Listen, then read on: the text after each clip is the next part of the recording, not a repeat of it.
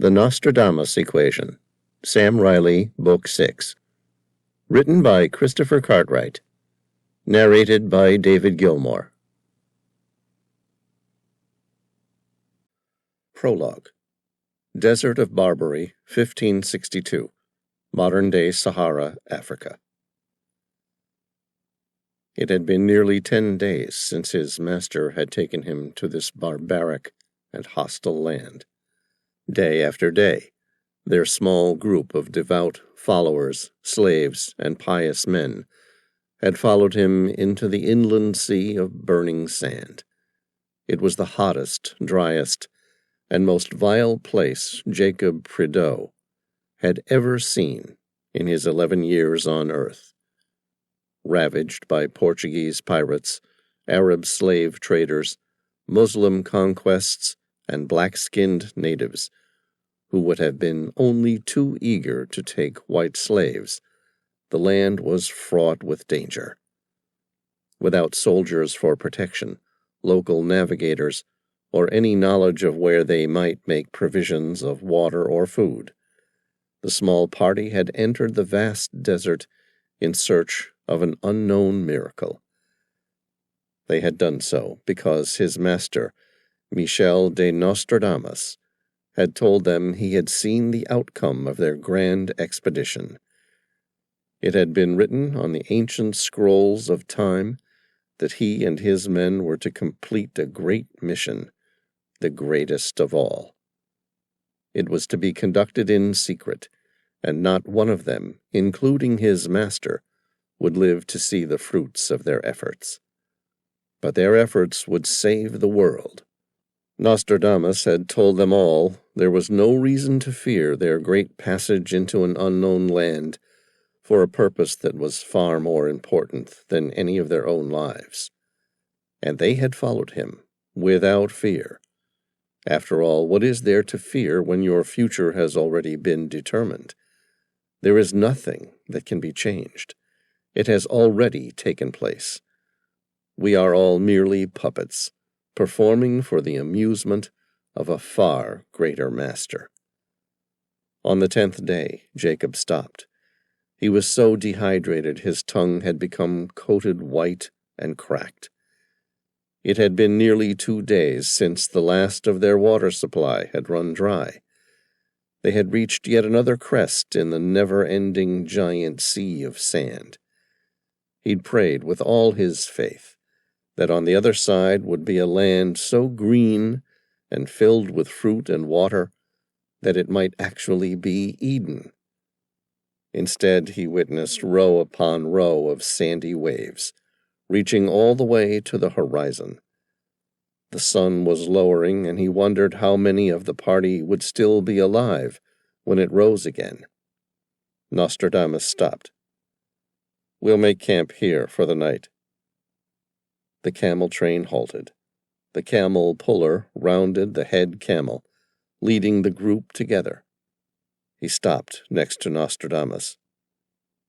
"Are you sure you want to make camp, master? I'm certain the camels have a few hours more in them, and I doubt many of the men will be alive in the morning if we don't find water." "Quite certain," Nostradamus replied. His eyes searched the sand with recognition. "This is definitely the place." The camel puller looked at the rows of sand dunes. The location was badly unprotected from the violent winds known to start without warning within the Desert of Barbary. "If you don't mind me asking, master, this is the place for what?" Nostradamus smiled. It was full of omnipotence and mystery. "This is precisely the place we make camp tonight. That's all." Jacob looked up at his master, who'd stopped next to him. His master suddenly looked down at him and asked, "Why do you look so sad, child?" "Master," he said, trying to appear brave, "I live only to serve you, but my tongue is dry. My stomach is empty, and I fear the death I am only too certain is very near. I want to be part of our great expedition. I want to help, but I also want to live. I've seen only 11 years on this earth. I would like to see more before I die. We all have masters. Even I do not have any more free choice over when we live or die than the lonely sand beetle that wanders the desert in search of a mate. He spoke cheerfully, but with frank honesty few could appreciate under the circumstances. We perform for the masters of time. Unfortunately, we live and die at their whim. Jacob wanted to cry. No tears would fall from his eyes. He was simply too dehydrated. He'd been right. His master had seen their death and refrained from telling them. Young Jacob, I see what you want to know. I have seen it all. I don't know why, but I have. The question is, will you go on, following me until the end, as you must, if I tell you what has been written? Nostradamus's right eye curved mysteriously upwards. What is going to happen? Jacob looked up at him and nodded, his crestfallen eyes asking the words which he didn't have the strength to ask. Am I going to die tonight? Nostradamus looked warmly down at him from the comfort of his howdah, like a father to a son. Yes, we will all die. Jacob wanted ever so badly to curl up into a ball and cry, but instead he nodded in brave acceptance. If he was going to die, then his master should at least be proud of him in his last remaining hours. You are a good boy, Jacob. You have served me well. Nostradamus then looked at the sun dipping on the horizon. For a moment, Jacob thought the old man was contemplating how many of his party would be alive when it next rose. Nostradamus shook his head as though it were a silly thing to do. He'd already seen the truth, and the answer was indeed very sad. Nostradamus bent down and handed Jacob a small brass medallion. Keep this on you at all times. Your role here today is to be a witness to this event, so that one day in the future it will serve a great purpose, when the time is right. I'm not going to die? Jacob asked. We're all going to die. You, the rest of my party, even I will not live forever. But you will survive this expedition. Your purpose here is not to die. I have brought you here merely to witness the events. What events? Nostradamus shook his head. No, I'm afraid even some things are hidden from me. What I can tell you, though, is that you must witness this event. Write down as much as you can, and keep it somewhere safe for as long as you can. But who must I tell this to? No one. You must live a long, worthwhile life, and on your deathbed, give this medallion to your son, along with the story of the events that happen here, and tell him to give the story to his son. You need to ensure this tradition is continued. Until when? Nostradamus raised his voice as though the answer were obvious. Until a girl is born. What will happen then? She will find our greatest treasure at precisely the right time in history when the world needs it to be discovered. Nostradamus sighed. And if she is the right person, filled with honesty and integrity, with enough faith, she will save the world. Jacob took the medallion, which had been placed over his neck by his master. It was formed by some sort of brass, but as far as he was concerned, it was more valuable than had it been made out of solid gold. He stared at the engravings. They depicted a map of an island he'd never seen or heard of. It was shaped like the number 8 lying on its side, and on the obverse side were 8 numbers which meant absolutely nothing to him. "Does she succeed? Will my great descendant one day save the world?" Nostradamus shook his head. "I'm afraid the ancient scrolls of time keep some secrets, even from me." There was no way to tell exactly what time it was when the wind changed. At a guess, Jacob thought the half-moon was placed somewhere near midnight, when he first heard the howl of time coming to rob the party of their lives. He wanted to hide and take shelter, but there was nowhere for him to do either. Besides, Nostradamus had been explicit. His purpose here was to bear witness to an event. So instead of hiding, he watched as the party was destroyed. The sand-filled wind crept through the camp, forcing its way into everything. The startled camels fought with their ropes until they came free and scattered into the desert. Men tried to recapture the frightened animals, but their attempts were hopeless at best. The locked box, the prized possession that Nostradamus had instructed them to move across the desert for an unknown purpose, looked as though it were going to be buried by sand. The men, devout until the end, were digging at the sand with their bare hands, trying to stop the fine brass box from sinking into the sand. "Leave it," Nostradamus ordered. "It belongs here, buried in the sand." "What about us?" one of the men asked. "You have done your duty," Nostradamus replied. "Now run for your lives. Take cover. Protect yourselves." Jacob watched in horror as the makeshift prison where their slaves were kept overnight was filling with sand. The large slaves pulled helplessly at the bound sticks which formed their night pen. Their eyes were wide with terror, their white teeth clenched in horror and shined against the profound darkness of their faces. He couldn't tell if anyone had noticed the slaves' plight. If they had, he doubted if any cared enough to do something about it. The stars and the bright crescent moon were no longer visible. Jacob lost sight of the rest of the camp, but his eyes remained focused on the slaves as the sand burned at his exposed skin.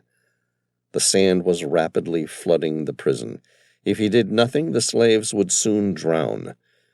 He knew he should do something, but what could he do? "It's time," Nostradamus said, handing him a single leather water flask. "You must leave, now." Jacob stood up and took the flask. It was full. He wanted to know where it had come from, but one look at his master's face told him not to ask questions when time was your enemy. "Where do I go?"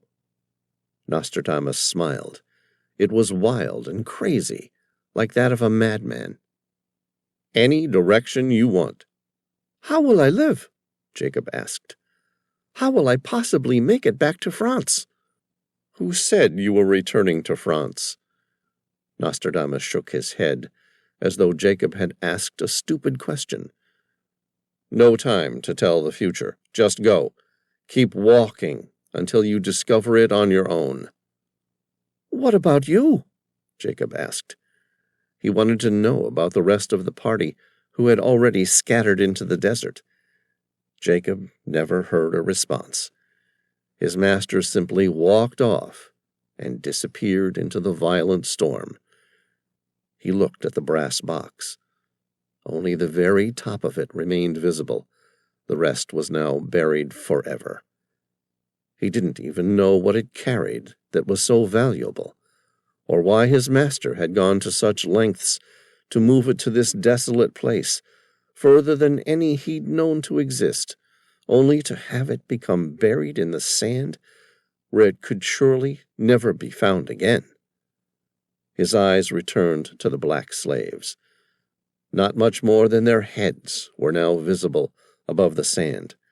The slaves had begun fighting with each other, competing for space in the middle where their pen was highest and allowed the most breathing room. Jacob watched as their most basic animal instincts stirred, the desire to live. He knew he must do something, but if he helped them, they would only kill him once freed. Would they really? He knew the answer to this. Of course they would. He'd been their master, and now he was vulnerable. He was just an 11-year-old boy. How could he stop them once they were released? Jacob thought about what his master had told him.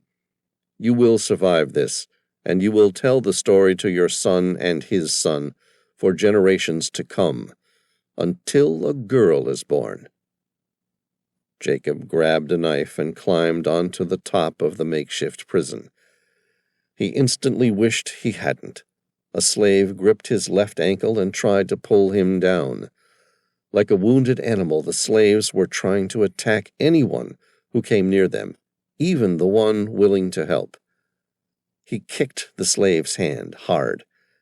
Jacob felt the grip on his leg tighten, and so he kicked again, and again, until the hand released pressure and gave way.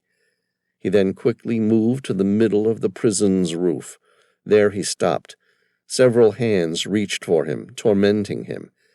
If he didn't free them soon, they would kill him and then die in the process. 5 sticks were bound together by papyrus rope. He sliced at it. The first attempt barely cut through a strand. The second didn't go much further, but the third sliced all the way through. The hatchway was pushed open, and he was thrown off into the sand. He watched as at least 20 slaves escaped from the sand-filled prison and scattered into the desert storm. All except one of them. It was the largest slave. He was the biggest man Jacob had ever seen. The slave's blue eyes suddenly fixed on his. The slave's teeth shined, perfectly white, and he howled like a banshee, and then he ran towards him. Jacob turned to run, but he wasn't even standing by the time the slave reached him. He felt the slave's thick, leathery hands reach his shoulder to stop him. The slave quickly threw him to the ground, so his back was up against the small wall of sand. It provided protection from the lethal storm, but nothing against the giant of a slave who approached him now. Jacob quickly began reciting one of the few verses of the Bible he knew by heart. Our Father, who art in heaven. He held a small knife out to defend himself. It was stupid and served little purpose. The slave could kill him without any effort. The slave approached slowly and snatched the knife out of his hand. He tucked it into the side of his loincloth. A moment later, the slave saw the leather water flask in the sand next to him. He snatched away the water flask as quick as he had the knife. The slave took 2 small sips and returned it. Jacob tried not to meet his eyes, as though he were a monster who could be avoided through ignorance. But the monster sat next to him. Jacob was horrified by the slave's blue eyes. He'd never seen a black slave with blue eyes before. They were an intense bluish gray, piercing, and stared vacantly at him as though he were a ghost. Jacob shivered throughout the night. In the morning the wind was still, and the sand had settled into a beautiful day. The sun was rising, and soon it would be too hot to travel. The slave was the first to stand. He looked up at the sun for a moment to orient himself, and then walked due south. Jacob watched as the slave took 30 or more steps into the sea of sand. He'd survived the night, as Nostradamus had predicted. The monster had let him live. The slave stopped, turned to face him, and grinned. "Well, boy, Are you coming with me?" Jacob looked around at the desolate place in which God had stranded him. He had no idea where he was, or where he wanted to get to. He had very little water and no food rations. If he did nothing, he was already dead. Jacob studied the slave's face. It was hardened by years of violence and hardship. But in the daylight, he no longer saw the slave's blue eyes as ghoulish.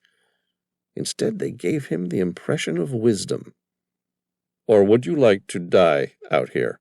the slave asked. Jacob smiled and slowly followed in the slave's footsteps. "I will follow you." "Good." "Where are we heading?" Jacob asked, finding a confidence he'd rarely felt. The slave smiled. "To a kingdom, far away, where my people have waited a long time for the return of their king." Jacob took a deep breath, wondering what part of history had been changed by the rescue of a king, and why Nostradamus had neglected to mention it. He shook the thought from his mind and followed the king in silence. By that afternoon, he reached the highest sand dune he'd ever seen. It gave him vantage to see for miles in all directions. He paused long enough to take a sip of water from his flask. His vision wandered all the way back to where he'd come from. He looked at the sand dunes, searching for some way to remember the place. There were no landmarks he could recognize, none at all. Only sand. It was impossible for him to ever find this place again, even if he wanted to tomorrow. Everything had been buried, and so it would remain for all eternity. Chapter 1. Idahan Murzuk, Sahara Desert, Libya. It was 115 degrees Fahrenheit in the shade. Sand dunes 60 feet high reached the horizon in every direction like an ancient ocean, swallowed by the arid sands of time. Not a single piece of vegetation was visible. With the exception of her camp, there was no permanent sign of life. Nothing lived in this hostile land. A few nomadic tribes borrowed the land as they traversed it for trade, taking direct, labored routes using camel trains. She adjusted her green headdress. She was born in the desert, but had spent years away from it. They were painful years, and although important, she had spent a long time feeling lost.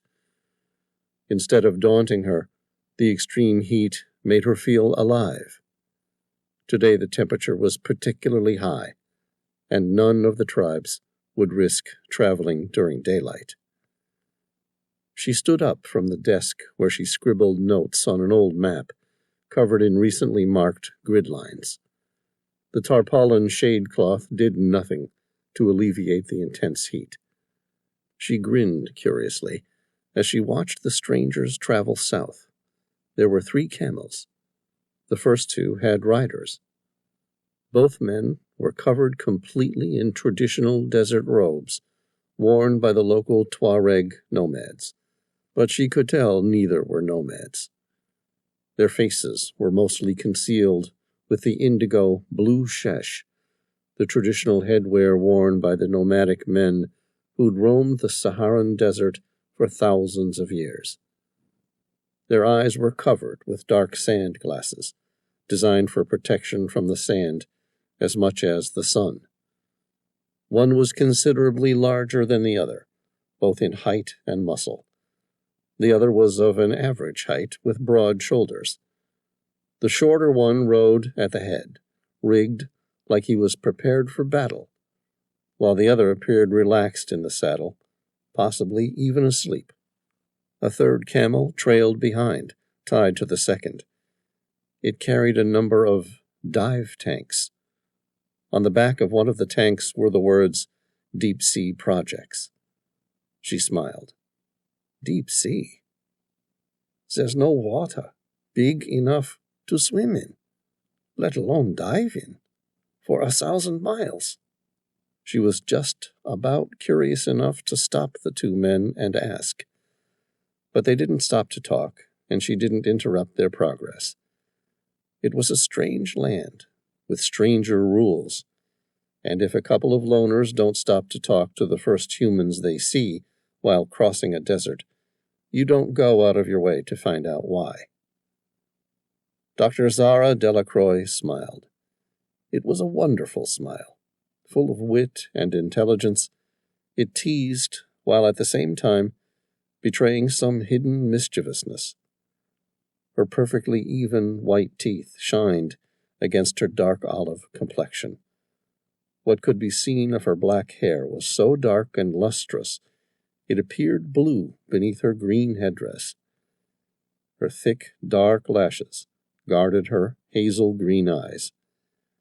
These were her most powerful, seductive, and deceptively pleasing aspect. To all who met her, she was exotic to her core, and for the past 2 years, she'd been the greatest mystery of the Sahara. She was an educated woman, an archaeologist, with both ancient Persian and French blood in her veins. She freely roamed the massive ergs, the ocean-like sand basins, scattered throughout the Sahara, without fear. In a land rife with corruption, wars, dictatorships, tribal battles, and an environment capable of killing most people within a day, she walked unhindered in search of some great wonder, forever gaining followers. She had been given the name of Malikat al-Sahara, which, translated from Arabic, meant Queen of the Sahara.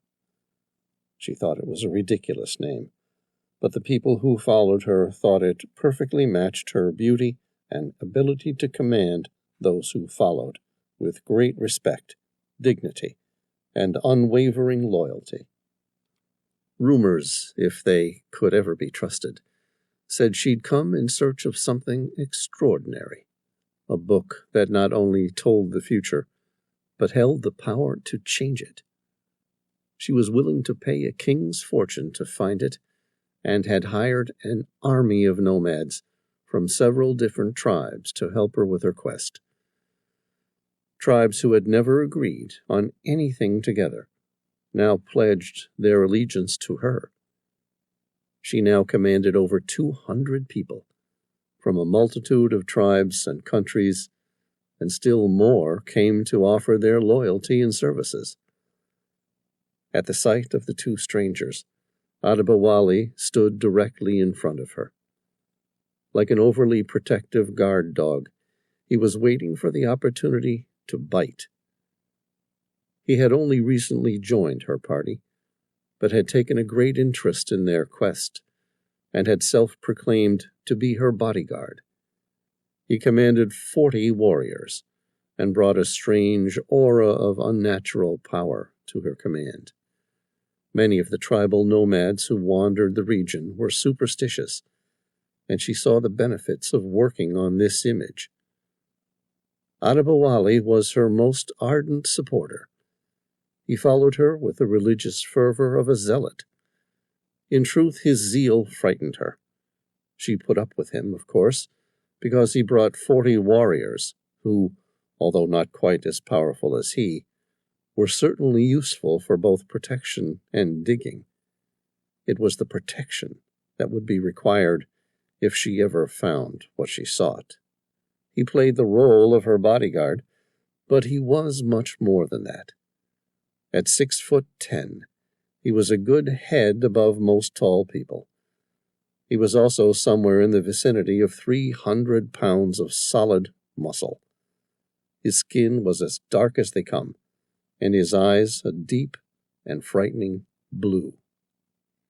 He smiled at her, revealing perfectly even white teeth. "Good afternoon, Doctor." "Hello, Adali," she replied. "They found the brass howdah this morning," Adali said. He was the only one within the camp who treated her as his equal, and not the savior or the deliverer of the great prophecy. It won't be long now before they find it. She turned to him, her eyes still fixed on the strangers heading south. Yes, I heard. Her voice was indifferent, but inside, her heart raced at the thought. Adali shook his head. It was big and riddled with scars. The bristly hairs on his head were cut short, and his eyes piercing, with their almost hollow grayish blue, giving him the appearance of some nightmarish and unreal fiend. Despite that, he was quite attractive, in a warrior kind of way. His English was articulate and expressive, showing his level of education was much higher than she would have guessed. There was the slightest tinge of an American accent. You still don't believe it will be here? No, I believe it will be here, she replied, finally turning to meet his eyes. Then why are you not down there, reveling in the joy? The new future is now, and you and I are to be the bearers of that new knowledge. Zara smiled. She enjoyed his unwavering belief in the prophecy, even though she didn't believe a word of it. I just don't believe a word Nostradamus said, that's all. Then why have you spent your life searching for his book? Adali asked. His cheeky smile betrayed his inability to accept what she was saying. Because others do, and because I can find it. A pert and sheepish grin formed on her lips. And like you, because I need some money, they will pay me. But you have spent 2 years searching this small area alone. Why waste your time searching for something you don't believe in? I believe the Book of Nostradamus is buried here. That much is fact. What I don't believe is that Nostradamus had any idea what was in the future. How do you explain why so many of his prognostications came true? Zara shrugged. Yeah, well, he got lucky, and he left things pretty open to interpretation. It's no more impressive than a tarot card reading at a novelty shop. He got lucky with rare frequency, Adali persisted. She smiled. His prognostications were retrospectively interpreted, meaning someone somewhere was always going to be able to say he'd got it right. So, he got lucky. A lot. Adali's smile turned to a hard stare. Why are you here, Doctor? She smiled. For the same reason as you, Adali. Money. I came because you asked me, and because it was written in the ancient scrolls of time. Why else would our two families cross paths for almost 4 centuries? So you keep telling me, she replied. Why is that again? I only met you 4 weeks ago, and I don't recall asking for your help, as much as I'm glad to receive it now that you're here. Adali spoke slowly, his deep voice resonating as though he were preaching some verse in the Bible. Because the prophecy said I would, and because it has been written that the lives of our 2 great families should be intertwined throughout the ages. Right, Zara said. She looked at his face. It was eager for some sort of acknowledgement on her part, which she denied him by ignoring the question. I don't know what you think was so great about our 2 families. Your father was murdered when you were a child, leaving you to beg and work for your subsistence. As for my father, he was an archaeologist who wasted his life searching for something I still don't believe in, until the poor lifestyle and wages associated with his life in the Sahara left him dead of a heart attack at 52. Both of our mothers disappeared before we could remember them. I never had a sibling, and yours are still in a country where you were exiled. Our families have both been great, and will one day be again. As for you and me, I met you when you were still very young. You most likely looked upon me as another poor laborer, and so you can't recall my face. But I have never forgotten you. Your father helped me because he believed in the prophecy, and in time so will you. You think my father organized your American visa because of an ancient family history? He nodded, a large white grin beaming ear to ear. Spanning since Nostradamus came out here in 1562, our two families have been interconnected in ways that no human being will ever truly know. She laughed. You think he did that because of the prophecy? Yes. Why else would he? Because he took one look at you and thought to himself he'd never seen anyone as big as you in all his life. You want to know destiny? You were born to play American football. Knowing my father, he probably got some sort of kickback from the coach where you played college football. I took no pleasure in it. I Googled you, Adali. You made it into the NFL, and your team played in the Super Bowl. She shook her head. And then you left it all behind to follow me for nothing. No. I got the education I needed if I'm ever to return to my country. Then I waited until it was time, and then I came to help you. You think a degree is what you need to lead a rebellion? He shook his head. It's what's in a man's heart that will lead his men to overthrow the usurpers. But an American education has taught me what I need to know to gain assistance from other nations to help me regain my birthright. You're dreaming again. Your birthright was taken from you when you were 3 years old, the very day your father was slaughtered. The Americans, the UN, and the outlying countries have no interest in getting involved in another rebellion in Africa. She had been too harsh, and instantly wished she hadn't pushed so far. She carefully watched his grayish-blue eyes for a reaction. He paused for a moment and smiled. You're right. Nobody wants to be involved. And why should they? It's not their fight. There's nothing of value to the rest of the world from my homeland. It's entirely worthless. But soon they will all flock to my country. And then we will see who offers me their assistance. Still regretting her comment about his father's death, and intrigued by his certainty, Zara persisted. What makes you so certain? Because I have seen the day with my own eyes. She smiled. It was genuine. I hope your dream comes true. You don't believe me, do you? Not a word, Adali. But I truly respect your faith and conviction.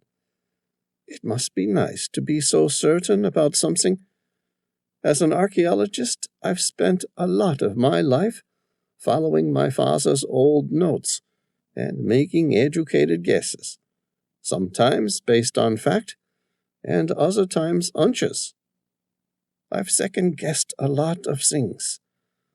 Unlike you, I don't believe in what I've done with my life. Then why do you do it? Because it seemed easy, and it was something I could do. The money has been good, too. Adali shook his head. Zara, do you even know who's funding your dig? No, but he's never argued on the exorbitant fees I sent him, and he always pays in advance. That's a pretty good deal for any archaeologist. So, you may be giving away your most prized possession?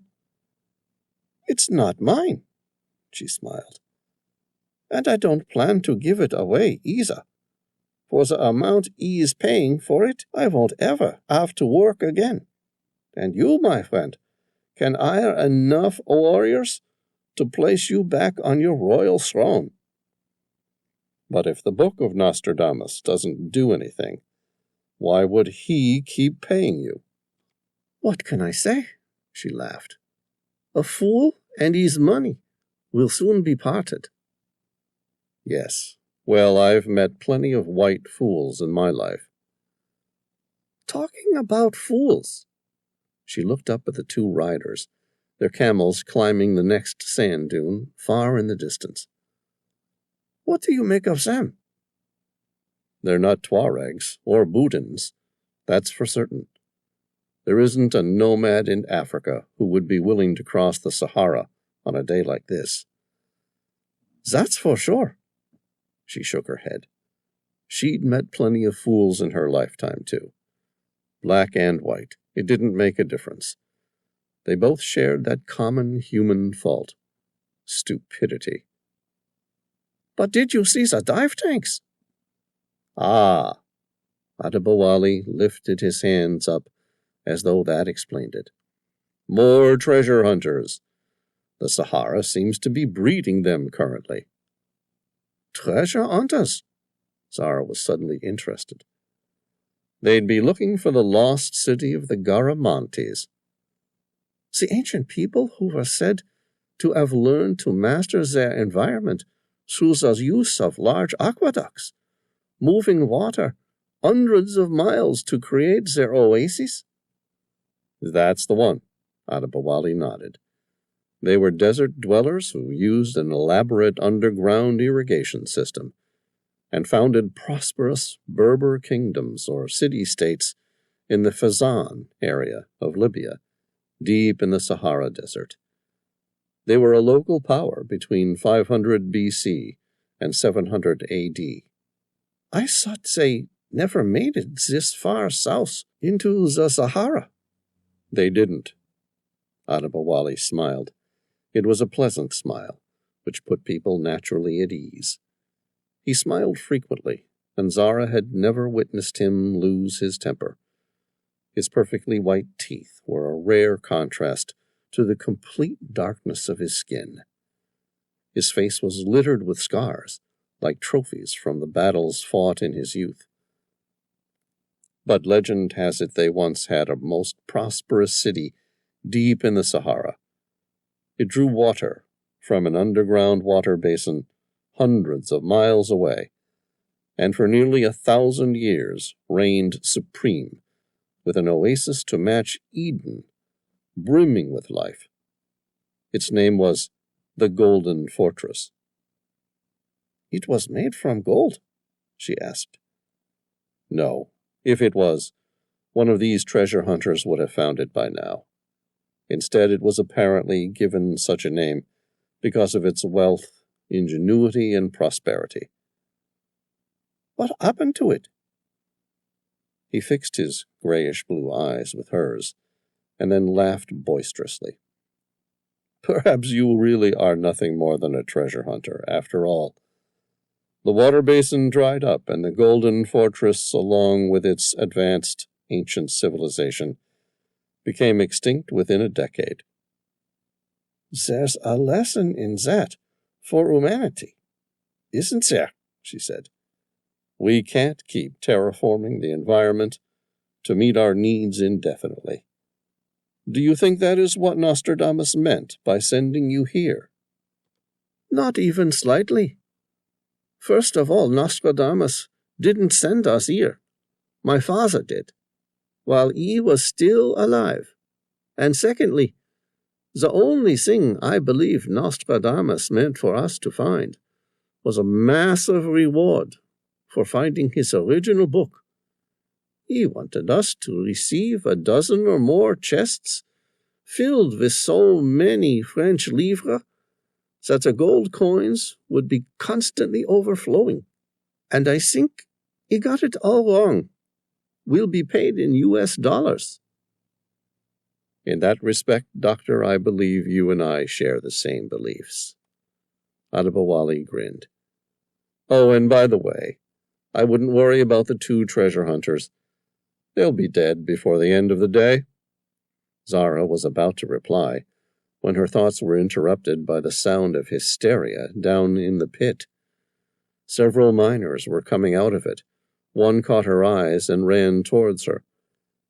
Come quick, Malikat Asara. We've struck something hard in the sand. Chapter 2. Sam Reilly hated traveling by camel. Unlike the measured gait of a horse, a camel's walk seemed odd, irregular, and kind of jerky.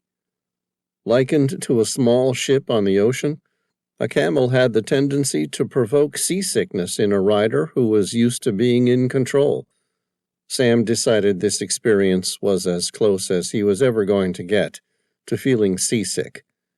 He never liked relying on animals. They were unpredictable and unable to be trusted not to run off at the worst possible time. He'd suggested an endurance motorcycle like a KLR 650 or a BMW HP2 for the assignment, but the notion was quickly disregarded. The U.S. couldn't be seen to be picking sides in the local rebellion. Any assistance had to be from a distance, even when the stakes were so high. If he and Tom were successful, people would guess at the U.S. government's involvement, but at least they would have maintained some semblance of plausible deniability. Worse still, if they weren't successful and were captured instead, they needed to be able to maintain the pretense of 2 American treasure hunters in search of gold in the ancient fabled city of the Garamantes. Sam gritted his teeth as his beast dropped off another sand dune, jarring his back.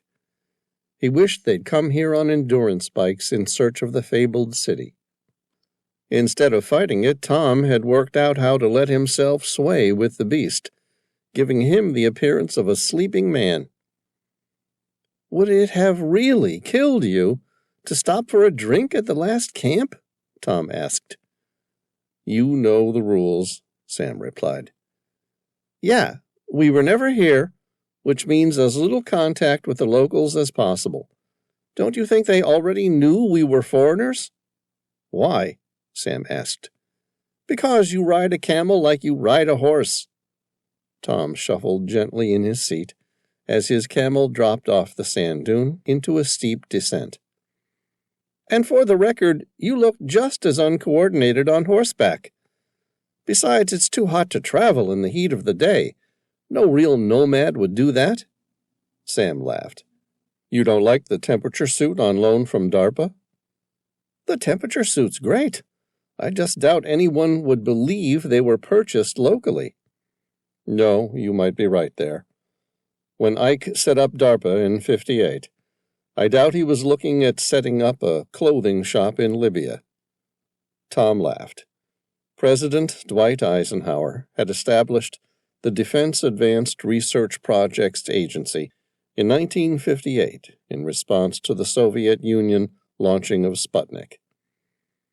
All the same, I think these suits would be very popular here. Sure, but who can afford the $100,000+ price tag? Sam thought about the remarkable temperature suits. They were constructed using thousands of carbon fiber microtubes, which circulated cold or warm air in order to maintain a safe range of core temperatures by the wearer. Sam adjusted his position. There was no way they could have made such a quick journey through the heat of the day without it, and time was vital if they would have any effect on the outcome of the war. And this time, they needed to get it done right. How much time do we have? Tom asked, as though he'd read Sam's thoughts. Not much, perhaps a week at best. After that, we either commit or forget we knew anything about it. You know what happened the last time we provided weapons for the regime we wanted to win? Tom asked. Yeah, we supported Saddam Hussein, and the rest of the world hasn't let us forget about it. So let's make sure we've got the right man this time. We do. I think he can make a real difference to the stability of the region. Besides, from what I've seen, Gabe Ngige makes Saddam Hussein look like one of the good guys. Ngige has outside funding giving his regime a real opportunity to expand throughout Central Africa. We don't know where he's getting his backing from, but there are reports he's been hiring elite mercenaries to train his army, which is rapidly growing in size. He's purchasing modern weapons and military vehicles, including armored cars and tanks. So where do we think he's getting the funding? We don't have a clue. The money's being fed through a series of proxy accounts. There's no way to see where the money originated, but one thing's for certain. This is the best financed rebel group the DRC has ever seen. That's what has everyone in Washington frightened. This guy isn't going to stop once he controls the DRC. His rebellion is going to spread into Angola, Zambia, and Zimbabwe in the south, and the Sudan in the north. Tom asked, You think if he gets that far, he'll stop? Sam said, Hell no. Did Hitler stop when he was winning? No, he kept advancing further. Exactly. The intelligence coming from Washington suggests this might be the most significant war to ever come out of Africa, with far-reaching global repercussions. Do you think he's found a new diamond mine? We don't know. It's not diamonds, that's for sure. We would have heard if anyone was moving that amount of stones out of the country. If Ngige was sending that many blood diamonds onto the market required to fund his rebellion, we would have known about it. The artificially set price of diamonds would have suddenly crashed. De Beers would have stopped the market. Okay, what about oil? No, we could have traced that. Whatever it is, Washington is frightened, and it's going to drive a lot more governments into the region. There are fears Europe is going to be dragged into this war. That's why it's so important to make the change now and add some stability into the region.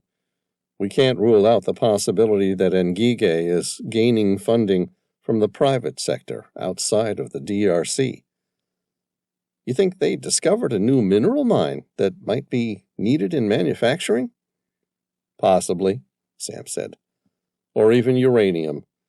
And we don't want to think who would be financially backing them in exchange for the rights to uranium. The fact of the matter is, somehow Ngige is being funded well enough to form an army capable of taking over much of Africa.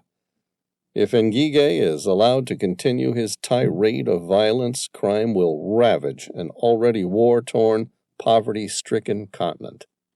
But if someone from the inside were to rise up, good conquering evil, all projections show this will create a follow-on effect, which will have the chance of making the greatest change for good on the continent in 4 centuries.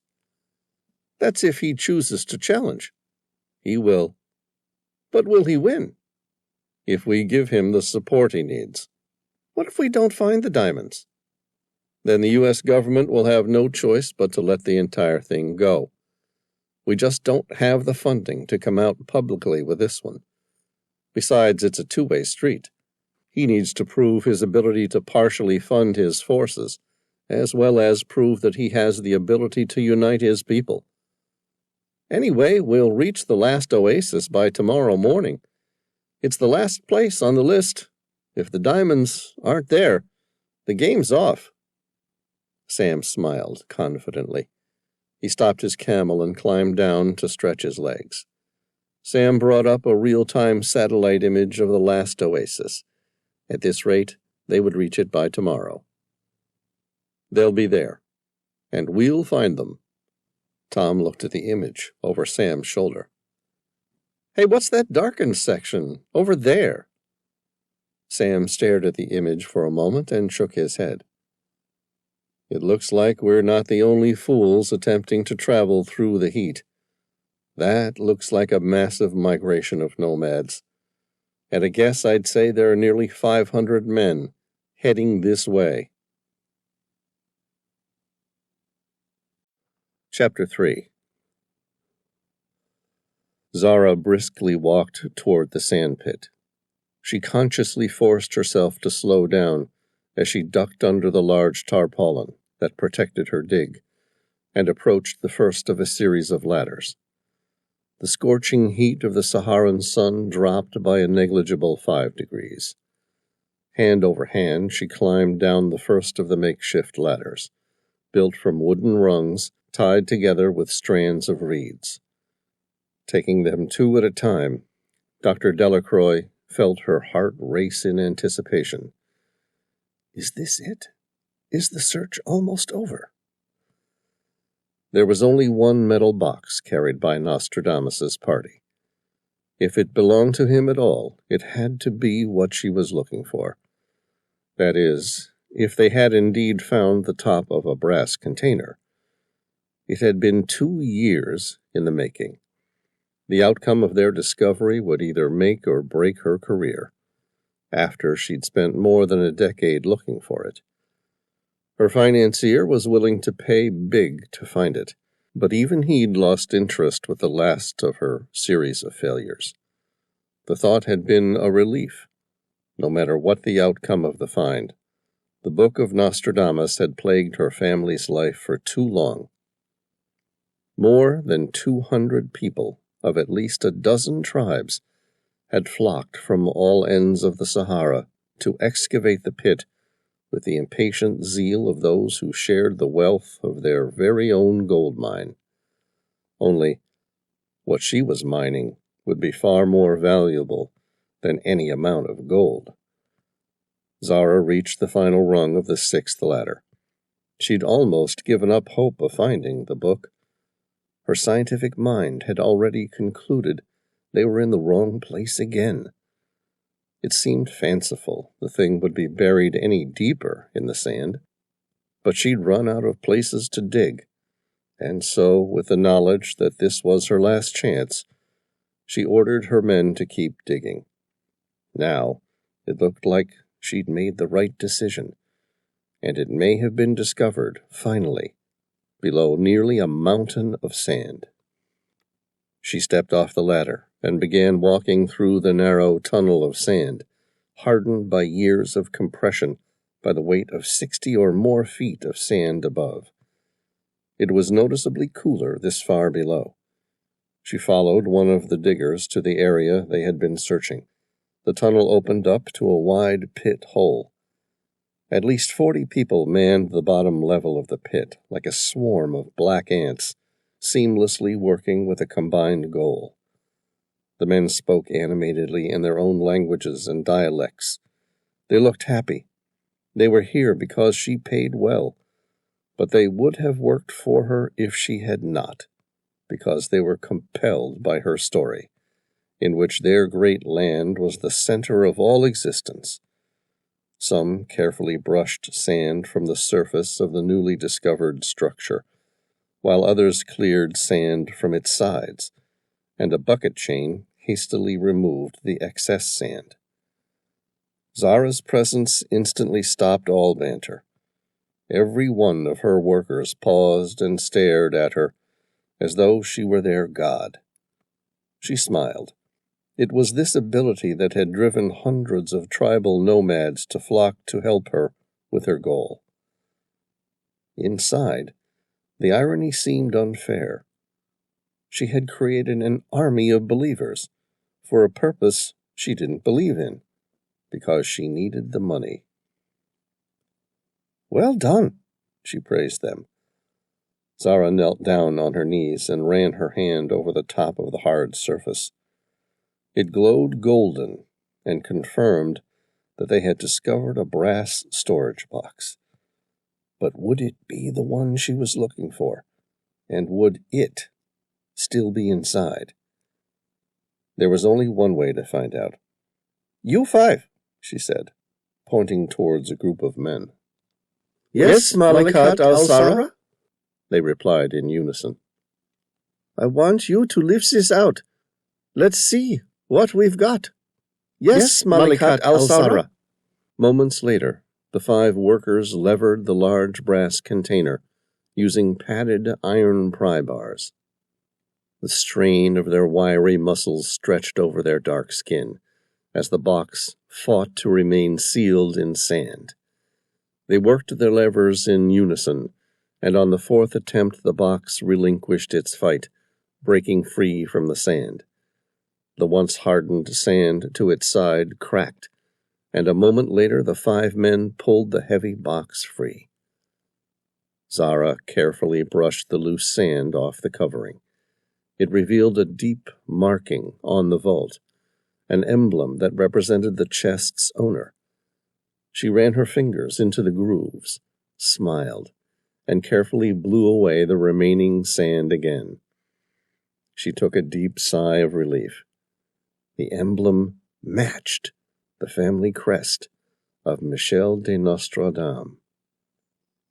Jesus Christ, they've actually found it. One look confirmed all her greatest hopes and fears.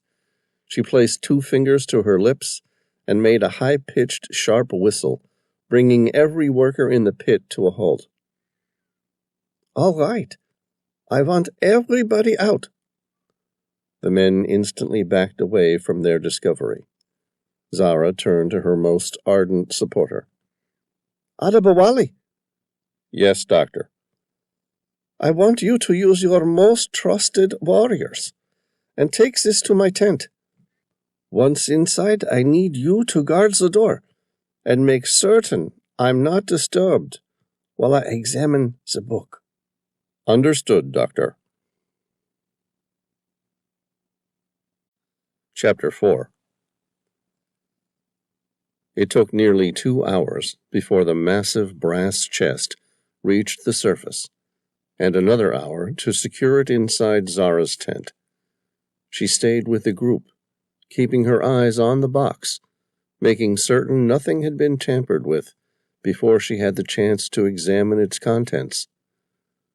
Adabawali was the last to leave. He looked at her without saying a word, his eyes telling her he needed to know the truth as much as she did. Zara smiled at him in understanding. You will be the first to see it once I know what we have found. Thank you, Doctor. Adabawali turned to leave. I will be right outside if you need me. Thank you, Adabawali. Zara began examining the brass chest alone. It had been secured by an intricate locking mechanism with 7 ornamental dials. Words were engraved into the top section next to the seal of Nostradamus. She read the words to herself out loud. Only the chosen, unsaved, with one face, and born on the day of truth may open. To see the future, the correct date must be selected, or poison will be the next to run free like 9 fires and flood the codex. Zara read the message again and sighed. It was a simple quatrain, the 4-lined prophetic verse, in which Nostradamus wrote all his visions. He wrote 100 in a book like an almanac, and named each book a century.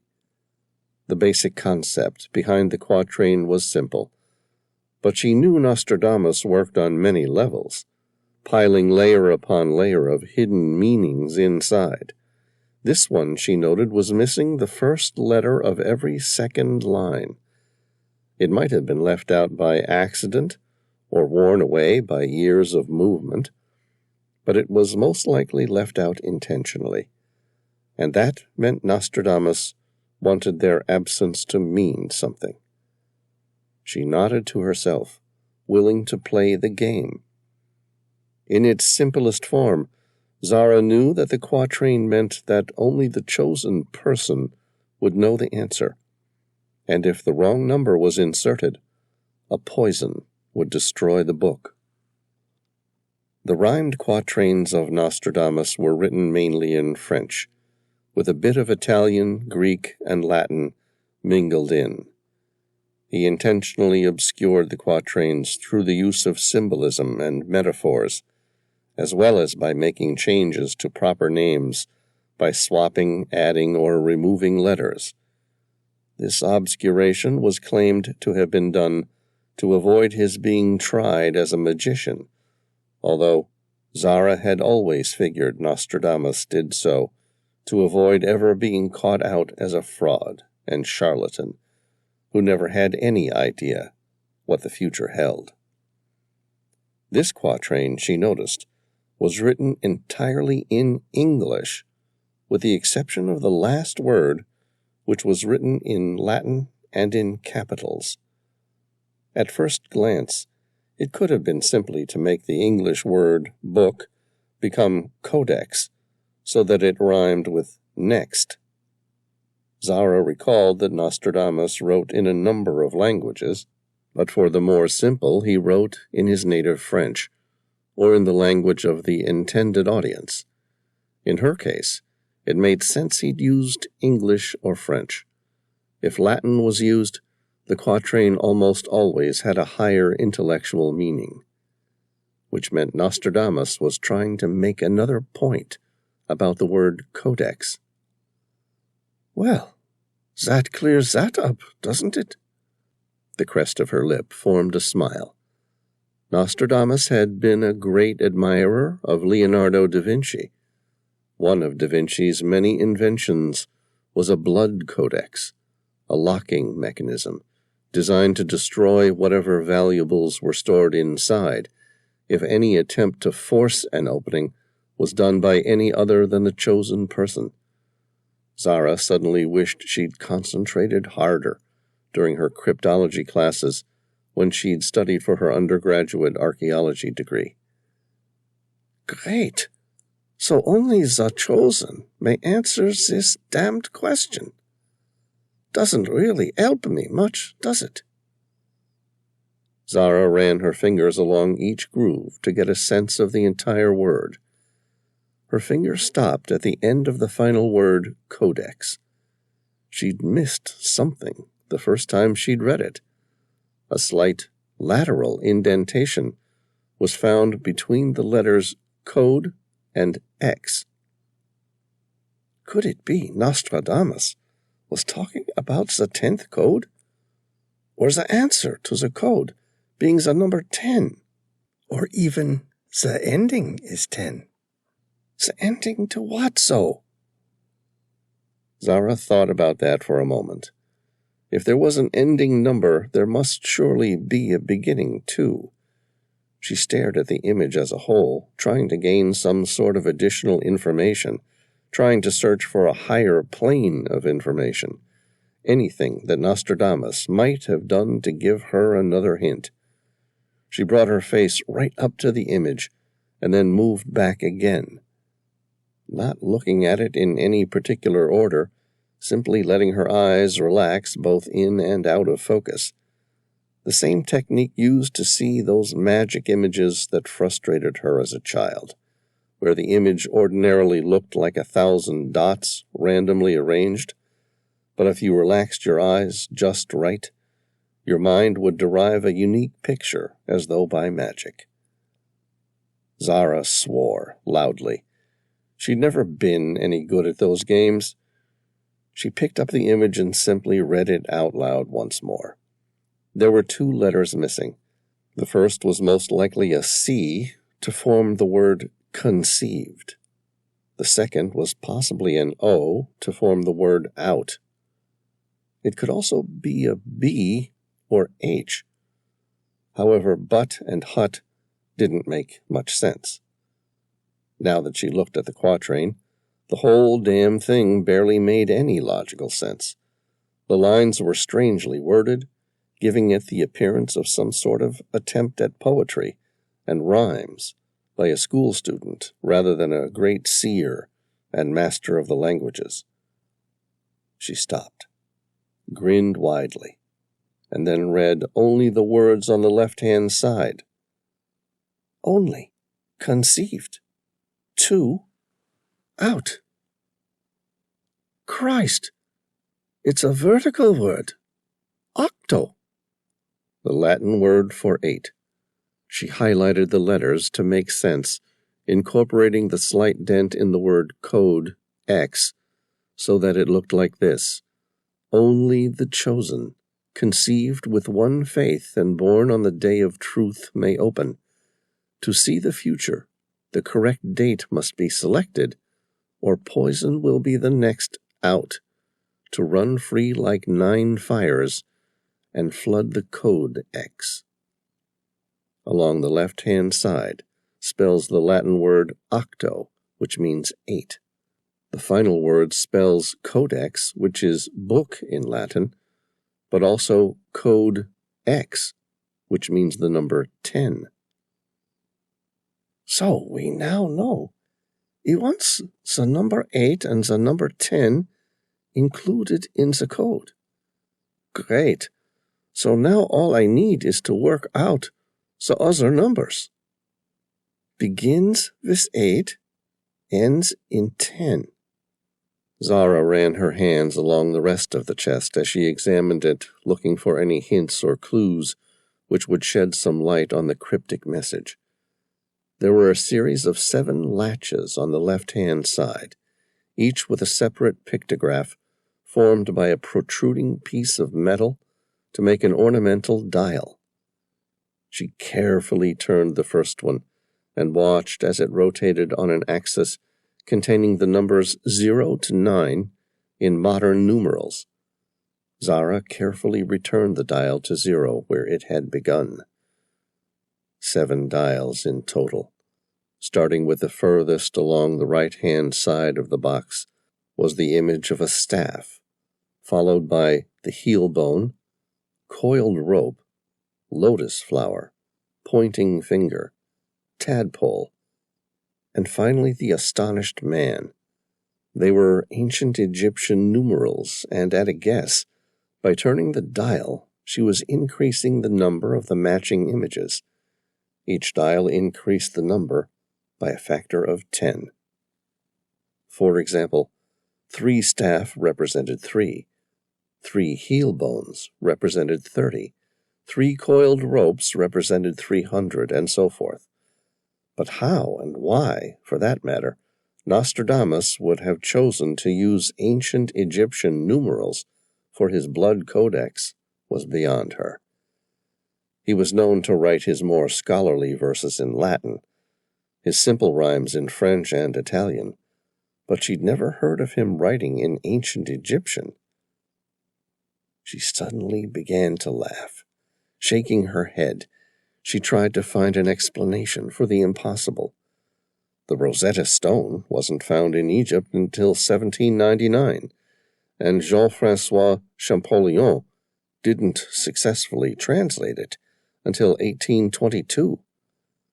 All in total, it was almost 2.5 centuries after Nostradamus wrote the numbers for the intricate locking mechanism, which meant the brass chest was either a fake, had been built by someone who knew how to write in ancient Egyptian, or Nostradamus really did see the future. Zara stared at the ancient Egyptian numbers again. She slowly ran her fingers along the locking mechanisms and over the ornamental dials, trying to see how the chest remained secure after all these years. Whoever built the chest had been a true craftsman. In a time long before computers, when braziers were masters, the chest had been crafted so perfectly that it was impossible to see where the sections joined. Like a complex jigsaw puzzle, everything locked together on its own. She took out an electronic notepad and drew each of the 7 Egyptian symbols. Zara saved the images so she could copy and paste them at her discretion. Zara tried a dozen or so combinations, trying to see if any triggered some sort of higher order, gut instinct of hers. Nothing was standing out to her. She shook her head, chiding herself for giving it so many attempts. The chance of randomly selecting the correct series of images was astronomical. She closed the application and opened another. This was an English to Ancient Egyptian translator. Time to take a new approach. She began entering significant dates into the English to Ancient Egyptian translator.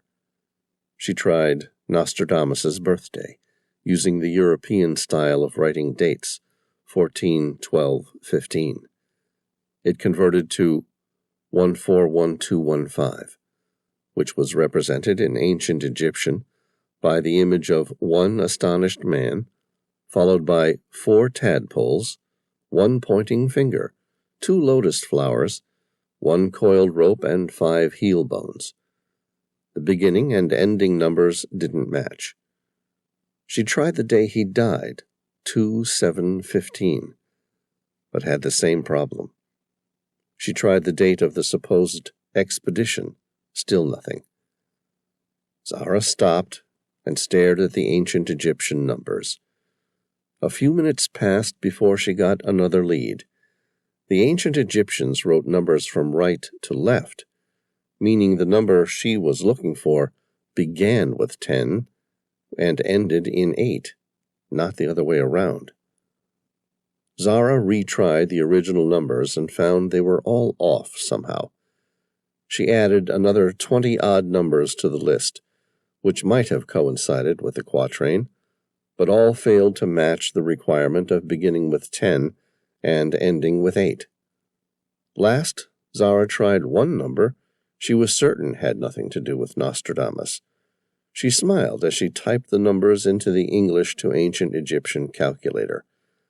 It was stupid trying, but she decided she must anyway, if only to appease her late father. She then pressed Enter, and the calculator displayed an image she'd seen many times before. No, that can't be possible. It was an image she'd seen 1,000 times before. She opened the top buttons of her shirt, slowly and tentatively, as though frightened by what she might discover, and removed a medallion from where it hung between her small breasts. She stared at it for a moment. A family history, so incredible and so fanciful, that she was certain it was all a lie. On one side of the bronze medallion depicted an island that no longer existed, or at least didn't on any navigational map, satellite images, or maritime journal she'd ever seen, while on the other side were a series of pictographs depicting ancient Egyptian numerals.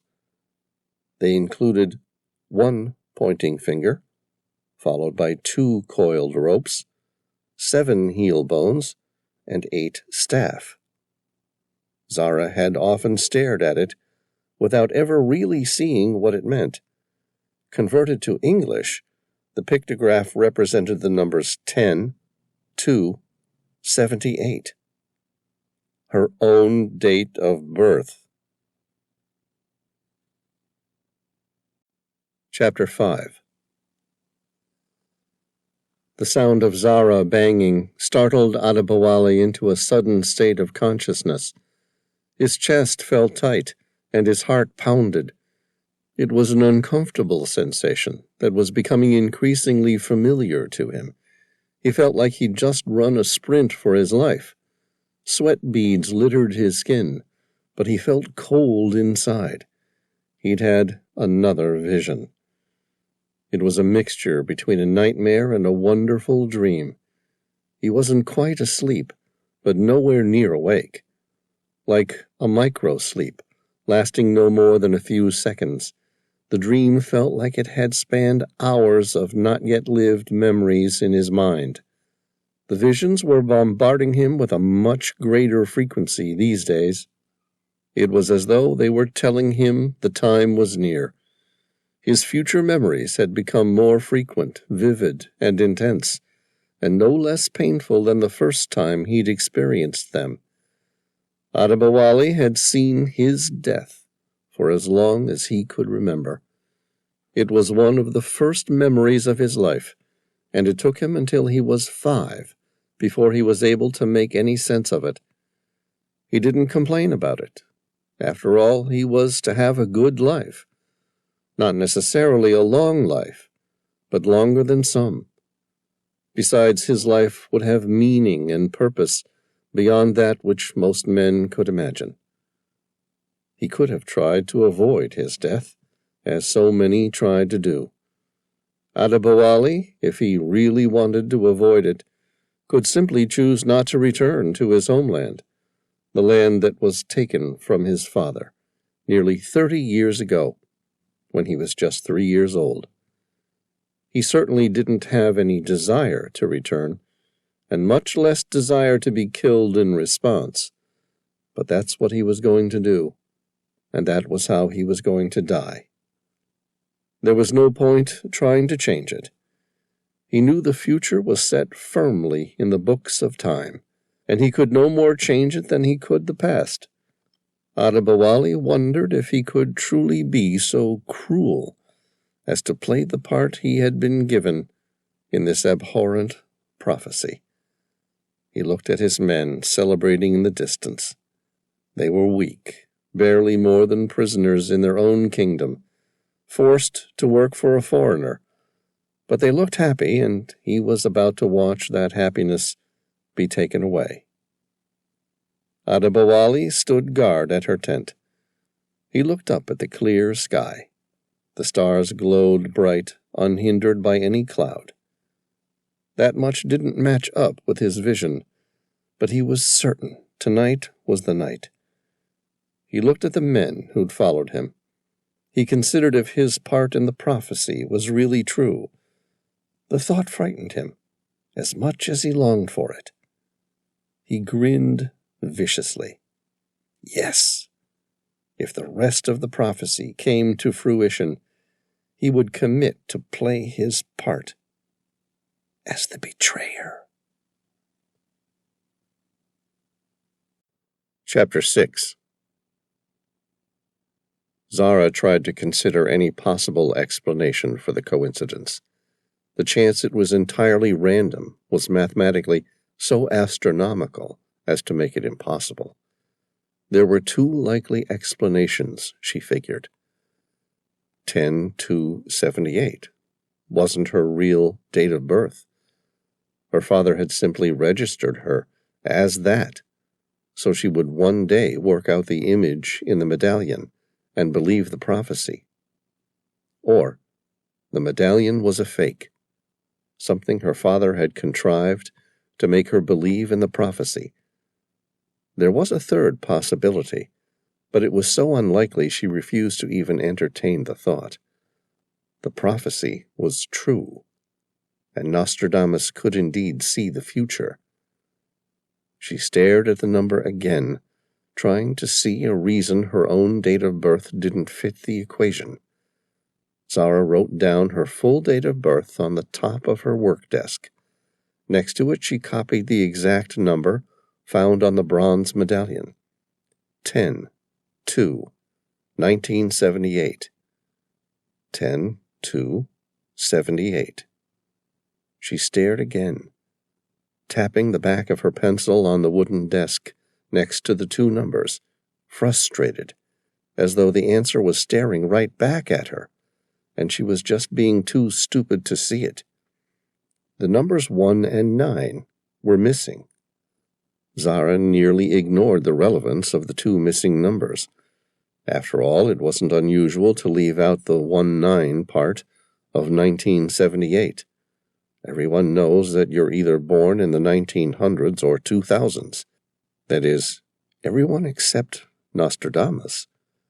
He wouldn't have been so careless to leave out 2 numbers which were ultimately required to make up the correct date of birth. So she was wrong. Her birthday didn't match the image on the medallion, and neither did it equate to the number found in the quatrain Nostradamus had left for her. If Nostradamus had meant her date of birth, he would have expressly accounted for it in the quatrain. She read the original, unadulterated message from the top of the brass chest again.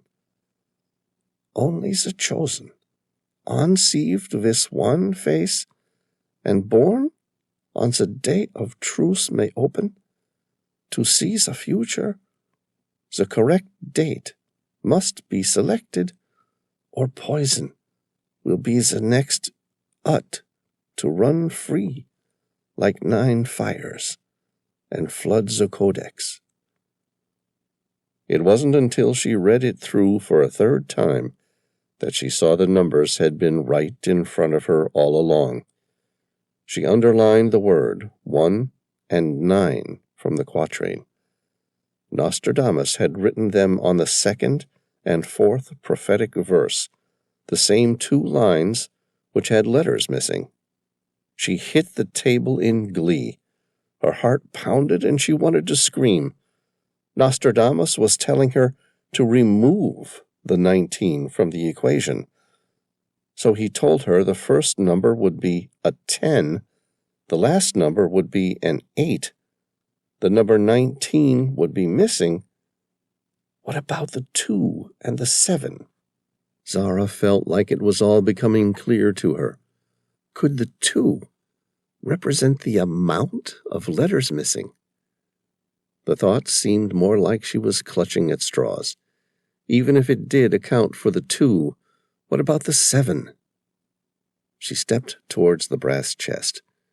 She ran her hands over each intricately carved, ornamental ancient Egyptian dial.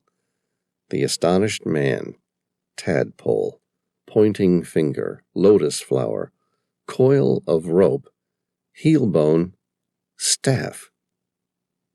Sweet Jesus, there's 7 dials. 10278. The entire series of numbers had been accounted for. Her numbers, the date of her birth. Zara shook her head. I don't believe I'm trying this. She carefully entered her date of birth into the blood codex and stared at the number 10-2-78, finding it difficult to find a reason for the impossible coincidence.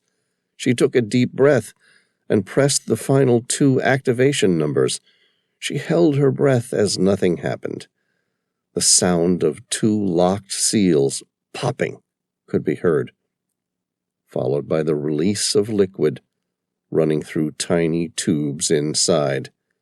Zara swore, because she'd gotten it all wrong. The poison was being released, and the Book of Nostradamus was about to be destroyed. Chapter 7. Zara looked at the solid lid, running her hands along the sealed edges and frantically searching for some means of stopping the damaging process. It was impossible. The process had begun, and if Nostradamus had been such an admirer of Leonardo da Vinci's blood codex as she was led to believe, the destruction process had now commenced. A lifetime of work destroyed in minutes. The sound of flowing liquid finally stopped. Zara continued to search for a way to enter the brass chest, hoping there was at least some means of salvaging some of the remaining works of Nostradamus. Flush with panic, the bile rising in her throat, she sat back from the chest. With the muscles frozen and her mind racing, she scrambled for a way to save the contents of the chest. Suddenly, a gentle hiss exploded into a solid clank. Zara stared with disbelief at the lid of the chest, now sitting open a thumb's width. An acrid, toxic smell made her catch her breath. Realizing the implications of such a smell, she leapt forward toward the chest.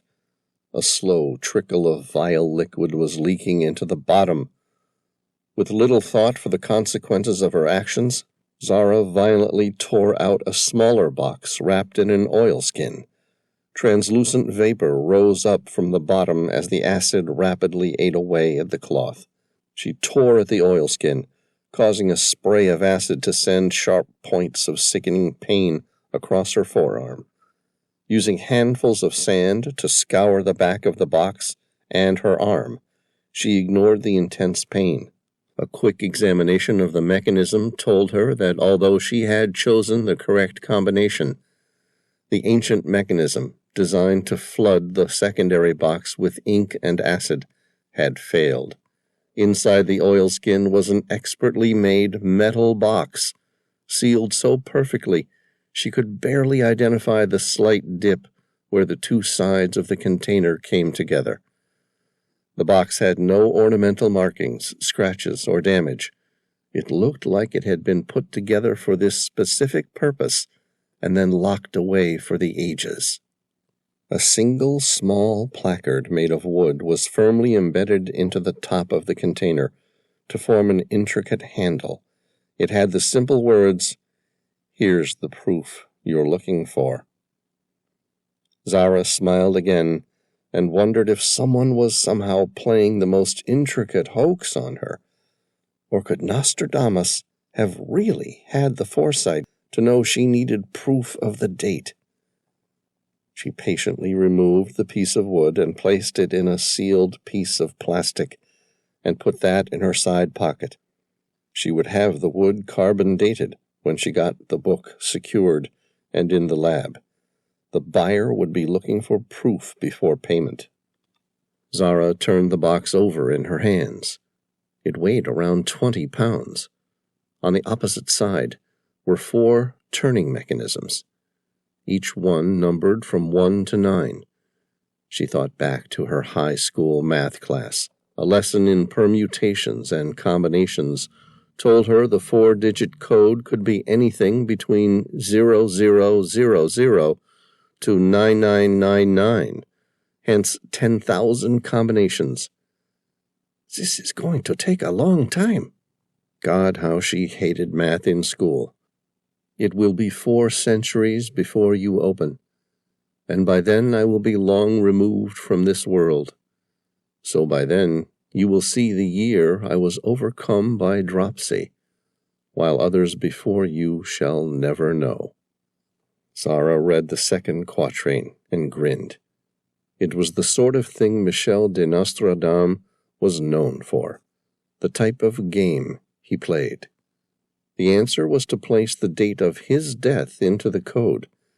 There was no way he'd know he was going to die then, unless he really did see the future, which she was certain he didn't. She adjusted the numbers until the code read 1566, the year Nostradamus had died. The latch unhinged, and the damned box opened. Zara wondered for a moment whether Nostradamus, keen to perpetuate his myth after his death, had committed suicide in 1566 for this specific purpose. She carefully opened the box. Inside was a relatively small codex. She opened the first page.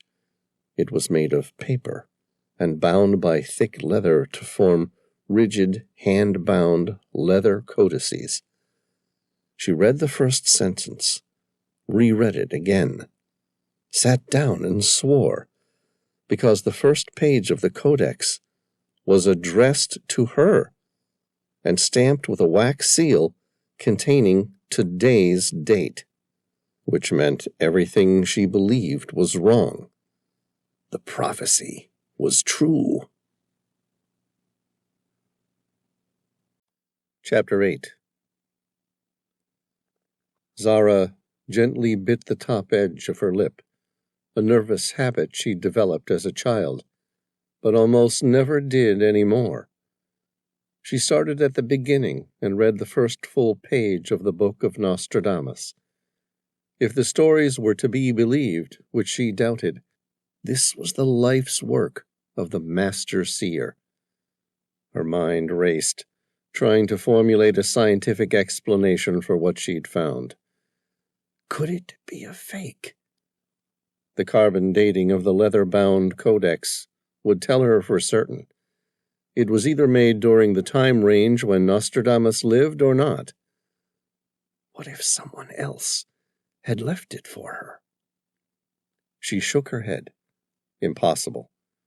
She watched as the laborers tried to pry the box free from the sand. The box was fixed hard, which meant it had been there for centuries, not days, weeks, or months, like a hoax. When all possible logical explanations were removed, only one remained, and the very one she couldn't accept as truth. Nostradamus could, in fact, see the future, which meant everything else might be true, and the world was approaching its greatest danger. She read the first page again. Dear Zara Delacroix, I am writing this letter first. You see, the information in this book is going to take nearly my entire life to transcribe. In case I run out of time, I want you to first know the truth. I was not the first to learn about the fate of humanity.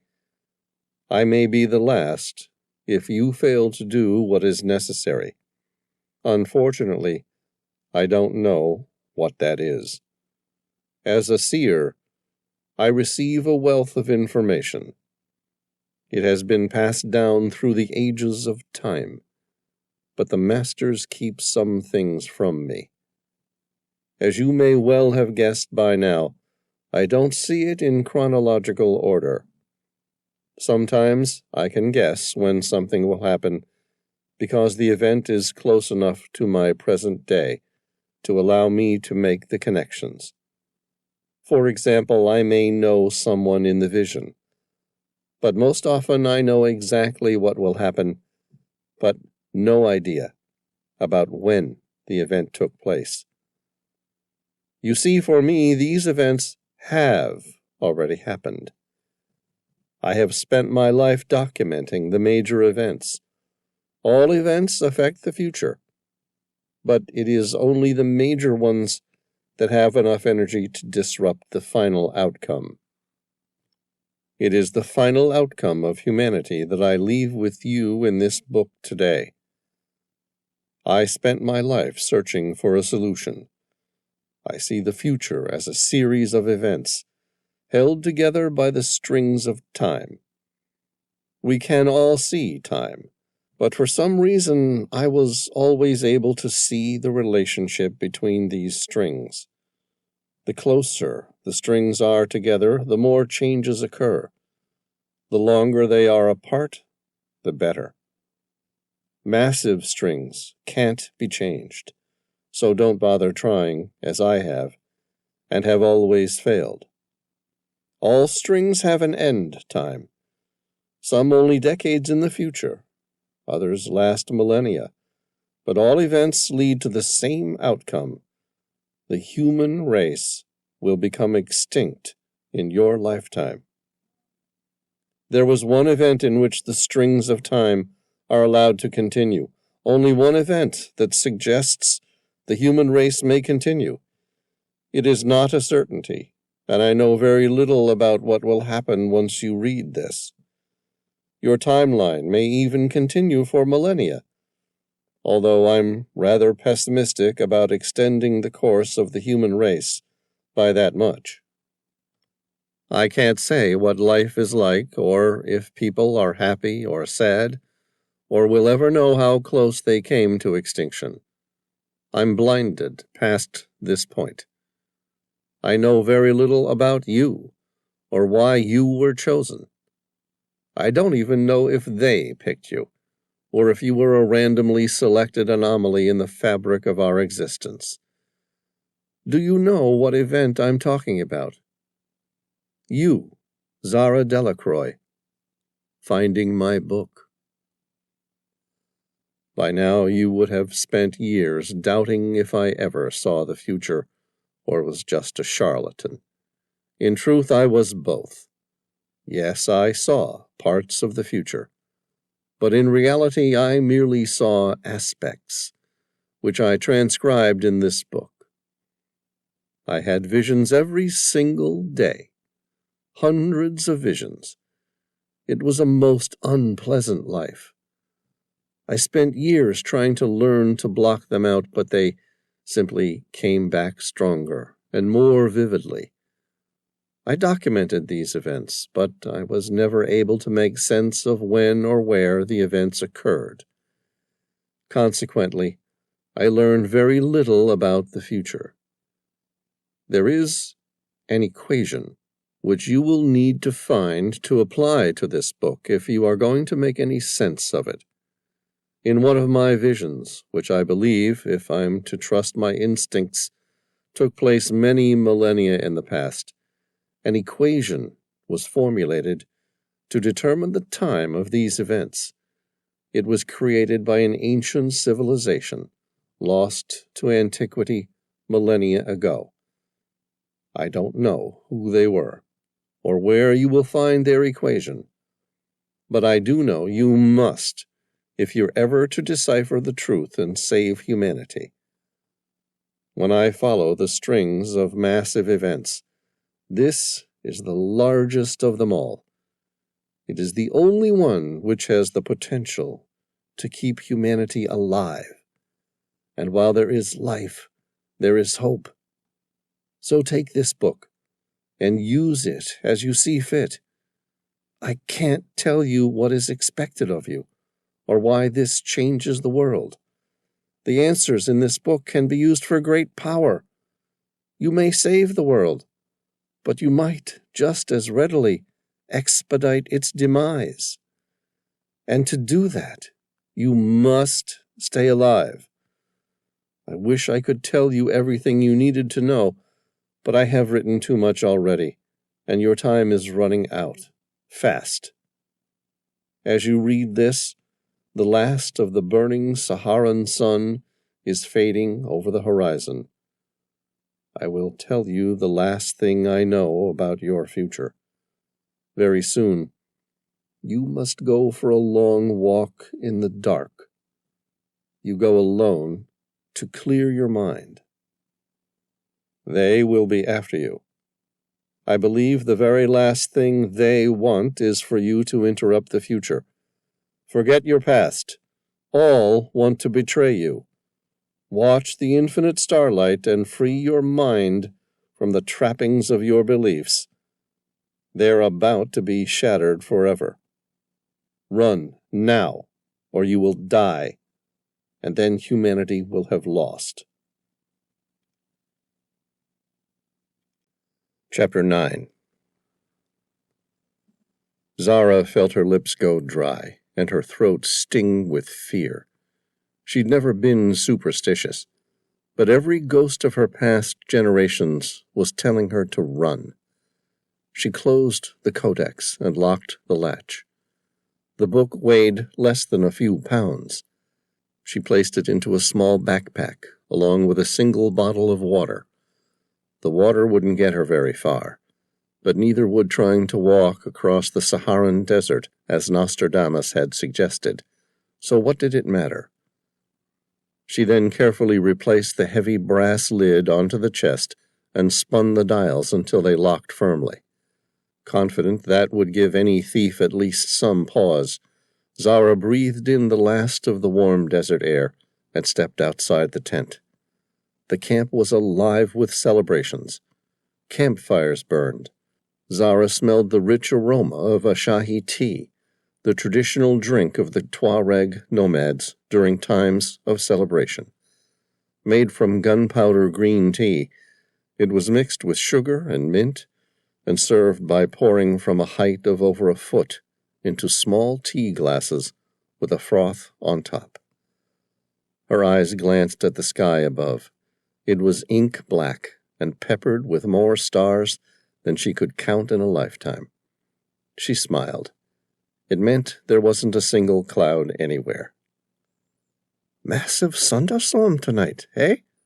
Some prediction, Nostradamus. Adali, she greeted him. Her voice was a dry croak, the unique mixture of fear, elation, and relief jamming her tongue to the roof of her mouth. Any problems in the camp? No, Doctor. Should I be expecting any? He asked, looking down to meet her hardened eyes. She shook her head. I don't think so. I'm just concerned by the enormity of the discovery. Definitely no late arrivals. An unexpected camel train filled with nomads, perhaps? No, Doctor. Do not worry. The prophecy will be safe. What did you read that made you turn pale? I thought you said Nostradamus was nothing more than a charlatan. He was, she reaffirmed with an innocent smile. But a very good one. The best seers often were, I am told. She looked up at the sky. It was crystal clear and filled with stars unrestrained by the ambient lights of a major city for more than 1,000 miles. What do you think the chances are of a thunderstorm tonight? Adali laughed. Impossible. I was born in this desert. I have spent more time here than anywhere else in the world, including my homeland. I know this weather as though it was a part of me, an extension of my arms and legs, and I can tell you there's no storm coming tonight. Good. Zara smiled, feeling somewhat reassured. Perhaps it was a hoax, after all, even if a very good one. Look, I'm going out into the sand dunes for an hour or so to collect my thoughts. Make plans to move the book to Matan al-Sara Air Base. I'll contact the buyer tonight and make sure he's got a plane waiting for us there. I'll need to examine it at a laboratory before I can confirm its authenticity. Yes, Doctor. The men will be ready, I promise. Good. Can you personally guard the book and make certain no one enters my tent until I return? Adali bowed his head reverently. As you wish, Doctor. I mean it. Don't leave this to any of your men. It's too important. Adali looked at her warmly. Do not worry, Doctor. I will protect it with my life. Zara turned to walk out of the camp and hoped to hell Adali's words wouldn't come back to haunt her. Chapter 10. Zara climbed the first sand dune and headed south. It was dark. She knew it was dangerous to walk far from the camp by herself, but needed to be on her own.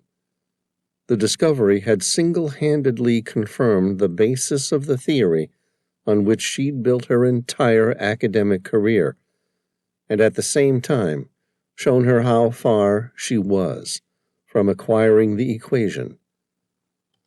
She had long argued that even if Nostradamus did in fact see the future, there was no way he could determine an accurate way of measuring the time of the events. It would be like walking into a cinema and watching a single scene. Without seeing what came before, you couldn't determine the time or date of that event. She reached the peak of the second sand dune. Zara paused long enough to glance at the makeshift camp that had been her home for the past 3 months, her final attempt at finding the book. The campfires burned brightly. She could hear the loud, boisterous laughs of many of the men who labored for her. They sounded so happy. Her eyes continued searching past the camp to the dark horizon. No other lights burned. The sea of sand turned into darkness. She breathed deeply. Perhaps Nostradamus was lying. There was no sign that anything bad was going to happen to the camp or her people. The thought was crazy. She was on an archaeological expedition. No one in their right mind really believed Nostradamus really left a book that yielded unimaginable power in the desert. Did they? Did she? She asked herself. Zara turned and continued down the next sand dune, all 60 feet of it. She climbed the third, followed by the fourth.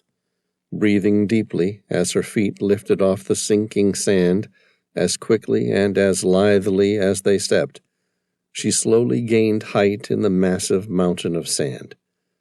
She was queen of the Sahara, and she didn't fear the walk through the desert sands. It wasn't until the fourth sand dune she began to laugh. At the crest, she looked back at the camp, now at least 2 miles away. The light from the camp was prominent. There was no risk of losing it altogether, but the Saharan desert was a dangerous place. Even in the night, the extreme weather changes and sudden sandstorms had lethal outcomes.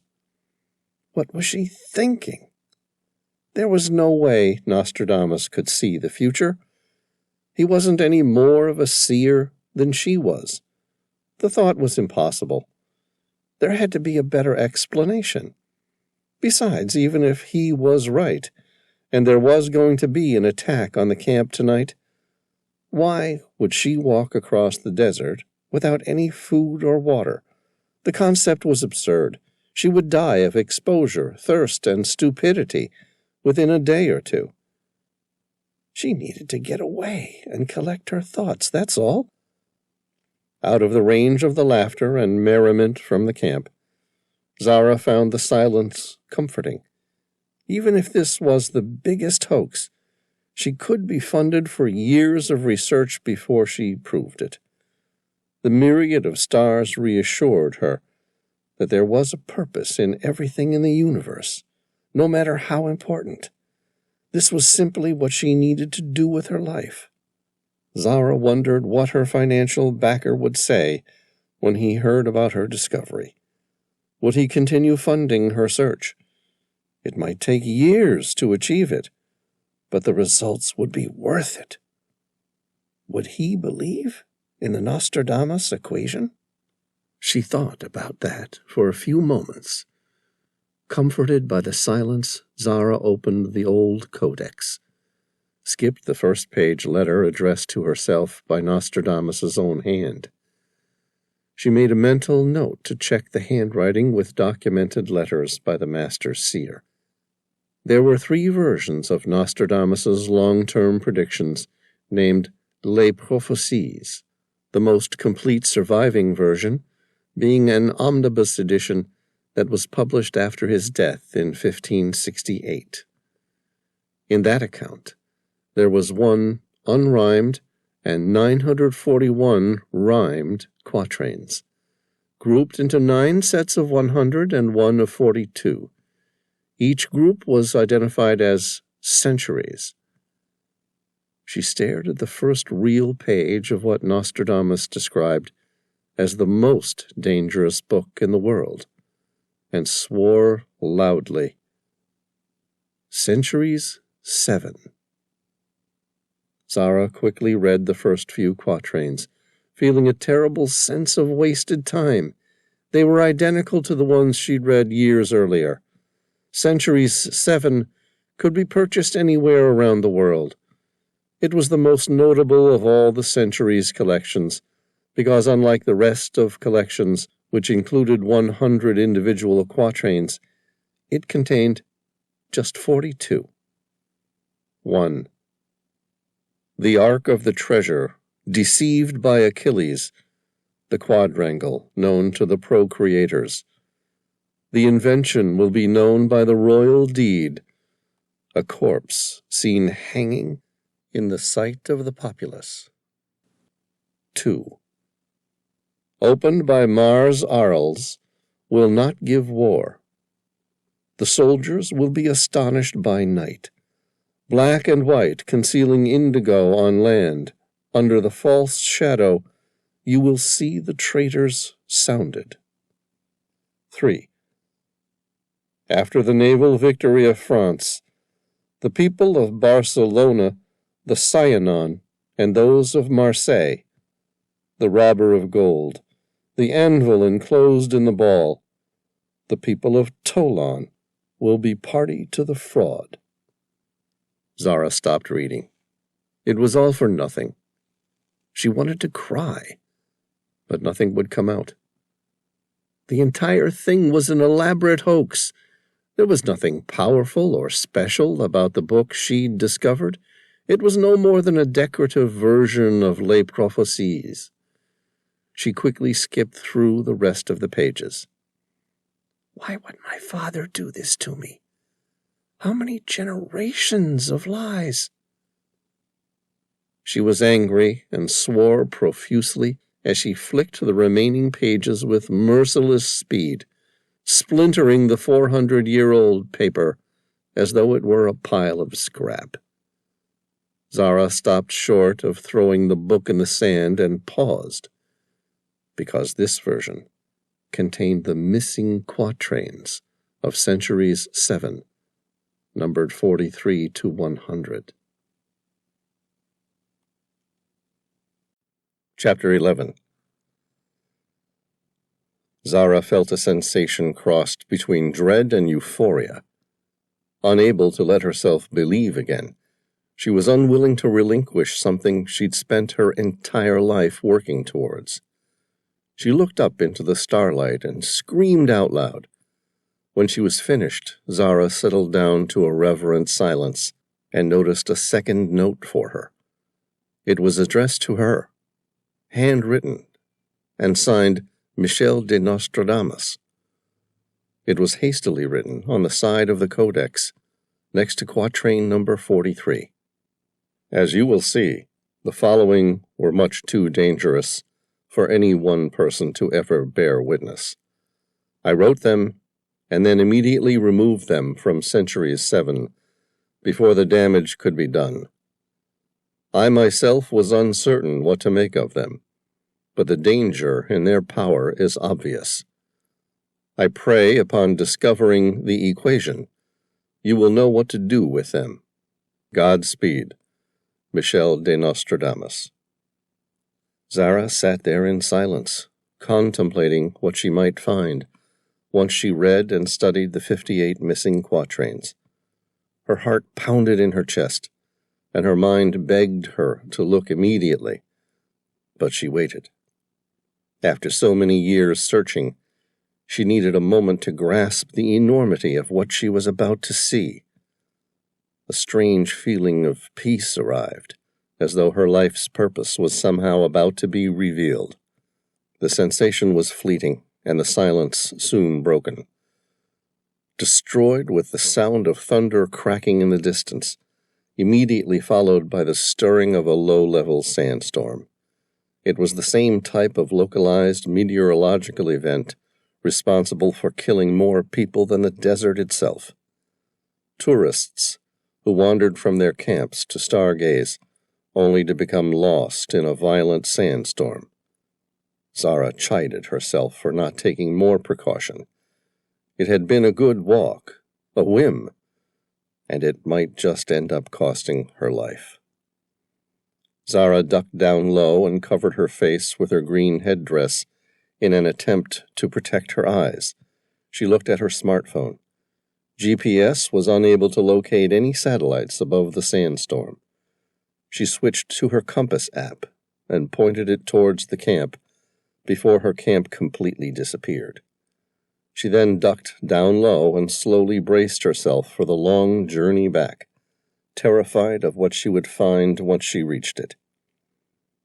Rain dumped on her from a cloud carried by the fast-moving winds in a way she'd never experienced in a lifetime traveling the Sahara. "You've got to be kidding me," she said out loud. The rain drenched her clothing, bringing with it a delicious reprieve from the desert's heat and ice-cold fear into her heart. "I don't believe the prophecies really coming true." Even as she thought it, she doubted herself, trusting a scientific answer would somehow explain it all. The wind blew Zara onto her back. She rolled on her side and quickly got to her feet again. Dipping her head low again, she focused her eyes only on the compass bearing. The storm stopped as quickly as it had begun. The dry sand fought to swallow the rain. 2 more sand dunes away, she saw a bright orange glow coming from the camp. She'd never seen such an intense glow anywhere in the desert before. Her mind searched for an answer, but never found a solution. Instead, her thoughts were interrupted by the distinct sound of gunfire. "My people! They're all going to be slaughtered. Zara ran towards the camp. She needed to get back there. Everything else that Nostradamus had written could have been faked, but no one on earth knew a storm would rage through the camp tonight. Her pulse raced, not because of the effort of running, but because of what the storm meant. She recalled the warning Nostradamus had given her. Free your mind from the trappings of your beliefs. They're about to be shattered forever. She crawled to the peak of the sand dune closest to her camp. Down below, she saw the destruction. The large mesh of interconnected tarpaulins were missing. What remained of the bound wooden sticks, which formed the camp's skeleton, was crooked or missing entirely. The dry sand had swallowed all evidence of the recent rain, the only sign of its presence being the sudden introduction of humidity in a land that rarely experiences more than a few inches of rain per year. She saw men running through the camp. They appeared to be feverishly working to bring order to the destruction. Their skin was dark and they wore green camouflaged clothing and held AK-47s in their hands. Zara felt her throat tighten and her chest pound. The image just confirmed the first step of the prophecy had come true, and her world would be shattered forever. Chapter 12. Zara slid forward until she could get a good view of the camp. There were bodies huddled together at the northern end of the camp. They might be sleeping or they could be dead. Either way, Zara couldn't tell, and even if she could, there was nothing she could do to help any of them. At least 100 camels were penned down at the edge of the camp, their masters working hard to keep them from fleeing. Her eyes turned to focus directly on her tent. The tarpaulin had disappeared, but the brass box vault remained.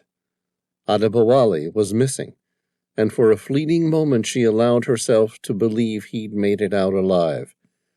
She recalled his words when she left.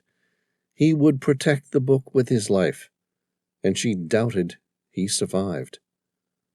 She heard the shots fire and saw the sudden flashes of light bursting from the weapon's nozzle. One of the bodies she'd seen lying at the northern end of the camp had moved, and one of the attackers emptied his full magazine into the remaining bodies until there were no movements left. Who the hell are these people? The sound made her focus on her own life again. Nostradamus had written that she'd survive, but she would have to head south. How could she possibly do that? There was over 1,000 miles of sand between her and the southern edge of the Saharan desert in Chad.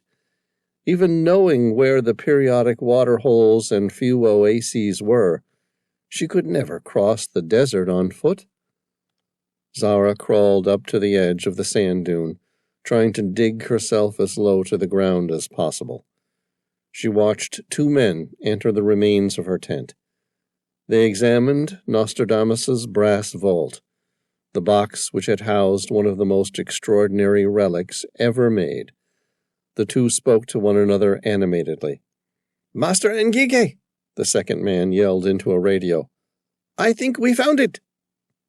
The black SUV drove through the middle of the camp, a Range Rover autobiographical edition, the sort of thing whose ownership was limited to royalty, the ultra-rich, and film stars. She'd never seen anyone attempt to drive one through the Sahara. From what she'd heard, it was sort of a cross between a race car and an all-purpose go-anywhere 4-wheel drive. A man stepped out of the vehicle, leaving the door open and the engine running. He wore dark green camouflage seen on the other men in the camp, but there were golden crowns on each of his epaulets. Zara watched him approach the 2 men standing next to the brass chest.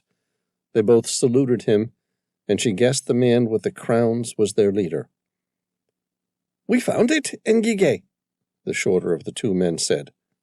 Ngige shook the man's arm. "Well done. We have found it." So, they had come for the Book of Nostradamus. Zara looked at the black Range Rover. It was her only possible chance of escape, and it might as well have been on the moon for all the chance she had of reaching it. Even if she did make it, there was no telling whether or not someone else was still inside. "Gabe and Gige! Gabe and Gige!" The men started shouting the name and firing their AK-47s into the air like madmen. Pandemonium raged through the camp, and Zara thought her odds of making it may have just risen to a percentage point above 0. Gabe and Gige. Why does that name sound so familiar? Chapter 13. Zara slid down the remaining edge of the sand dune while the mayhem and hysteria of success flooded through the camp. This was her only chance. Her only possibility of surviving was to roll the die and get lucky. It was a long shot, but she had to take it. She heard the distinctive rat-a-tat of at least 50 AK-47s being fired into the air. She was now out in the open, entering the camp, and committed to her attempt to steal the Range Rover. Zara focused on the vehicle and didn't bother to look at the shooters. At any moment, one of those bullets would kill her, but there was nothing she could do about that. The future had already been decided. She ran down the last section of the dune, and to her own surprise reached the driver's seat and closed the door. Zara took in a deep breath, looked around, still expecting to find someone else inside. She didn't. It was empty, and she was still alive. The air conditioning was set low, providing an environment of comfort she hadn't experienced in the past 2 years since she moved to the Sahara. The car smelled new. The cream Napa leather seats were piped with black. The man driving was taller than her, but not by much, and her body sat perfectly inside. She threw the Range Rover into gear, released the electric handbrake, and planted her foot down hard. The supercharged engine had great acceleration, better than turbocharged, no lag. The high-end sports SUV took off with a lurch. There was a moment of reprieve before any of the soldiers noticed their leader wasn't in his vehicle, followed by a large amount of screaming and barking of orders. A tall soldier approached from up ahead of her. He waved his hands and shouted, "Stop there!" The man had made a millisecond failure to act and still hadn't aimed his weapon at her. Instead, he'd stepped in between the 2 sand dunes in which the camp had been built, making it impossible for her to drive around him. She hit the car horn to warn him without thinking, and it did warn him. He picked up his AK-47 and began raking the SUV's hood. Sparks flew as the bullets ricocheted across the military-grade windshield. The owner, presumably an African drug lord, had purchased the top-end protection add-ons. The soldier stared at her, his eyes vacant and his mouth open, as though he wanted to scream, but no words were coming out. At the last moment, his eyes went wide and realization dawned on him.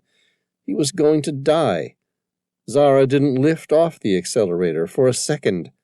She pushed her foot harder to the floor, willing the Range Rover to somehow gain more speed.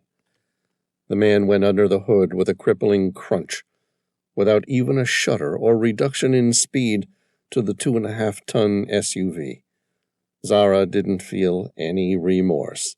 Instead, she felt elated to be alive and free. She'd rolled the die and scored a 1 in 100 possibility, at best, of surviving, and won. Her eyes glanced at her rearview mirror. The gruesome mixture of crushed bone and flesh brought everyone out of their victory revelry. At least a dozen men had already mounted their camels, while more still fired at the Range Rover. She steered left to climb out of the camp and avoid a direct line of sight for her attackers. The SUV responded immediately. Rack and pinion steering, fast response. Its Desert Hawk tires eating up the sand. More gunfire echoed through the sand valley, and the rear windshield was quickly scattered with bullets, sending star-like fractures in its modified bullet-resistant glass. There was only so much it could withstand. The rear windshield, pelted with hundreds of bullets, broke free of its hold and fell forward onto the rear seats. Zara ducked her head down low. At any moment she expected to feel the pain of a bullet piercing her skin at an unimaginable velocity. She wondered, with the morbid fascination of someone who'd already accepted her fate, if she'd even know she'd been hit before she died. Instead, she felt a different sensation. The contents of her gut suddenly rose, and she felt the Range Rover lose traction on the ground below. It felt like minutes, but was less than a few seconds. The powerful SUV had cleared the top of the sand dune and was now on a free fall down the opposite side. She landed with a jolt as the soft sand on the downward side of the dune was sprayed above over the hood, sending sand scattering over the windshield. The steering wheel swung wildly. Zara fought with it, trying to keep the SUV from rolling. If one of the front wheels dug into the sand, her escape was all over. The SUV would roll, and even if she survived the crash, she'd never be able to escape her attackers, who were swarming after her. The steering became more responsive as the sand dune leveled out. She pushed hard on the accelerator and began up the following mound. By the time she reached the crest, Zara no longer heard bullets raking the back of the SUV. She smiled. She was reaching the outer limits of their accurate firing range. Her eyes darted to the rear-view mirror. A tail of bright orange fire raced towards her. It took a split second to recognize the tail end of the rocket. The SUV dropped off the crest, descending steeply, and the poorly aimed RPG flew high by several feet. She heard the roar of its rocket motor blast overhead. She sighed with relief. It would take too long for her attacker to load and fire a second one. Zara recalled the view from her rear-view mirror. Several attackers on camels had begun their pursuit. They would never keep up with the high-speed Range Rover, but they didn't have to. She looked at the dashboard for the first time since stealing the vehicle. At present usage, the SUV had 400 miles worth of fuel remaining on its long-range dual tanks. She needed 1,000 to reach the southern tip of the Sahara, deep inside Chad. She could reach any number of oases, but that wouldn't help much. She wasn't worried about dying of thirst. It was her attackers who would be the death of her. Despite her misgivings, Zara sped south, heading deeper into the Saharan desert, where her heavy Range Rover left deep imprints in the sand for her trackers to easily follow. Chapter 14. Zara pointed the powerful SUV due south and kept driving. She was safe for now, but needed to put as much distance as she could between herself and her pursuers. One thing was certain, as she watched her fuel diminish. She would no longer be driving by sunrise. The mercenaries she'd left behind at her camp would come after her, and if they ever reached her, she would die. If she could forge a 2-day head start on the men on Camelback, she might just lose them if she walked softly. But where would she go?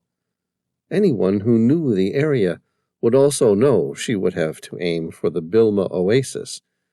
It was the only one close enough that she might have the chance to reach before dying of dehydration. They would know that too, which meant she'd need to lose them after reaching the oasis, or better yet, bypass it entirely and find another one altogether. Zara knew one. It was at least another 80 miles past Bilma, and almost definitely out of her reach. She swore. It was unlikely she'd even reach the first oasis. At a guess, she'd run out of fuel at least 40 miles before it. She shook the thought from her mind. There was nothing she could do. Just watch her fuel, wait and see. Then adapt to her circumstances and see what options came up. She might get lucky and come across some nomads, willing to come to her assistance. Zara quickly found desert driving required a unique combination of speed, finesse, and technical skill. It was critical that she tackled the dunes with precision, knowing the right time to go full throttle and the right time to slow down took experience and clear judgment. Zara had neither, but she mastered the skill quickly out of necessity. At 2 a.m., Zara spotted the peak of Emi Kusi out the left side window of the Range Rover. Standing at 11,204 feet, the ancient volcano in the Tibesti Mountains of northern Chad cast an enormous shadow over the night's horizon. It was also one of the few visible landmarks for many miles. Zara made a quick mental note of her most probable location. The region had few topographical changes with which to navigate by. She looked up towards her right. Sharing the horizon in the west were the faintest images of the Air Mountains, no more certain than a mirage. She shook her head, unwilling to believe what she was going to do next. She continued driving south into the Erg of Bilma. The Erg of Bilma, in the Tenere desert region of the south-central Saharan desert, was the last place she wanted to visit right now. The Erg's sand grains were supplied from the Tibesti Mountains by the Harmattan, a northeasterly trade wind which blew steadily for most of the year. The Erg of Bilma spread out southwest from the Tibesti Mountains into Chad and Niger. From there, it would be another 745 miles until she was free of one of the world's deepest sand pits, and a further 400 miles until she was entirely free of the Saharan desert. There were nearly 1,100 miles of thick sand dunes between her and the southern tip of the Sahara Desert, inside Chad or Niger. The deeper sand dunes would further reduce her mileage, and certainly weren't her first preference. Zara considered turning left, heading on towards Egypt, or even taking a wild and reckless giant U-turn to reach the Mediterranean by passing through Libya.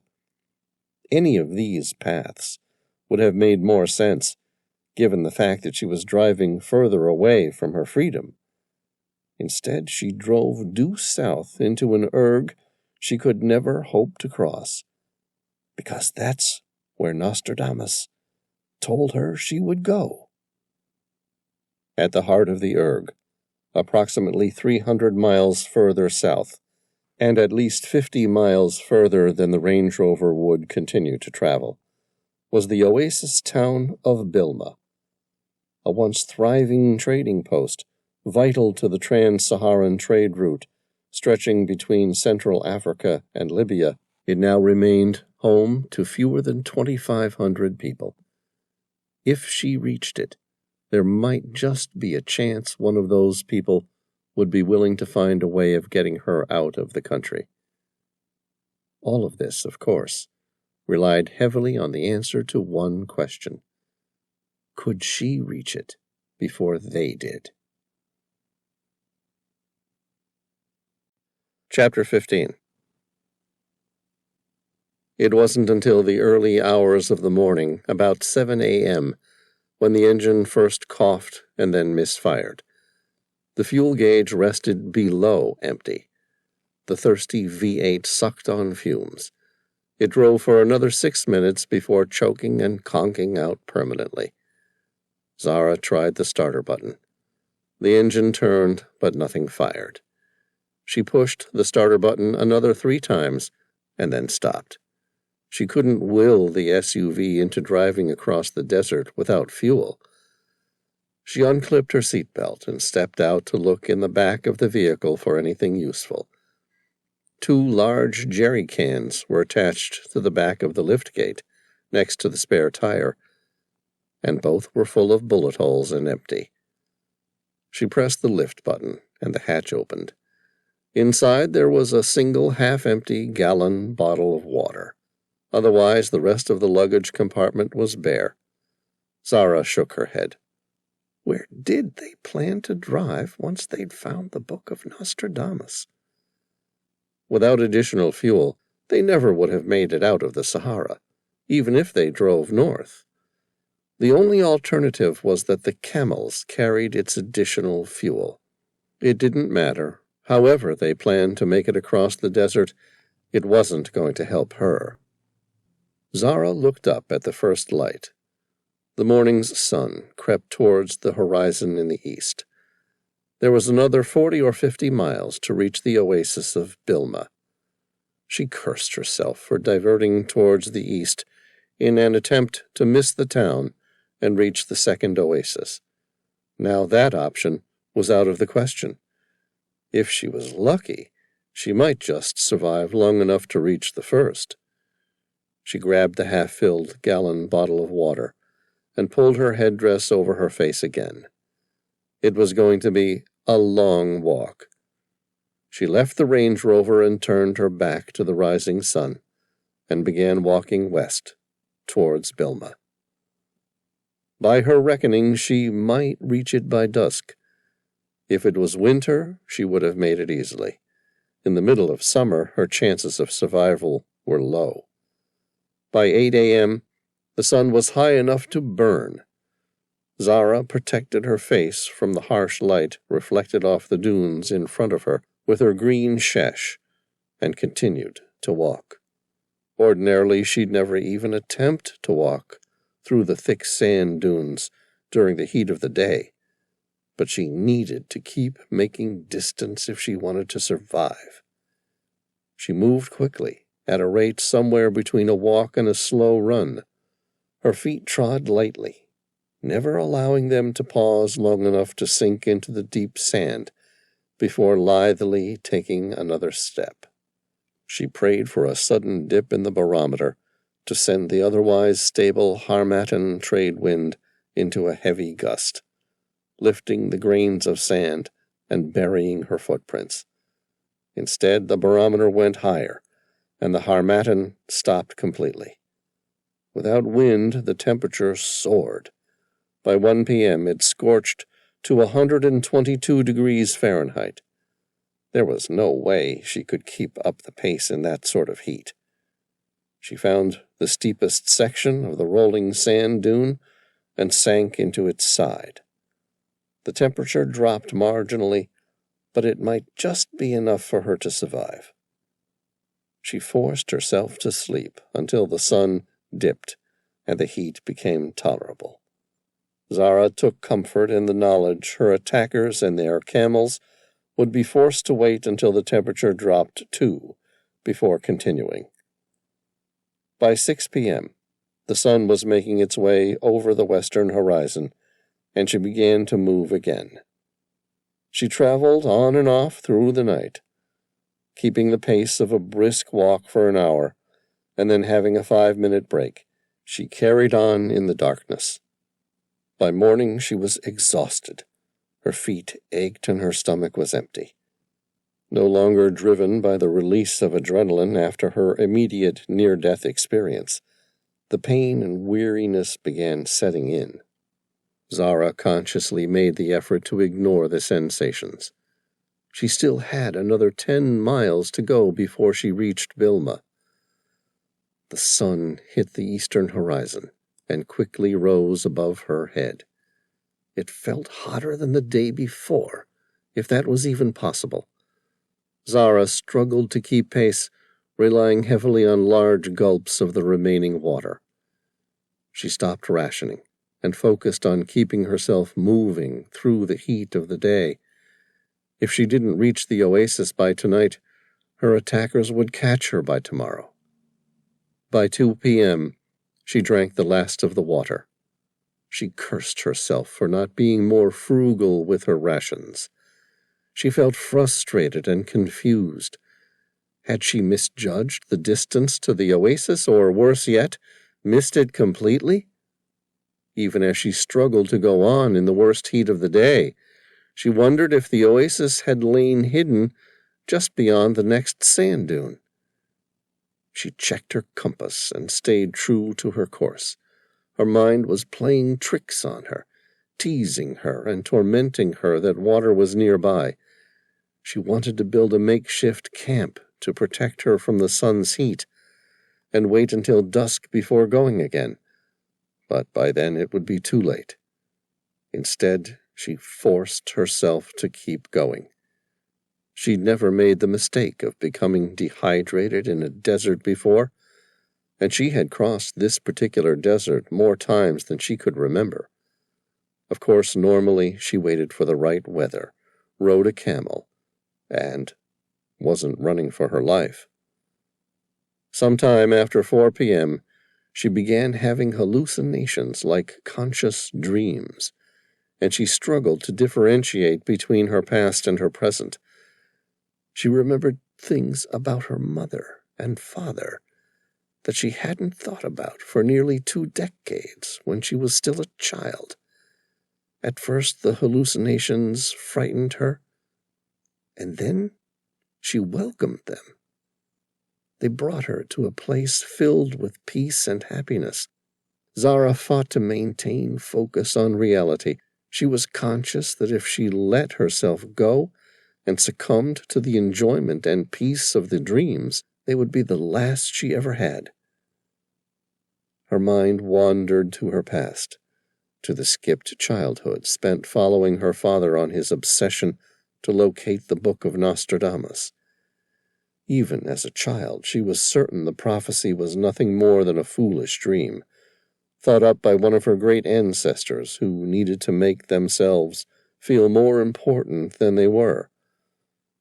Zara's father was an archaeologist, only he cared little about ancient history. He was driven by an unshakable belief in the prophecy, and that together the two of them would locate the final resting place of Nostradamus's book. Unlike her father, who was close to madness with obsession and almost religious fervor, Zara had never really believed the stories. His obsession drove her mother Darius to death. Darius followed Zara's father throughout his travels. In the year Zara's mother died, her strong-willed mother had decided to take Zara to Cairo, after deciding it had become a ridiculous notion to have a young girl and wife wandering the desert in search of a fabled prophecy. On that trip, the winds were particularly strong through the night. Her mother climbed out of their tent to strengthen its lines and keep it from being blown away. At the very same time, an unusually large yellow Liorus quinquestriatus, known colloquially as a death-stalker scorpion, climbed out of its burrow to investigate the strange vibrations coming from the heavy wind. The scorpion, having recently given birth to its own offspring, was particularly aggressive. It stung Zara's mother several times. With each sting, the scorpion injected its venom with the dangerous neurotoxins agitoxin and silatoxin. Her mother died within minutes. Zara's male guides had decided the best solution was to return her to her father. She often thought her father should have sent her away, made her study abroad, but instead he took her in and decided it was a sign that the prophecy was fast approaching. She traveled with him throughout the Saharan desert, searching for an erg that matched a description of the story, passed on from father to son for generations. She loved that time she spent with her father, but at the same time hated herself, because she felt she had been responsible for her own mother's death. In time, she focused this guilt into anger at her father, who had become more and more focused on the prophecy. It was his obsession, and in the end, he died without ever finding the Book of Nostradamus. Zara wandered in and out of consciousness, her mind focused hard on one fact: the prophecy, the riches, the end of the human race. It was all bullshit. And now she was going to die in the desert because she'd let herself become a part of it. Her mind drifted like the sand which rolled down the dune beside her. Only it wasn't bullshit. Her father had been right all along. The Book of Nostradamus proved the existence of the prophecy. She had been wrong, and her father had been right. And now she was going to die of thirst in the middle of the Sahara Desert, and she didn't even know who had attacked her camp and killed everyone who had supported her quest for the past 2 years. 200 men and women who had followed her faithfully, trusting her to bring them to the glory of Nostradamus's prophecy. At the bottom of the steep dune, sand rolled into the still water, making the smallest of ripples. The palm trees formed shade, and the entire place looked like some sort of utopia out of Eden. The oasis looked so real. She wanted to delve into its cold water and immerse herself in its mythical and rejuvenating powers. Zara tried to lick her lips. All she tasted was the dry salt, and it burned at her tongue so much it hurt. She could no longer balance, and found herself free-falling down the steep sand dune. She lost track of the amount of time she rolled. At the bottom of the sand dune, she entered the cold water with a splash. This must be it. I'm getting close. I'm starting to hallucinate. I'm really going to die. I failed the prophecy. Chapter 16. It took Zara a few minutes to realize where she was. Her core body temperature retreated as she felt the cool water cover her to her neck. She let the cold water enter her mouth. She swished it around until her mouth and lips were soothed, and then spat it out. She then carefully swallowed a small amount of water. She'd heard of men dying after stumbling upon an oasis in the middle of a great desert and drinking themselves to death. She took a second small mouthful of the fresh water, submerged her head, and then slowly reappeared. Her giant hazel eyes stared out from just above the waterline like an alligator, waiting for its prey. It was the first time she noticed she was not alone. A camp had been set up at the far side of the waterhole, a small fire lit, and the rich aroma of the nomadic Tuareg people's tea brewed. Nearby, 3 camels drank, sheltered by the 5 palm trees surrounding the edge of the small oasis. Her eyes scanned the area for a sign of their riders, but couldn't find any. She'd passed the edge of the Bilma oasis, not the main one in which the town was built, but a smaller one on the outer edge of Bilma. That put her a further 40 miles east than she expected. That was good. It might give her a little more time to add some distance between herself and her attackers. Her eyes searched for the nomads to whom the camels belonged. Zara stepped slowly out of the water and quietly climbed the bank of the sand dune to retrieve her pack. She carefully opened the bag, ignoring the wooden case which housed the Book of Nostradamus. Instead, she unzipped an inside compartment and withdrew a small knife. It was a razor-sharp butterfly knife. She slipped it into her trouser pockets and crouched down to carefully approach the camels, her instincts telling her not to trust strangers in a desert. "Hello?" she called out. "Anyone here?" No answer. I'm going to steal your camels if someone doesn't answer me. Still no response. Zara looked for somewhere the owners could be sleeping. There were 5 trees, approximately 50 square yards of water and sand. The place was otherwise empty. She patted the camel closest to her on its neck. Where are your masters? The camel snorted and then continued drinking. The beast looked tired and worn. Its owner had ridden him hard. There was no way she could entice such an animal to ride again today. You've had a rough day, haven't you? She said kindly. The camels were intimate to the nomadic people of the Sahara, who needed them for everything they did. It was inconceivable someone had been careless enough to lose all 3. I've had a pretty shitty day, too, she confided. Zara quickly filled up her water canteen and began loading the camel with supplies. I'm going to need your help, she said. The camel backed away. It was the first sign it had shown of being frightened. Zara put her hands out. Hey, it's okay. I know an even better waterhole nearby. The camel knelt down with its front legs stretched out and its hind legs resting buried in the sand.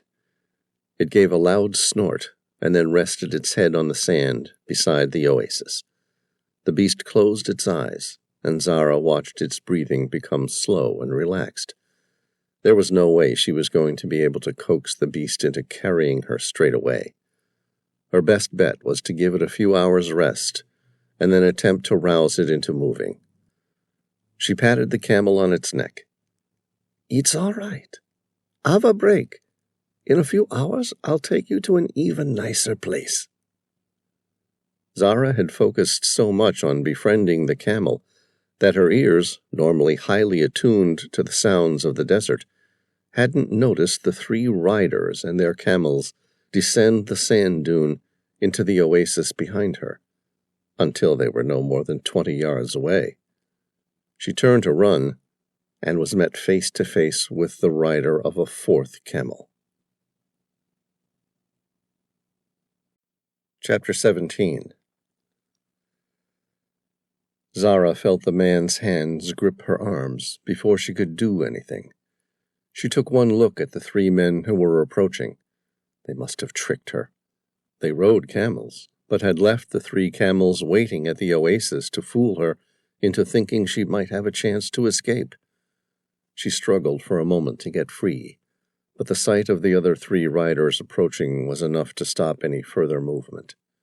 She relaxed, her intelligent hazel eyes taking in the entire scene, searching for solutions where none existed. Her run was over. She'd failed. And now all was lost.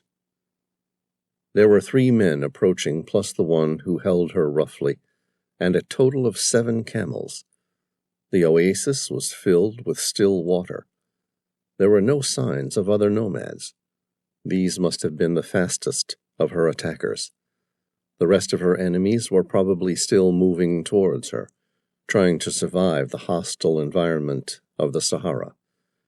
She grinned as she recalled how fatigued the 3 camels she'd examined were, and wondered how many of her attackers had died in their attempt to catch up with her. If she could break free, she might still outrun them in the desert. She was willing to bet her ability to survive in the desert against any of these men. But first, she still needed to free herself. "Where's the book, darling?" the man holding her asked. His breath smelled bad, and what teeth he had left were rotten. He twisted her arms painfully behind her back. "What book?" she replied. The man tightened the pressure on her arms until she was forced to bite down on her lip to stop herself from screaming. "Do I need to ask again?" "Oh, that book," Zara replied. Her voice was casual, without any indication of fear. "I thought that'd jog your memory," the man snickered. "Well, you're not going to make me ask you again, are you?" "It's over there," she said, pointing towards the camels. "Do you like the camels I found? They look pretty exhausted." You must have run them pretty hard to get here. I packed it in the bag with the camels. The man ignored her, instead spoke to his companion. Check her camels. See if you can find it. Her camels? She thought about the 3 worn-out camels she'd found, lamely drinking at the oasis. If they're not his, then whose are they?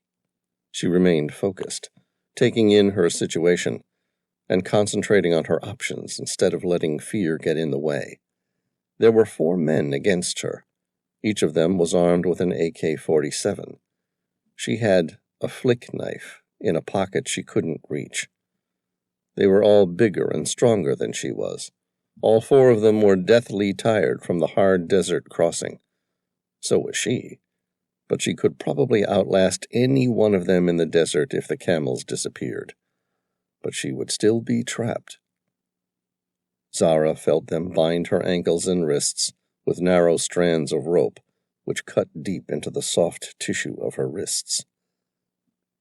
My men tell me you've been dubbed the Queen of Sahara, because you have searched all her sandy ergs, traveling freely without concern for harm from the harsh elements or bandits. Zara remained silent while trying to slip her hands free from their bindings. It was impossible. The bandits had tied the rope so tight it cut into her wrists. She kept searching, calmly looking for her next move. There was always an option. She just couldn't see one. All that walking, her captor said sympathetically, must have made you thirsty. Would you like a drink? Zara stared at the oasis. Although not very wide, she'd heard it was quite deep. She shook her head, realization striking her like the bite of a death adder. No, you don't want to do this. You still need me. Only I can interpret the book. Only you can interpret the book? He asked. Yes, it tells the future, but not in a logical method. Only I can make sense out of Nostradamus's riddles. That's not what Adali said. He said you don't have a clue what to make of the damned riddles. So that makes you worthless to our master. Her captor laughed. Ironic, isn't it? The Queen of Sahara can travel throughout all the deserts with impunity from the blistering heat, but drowns in a water hole. Don't you think? No, you're making a big mistake. You need me. I don't need anyone, least of all you. Zara felt his boot dig into her back, and a moment later she was falling face down. She took a deep breath and plummeted into the water. The water felt cool and refreshing on her tortured skin. Zara, true to her word, focused on her next priority. Somehow she had to keep her head above water. She lifted her knees up to her chest and kicked. It propelled her forwards, but not to the surface where she needed to get. It's working. I just need to position myself so that I move in the right direction.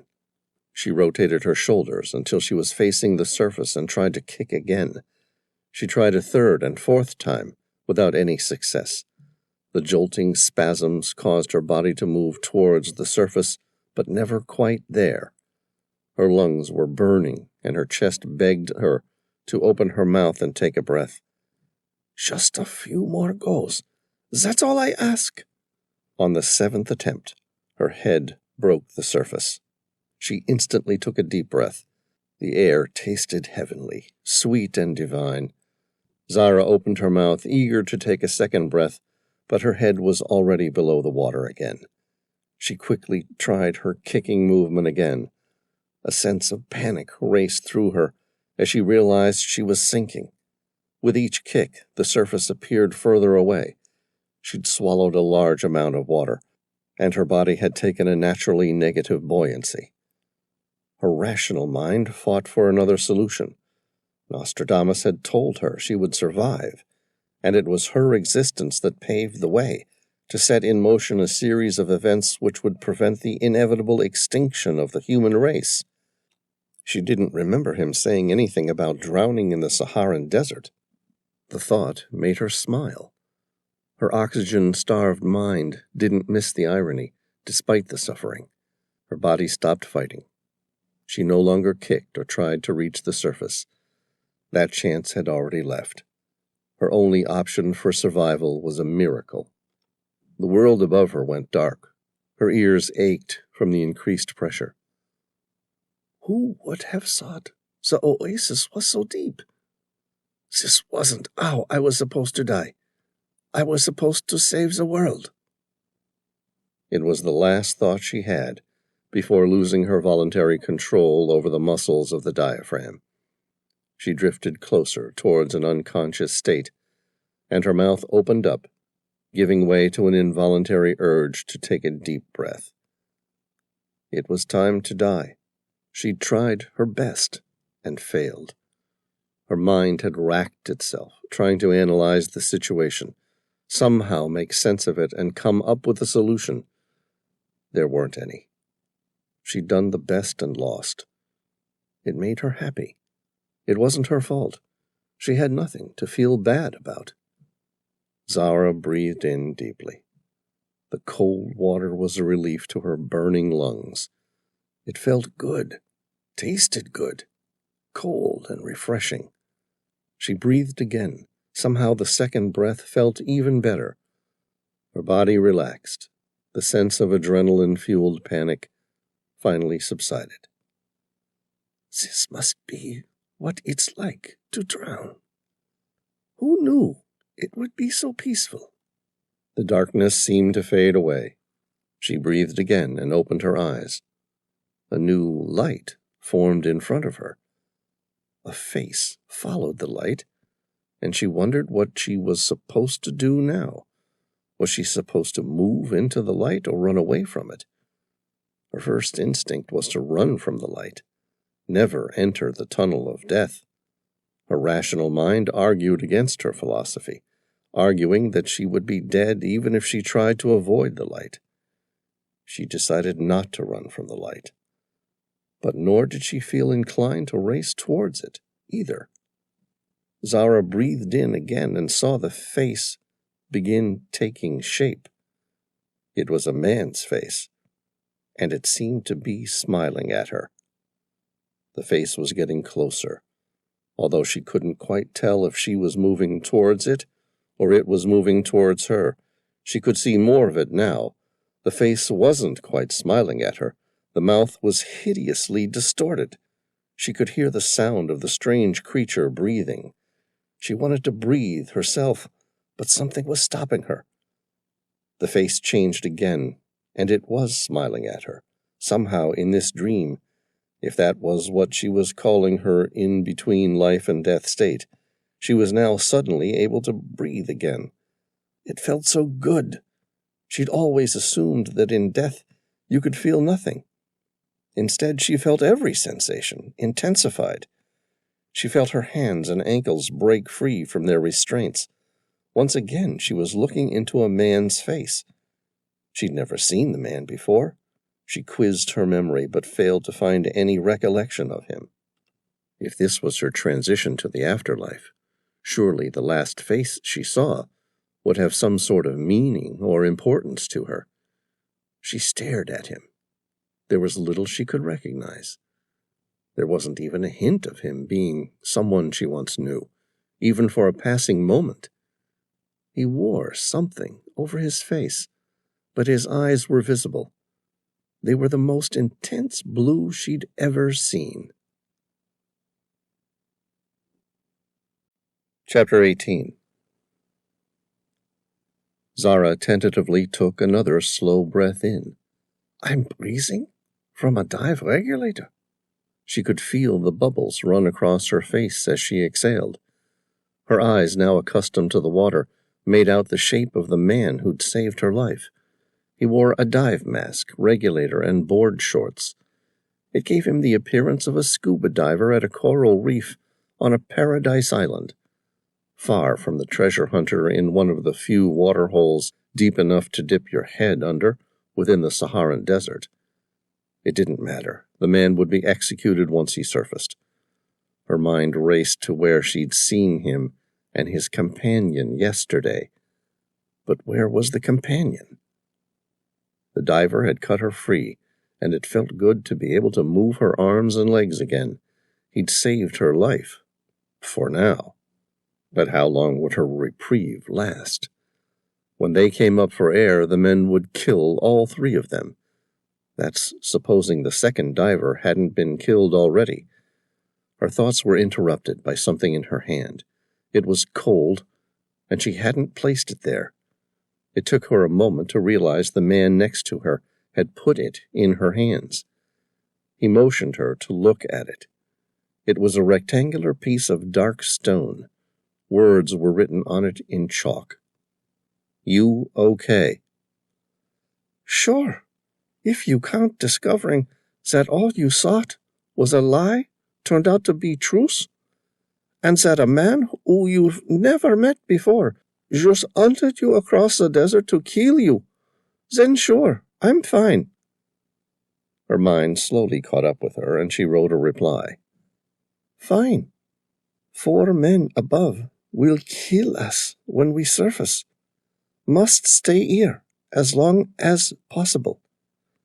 The diver nodded his head. She felt the dive slate pull away as he wrote a new message. "Wait here 10 minutes. He removed his dive tank, weight belt, and buoyancy control device, placing all three in her hand. They had been sharing his primary and secondary regulator, which ran from the same tank. She instantly found it easier to remain on the sandy floor of the waterhole.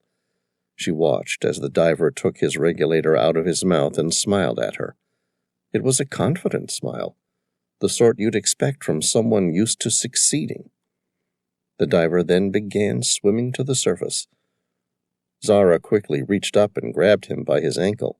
The man returned to her. She wrote quickly on the dive slate he'd given her. "Where are you going?" The diver casually reached for the secondary regulator mouthpiece and took in a single breath of air, as though it was something he might want to think about doing while he was on the bottom of the oasis. He picked up the dive slate, wiped off her question, and wrote a reply. A moment later, he handed the slate back to her and swam towards the surface. Zara looked at the dive slate. To negotiate. Chapter 19. Sam climbed the sand dune at the edge of the oasis. He wore board shorts, a wristwatch, and held his snorkel in his hand. The soldiers, whoever they were, talked loudly in French, which narrowed their origin down to any of the northwestern countries of Africa. Sam listened intently for a few minutes, thankful he'd spent 3 years in France as a kid. One of the men, who wore crowns on his shoulder epaulets, kept yelling about a book. Sam couldn't quite make out the name of the book, or why it was so important. He watched as the men ripped apart his riding bags and the small amount of equipment he'd brought into the desert. They found the 2 Uzis stored in the camel bags, and immediately emptied all 32 rounds from each weapon with excitement. "Leave them," the leader yelled. "Where's the book?" "It's not here, sir," one of the men said. "It must be. Where else would she have left it?" Sam spotted the small backpack in the sand. He also saw the footprints leading to the oasis and back around to where the woman he'd helped had most likely searched his camels. He quickly opened the bag, hoping she'd kept a weapon inside. A gun would be optimal, but even a knife would help. Instead, he found a large book, bound by a leather and brass codex. It wasn't much of a step to presume this was the book the soldiers were after. There was nothing else of value to him inside. "I don't even know if these are her camels," said one of the men, wearing military camouflage clothing. The man with the epaulets yelled a response. "Of course they're her camels." "No, she stole the Range Rover." We picked up a single set of footprints in the sand. She was definitely on foot. Which means someone else was here, helping her? Spread out. Find them. Sam quickly buried the book in the sand. Whoever they were, and for whatever reason they wanted the book, Sam was confident he didn't want to let them have it. Unable to avoid the confrontation, he stepped over the sand dune, holding his dive snorkel in his hands. 2 of the soldiers spotted him immediately. They pointed their AK-47s at him, and Sam prayed to hell the 2 had the discipline to wait for their commander to search him before they killed him. Sam smiled. It was practiced and meant, I've done something really stupid, but it's okay, I'll get out of it. He spoke in his most boisterous and confident American accent. Hi there! The leader turned to face him directly. Sam shook his head, holding the snorkel in his hand. Boy, you guys are never going to believe how far lost I am. Chapter 20. The man with the epaulets looked up at him. Who the hell are you? The man was confident as he spoke, his brown eyes scrutinizing, and his face set to the hardened image of a man familiar with interrogations. And what are you doing here? Sam Reilly, he replied, studying the stranger. Definitely the most senior of the 3 men he'd seen. He spoke English without an accent. His face showed several scars, at least 3 obviously missing teeth, and those that were still in place were rotten. Unlike the other 2 mercenaries with him, who carried AK-47s, this one wore a sidearm. Confident in his men, the weapon had remained in his holster. Sam uncrossed his arms. I'm searching for the hidden treasures of the ancient Garamantes. The commander laughed. It was loud and boisterous, and stopped as suddenly as it had commenced. I am General Gabe Ngige. Did you have any luck? Sam took a gentle breath in as he heard the name. The coincidence was staggering. But what was he doing in the Sahara, searching for an old book? I beg your pardon. What did you want to know? Did you find the ancient city of gold? General Ngige asked. The Garamanti civilization lost to centuries of greed, myth, and legends. Sam grinned. You don't believe it exists, do you? No. And I don't believe you were searching for it, Mr. Reilly. Ngige looked at the 2 Uzis next to the camels. So, do you always go armed when you're looking for treasure? Yeah, well, you never know what sort of people you might run into in a big desert like this. Not all of them are likely to be as friendly as you. You know what I think? The general crossed his arms. What? Sam asked, feigning indifference, while the other 2 men in camouflaged desert uniforms searched him for any weapons. Ngige stared at him, his face hard and intense. I think you're here with the girl. I think you were searching for the Book of Nostradamus. That's what this is about? Sam asked. You're after an old book of lies by Michel Nostradamus? What the hell do you expect to find? Answers. I expect to find answers. To what? To the future, of course. General Ngige smiled cruelly. I think it has already cleared up your future. You will give me the book now, or I will do things to you that will make you wish your death could come sooner. So tell me, where did you hide the Book of Nostradamus? Sam took stock of his situation. There were 3 guys. He knew who one of them was. General Ngige was probably the most dangerous person in the world right now. His recently successful coup to overthrow the democratically elected president of the Democratic Republic of Congo led to an unheard-of rise to power. Not since Fidel Castro overthrew Fulgencio Batista in 1959 to become the new dictator of Cuba had one man wielded so much power in such a short space of time. Whoever was backing him must have known something the rest of the world hadn't, because one thing was certain. General Nguige was being well funded. He gritted his teeth. That just left the other two men, mercenaries, he guessed. Unlikely to be vigilantes, bandits, or rebels. Otherwise, he'd already be dead. Instead, they were disciplined. Each of them had waited for an order from their commander before moving, and the commander had waited to interrogate him, find out who he was and why he was there. Both of the men were armed with AK-47s. Only the general wore a sidearm, a Beretta M9 semi-automatic. Sam knew the weapon well. He'd been issued one as an officer in the Corps. It took a casing containing a 9 by 9 millimeter parabellum, the most common military handgun cartridge in the world. The weapon was also known for its reliability. It boasted the ability to fire 35,000 rounds before having a misfire.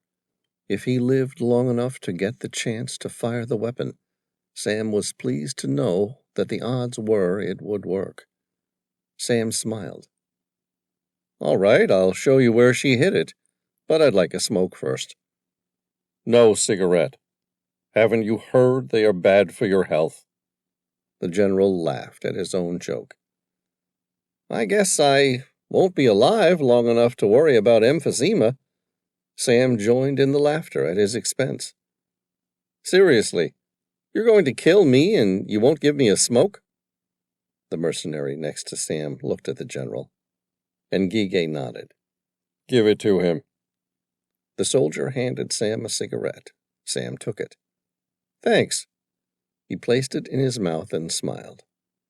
"Can I trouble you for a light?" Sam watched the soldier look at his commander for approval. The general nodded, and the soldier lit the cigarette. Sam breathed in deeply. His father had offered him a fine Cuban cigar when he was just 15 years old, after winning his first sailing regatta. The thing tasted like shit then, and he never developed a liking to the stuff. He managed to finish it at the time, through several bouts of heavy coughing, but he felt good nonetheless. Not the taste, not the sensation, but what it represented, his father, who was always the best at every single thing he tried, had given him the cigar in acknowledgement that he'd achieved something. Standing next to General Nguige, Sam took another puff and flicked a couple pieces of ash into the water. He looked at Nguige. "Why do you want the book so much? I was told you sent a small army to fetch it." The general looked around, as though he were trying to make an important decision about whether or not to talk. The better sense failed, and his arrogant side won. "You see, a great man came to me as a child. He said he'd seen the future. I figured the guy's some sort of loony, so I let him go." "Go on. What did he tell you?" Nguige smiled. It was genuine and displayed his affection for the memory. "He said I had risen to great power throughout Africa. He told me he was a builder, a kind of master architect, planning the construction of a new future, and that in it he had seen a tremendous change. He provided me a long list of predictions for my life, each one more staggering than the first. In a few years I was to receive an inheritance from a wealthy relative I'd never heard of. His will and last living testament would stipulate that the money be spent on an education at the University of Cape Town. There I would meet a man with somewhat severe views of the politics within the Middle East, and I would find myself offering my services to a rebel force fighting for a cause I then knew nothing about. What it teaches me is that I love to fight, and for no other reason than that, I fought in 11 other conflicts throughout Africa and the Middle East as a mercenary, until I have a reputation as one of the great fighters in the world. So, as a kid, you were told you were going to spend your life fighting other people's wars. Yeah, which was strange, because at the time I had little stomach for the conflicts in my own country. It was at this point I asked the stranger how any of this had anything to do with getting rich and starting a revolution in my own country. Do you know what he said? No, Sam said. He said he would meet me when the country needed me the most, and give me the money to fund a war. Said he'd give me all the money I needed to take over the world. One day I was going to lead a revolution that would conquer all of Africa and send ripples of fear, despair, and bloody war throughout the world. And when it was all over, Africa would stand united as one nation, the greatest nation on earth. What did you say? The general laughed. I was 10 years old, living in Zaire during the 70s. I'd never been to school, and the only thing I knew how to do was look after the sugarcane fields my parents owned before they were brutally murdered. I survived 8 of those years living through rebellion wars. That was my future. That's what I knew.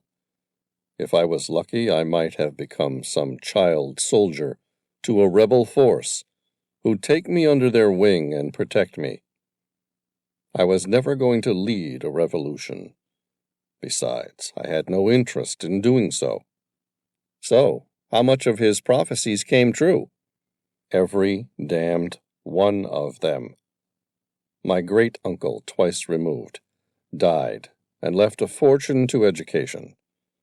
I became involved with a man who preached that real change required violence, and for a reason I'll never know, I decided to watch this violent change take place in a faraway land so that I could decide for myself if it was required. It turned out I agreed with the violence, and it agreed with me. Did you ever see the man again? Sam persisted. The builder. The general nodded. 3 months ago. I had heard things were getting pretty bad back home in what is now called the Democratic Republic of Congo. The president was weak and had let the country fall into ruin. When I got there, the same stranger who'd predicted all the changes in my life turned up again. Would you believe it? I swear, the man hadn't aged a day. Sometimes I wonder if he wasn't indeed the hand of God, telling me what I needed to do. And what did he tell you to do? He gave me a fortune in gold. Not in bullion, but weird religious artifacts and things. One of the things he gave me was this solid golden skull. The thing looked hideous, but also beautiful somehow at the same time. I asked him what the hell I was supposed to do with it all. And you know what he told me? Sam shook his head. What? Save the world. He then told me to raise an army and overthrow the current government. Once I had done that, he said I would unite all of Africa. He was so confident, and everything else he'd told me had come true. I was certain that I had been given some higher purpose by God himself. And then when I felt so powerful, you know what he tells me. The general paused for effect. He tells me there's a book written by Nostradamus. He tells me he's paid a woman to find the book, and that I must destroy it. What's inside the book? The general squinted at him and answered the question obliquely. I asked the strange builder of the future And what did he say? He said he had no idea what was written inside, only that if it was ever read, the world would be sent down a tangent, a path it was never meant to follow. It may surprise you with your Western mindset, but the alternative path of the future could be a much worse one. And so I'm destroying the book, mobilizing the largest army since World War II, and uniting Africa. Sam looked at the general and thought quick and hard to answer two questions. How did Ngige, or his mysterious benefactor, know of a future that so closely resembled the worst-case scenario predicted by the greatest minds of the intelligence agencies in the U.S. and abroad? And what was inside the Book of Nostradamus that prevented that future from coming true? Chapter 21. Now, I'm afraid it's time you finish that cigarette and give me the book, the general said. The sun is coming up, and it's time I get a move on. Sam nodded and took 2 long, deep drags in from his cigarette.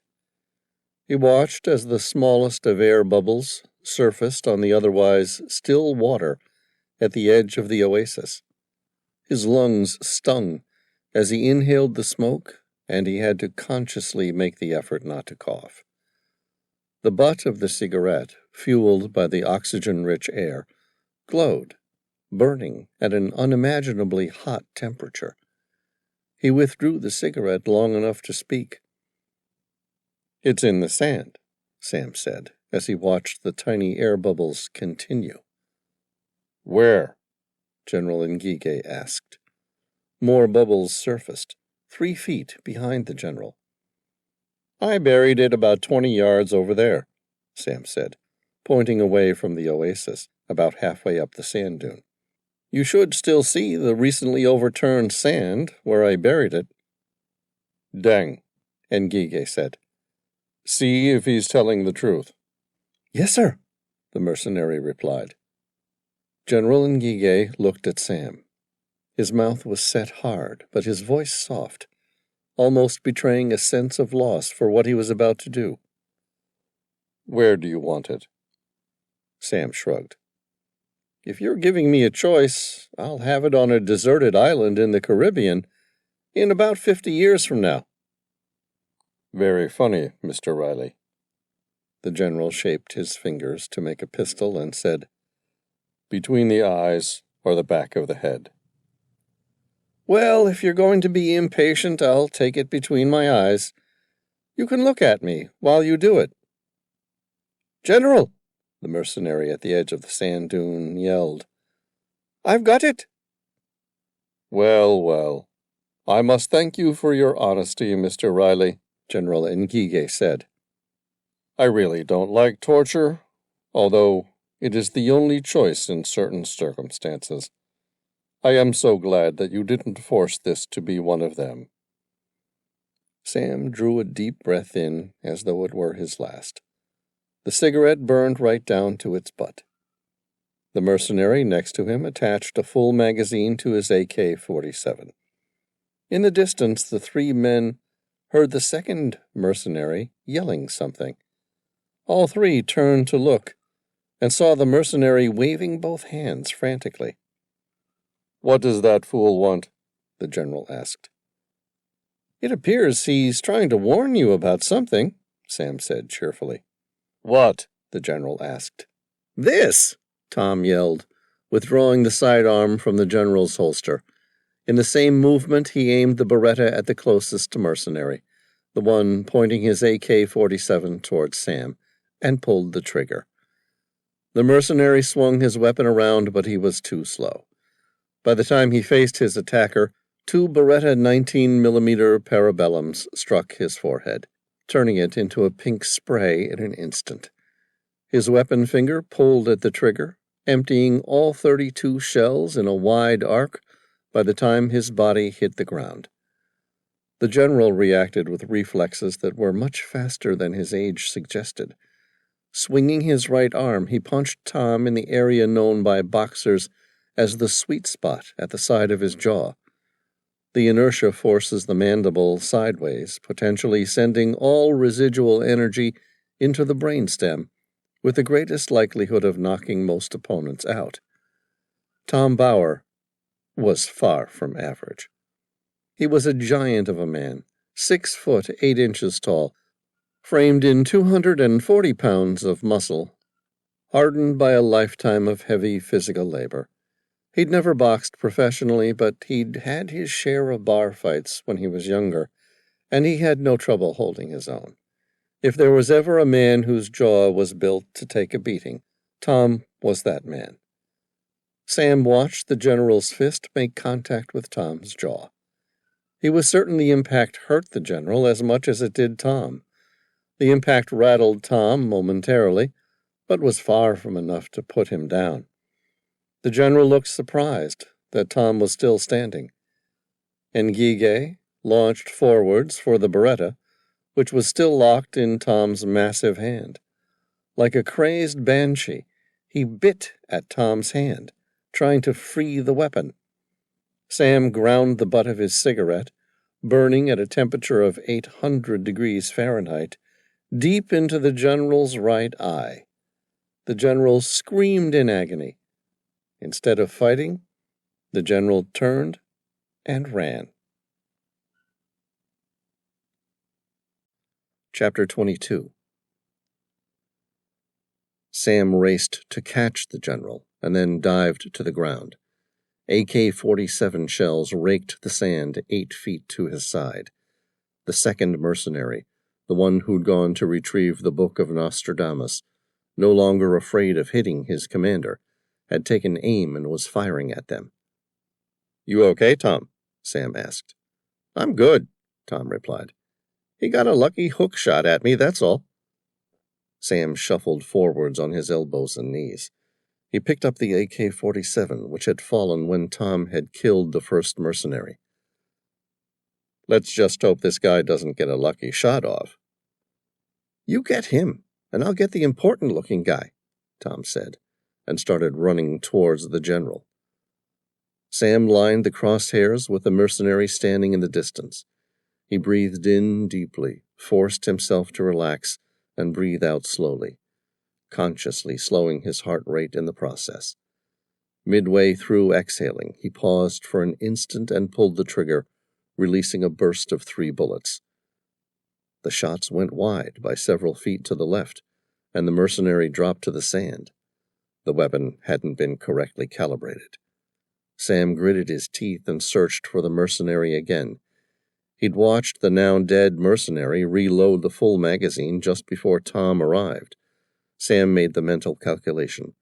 At least 10 rounds fired before the mercenary died, plus the 3 he'd just fired. That left him with 17 from the original 30-round magazine. "You got eyes on the shooter?" Tom asked. Sam scanned the sand dune in the distance and stopped. The back of the guy's legs were just visible above the sand. Nothing to shoot at, but so long as the other guy's head stayed down, they were safe.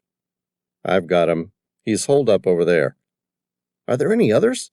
"No, just him and the guy who got the lucky punch."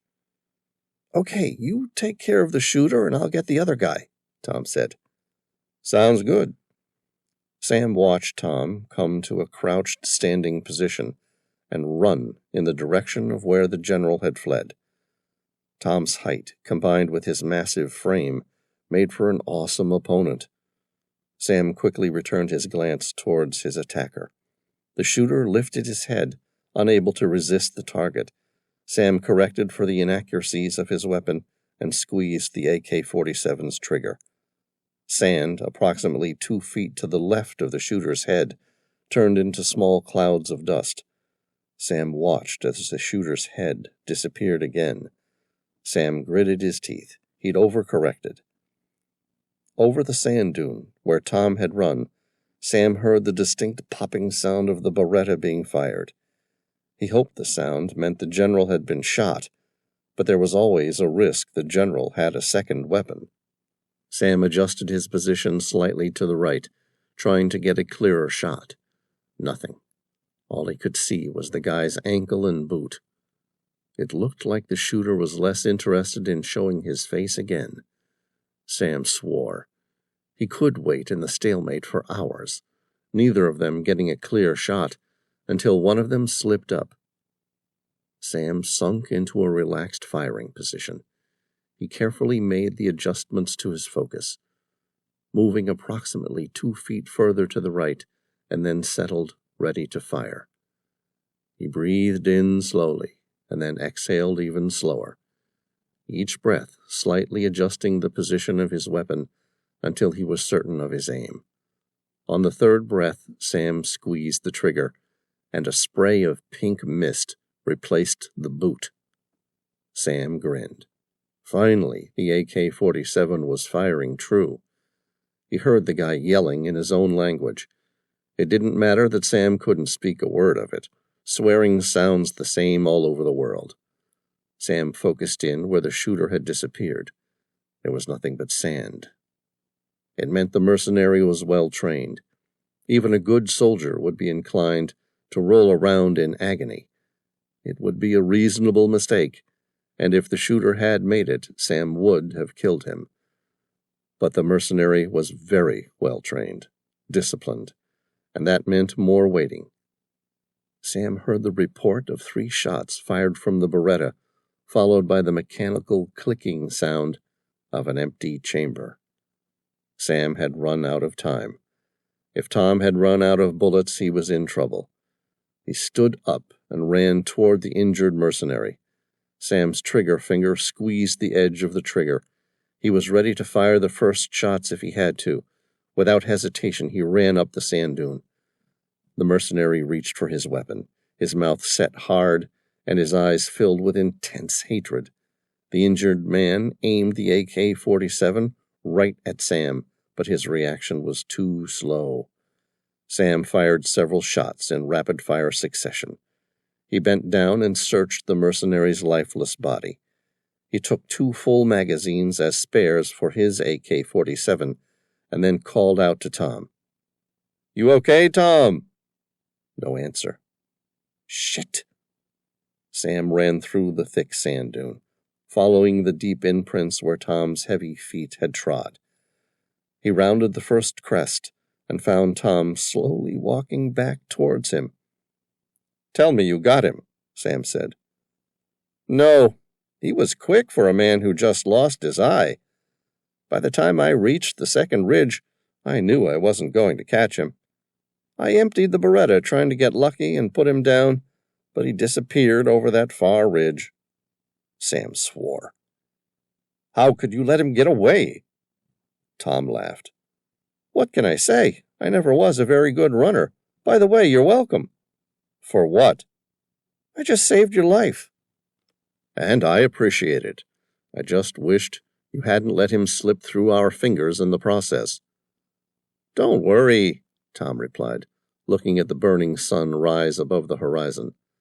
"Without water, the desert will finish him off before nightfall. Who was he, anyway?"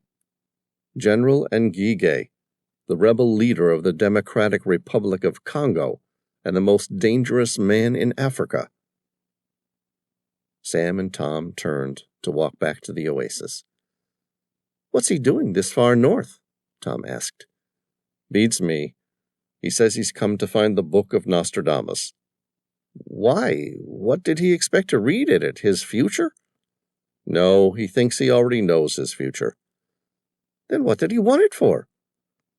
"Said he needed to destroy it, to protect his future." In the distance, on the other side of the oasis, Sam could see a figure swimming towards the surface. Above it were several bubbles. The woman, whose life he'd saved, was about to surface. Good. She might just give me the answer to a number of questions. He glanced to the other side of the oasis and spotted a 4th man, another mercenary, carrying an AK-47, running towards her.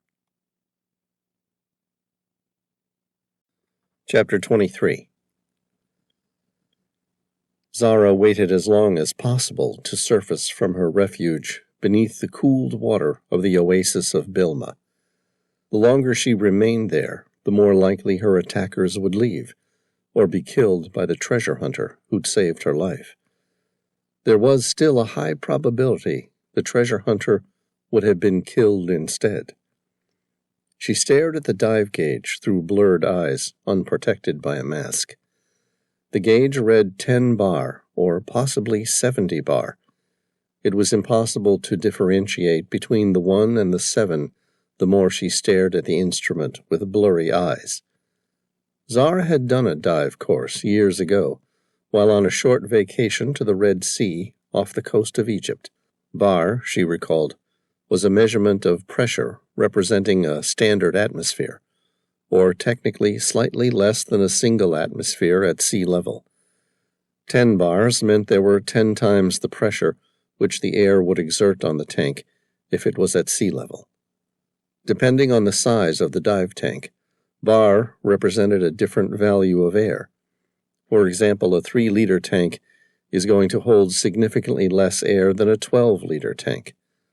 For each bar of pressure in the larger of the 2 tanks, the diver would have 4 times as much air volume.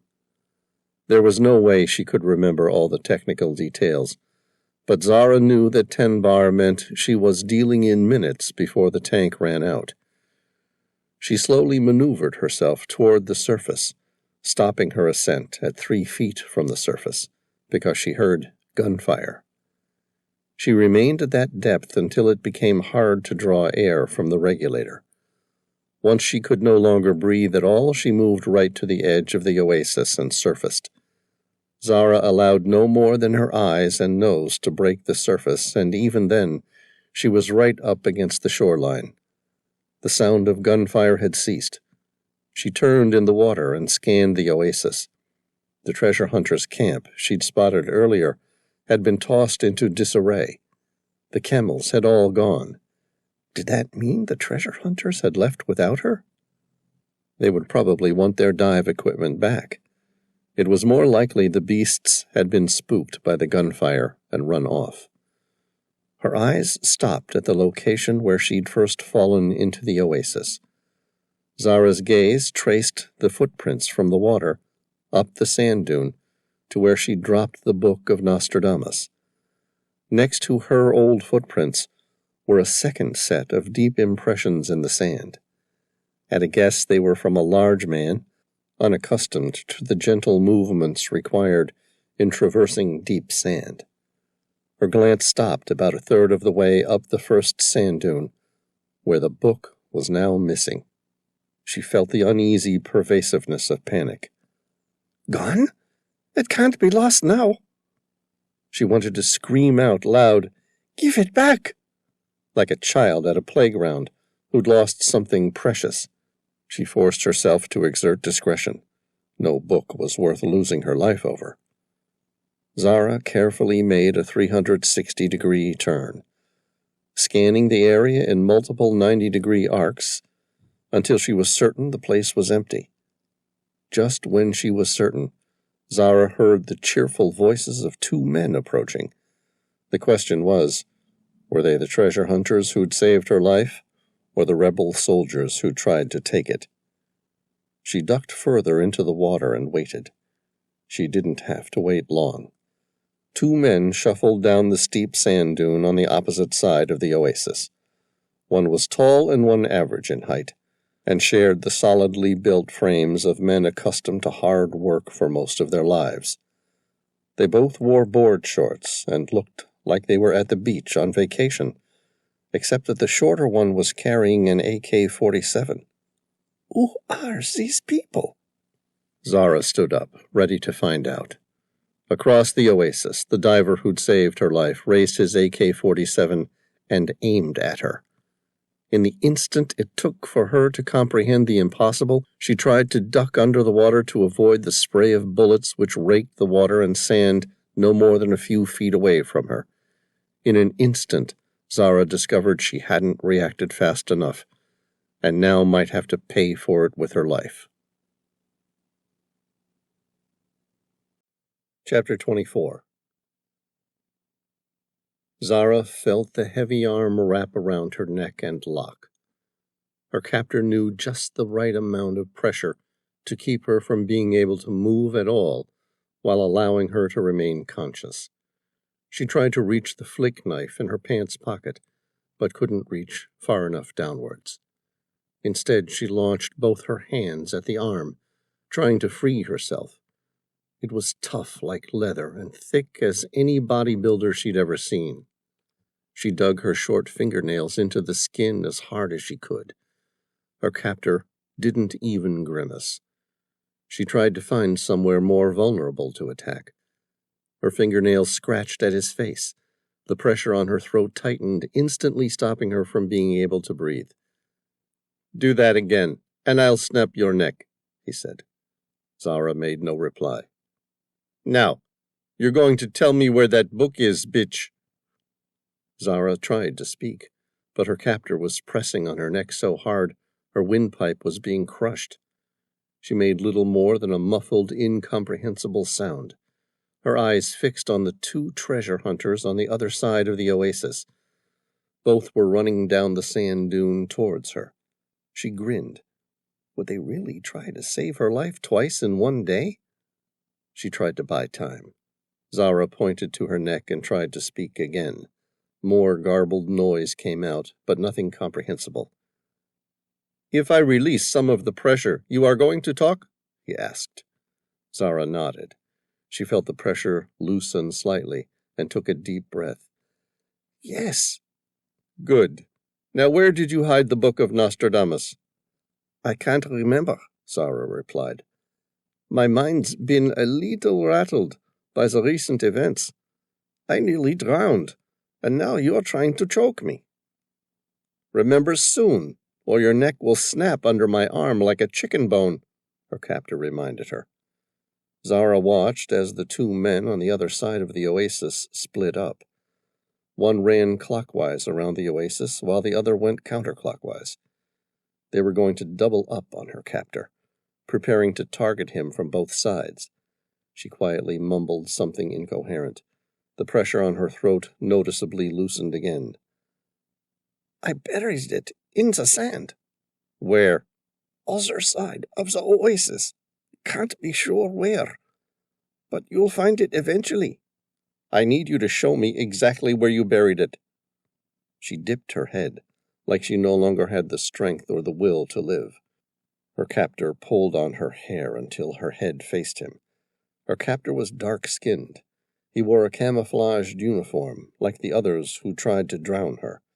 His brown eyes were wide, and he smiled as their eyes met.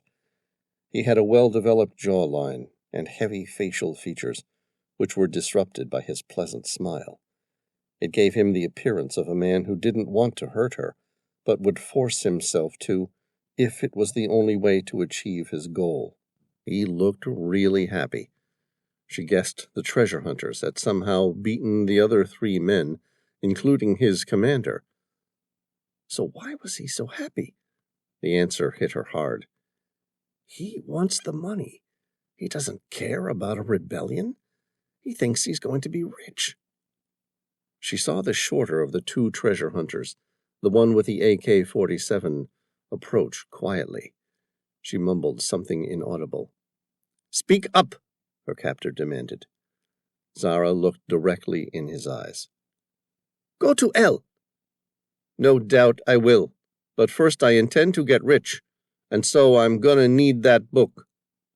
The soldier looked at her eyes, as though she might betray where she hid it.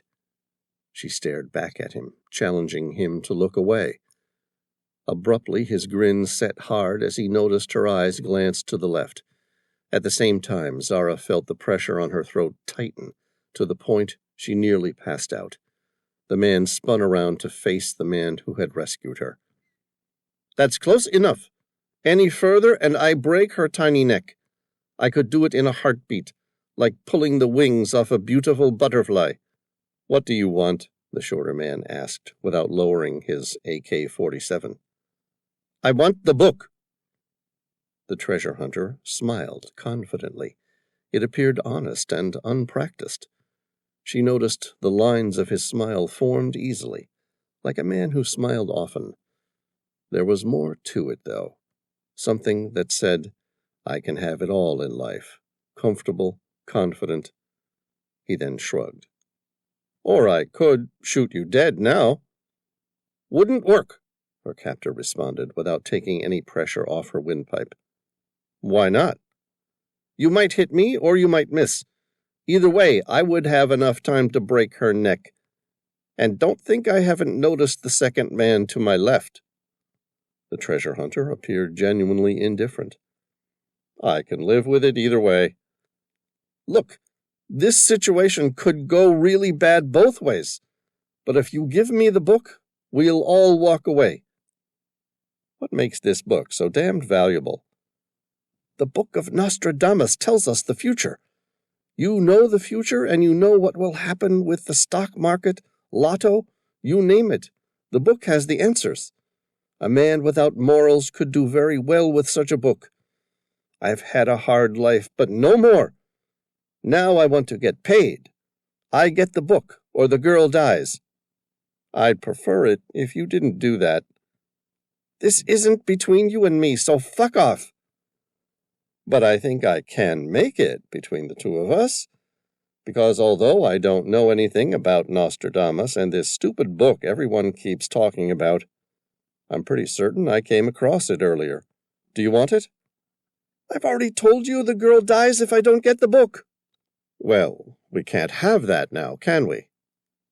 The smaller of the two divers reached into a satchel he was carrying and withdrew a leather and brass codex. Zara stared at it.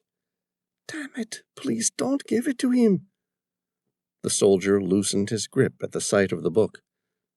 It's good to see. You've decided to play ball. Now what? Now you hand me the book, and then go about whatever it is you were doing out here. The smaller of the two divers grinned. Okay, sure.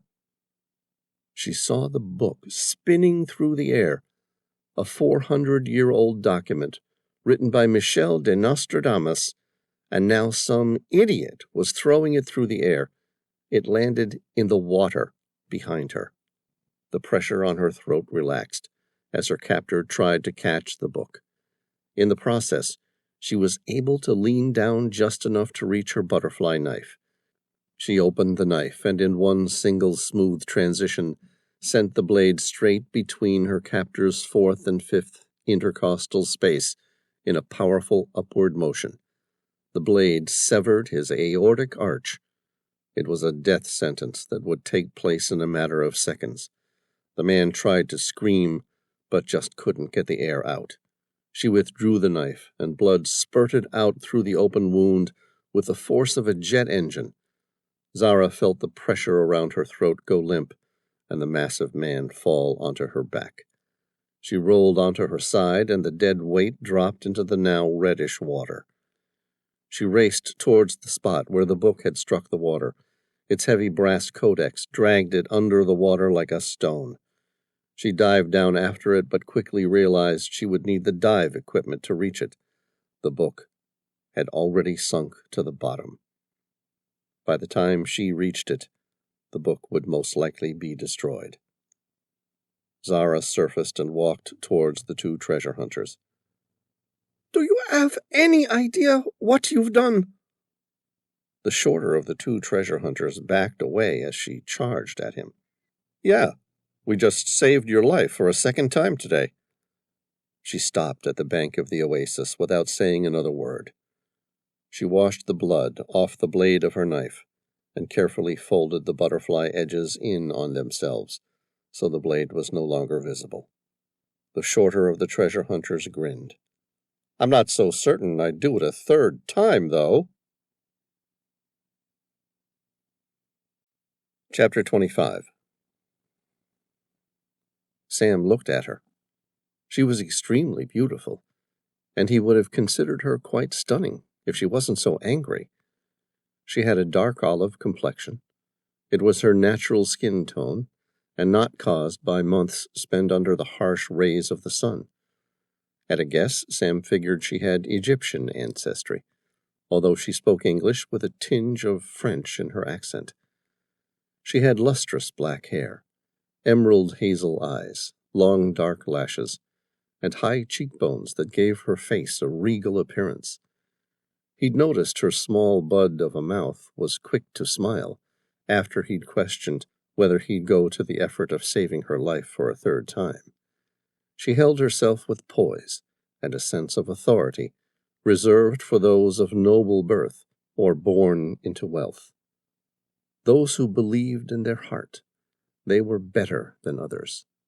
She wore a blue akbe, the loose-fitting robe which protected everything below the shoulders of a nomadic woman, and most commonly worn by the Tuareg people of the Saharan desert. But he was willing to bet the outcome of the rebellion in the DRC there was no way she'd spent her life in the desert. Her dark skin was unblemished. Her hands looked clean, and her sandals were made by the high-tech hiking clothing company Gore-Tex. She appeared indifferent to the copious amounts of dark red blood which stained her wet robes. It made him wonder if perhaps she wasn't so high and mighty as he'd first expected. He noticed she quickly pocketed the butterfly knife and was now frantically searching her dead captor. Unable to locate whatever it was she was after, she shuffled to the edge of the oasis and tried to climb out. "Are you all right?" he asked, offering his hand to help her up. She refused his gesture and stood to her feet on her own. "I'm fine. I just wish you hadn't thrown my life's work into the water." "Don't worry, we didn't," Sam replied. "I saw you throw the brass-covered codex into the oasis," she said. Sam shrugged. "That was a 600-year-old book filled with original maps of the region. We bought it to help find what we were looking for." "You were looking for the ancient golden city of the Garamantes, weren't you?" "Yes. We've been following the maps and notes of early explorers in the region." "And did you have any luck?" "No.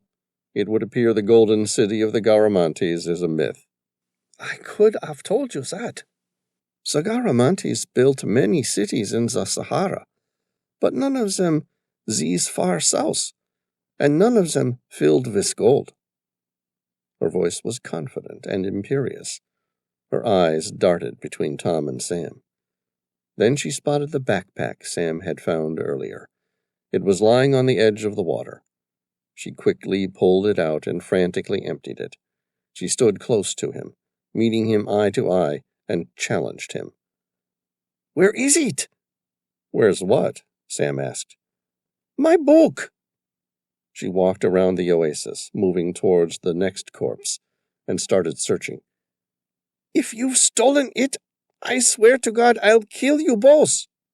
"I'm sorry, let's start again. My name's Sam Reilly, and this is Tom Bauer. What's your name?" She ignored his question and persisted. "Where did you hide it?" In an instant, Sam realized he was wrong about her. She wasn't born into nobility or wealth. Her sense of authority stemmed from a background in leadership, although who she led, he had no idea. "Do you mean a leather-bound, brass-binder codex?" Her eyes showed instant recognition. "Where is it? What have you done to it?" Sam smiled and pointed to the sand dune further along. "It's buried in the sand." "So, you did take it?" "No, I merely buried it for safekeeping, whatever it is. I figured anything these guys were willing to kill to get their hands on should probably be kept from them." She looked at where he'd buried the book and said nothing. She then walked up the next sand dune. She immediately spotted where the sand had recently been turned over, and used her hands to dig the codex free. Sam turned to face Tom, who was grinning in fascination. "Well, what do you make of that?" "I don't think she likes you, Sam." "No. Too bad. But from what I've seen so far, I can't say I'm too fond of her either." They followed her and watched as she found the leather-bound book and shook off the sand. Once confident it was dry and free of any sand, she undid the latch and confirmed the pages were still there. She smiled. It wasn't quite a model's smile. Instead, it was definitely something more empress-like. It portrayed her relief, but also showed that she was in command of the situation. She latched the codex and turned to face him again. "Now, where are the camels? We need to get out of here." Sam put his hands in his pockets and sighed. "Well, about that. I'm afraid one of the camels took a bullet to its head in the crossfire, and the others got spooked and ran off." She spat on the ground. "Fools! How could you let them get away?" "I'm sorry," Sam said, without hiding the sarcasm from his voice. "I was a little busy at the time, trying to save your life. Again." She ignored him and walked back towards where the camels had been. She found her green headdress and wrapped it around her head and face, leaving just enough room to see out. She picked up a large plastic water container and placed it in her carry pack, and then headed south, further into the erg of Bilma. "Where the hell are you going?" Sam yelled. She turned for a moment and looked to the north. A giant sand cloud was visible several miles back. Sam thought it was either a small sandstorm or a legion of rebels on camelback. "I need to get away before the rest of his men arrive."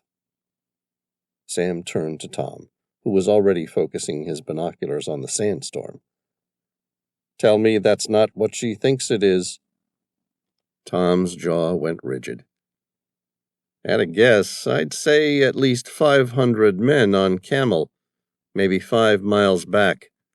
It could be closer to 1,000. "Ah, Christ!" Sam swore and then picked up the 2 remaining carry bags he'd taken off the camels earlier in the day to set up camp. He and Tom quickly donned their cooling suits, wrapping their nomadic robes over the top. Sam grabbed his full water bottle and sand goggles. He checked the remaining Uzi. Its chamber was empty. There were no bullets left in its magazine, and the spares were kept in the remaining pack, which had still been attached to the camels that had run into the desert. The second Uzi had been thrown into the water by one of the soldiers. Tom handed him an AK-47 he'd stolen from one of the dead men. Sam checked. The magazine was full. "I found 5 spare magazines for that, too," Tom said. "Thanks. So, what do you want to do?" Sam turned to face south, where 2 light footprints led deeper into the erg of Bilma. "Now, we follow the strangest woman I've met for a long time." Chapter 26. Adali heard the sound of roaring water fighting its way through the tunnel. The strength of the noise was getting louder. It was driven by the unimaginable pressures from above, as the torrent charged through the narrow passages and warrens of the mine with the energy of a tsunami. Compared to the approaching onslaught, Adali's massive and athletic structure appeared weak and fragile. There was nowhere to run. Given a 10-minute head start, the water would reach him well before he could ever escape. There was nothing for it, and yet he tried to run. He always did. Every time it was exactly the same. He felt the burning sensation in his legs and arms as the release of adrenaline stimulated his fight-or-flight response. He'd played college football in the U.S. as a quarterback, and despite his massive frame was capable of moving quickly when he wanted. He felt the tendons of his calves, designed for short bursts and sprints, propel him like a race car. It felt good, like maybe this time he would make it. The pitch of the churning water increased, and he imagined his death at any moment. Despite his speed, he felt like he was running through mud. With each movement, his legs were being slowed, as though an invisible coil was restraining them. Ahead, the passage split into two directions, left and right. Adali chose left. Somehow it felt correct. The narrow tunnel had a distinct incline to it, which meant he was gaining elevation. He'd made the right choice. The only way to outrun the water was to rise above it. The tunnel appeared dark ahead. The dimly lit lights that lined the shaft looked like they'd suddenly been cut off. He continued running at full speed, in a way that only an athlete could, and then he stopped. Directly in front of him, a large cave-in had blocked his progression. He'd run out of places to escape. He turned and watched as the water raced toward him with lethal finality. In an instant, and like last time, Adali realized he'd been here before. And like every other time before that, the water struck him with such force he lost consciousness before his mind could even register the sensation of the cold water on his skin. He woke up, struggling to breathe, his chest pounding and his lungs stung. Sweat dripped from his blood-drained skin. Adali looked up at the sun. The pain lasted longer than usual this time. He still felt difficulty breathing, and his tongue felt dry and cracked. His right shoulder throbbed. He'd had another dream. It made Adali feel good. For once he was glad of the visions which had cursed him for as long as he could remember. It reassured him that he was going to die in a place very different to the one he was now trapped. He tried to move his arms again, see if there was any more give than last time, before he'd passed out. The restraints had been well placed. Although the rope bound his wrists and allowed him to move his hands, they were too far apart for him to reach with his fingers. He tried to bend his knees and adjust his position, but even they had been bound so well that he had been forced to remain standing since his injury. They had shot him 3 times in his chest. The bullets, he guessed, had pierced just above his right lung, narrowly avoiding killing him. The shots had been targeted there on purpose. It had never been his enemy's intention to let him die a quick death. Instead, he'd been left to die beneath the heat of the sun, the Sahara's most deadly weapon. If dehydration didn't kill him today or tomorrow, his wound would fester and send him into a delirium filled with the nightmares of his future. He looked at the sun and laughed. The heat was going to be particularly bad today. A person in good health would be lucky to survive until sunset, but someone with his injuries would certainly die. He wasn't afraid. He'd seen his death, and it wasn't today. The laugh became louder. The insane rant of a man who discovered the benefit of knowing the precise circumstance of your death was that, until that time, he was immortal. Chapter 27. It took Sam nearly 15 minutes to catch up with the woman whose life he'd just saved. He'd followed her tracks at a pace between a fast walk and a jog, and then slowed to a pace just above a walk to match hers. She paid little attention to him. Tom trailed behind, like the tortoise and the hare. Confident, slow, and steady was going to be the only way to walk across the desert. Sam wondered how long she could keep up like this, knowing it would be a death sentence for her once the sun reached overhead. He and Tom still had their experimental DARPA cooling suits, but she had nothing but her robes. The town of Bilma was another 40 miles south. They might actually reach it, but he doubted she would if she kept moving at such a high pace. He said, "Hello, let's start again. My name's Sam Reilly, and my friend trailing behind is Tom Bauer. What's your name?" Zara Delacroix. Her eyes never left the horizon. Dr. Delacroix. Medical or of philosophy? Sam asked. Philosophy. Archeology. Why do you ask? Just curious, Sam smiled. What's your story? She kept walking and said nothing. Her face was barely visible because of the finely wrapped green headdress. From what he could see, her jaw was hardened with determination, and her eyes fixed on the horizon. Hey, I just saved your life, Sam persisted. No, you didn't. Her eyes turned on him without pausing in her stride. You postponed my death by a day or so. Nothing more. Why? Who's coming for you? She remained silent, focused, and intent. We can help defend you, Sam said, holding out the AK-47 he'd stolen from one of the dead men. Just tell me what's going on. She shook her head.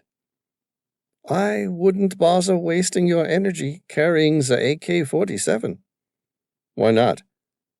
If they catch up with us, we're dead. No matter what weapons we have, there's too many of them. Close to 1,000, I'd guess. Maybe only 500 will reach us in time, but that will be sufficient. She spoke good English with a heavy French accent. Who are they? Sam asked. She shrugged.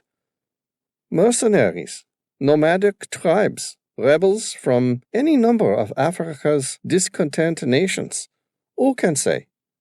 He will have placed a massive bounty on the return of the book I'm carrying. There will be enough gold capable of making any man a master.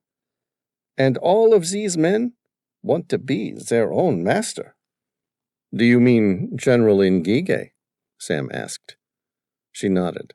That's the one. The current rebel leader, who appears to have staged the most successful military coup in the DRC's history? Yeah. He came over here with an army of mercenaries from throughout Africa to steal a book I've spent my life searching for. Although why he suddenly discovered a newfound interest in archaeology beats me. He kept pace with her and said nothing. General Ngige was in the group of men who tried to kill me back there at the oasis. You must have killed him when you saved my life. She spoke matter-of-factly, without any tone of appreciation or hint of gratitude. You're lucky you did. I've heard that he was probably one of the greatest military strategists of our time. He commanded loyalty from his soldiers that bordered on religious fanaticism. In exchange, he looked after them well. They were well-funded, well-trained, and all of his men were offered land once they won the war. You know a lot about him, Sam asked. If you've been in the Saharan desert for some time searching for this book, I'm surprised you know so much about what's going on in the Democratic Republic of Congo. I have a large following myself. Again, she said it as a statement, not as a boast. People have flocked from all over Africa to help me search for this book. One of them came from the Kingdom of Zaire, before it became the DRC. He lost everything in the coup during the early 90s, and has spent the last 30 years planning on returning with an army. He keeps me well informed. Believe me when I say, you're extremely lucky to have killed Ngige when you had the chance. If he was still alive, I would recommend killing yourself now, before he recaptures you, which inevitably he would do. Sam sighed. I suppose now's as good a time as any to inform you that we didn't kill General Ngige, although I doubt he will survive through the day, let alone long enough to catch us. What do you mean? He never would have let us escape if you hadn't killed him. Tom stole his handgun and I burned a cigarette butt into his right eye. He ran off into the desert while we were fighting his mercenaries. By the time Tom went after him, Ngige had too much of a head start. We figured the desert would have finished him off well before sunset. He had no water with him. I think you underestimate General Ngige. The man could survive out here for weeks without food, water, a compass, or clothing. He wasn't just given the position of leader, he was born into it. He was made the perfect soldier. He'll be alive, and he's going to be pissed as all hell. So now I'll be dead by tomorrow, and you will too. Sam thought back to Ngige's own description of how he'd been given the position of rebel leader by a strange man who could see the future. He doubted very much the man was anything but mortal. He would die, quick as any other mortal, if a bullet was placed in his head. He figured now was the wrong time to mention that's exactly how General Ngige had been given the job of the leader of the rebellion. "What's so important about the book?" Sam continued. They think it will make them rich. It holds the key to what has happened before and what will happen in the future. Most importantly, they want it because of the prophecy. What prophecy?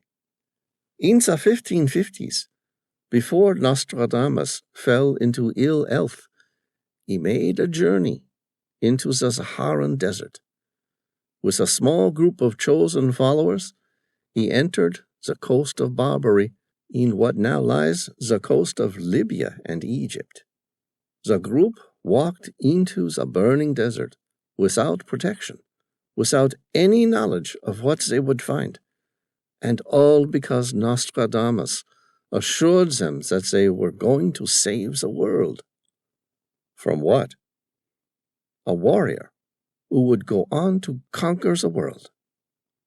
Sam smiled condescendingly. General Ngige believes if he gets the book, he will be the one to conquer. I guess so. So, did Nostradamus and his group of followers save the world? Sam stared at her, his piercing blue eyes examining her response. Well, if the prophecy is true, which I'm starting to believe it may be, they made it deep into the Sahara, in what is now southern Libya. There, a large sandstorm developed without warning, killing almost everyone within the group, and burying the book written by Nostradamus. A book of prophecies? Sam asked.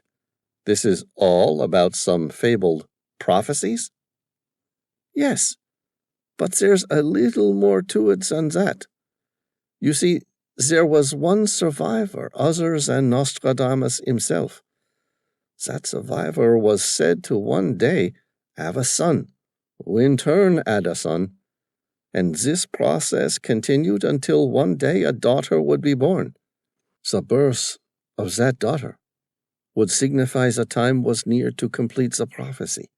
The daughter would discover the place where the book had been buried in the sand for nearly 400 years, and in doing so, she would save humanity. And the girl was born? Sam asked. I was the girl. This is about some stupid book written by Nostradamus, Sam continued again. Yes. Then why not leave it for them to find, and we'll get on with our lives? She shook her head and made her descent down the steep gradient of a large sand dune. I can't do that. Sam struggled to keep his footing as she skipped lithely down the next sand dune. He lost balance and slid down to the bottom of the dune. Sam watched Tom follow his example, sliding more carefully. Sam sped up to catch up with Zara again, and continued where the conversation had left off. Why? You need the money that badly? No. Then what is it? Sam asked. What I do with the book now is very important. It will affect the future. In what way? Sam persisted. Don't ask. You wouldn't believe it if I told you. I didn't believe it, even when my own father told me and I was just 5 years old. Instead, I had to see it with my own eyes. Sam grinned. He'd seen some pretty amazing phenomena in his time. Try me. Okay, what I do with the book now will determine if humanity gets to continue to exist or whether it becomes extinct. Sam humored her. So what are you supposed to do with the book to save humanity? That's just it. I have no idea whatsoever, and neither did Nostradamus. Chapter 28. Zara stopped for a moment and took a drink of water from the flask she'd taken off the dead mercenary who nearly killed her at the oasis. It was midday. The sky was a pale blue and so hot it looked almost white. The sun a diffuse glare, blurring the lines of the sand dunes and the sky into one mangled wreck of heat, as though it was located everywhere. She squinted as she forced herself to look back at the horizon where they had come. A plume of sand rose ungainly into the sky, like a giant smokestack from an old steamship. They were getting closer. She glanced at her new companion. He'd noticed it too and said nothing. His mouth was set hard with determination. His blue eyes were pensive, and he looked like he'd surmised precisely what she had. Their pursuers were rapidly approaching, gaining on them significantly every hour, and driven by greed. Zara attached the lid to the flask, looked at him, and said, "They're off a day's ride away, at best." She started walking again, without waiting for his response. "We'll never outrun them on foot," Sam said, putting his flask away and trying to match her pace. "No, I'm hoping we won't have to." "You think we're close to the camels?" "No, I'm hoping we're getting further away." Sam looked around at the sand in front of them. "Further away?" "Have you seen tracks recently?" she asked. "No, I lost sight of them coming down that deep sand dune. I assumed you were still tracking them." "I was, until I realized we'd never catch up to the camels in time. Even if we did, they looked in a poor condition, certainly unlikely to be able to carry us out." "So you decided to make the conscious decision to change direction, hoping your pursuers would follow the heavier camel prints in the sand, instead of slowing down and noticing ours." She nodded and said nothing. "Won't they see us on the horizon?" "Might do, if we aren't quick enough." "And are we?" She nodded again. "They're going to need to stop and water their beasts before they continue. They'll wait in the worst heat of the day in the expectation they'll easily catch us afterwards. As for us, we'll have to keep walking through the worst of the heat. Can you do that, Mr. Reilly?" she said, the last bit as a challenge. "It looks as though we don't have much of a choice, do we, Dr. Delacroix?" "Just Zara," she corrected him. "I think we're well beyond surnames, whether we like it or not." "Pleased to meet you, Zara." Sam smiled at her, revealing a kind face and handsome blue eyes. "You won't be, once they catch up with us, which they almost certainly will." "Wow, aren't you full of optimism? Look, Tom and I have been in a few close scrapes over the years. We're not easily killed. We'll find a way out of this." "This is not the ocean, Mr. Reilly. I think you'll find the Sahara is far less forgiving than any sea you've ever visited." "How did you know who I am?" Sam asked. "I'm an archaeologist, I read your dissertation on the mahogany ship. What did you think? I think the Sahara is a much larger desert than anything found in Australia, and far more dangerous than you granted. Chapter 29. Sam stopped at the crest of the next highest sand dune. He checked his compass and looked out. At least 6 other dunes were easily visible in the distance. A small town, barely anything more than a trading post, blended with the horizon like a mirage. How long do you think it will take to reach? He watched as Zara made a mental note of their location. Zara had no navigational equipment, no compass, sextant, or GPS, but she spoke with the authority of someone who'd traveled the regions for so many years and intrinsically knew her precise location. I could do it in 3 days. With you, it might take 4. We'll have to continue at this pace. It will be a hard walk before we reach Mao. That's considering you and your friend survives the journey at all. Mao? Sam looked at her face to see if he'd misunderstood her. He vaguely recalled looking at the place on a map earlier, but he and Tom had ruled Mao out as being too far south for the American agent to make the diamond transition, so they had left it. Are you talking about the desert outcrop, deep into Chad and bordering Niger? Yeah, she smiled at him. Where did you think I was heading? I don't know about you, but Tom and I are heading to the township of Bilma. It's less than 15 miles to the west of us. Once there, we should be able to pay someone to get us out. She laughed. Who do you think you're dealing with? Someone inside General Nguige's rebel army will have a satellite phone. By now, Nguige would have phoned his contacts in Bilma. We go there, we'll get captured for sure. She shook her head. Much better to risk dying out here than getting captured by one of Nguige's men. Okay, so even if you can make the trek on foot, what is it, 200 miles? 250, she said, without pausing to calculate. Then what? Then we get the hell out of the Sahara and the old damned African continent, for that matter.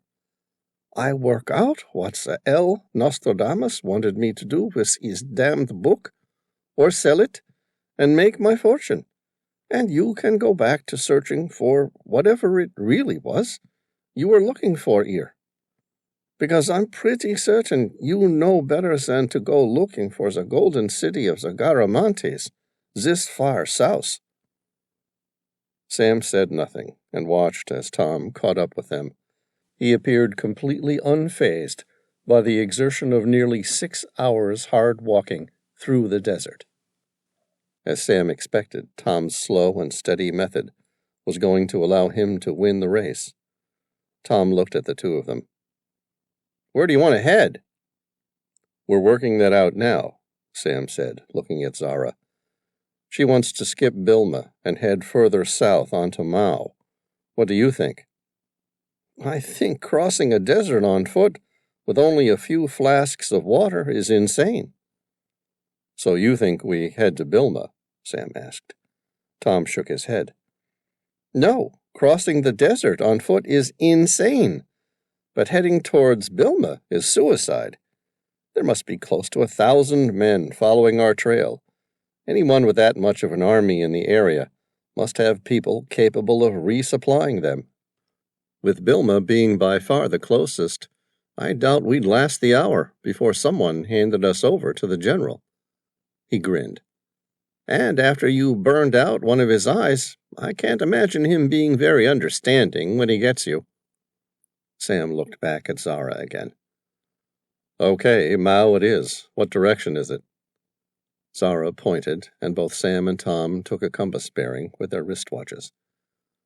All right, I'll meet you there, Tom said, and continued his slow and steady pace down the next sand dune.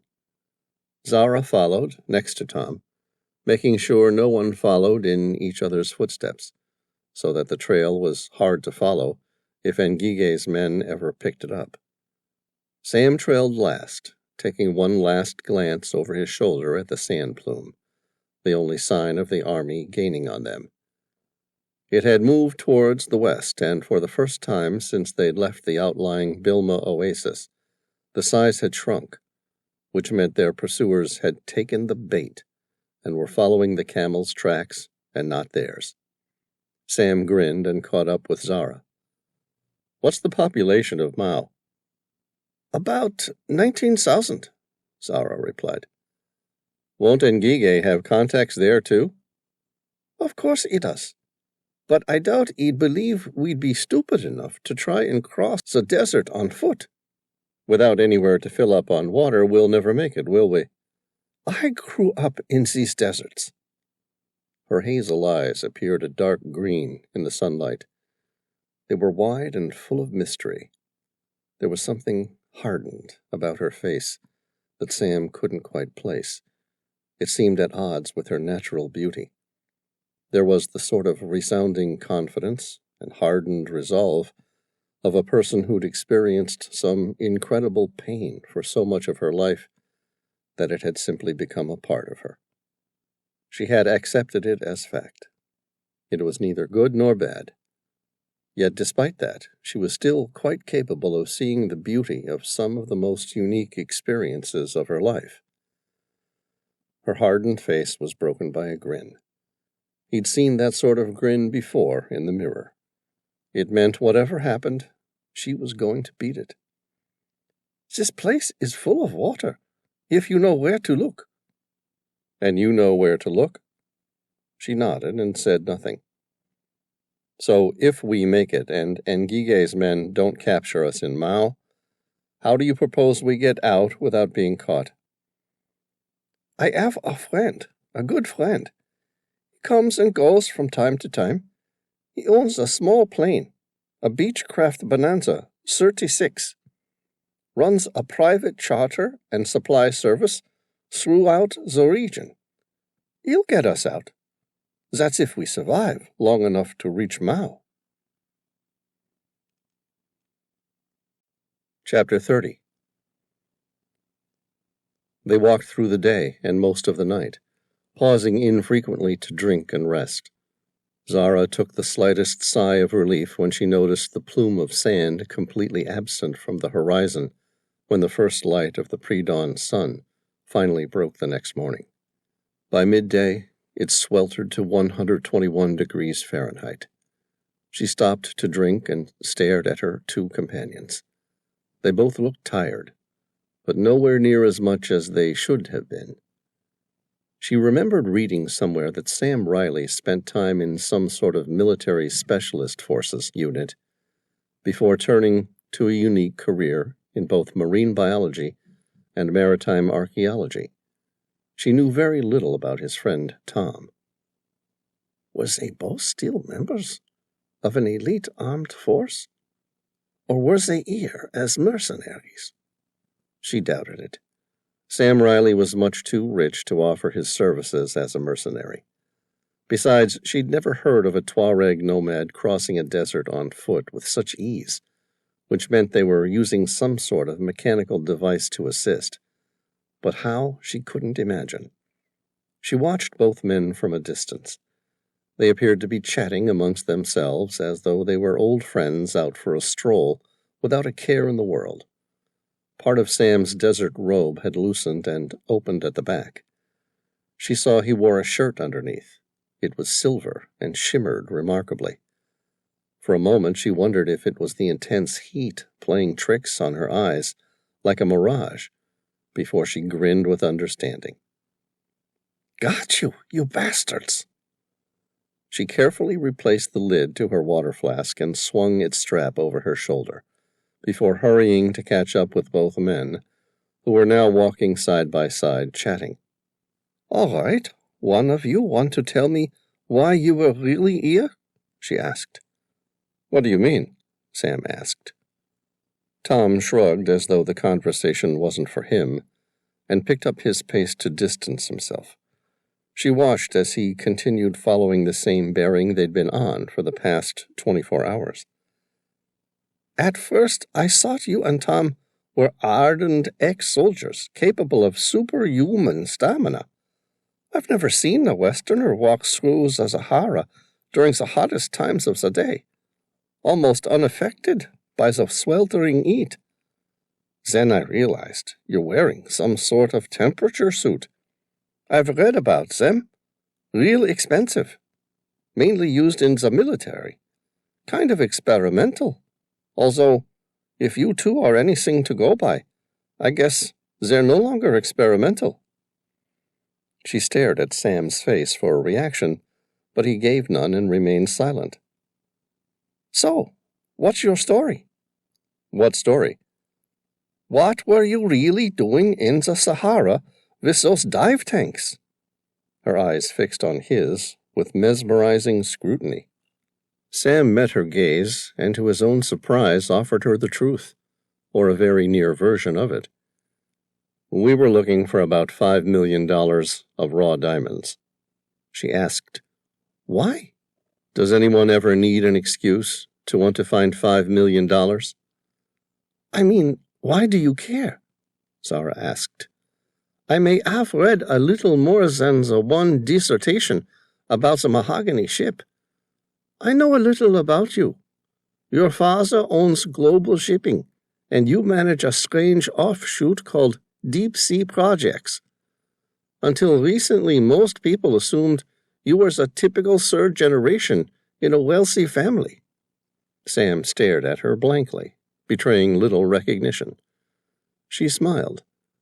The third in a wealthy generation often spends the fortune the earlier two had spent their lives accumulating. Interestingly, in recent years, you've created some wealth in your own right, made significant archaeological findings, assisted several governments in complex ocean problems, and made quite a name for yourself as a bit of a troubleshooter. Zara stared at him, waiting for a sign of acknowledgement. Either agreement that she was right or an attempt to clear up her version of his life's history. When she didn't receive one, she said, So you're looking for diamonds? He nodded his head, but remained silent. In the Saharan desert? She smiled. It was practiced and teasing, generally capable of making any man open up to her. Not a lot of diamonds found in the Sahara, you know. I know, we didn't find any, Sam said. Are you going to tell me anything, or shall we go our own ways? That depends, Sam said. On what? On how much you know about the United Sovereignty of Congo. Nothing, she lied. Should I have? They were a small group of people who wanted to overthrow the current dictatorship in the Democratic Republic of Congo. Their leader stems from a modern-day Bunda dia Congo sect, favoring the reviving of the original Kingdom of Congo through secession from Angola, the Republic of the Congo, the Democratic Republic of the Congo, and Gabon. She projected an appearance of indifference, but her mind immediately raced to her self-professed bodyguard in Sahara, Adali. He had once told her his family, who were leaders in the Bundu dia Congo movement, had been killed when he was just a young boy, and he'd spent his entire life trying to find a means of returning.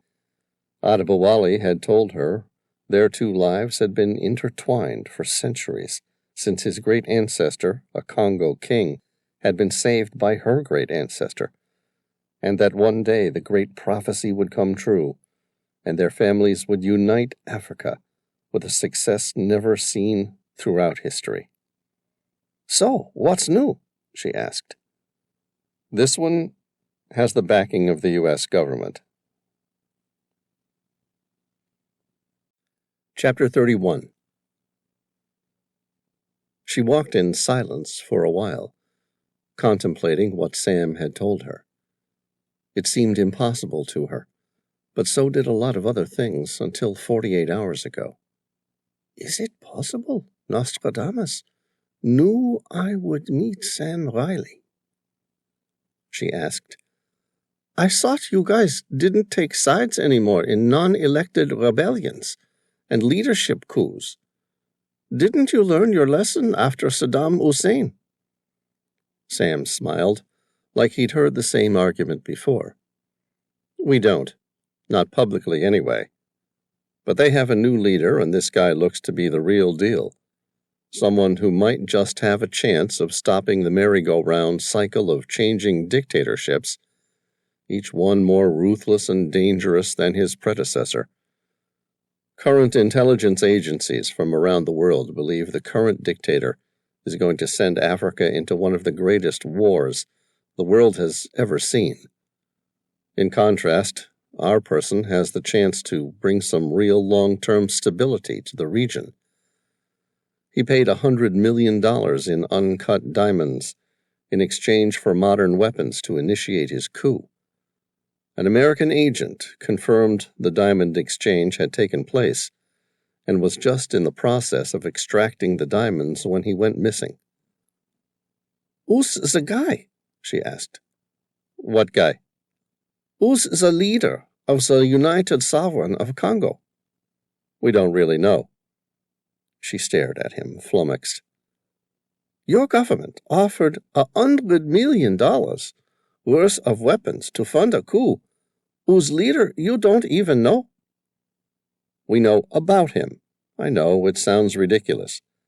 It is ridiculous, she said emphatically. The truth is, the entire movement is underground. When West Berliners talked about changing government before the wall came down in 1988, they couldn't do so openly. Instead, they had a series of communication codes, hand gestures, and signs to show what side they're on.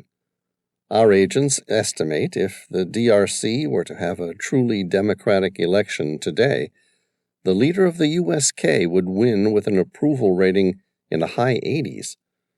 What's more, we believe he has the possibility of uniting a part of Africa that has struggled with rebel wars and famine for many years.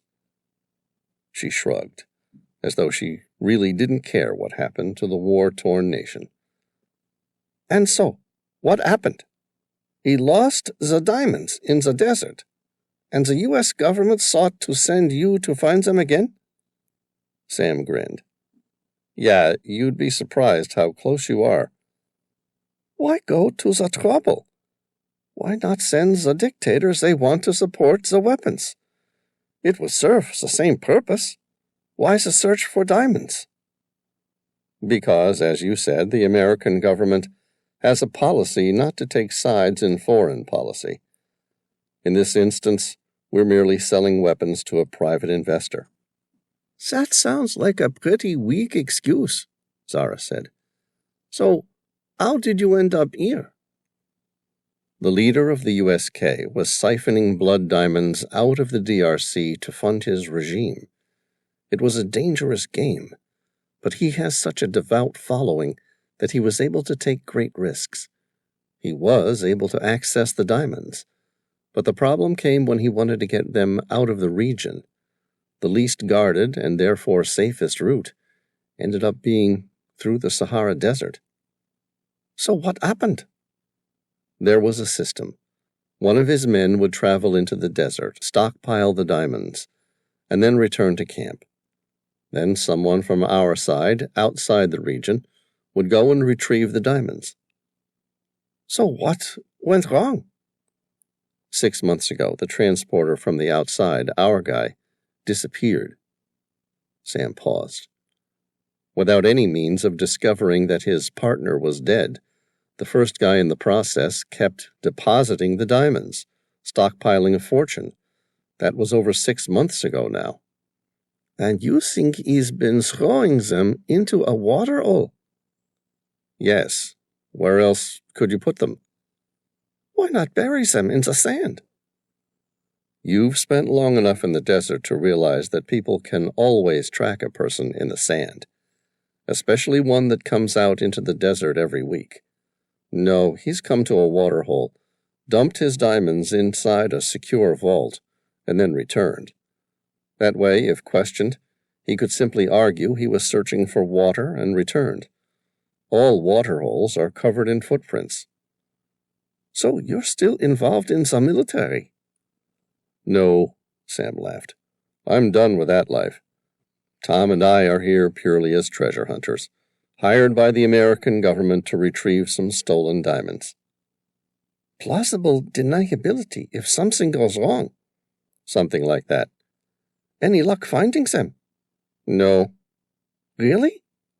Do you see me carrying a few additional bags of highly overpriced carbon? She looked at him and shook her head. Where were you going to look next? We weren't, Sam said emphatically. He pulled out a map from his top pocket.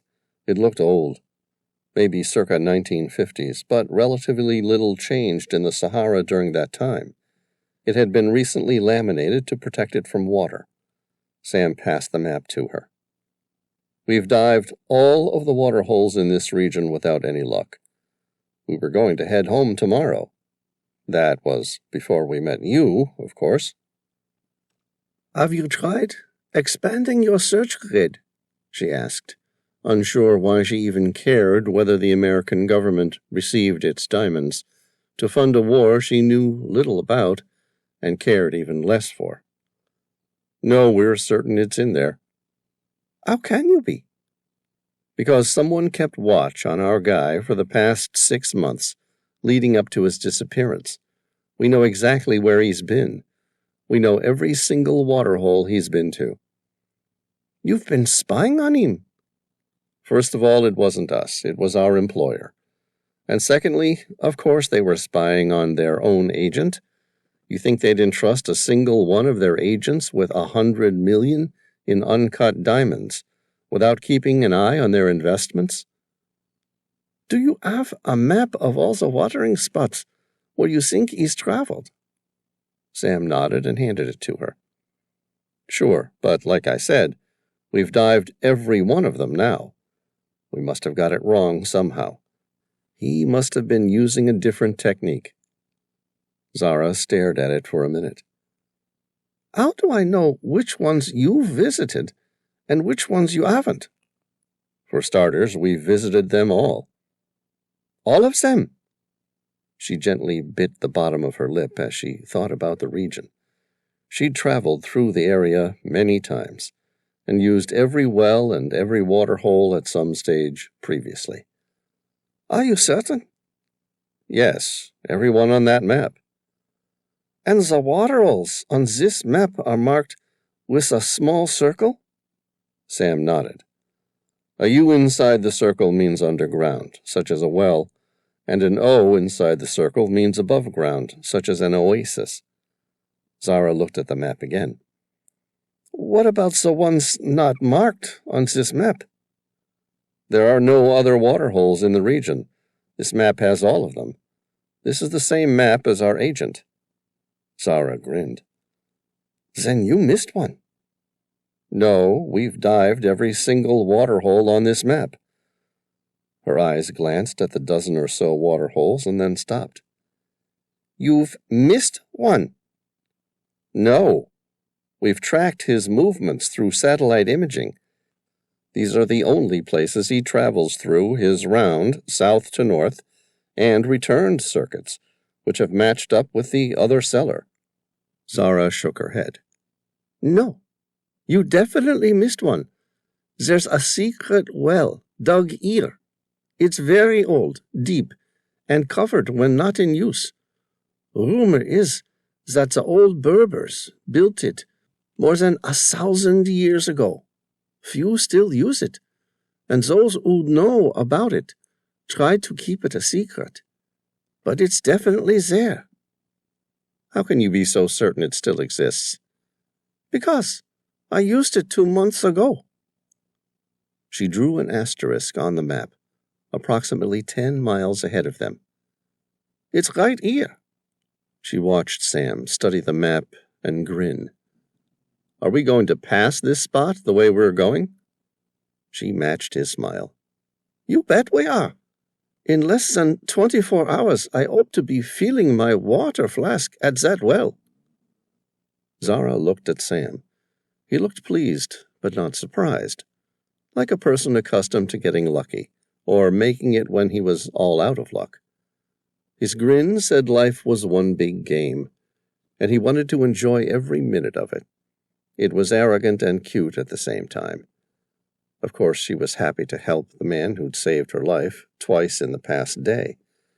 But there was a small part of her, albeit not a very good part of her, if she were to be honest, that almost wished he would search the well and discover the diamonds weren't there, just to see the smug grin fall from his face.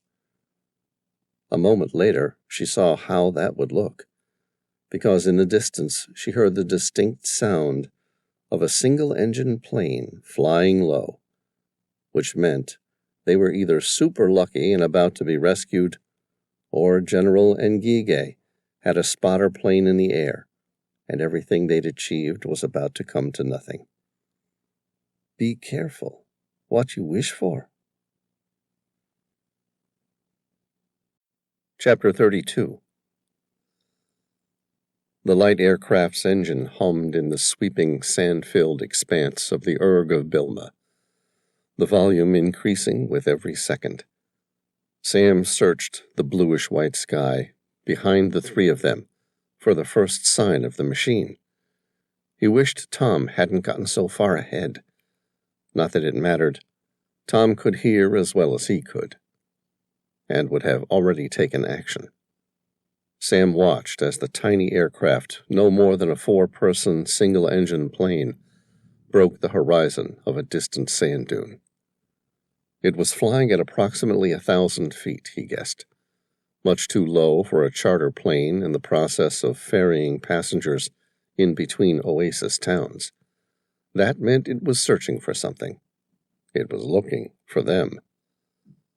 He looked at Zara and yelled, "Hide!" Zara slid down the crest of the sand dune. Sam followed her. Each of them shimmied their bodies side to side until they were mostly consumed by the sand. Anything to deceive the pilot and spotters. He looked directly at her. If the pilot spotted anyone, it would have been him and not her. She looked like she blended into the sand. Her eyes were wide but showed no fear. "Do you think this will work?" "I doubt it." Sam heard the constant hum of the engine reduce pitch. The pilot had seen something, and was taking the aircraft down to get a better look.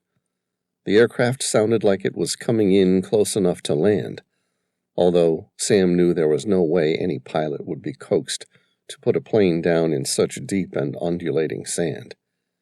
He took a deep breath and buried his face in the sand as the aircraft flew mere feet overhead of the sand dune. He rolled to his side and saw the plane's fixed undercarriage was so low he could have almost jumped up and grabbed it. A moment later, the engine increased pitch, and the aircraft climbed. "Damn it," Sam said as he threw off his backpack and removed the AK-47 he carried slung over his shoulder. Sam loaded the 32-round magazine into the bolt and took aim at the aircraft, which was already becoming a tiny dot in the sky. He cursed himself for not preparing to shoot earlier. It would have been an easy shot as the damned aircraft flew overhead at a few feet above his head. Now it climbed rapidly, making it nearly impossible to hit. There was no doubt they'd been spotted, no other reason for the plane to maneuver as it had.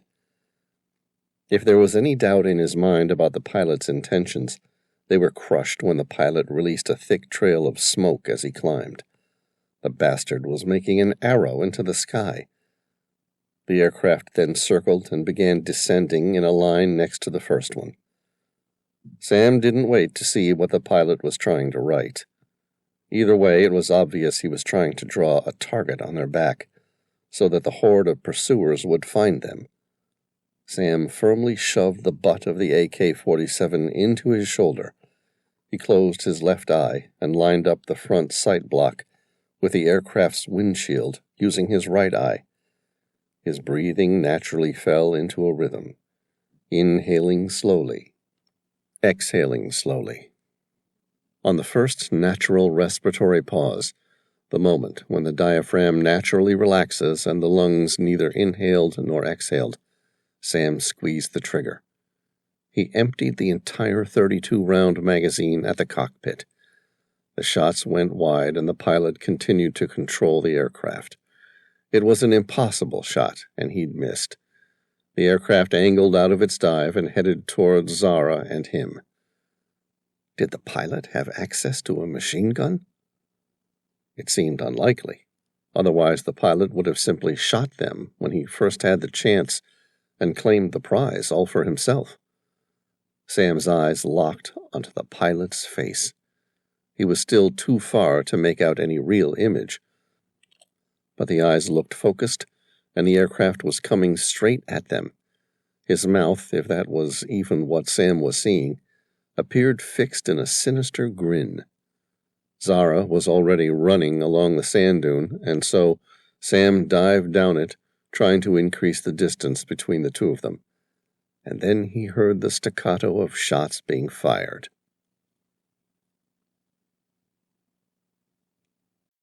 Chapter 33. Sam rolled over and took a deep breath in. He looked at the aircraft, now past him. It flew level and parallel to the sand dune, its right wingtip no more than 10 feet from the dune. His shoulder was sore where he landed, but he felt all right. He touched his face and the back of his head, and then looked at his hands. There was no blood. His head was okay. He then ran his hands over his torso, hips, and legs. Still no blood. He stood up. His shoulder hurt, but he could move it all right. Nothing that would kill him. He shook his head, unable to imagine how any pilot would miss a shot like that, and then it struck him exactly how a pilot could miss such a shot. "Zara!" He ran diagonally up the sand dune toward her. She stood to meet him. "I'm okay." He reached her, wrapping his arms around her. It was half an embrace and a panicked desire to see where she'd been hit. He ran his hands over her shoulders and back, then withdrew from her and looked at her face. "Turn around," he said. "Why?" "I need to see if you've been shot." "I haven't." He walked around her, checking her out. She looked okay. She smiled at him. "I'm okay, Sam, but it's nice to know you care." He grinned suddenly, no longer looking at her. He watched as the aircraft's right wingtip clipped the side of the sand dune and slid down the steep decline. Sand tore through its prop and over the wings. It skidded until finally coming to rest 400 feet away. Sam said, "Tom must have fired those shots." He then picked up his AK-47, loaded another 32-round magazine, and looked at the downed aircraft. "Come on, Zara, let's go." She said, "I hate to burst your bubble, but there's no way you're going to be able to repair it, if that's what you're thinking." He ignored her comment and kept running. Sam left deep footprints in the sand dune as he followed the trail the aircraft left when it skidded down the dune. The entire front end of the aircraft was buried in sand, a mangled arm of the propeller raising out of the sand, the only evidence of the engine below. The windshield was mostly buried. He lifted the AK-47 and aimed it toward the door. "Anyone alive in there?" he shouted. No response. Zara placed her hand on his shoulder. "He took a big hit when the nose plowed into the sand. I don't think we're going to find him alive." Sam nodded, hoping she was right. He then spotted Tom running toward them. He waited until Tom arrived. No reason to get shot by a near-dead pilot out of impatience. He heard Tom's heavy breathing approach. "Nice shot, Tom." "Thanks." Tom looked at the wrecked aircraft. "What did I miss?" "Nothing by the looks of things. We are trying to work out whether we have a live pilot or not here. Do you want to cover me and I'll find out what?" Tom raised his weapon and aimed at the door. "Go for it." Sam stepped forward and unlatched the door handle. The sand was keeping the door wedged shut. He dug away a bundle of the sand, using his hands only, until he could open it a little. "If you're alive in there, I want you to know we're going to get you out of there, but I'd really appreciate not being shot in the process." No response. "If you know what I mean," Sam said. He pulled heavily on the door, and it opened right up. Inside, the cockpit looked intact. The electronics were lit up, and the radio was still receiving some sort of static. The pilot hadn't fared so well. His legs had taken most of the energy as the front end of the aircraft slammed into the sand, sending his femurs, the long bones in his legs, into his torso. Surprisingly, his face looked untouched. His eyes were open wide, staring vacantly ahead. Sam said, "You can relax, Tom. The pilot's no longer in the mood to fight." Tom asked, "Does he need any medical help?" "I think he's past anything modern medicine can do for him." "Do you want me to come inside?" "No, wait outside. I'll be out in a minute." Sam looked past the grotesque remains of the pilot and reached for 2 unopened bottles of water in the compartment behind him. He glanced at the open tail spacing for any food and found the emergency rations bag. Inside were another 2 bottles of water, several packets of dehydrated food, some medical supplies, and 3 glow sticks. He picked up the bag and climbed out of the broken wreckage. He let the door close and then quickly opened it again because he heard the familiar static of the aircraft's radio. "Come in, Zogby! Come in, Zogby!" Sam's eyes darted toward the writing on the side of the aircraft. It read, "Zogby's Chartered Flights." "Zogby, we copy your last transmission. 3 people spotted 60 miles southwest of Bilma. We're on our way. We'll have men there within 5 hours. Good work." Sam felt bile rising in his throat. His good mood had already deserted him. He turned around to face Tom and Zara. "We might have a problem." Chapter 34. Sam looked at Zara's face. Her usually hardened facade had been chipped. Her overtly self-centeredness had been tarnished by the prospect of getting them all killed. Her hazel green eyes welled up, but no tears fell. She said, "I'm sorry to get you and Tom killed." Sam shook his head. "Not yet, you haven't." "There's at least 500 men charging toward us on camels. They're tired, they're thirsty, and they're greedy, driven by the dream of great riches that capturing us will provide. There's no way we'll outrun them all the way to Mao." "What about the waterhole?" he asked. "The well is covered with a steel door, which in turn is filled with sand to maintain secrecy, but the trackers will find out quick enough. Heck, someone amongst them would even know about its existence already." "That's okay. Where I'm planning on hiding, they won't follow." She asked, "How?" "You'll see. Just find me the well, and I'll find you a place to hide for eternity." "That's it? I'd rather not have to die there." Sam said, "Neither do I. Our agent spoke of an ancient place of sanctuary hidden beneath the sea of sand, where he and his counterpart could make the regular trade of diamonds without anyone ever finding them. A place, I'm now guessing, was in fact built by the Garamantes we both were led to believe never made it this far south." "They'll track our footprints to the well." Sam shrugged. "Doesn't matter. They'll never find us inside." "If they're certain we went in there, they'll dig the place out with their bare hands." "No, they won't. They'll try to circle outwards, searching for our tracks again. The entire place will be covered in footprints, and they'll keep scratching their heads over how they lost their greatest prize after getting so close." "What if you're wrong, And this is just a well like any other?" she asked. Sam crossed his arms. "Then we'll die there." Chapter 35. 4 hours later, they were getting close. Zara made several mental notes about their location as she descended the sand dune. They might reach the well within the hour.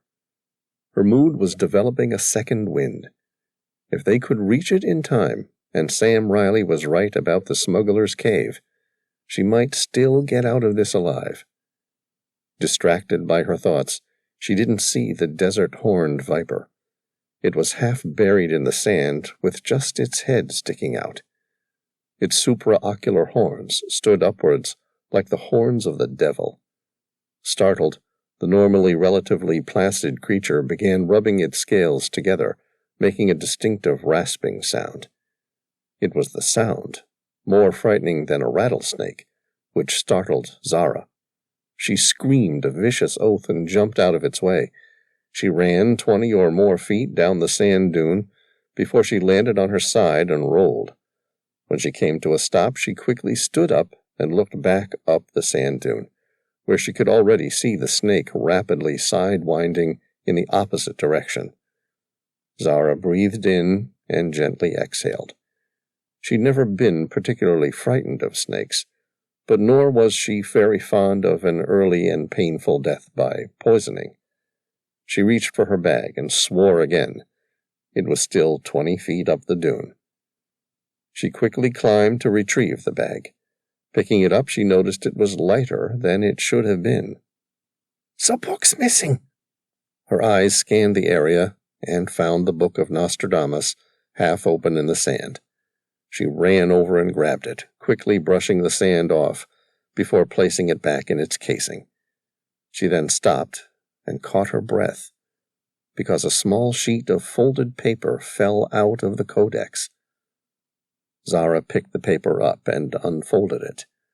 Tiny holes in the paper formed in the crease, suggesting it had been that way for centuries. She glanced at the paper and shook her head. It was a carefully scribbled note written in the same hand as the other one allegedly written by Nostradamus. She began reading it. "Today, you will meet a man who has traveled from some place far away. He has been sent to this land for a very specific purpose. You must not let him complete that purpose, no matter how much you might want him to."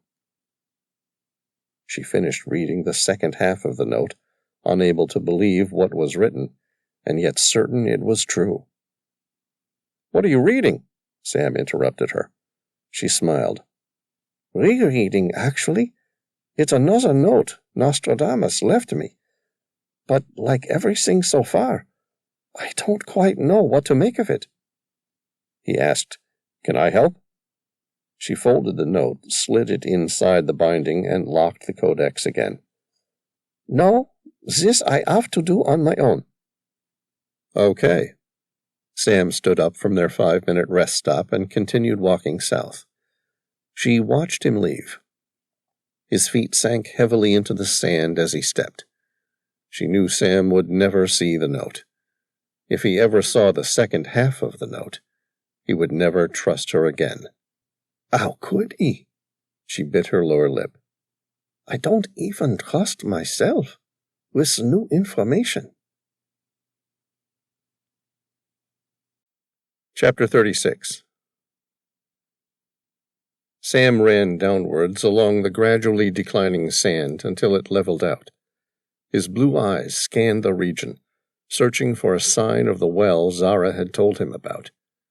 The entire region was filled with sands which softly undulated into constant waves of perfect dunes. The sand, once eroded from the Air Mountains and Tenere Mountains, had been carried along the plains for thousands of years.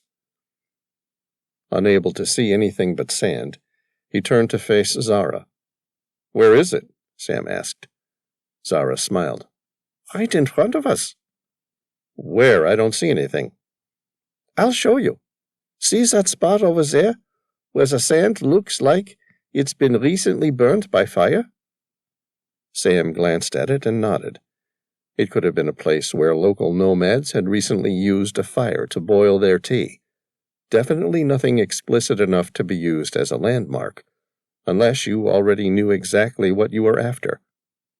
Zara walked slowly towards the darkened sand. It used to be the site of the tree of Tenere, what was once considered the most isolated tree on the planet, an ancient Acacia radiana, the last remnant of trees within the region when the Erg of Bilma was still a wet region, flowing with life. Acacia radiana have been known to commonly live upwards of 650 years.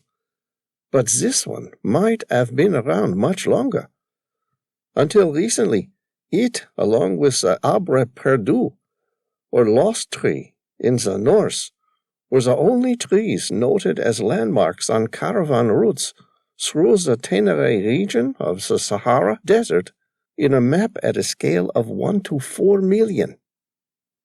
It must have drawn from a water table somewhere below us. Zara nodded again. During the winter of 1938 to 1939, when fears of war in North Africa were becoming increasingly frequent, a well was dug near the tree to improve supply demands from Niger and Chad. Do you know what they found? Sam shook his head. What? The roots of the tree reached the water table at a depth of 108 feet. That's the well we're looking for? He asked. No, that well was filled in 1941 by Mussolini's troops in an attempt to block supplies from the south. The one we're looking for is nearby. What happened to the Acacia radiana? Sam asked. The water dried up, and with it, all kinds of vegetation. Sam grinned. No, I mean, what happened to the last tree? Zara sighed. Some drunken idiot crashed his four-wheel drive into it. Sam laughed and glanced around. There was nothing but sand in every direction all the way to the horizon. Out here? She nodded and stopped at the darkened sand. Afraid so. Sam watched as she took in her exact location in relation to the sun and turned to her left. She took small, measured steps forwards. He followed as Zara counted out 65 steps and stopped. Without saying a word, she began digging in the sand with her bare hands. Sam and Tom quickly joined in. Within minutes, they'd cleared the top sand and found a large iron cover. The original well probably never had a cover. Sam guessed it was a more recent addition, brought by some traveling smuggler who wanted to keep the trail blocked off to most travelers. Take away a major water supply in the desert, and you exclude travel routes. Sam and Tom pulled on the cover. It was heavy. Even between the three of them, they were having trouble shifting it. They cleared away the rest of the sand. At the base, an old padlock barred the entrance. Christ, Zara said. Who padlocks the only water for hundreds of miles? A new addition? Tom asked. She nodded. Locking the only source of water for hundreds of miles is akin to giving someone who needs it a death sentence. I can't even imagine who would do this. Someone who doesn't want it to disappear. Sam took the butt of his AK-47 and slammed it into the padlock. On the fourth try, the rusted lock gave way. Sam helped Tom pull open the heavy hinged cover, and all three of them stared into the well. It looked deep, a lot deeper than he was expecting, every foot of the 108 below the surface, which Zara had described of the once nearby well, possibly even more. Narrow enough they could easily use the sides to push their legs off and slowly shimmy down to the water, but not too narrow to make it difficult to maneuver. Sam wondered whether they'd be able to climb back out once their feet were wet afterwards. He decided now was the wrong time to voice his concerns. "It's deeper than I was expecting," Sam admitted. "It's 160 feet deep," Zara said. "There's a second water table?" She looked pleased that he'd made the connection and smiled. "Yes." Sam removed the emergency kit he'd taken from Zogby's wrecked plane and dropped it on the ground beside the well. His eyes glanced up at something that glistened on the horizon. He squinted against the sun as he tried to make out exactly what he saw. "What is it?" Zara asked. Sam sighed. "We have company." Tom's eyes darted to the horizon. He was blessed to be born with 20/10 vision, or a visual acuity score twice as accurate at distance than the average person with 20/20 vision. "There's 3 riders on the ridge. No, wait, make it 4. They've crept ahead of the rest of our pursuers. They're riding camels, pretty quick by the looks of it." Zara studied the horizon. "They must have come from Bilma. They're riding fresh beasts." "How long do we have?" Sam asked, turning to Zara's lifetime of experience in traveling through the region. "An hour? Maybe less," she replied. Sam stared as the riders approached down the sand dune near the horizon. They had crept at least 2, possibly even 3 miles ahead of the rest of their pursuers. They came fast. Their beasts, most likely out from Bilma, were fresh and willing to be provoked into moving at speed. 4 riders in total. They had come to kill everyone and capture their prize, the Book of Nostradamus. For some reason his mind turned to the 4 horsemen of the apocalypse: war, famine, fear, and death. There was no way he could determine which one was coming, but all he saw was death. It seemed so unbelievably unfair. After all the distance they had traveled, they were going to get caught climbing into the ancient well and their hiding spot. Behind those 4 riders, a dust plume spilled high into the horizon. The rest of their pursuers were scattered somewhere between 2 and 3 miles behind. Zara looked up at him as though she could read his concerns. "If you don't kill them now, they'll know for certain that we're in the well." Tom loaded the remaining magazine into the chamber of his AK-47. "Then we'll have to make sure they don't get to see us go in." "Okay," Sam said. "I'll check this well out. Zara, you and Tom circle back and make some additional trails in the sand for them to track.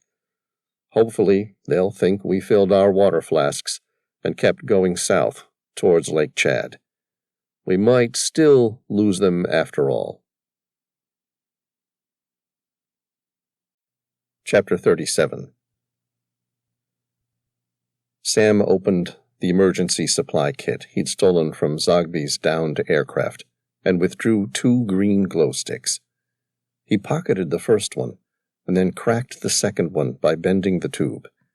He watched as the activator, hydrogen peroxide, flowed from its broken ampule into the phenyl oxalate ester and fluorescent dye, where it mixed and created the chemical luminescence. The stick glowed brightly green. He tucked it into his belt and took one last glance into the distance. The 4 riders had disappeared down a sand dune. He would have to be quick. He sat down on the edge of the well and placed his left foot forward and his right leg backwards. Using a technique popular with rock climbers called stemming, he began his descent of the well. The concept was to place your hands and feet on opposite ends of the rock walls and push outwards as though trying to push through. Maintaining as much external pressure as possible, Sam began his descent. He shuffled downwards, shifting his weight from each side to descend, and using his hands primarily for balance. Apart from the risk of a life-threatening fall if he slipped, the process was quite simple and didn't require much effort compared to traditional rock climbing. He didn't stop to consider the consequences of slipping. If he didn't find a place to hide soon, and Gige's men would kill him just as quick. Within minutes, his feet reached the still water at the base of the well. He carefully lowered his left foot into the water, maintaining an increased oppositional pressure with his hands. Sam slowly dipped both legs into the water and then dropped. His head plunged below the waterline, and his feet never reached the bottom. He quickly resurfaced. It was a good sign. The water was deep. If it had been shallow, his theory would have already been debunked. He took a couple deep breaths in and out in a process known as hyperoxygenation, and then dipped his head beneath the water again. He opened his eyes in the cool water.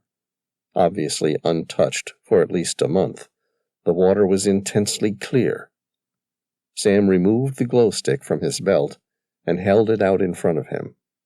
The water in the well glowed green all the way to the sandy bottom. The water gave the well the impression it wasn't very deep.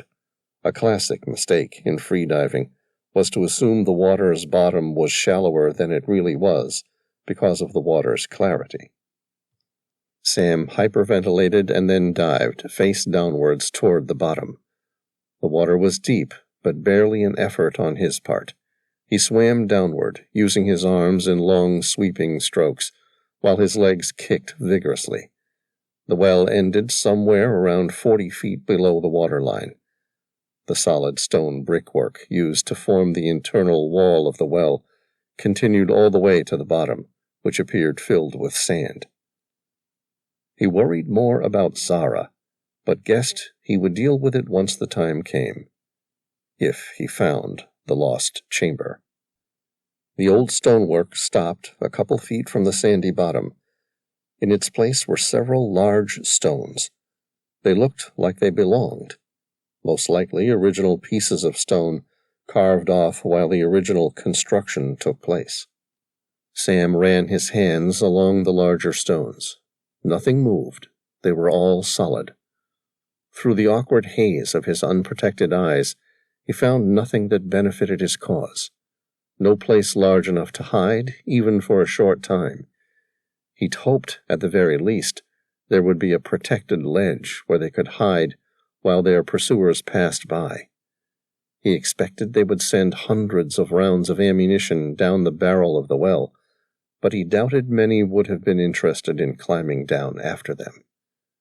But instead, he found a solid circumferential stone wall that descended all the way to the bottom.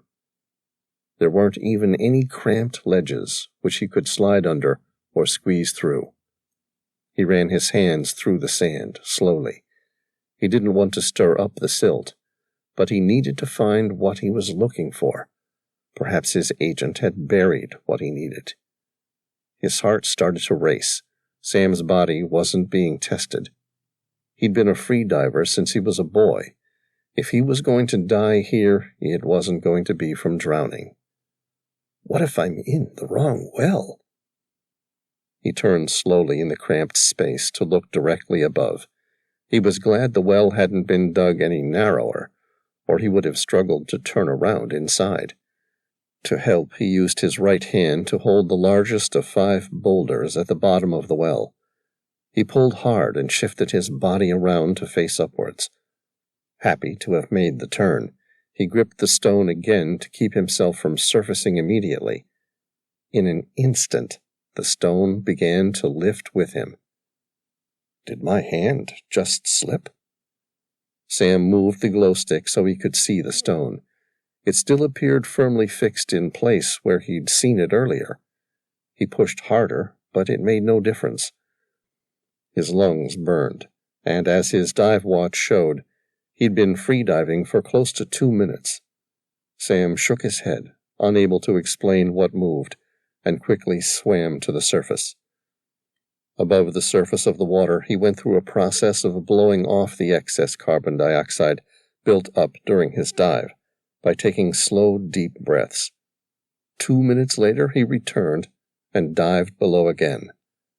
This time, he immediately dived to the large stone he thought had moved, so he could examine it again. Sam was almost certain the thing had moved. He tried pushing it to the left and then to the right. Neither allowed him to shift the enormous stone even an inch. He pulled down heavily on the stone. Again nothing moved. He shook his head. He must have been imagining things. There was no secret vault. And that meant it was all over. He'd gotten it wrong. Perhaps their agent had never buried the diamonds inside a well after all. Sam used the same stone to help turn himself upwards again. He would need to tell the others. It was time to make a new plan. Maybe there was still time to kill the 4 closest riders and take their camels. He pushed off the large stone to swim towards the surface, only this time it moved again. He hadn't imagined it. There was definitely movement as he pushed away. Sam stopped and stared at the giant stone, examining it like a surgeon preparing for an amputation. He went through the same 3 axes of movement which were possible, and then tried the one axis that was impossible, lifting the massive stone upwards. The stone was enormous, nearly 3 feet in height. The massive stone looked like it was wedged deeply inside the wall, making it impossible to lift. He didn't expect much response as he attempted to lift the stone, but instead found it lifted freely from the ground, revealing an opening inside. With his other hand, he moved the glow stick so it shined inside. The opening was quite large once you got through the initial entrance. He tried lowering it again, and then easily lifted it once more. Sam grinned. The damned thing is perfectly balanced on a fulcrum. He gritted his teeth, and holding the glow stick out in front of him, quickly pulled himself through the secret opening. Chapter 38. The entrance led to a much larger tunnel. It traversed in a horizontal direction for approximately 20 feet, before gradually turning upwards. The distance didn't stress him, but would be close to impossible for a non-freediver. He hadn't even considered if there was even air on the opposite side of it. He'd already passed the point of no return.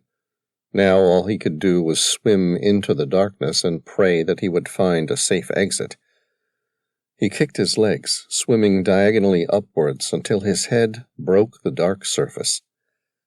The other side opened into a large clearing, like a subterranean lake.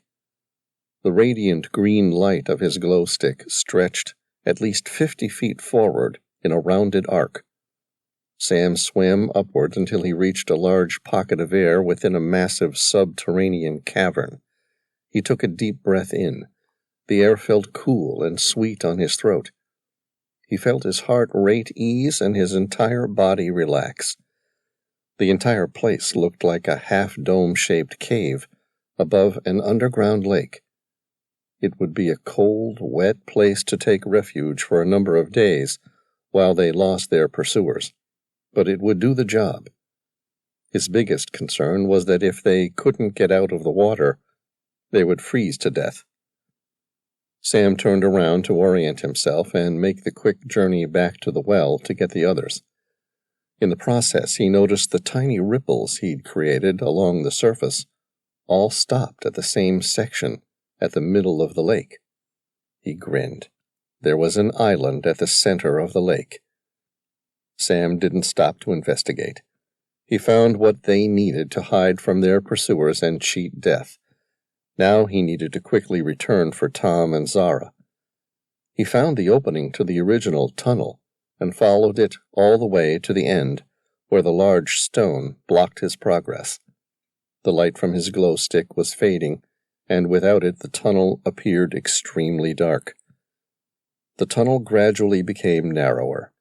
Sam placed his hands firmly on the ground and tried to push down, as though he were doing a push-up with the boulder resting heavily on his back.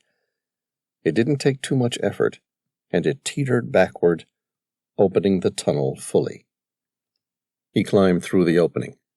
Inside the well once more, he turned to the light and pushed off the sandy bottom. Kicking hard, he swam to the surface. He reached the top and took a deep breath of air again. Sam placed his left foot in front and his right one behind. He used the oppositional force to step up so his torso rose above the water's surface. Using his hands for balance, he placed additional weight on the balls of his feet and pushed downward. His left leg held, but his right one slipped and he fell back into the water. The water made the well slippery to climb. He tried again and achieved the same result. On the fourth time, he used his right hand to grip a curved stone in the wall of the well and pulled himself out of the water. He slowly kicked free some of the water on his feet and then commenced climbing again. It took around 4 to 5 minutes to reach the top of the well. Sam climbed out and saw Zara staring back at him. "I found it," he said, looking at her. He smiled. It was gloating and came naturally. "I told you it would be here." Zara stared at him, but said nothing. She blinked and her long, dark lashes opened. In the afternoon light, her eyes appeared dark and unreadable. Behind him, Sam heard the distinctive, loud click of a large magazine being slid rearward and secured into the mag well of an AK-47. Sam didn't bother to turn around. His eyes met Zara's at once. They revealed the despondency of their fate in an instant. She shrugged. "I'm sorry, Sam. They found us first."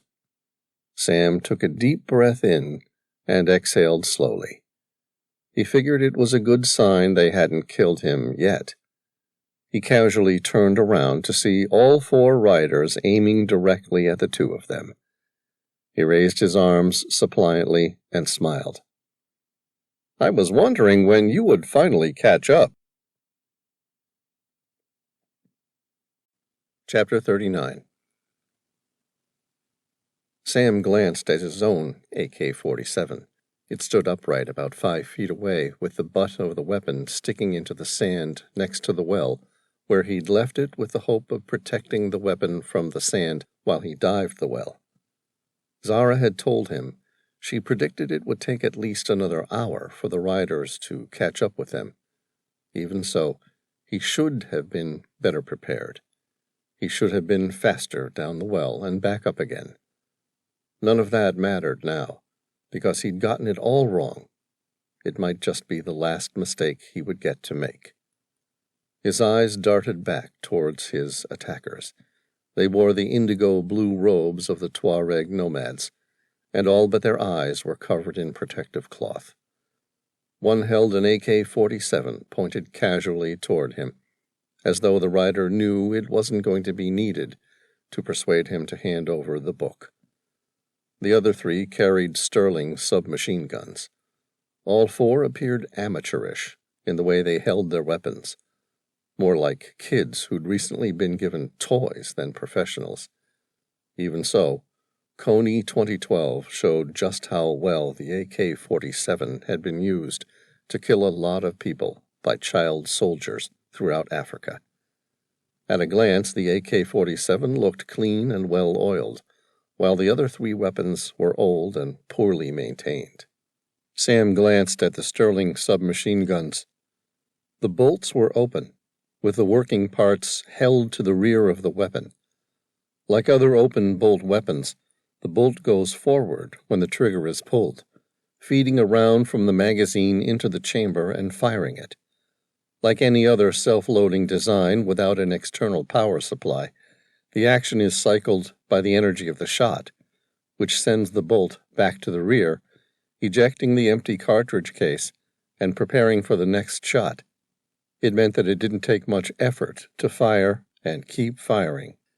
He noticed the bolts had helical grooves cut into the surface, the purpose being to remove dirt and fouling from the inside of the receiver to increase reliability in the Sahara, where sand was abundant. Without exception, each groove appeared blocked with sand, and the riders were ignorant or too lazy to dismantle and clean it. The weapons hadn't been stripped and oiled in a very long time. If he got lucky in a firefight At least one of the weapons would probably jam and misfire, but 3 working weapons against none was still a very uneven fight. Sam looked at his attackers. His hands remained in the air in supplication. "All right, now what?" The rider with the AK-47 dismounted her camel. She spoke with the authority of one used to being obeyed. "Now, you hand over the Book of Nostradamus." "What book?" She smiled at him. "Cute, but I'm afraid I don't have a lot of time. You may not have noticed, but we have an army following, and they're not going to be quite as nice when they get here. Your friend has already told me she stole the book, and you hid it for her down the well." Sam forced himself to smile. "So, if you know where it is, why don't you go get it yourself?" "Because I have no intention of climbing down that well," she said. "Instead, I'm counting on your kindness." "Kindness? You think General Ngige is going to show a great kindness to the people of the DRC? The woman in command laughed. "You still think General Nguige's in control here, don't you?" Sam asked. "He isn't?" "No." Sam was genuinely surprised by the new information.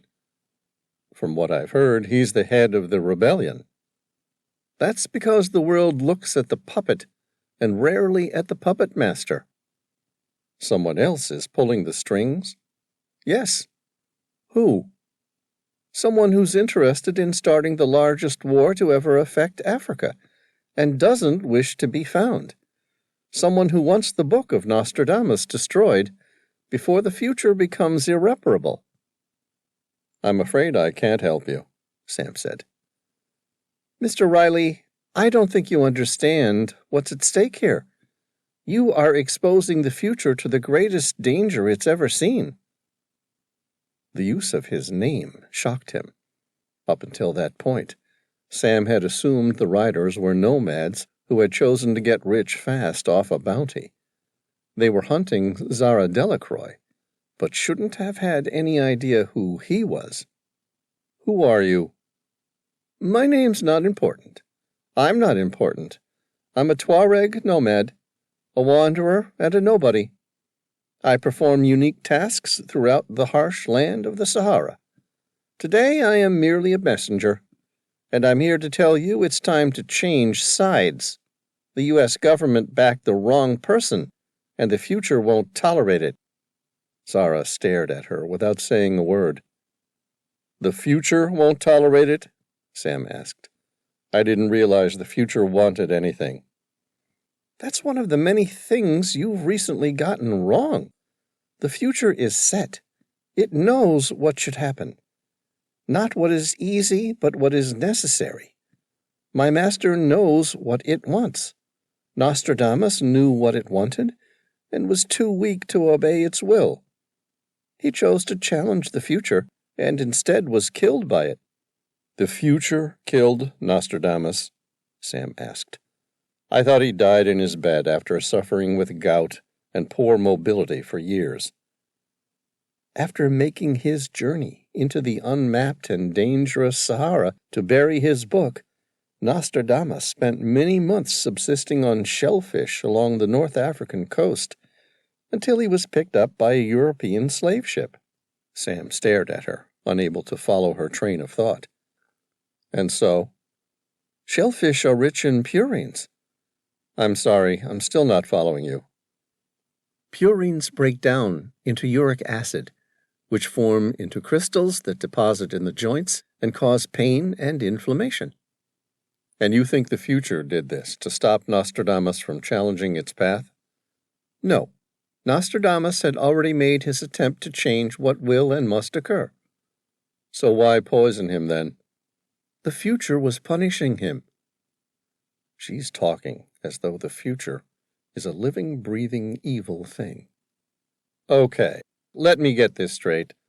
Nostradamus thought he'd found a way to beat the future, so he wrote a book and buried it in the Saharan desert, where no one could possibly find it until Dr. Delacroix arrived." His captor nodded and said nothing. "So what's inside the Book of Nostradamus?" Sam asked. No one answered. "What doesn't the future want changed?" he persisted. His captor turned to face Zara. "Do you want to tell him what you discovered inside the Book of Nostradamus?" Zara shook her head. "No, I can't." Their captor lowered the AK-47 at Zara. "You can and you must." "I haven't worked it out yet. I don't know." "Yes, you do. You just refuse to accept it. Now tell him." Zara looked at the weapons pointing at them, and then back at him. Her jaw was set firm and her eyes piercing, as though she'd come to a decision with terrible consequences. "I'm sorry." "Then I'll tell him," their captor said. "The future will—" Her words stopped as a multitude of bullets tore through her chest. Zara was the first to recover. She ducked down and threw a handful of sand into the eyes of the other three assailants. Sam tackled the one closest to him, who pulled at the trigger, sending a barrage of bullets into the air in a wide arc. Next to him, the second nomad fought with the Sterling's bolt, which had jammed. While Sam struggled to get control of the nomad he'd tackled, the third assailant aimed directly at him. The man took 3 steps toward him and shoved the barrel of his submachine gun hard against him. Sam felt the pressure on his temple. The man was making certain he didn't miss and get the other guy. His confidence meant that Zara was already dead. He gritted his teeth as though his will alone could somehow stave off his death. A moment later, he heard the trigger click and the shot fire. You really do get to hear the sound of the shot that kills you. A split second later, Sam felt the pressure of the submachine gun's barrel ease away from his temple. He turned his head slightly and saw a fine mist of red where his attacker fell. Sam turned his vision toward the sandy crest in the opposite direction. There, nestled high up on the sand dune behind them, Tom was standing up, having taken the man out a moment before he was able to fire. At the same time, Zara kneed the remaining nomad in his groin. He dropped the Sterling submachine gun with a jammed bolt. The weapon dropped to the ground. It landed on the hard edge of the well. The force dislodged the bolt, and the Sterling emptied all 34 rounds aimlessly. Sam dropped into the dune, the sharp whine of bullets flying past him, making him hug the ground desperately. When the Sterling finally stopped firing, Sam stood up. It had killed the 2 remaining attackers. He quickly ran over to the woman who had been in charge. She had been struck in the chest and was bleeding hard. There was nothing he could do to prolong her life. Sam said, "Please, I need to know. What is this all about?" She turned to face him, blood draining from her mouth with every breath. Sam sat her up and rested her back against his knee. She coughed, and some more frothing blood expelled from her mouth. She tried to talk, but the words wouldn't come out. "What is it?" Sam asked desperately. "What do you need me to do?" "Protect the future." Chapter 40. Sam watched as the stranger who'd been his captor just minutes beforehand gave up the will to breathe. She coughed a few more times as her body vainly attempted to expel the blood from her lungs, and then stopped completely. Zara brushed away a couple of flies from her face, already drawn by the smell of death. "Well, that worked well. I was beginning to worry Tom had lost interest in the plan. It took him so long to shoot." Sam said, "I wish he had." Zara bent down to take a Sterling submachine gun from one of the deceased and search for spare magazines. "What the hell does that mean?" Sam grabbed the newer AK-47 and 3 additional full magazines. "It means I want to know what was really inside the Book of Nostradamus." "I told you, I don't know what was inside the book. It's filled with riddles. So far my time's been spent a little preoccupied since I found the damn book, trying to keep myself alive. As I told you, the letters that Nostradamus addressed to me described his visions of the future as a series of strings of significance, watershed moments that changed everything, big changes. These have carried on through the ages. With each possible event, he's seen the subsequent strings for both futures. But for my generation, all human strings cease to exist. Which means? The human race will become extinct in my lifetime. Sam pointed to the now dead woman next to him. That woman told me you knew exactly what was inside the Book of Nostradamus. She said I'm on the wrong side and I need to protect the future. What did she mean? Zara avoided his gaze, turning instead to watch Tom run down the steep sand dune toward them. I don't know. I promise I have no idea. That's crap! Sam grabbed her by her shoulder to stop her from walking away from him. She was quite explicit. She said to you, "Do you want to tell him or shall I?" She was mistaken. I've barely had time to flick through the damned book. It's full of riddles that take years to fully decipher, if anyone ever does. Sam said, "But you paused. You stopped. I saw your face. You were torn." She swore and looked away. You wouldn't believe me if I told you. Try me. Sam looked at her. Her hazel green eyes were intense with passion and intelligence, but there was something else there, too, something he hadn't seen before. Was she ashamed? For what possible reason would Nostradamus have traveled all the way into the Saharan desert simply to bury and hide his most prized possession, the book which had given him all his power? Do you know how Nostradamus predicted the future? She asked. I always guessed he just made it up, got lucky, and became the king's best friend. No, he was a true seer. Really? As a scientist, you can't possibly expect me to believe this. She ignored his complaint. The way he did it wasn't magical. It was pure science. You see, he could follow the outcome of each significant incident, which would lead to another and another, until the final outcome for an event would occur. Meaning, at the end of several hundred events, he could predict the outcome of a certain event today. The butterfly effect? No, it's not quite as simple as the movies like to make it out to be. You think the movies failed to do adequate research into the science of predicting the future? She ignored his sarcasm. The way it works is like this.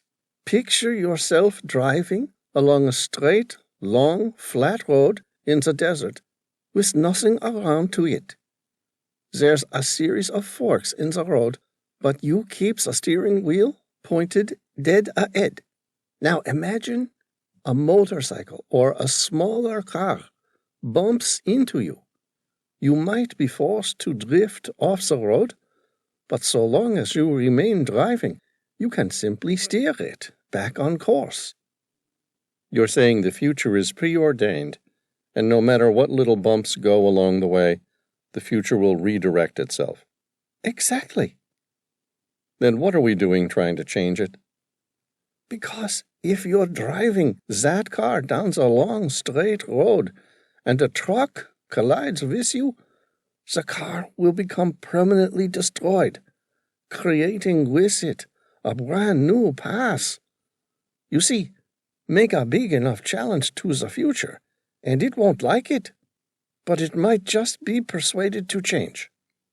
What event? He didn't say. Simply the ending of the world. How? Didn't say. Okay, so why didn't he just change things in his time to create the change needed? Why go walking through the desert? Because the future's already preordained, destined by some higher divinity. He didn't believe in the butterfly effect. He tried it multiple times. He could change small things, but the things which really mattered simply fought back until the destiny of man returned to its original path. He looked, trust me, he looked, but all lines lead to the same catastrophic event, which led to the demise of humanity. Sam said, "Fuck with the future and it fucks with you?" No, she shook her head. Nothing quite so sinister. Simply that new events will occur, and those will eventually trigger the same outcome. Well, that's just great. So now we know that the future's been ordained, and there's nothing we can do to affect it. What's the point of living? Exactly. When is this catastrophe supposed to occur? Now? Now when? This year, to be exact. So, if he knew we were all going to simply vanish, why go to the trouble of burying his stupid book? Because out of the billions of lines of futures that he investigated, just one provided him with an unclear future. He can't see everything? Everything except the outcome of one event. All he knew was that if that one event occurred, everything afterwards became foggy. As in the world ended? No, as though a new line had been created with no known future. It was a long shot, but he took it. What was the image of the event that changed everything? Me. You. I found his book. Sam studied her eyes. They were magnificent and at the same time truly deceptive. A true interrogator from the dangerous years of the Second World War couldn't have broken her mind. There's something else, isn't there? Yes. But you're not going to tell me. I can't. I'm sorry. You're just going to have to trust me on this. If Nostradamus went to all this trouble and dramatically shortened his own life so that he could change the future, you must have faith that I'm working on the right side of this event. I find it hard to believe anyone is on the right side of this. Tom stepped in between the two of them. What's going on? Nice shooting, Zara said. Thanks, Tom. Nice shot. Sam smiled. Tom asked, "What's going on?" Zara was just explaining why she has to keep the biggest secret in the world from us to protect the future. Tom nodded, without any sign of understanding. His eyes were focused on a plume of sand converging in the distance. "They're close. I suggest we finish this discussion hidden deep inside the well." Chapter 41.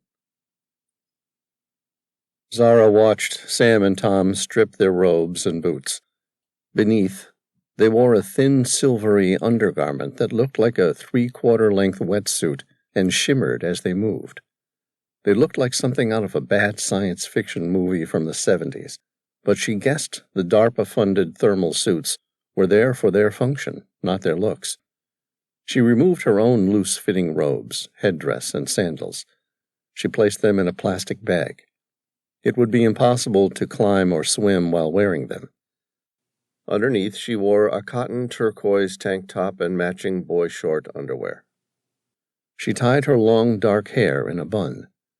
2 years traipsing through the desert on expedition had left her lithe and athletic. At the same time, her Persian and French blood had made her naturally exotic. Tom, she noted, had dutifully turned around, while Sam, on the other hand, grinned and then quickly turned around. She said, "Don't even think about saying anything, Sam." Sam ignored her. Instead, he broke the remaining 2 glow sticks. The chemicals inside swirled and mixed, sending out a green phosphorescence. He handed one to her. Sam said, "We have 2 glow sticks. I'll carry one and you carry the other. You follow my light, and Tom will follow yours.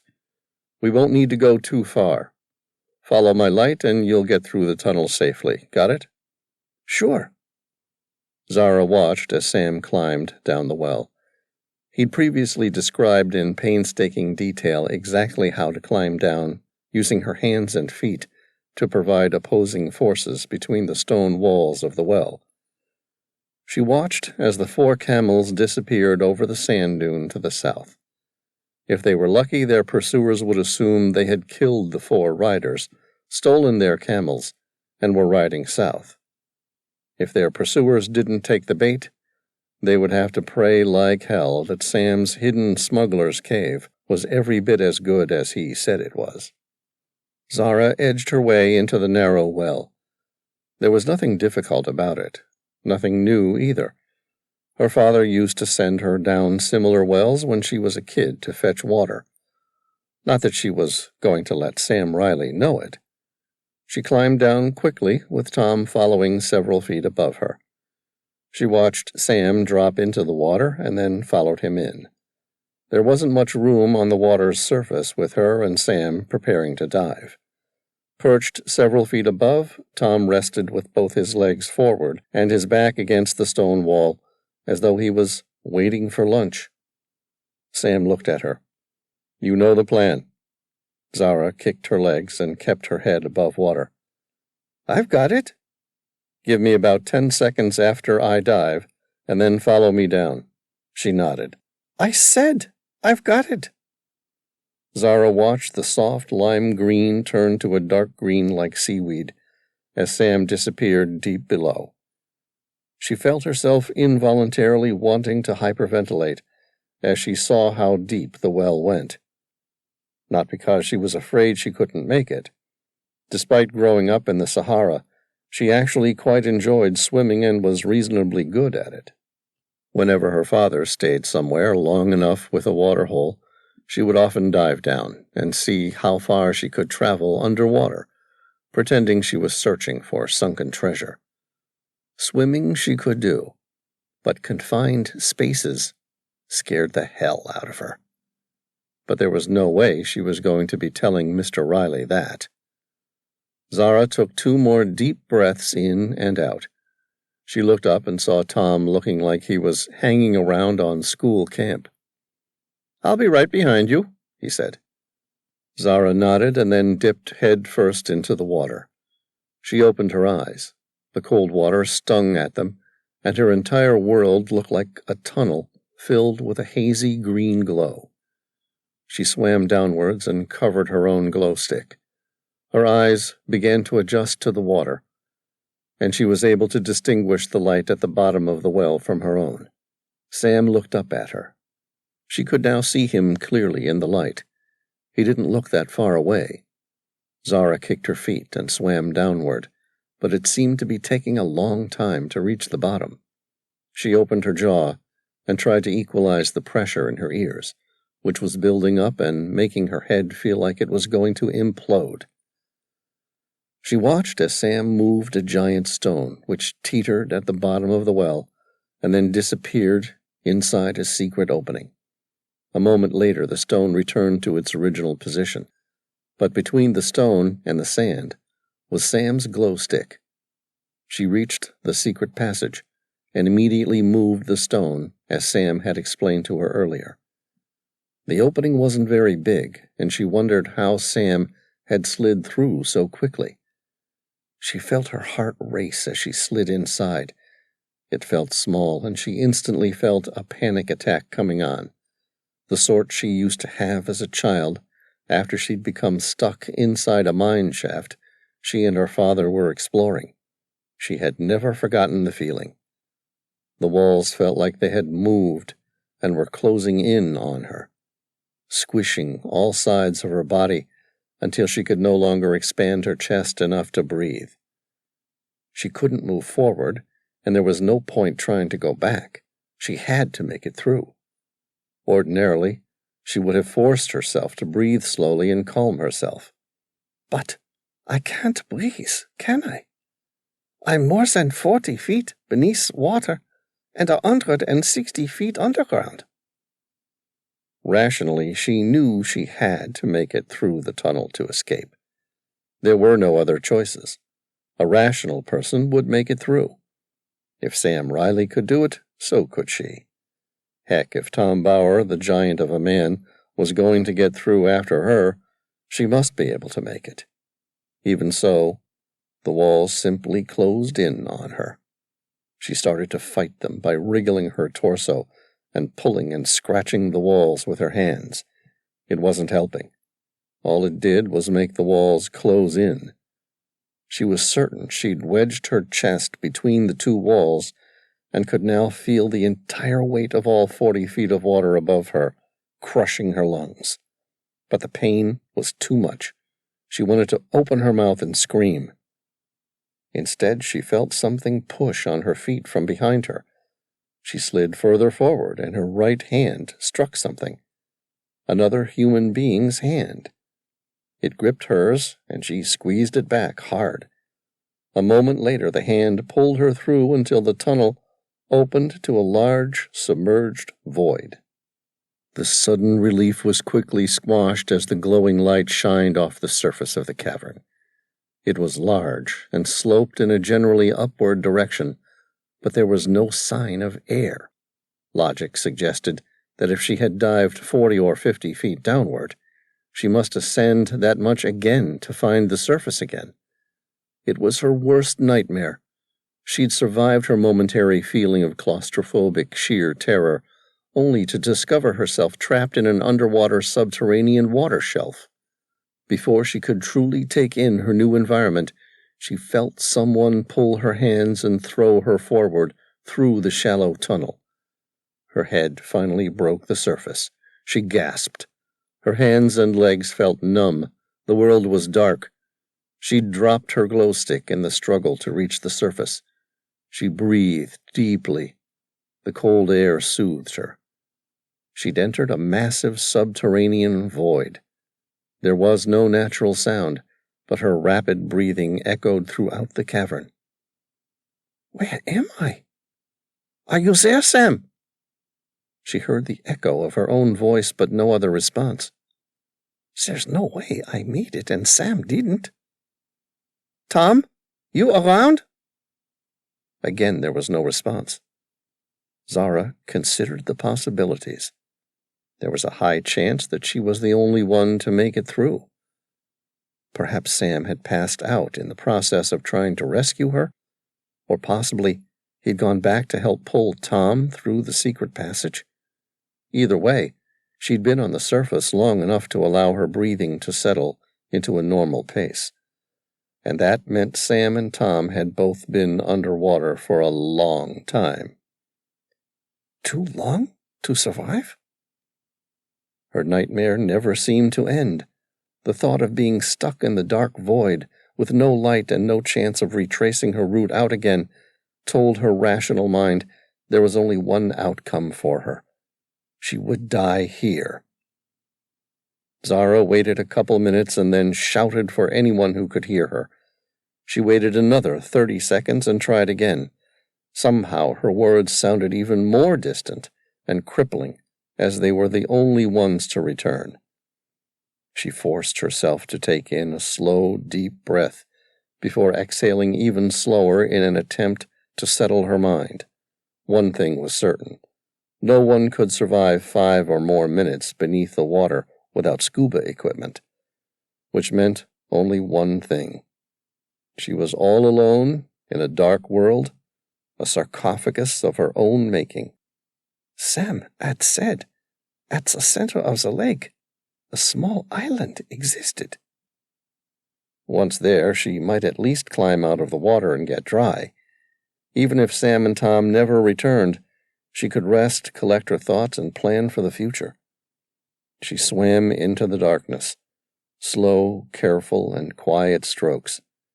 If she didn't make much noise, it stood to reason that she would hear if anyone came for her. After about 5 minutes, her hand struck something hard. It was like a stone wall. She ran her hand along it and then reached the top. The surface was flat.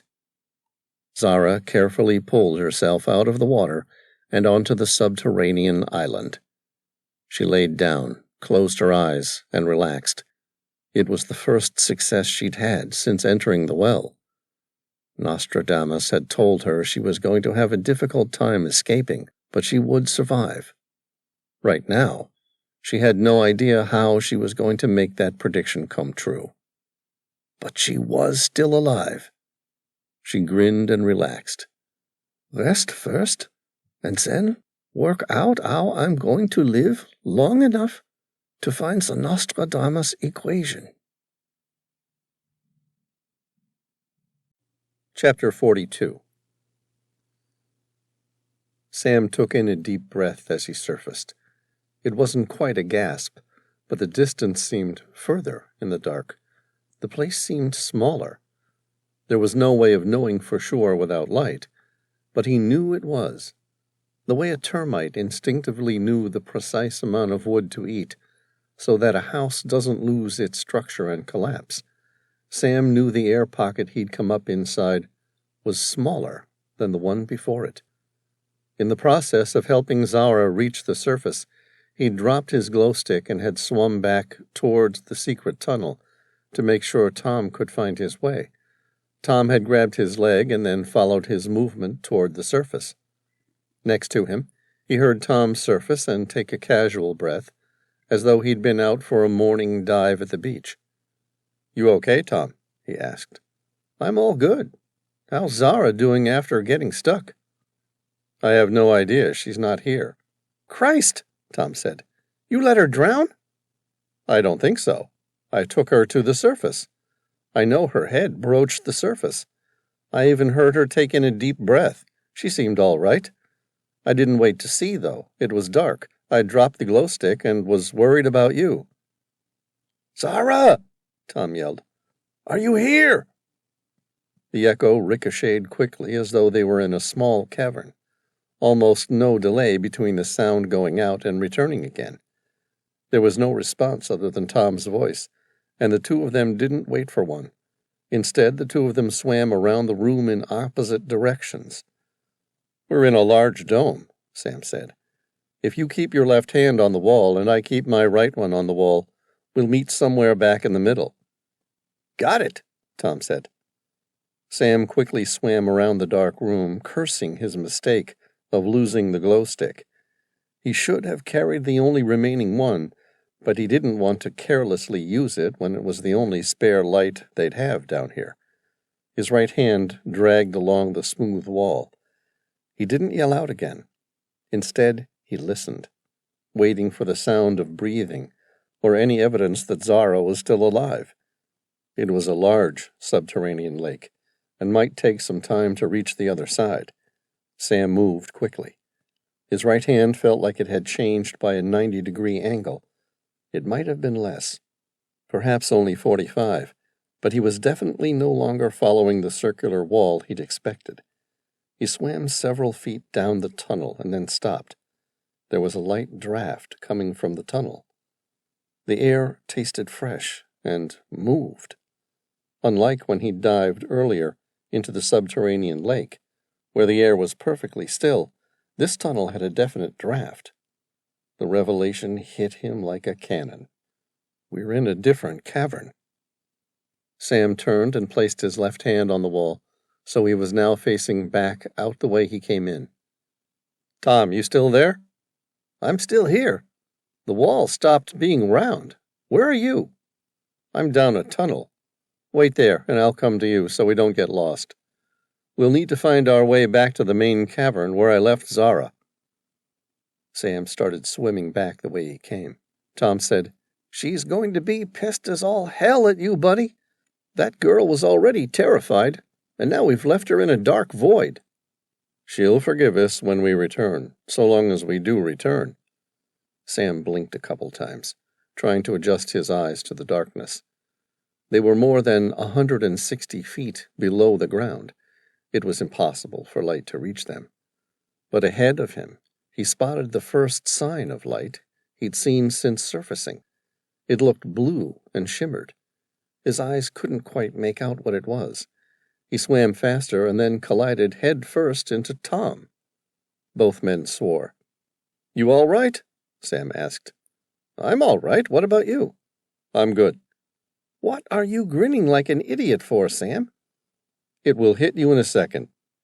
Tom swore. "Christ, I can see your face. It's blue and kind of creepier than I remember it, but at least I can see." "It's our DARPA thermal suits," Sam said, already swimming back toward where they had come from. "Their chemicals are changing the color from gray to fluorescent blue as they attempt to mitigate against the cold water." "So all we have to do to be able to see is stay cold?" "Yeah, something like that." "What if we increase the desired temperature parameters?" Sam adjusted a small temperature gauge on his right upper arm. "You're right. It will drain the power quicker, but we should be able to use it on short bursts if we want to greatly increase the lumens." Tom checked his own power module. "At current rate of consumption, my suit has approximately 3 days to go." "Then let's not waste the energy." As Sam swam across the small cavern, he looked up at their new environment. It was another dome, like the one he'd found earlier, only instead of being massive, this one was no more than 10 or so feet in diameter. The ceiling was a perfectly formed dome. Tom looked at the ceiling above. "What do you think, Sam?" "I'm doubting any smuggler went to the trouble to build anything this advanced, which means this must have been built by the ancient Garamantes." "You mean we stumbled across the Golden City? The same fictional one we used as an alibi for why we were carrying dive tanks into the Sahara?" "It looks like it." "I wonder. Do you think the other stories about it being a golden city are true?" Tom asked.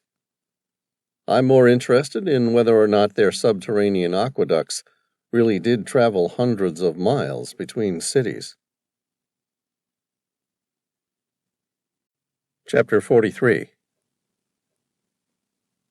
Zara rolled over onto her side. Something had changed in her environment. They say when you lose one of your senses, the other senses become more responsive in order to pick up the slack. In this case, she didn't even know what had changed, only that something had changed. Her eyes had become adjusted to existing in complete darkness, but now somewhere in the distance, the darkness turned slightly blue. She sat bolt upright and then stood up. On the far side of the lake, she could definitely see something. It wasn't much, a blue haze beneath the water. Not bright enough to see what it was, but at least confirmation she was not alone. She stared at it, willing it to grow. And the light did grow. A second light followed behind. Both objects were moving quickly beneath the water. There was just enough light to make out the island she was standing on. She spotted the watertight backpack that Sam had brought down earlier, which carried her robes and emergency provisions. Next to the backpack were 3 small bags of stones. Instinctively, she bent down and picked up the largest one she could find and prepared to throw it at whatever enemy was now approaching. The thing looked like 2 vile blue monsters. She wondered if they could be some sort of fish that had evolved to live underneath the well in perfect darkness. Her heart raced and she picked up a second stone to hurl. The first monster broke the surface with a gasp, followed by the second one. They were both on the far side of the cavern. They turned and faced her directly. "Zara, thank goodness you're all right." Zara recognized the confident voice of Sam. She squeezed the cold stone in her hand and was tempted to pummel it at him anyway. She said, "Where did you 2 go? I thought you were both dead." "Sorry, I dropped the glow stick when I went back for Tom. When we surfaced, we were in a different cavern and without light, so we had no idea we weren't where we were supposed to be." Tom popped his head out of the water a few feet next to Sam. He looked calm, and there was no evidence he'd been holding his breath. Tom looked directly at her and smiled comfortingly. "You okay, Zara?" "Fine," she said. Zara watched as the two men quickly swam towards the island and climbed out. They looked like giant blue glowing fish, the sort of unique deep-sea creatures which had evolved to live in just such a place as this. Their thermal suits no longer silvery, but glistening in blue. "I see you found out how to make your own light," she said.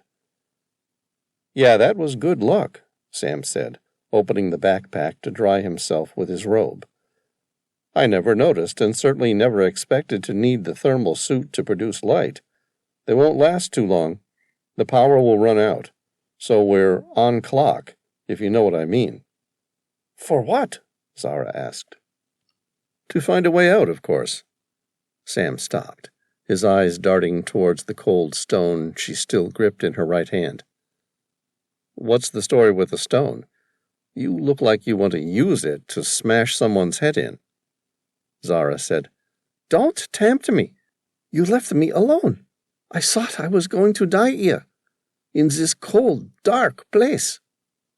Sam said, "I said I'm sorry." Tom grinned. "Sorry to interrupt. You two can fight about who hates each other more later. Can I ask where you found that stone?" "Over there." Zara pointed to 3 small bags made from gazelle hides. Sam smiled. He walked up to the first one and loosened the drawstring. Inside, there were enough diamonds to fund a revolution. "They don't look like much more than dirty rocks to me." "Do you know anything about diamonds?" she asked. "I know they're the most artificially overinflated commodity in existence, but apart from that, no." "Those dirty so-called rocks are worth enough to fund a dozen military coups." Chapter 44. Sam turned the temperature on his thermal suit up to its maximum setting. At the same time, Tom switched his off completely to conserve energy. They were going to need the batteries to work as long as possible. Sam's body shimmered with the deep blue glow as it quickly heated up to an uncomfortable temperature inside. The light glowed and permeated every corner of the subterranean cavern. All 3 of them looked up in awe. They were standing directly beneath the oculus of a massive dome. Sam grinned as his eyes followed the contours of the enormous dome downward until he was looking at Zara. "This place remind you of anything?" Zara's hazel-green eyes stared up in fascination. The edge of her lips curled upwards, and she bit her lower lip and then screamed, "The Roman Pantheon!" Sam nodded. "Which means?" "The Romans conquered this far south?" Sam shook his head.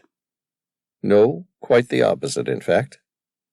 Zara didn't bother hiding her skepticism. "You think the Garamantes conquered Rome?" "Not conquered, but certainly heavily influenced the development of Roman architecture." "That's absurd. The Roman Empire was miles ahead of the rest of the world at the time. In the arts, sciences, and engineering, there was no comparison. And to consider their development was challenged by an ancient tribe of nomadic people is laughable." "And yet true." She smiled. "Christ, you're serious. Why?"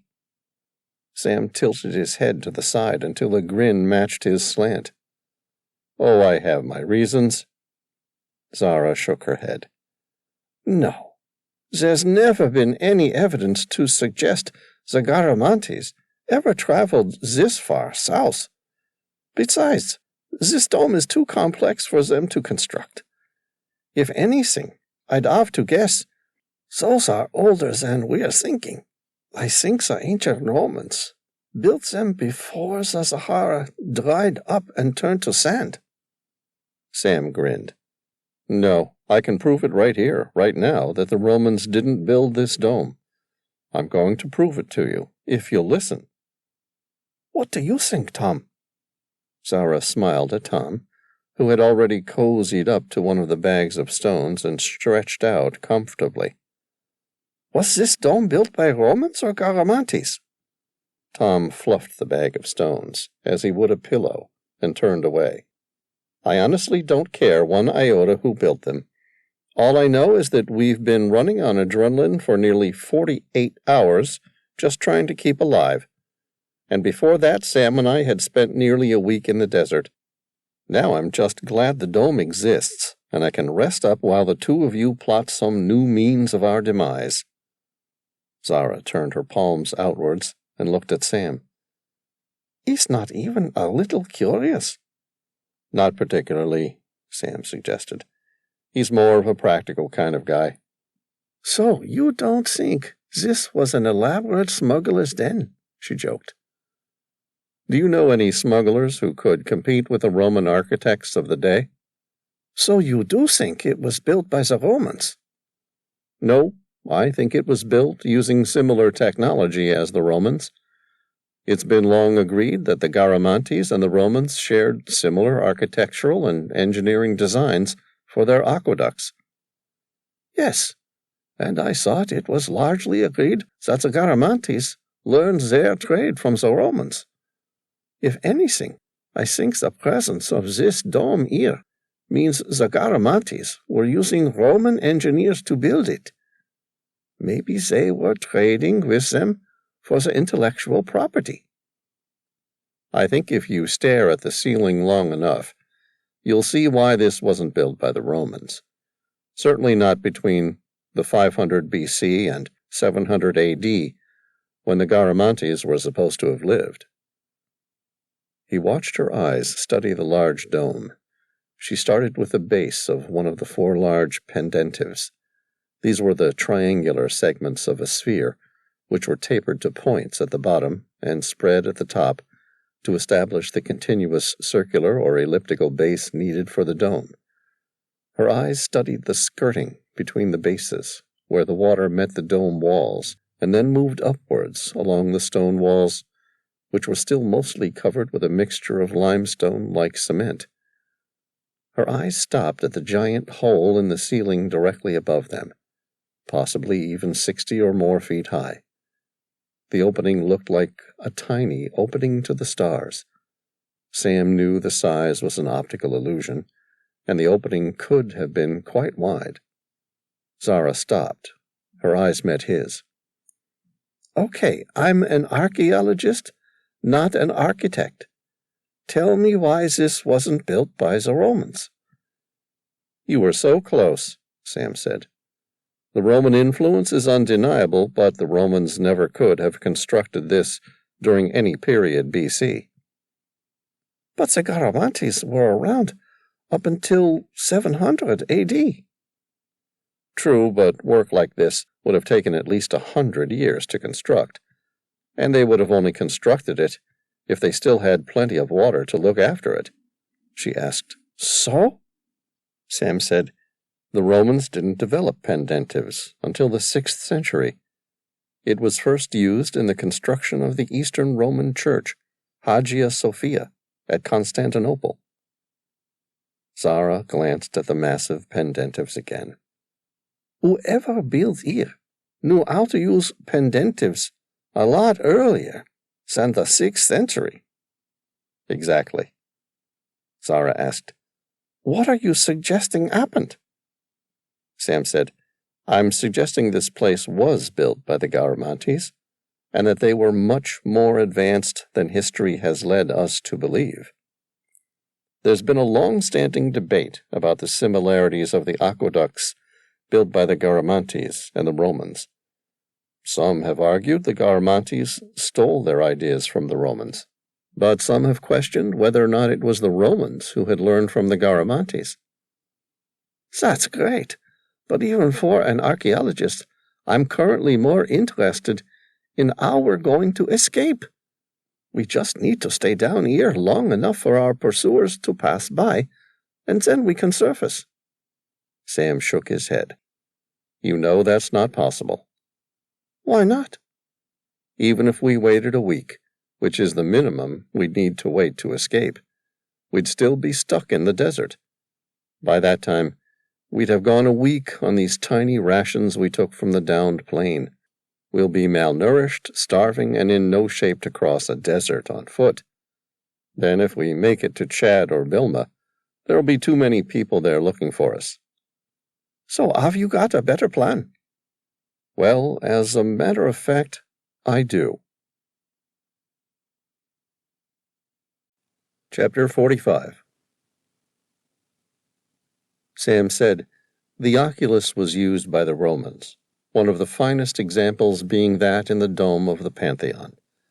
Open to the weather, it allows rain to enter and fall to the floor, where it is carried away through drains. Though the opening looks small, it actually has a diameter of 27 feet, allowing it to light the building just as the sun lights the earth.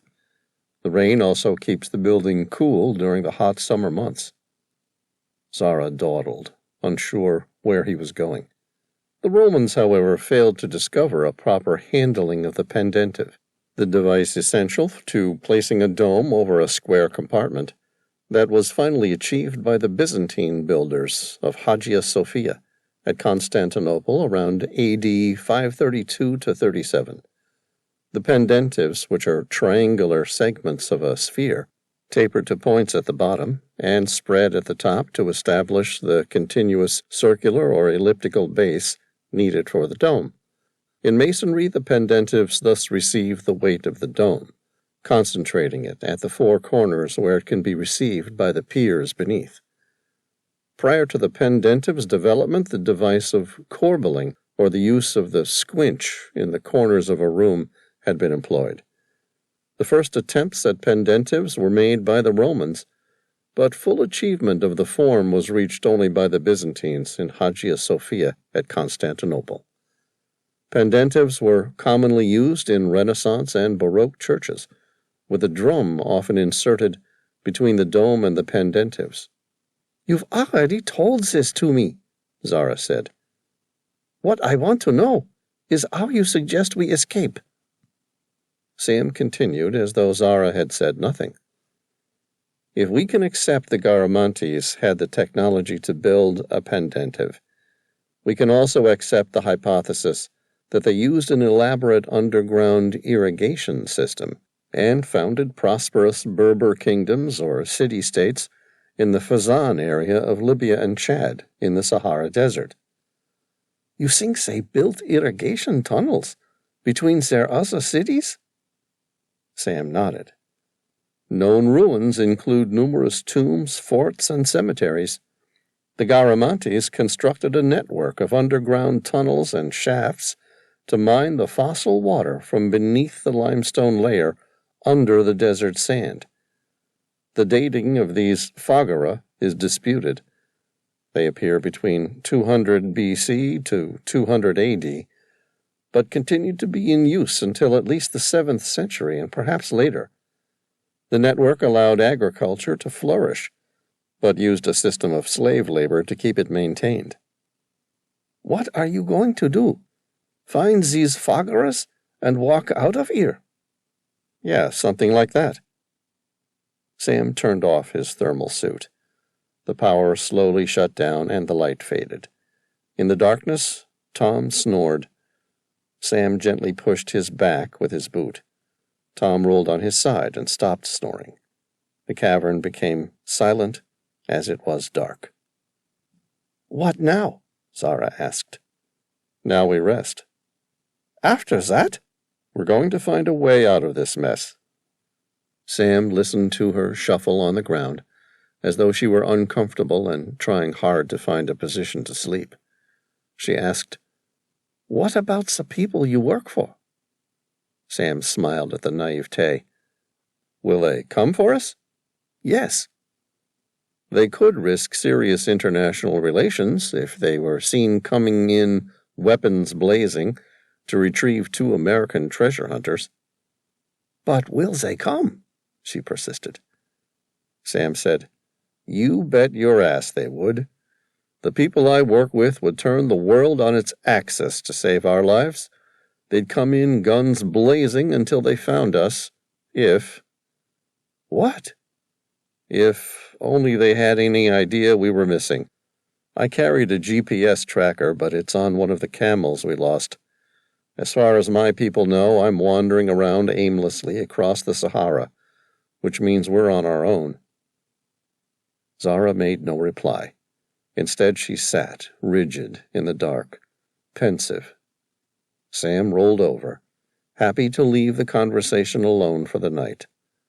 To a small degree, he still felt a certain level of guilt that he hadn't planned his mission better. If he could have communicated with his team on board the Maria Helena, they would all be out of this mess by now. The ground was hard and uncomfortable. Sam had slept in worse places over the years, but his mind struggled to switch off. After about 5 minutes, the silence was broken. Zara asked, "What do you think happened to your agent?" Sam paused. "Who?" "The diamond smuggler." Sam didn't wait to think about it. "He would have been executed." "How do you know he was killed?" "Because he didn't show up at the rendezvous point in Morocco." "So you think General Nguige's men got to him?" "I'm certain of it. Satellite images showed his forces in pursuit the day before we lost contact with him." "So maybe they captured him, and he's still alive?" "No. General Nguige doesn't take prisoners unless they're valuable, and the general didn't make any requests, so we know he didn't keep our man alive. Simple as that." She asked, "What was he like?" Surprised by the question, Sam thought about it for a moment. Zara didn't strike him as being a sentimental kind of woman. There was no reason he could see that she would be interested in an American agent. "I don't know. I never met the man. I got out of the military years ago." She laughed. "That's right. You're here strictly as a treasure hunter." "Right," Sam confirmed. "What do you know about him?" "Nothing." Sam thought about it for a moment. "Not much. He held dual citizenship with the U.S. and Egypt. His brother still lives and works in the region. His father was a desert dweller, a Saharan nomad, who'd survived by trading throughout a series of sandy outcrops. We know nothing about his mother. She probably died when he was very little." "What was his name?" She spoke the words softly. There was a little tenderness that he hadn't heard in her voice before. "Mikhail. I don't know his last name. He had an excellent reputation in the region." She made a sound. It was barely audible, but in an instant it told him all he needed to know, and why she was so interested in the man. Sam said, "You knew him?" He felt Zara throw her arms around his neck and hold tight. Wet tears rolled onto his neck. She said, "Yes, he was my lover." Chapter 46. Mikhail stood up to stretch. There was a slight bend in his spine, but it was as close to freedom as he would receive during his stay at the Lake Tumba lithium mine. He'd lost count of how many days he'd been there. None of it mattered to him. Inside the mine, life and death came around every other day. If he wanted to live, he would have to beat everyone around him. He'd lost a lot of weight. If he lost any more strength, he might not make it. Few people lasted in the mine very long. Those who did had to make friends fast or beat some very powerful enemies. Dikembe was one such friend Mikhail had made. He was the largest man Mikhail had ever met. He had to be almost 7 foot tall and solid. Rations were served to those who pulled the most amount of lithium brine out from under the mountains. Dikembe, who was the largest, had been pulling massive amounts of the liquid brine for many years. He was given whatever rations he required. In order to keep control of his slaves, General Nguige provided the same amount of food and water to the men of the mine every 24 hours. The prisoner count fluctuated somewhere between 500 and 1,000 men. It didn't matter if this number increased or decreased. The same amount of rations would be provided, so long as the prisoners carried the required amount of lithium brine to the surface. All lived below the cold, sunken earth, in a labyrinth of mine shafts, tunnels, and excavation sites. There were 84 individual levels. Mines involved shafts, which were vertical, and tunnels, which were horizontal. It had a series of mine shafts driven along opposing arms, so that there would be plenty of additional ways to reach the surface if a cave-in occurred along any one tunnel or shaft. The Lake Tumba lithium mine had existed for nearly 4 decades as a gold mine. When the gold veins ran out, or were no longer profitable, the mine was sold multiple times until it failed to find a bidder. Once there, it sat dormant until General Ngige discovered a new purpose for it. A working mine has always been useful as a prison. It served as a deterrent and for the purpose of producing gold, only now it served an additional benefit of providing the highest-yielding stores of lithium brine in any mine in the world, which made it one of the most valuable pieces of soil anywhere in the world. If the legends were to be considered true, General Ngige and Dikembe both had an intricate knowledge of the mine after being forced to work it nearly 20 years ago as children. Both men vowed to change the world they lived. Dikembe prayed to make it a better place, while Ngige wanted nothing but revenge. Michel watched Dikembe finish his bowl of food, rice mixed with fish.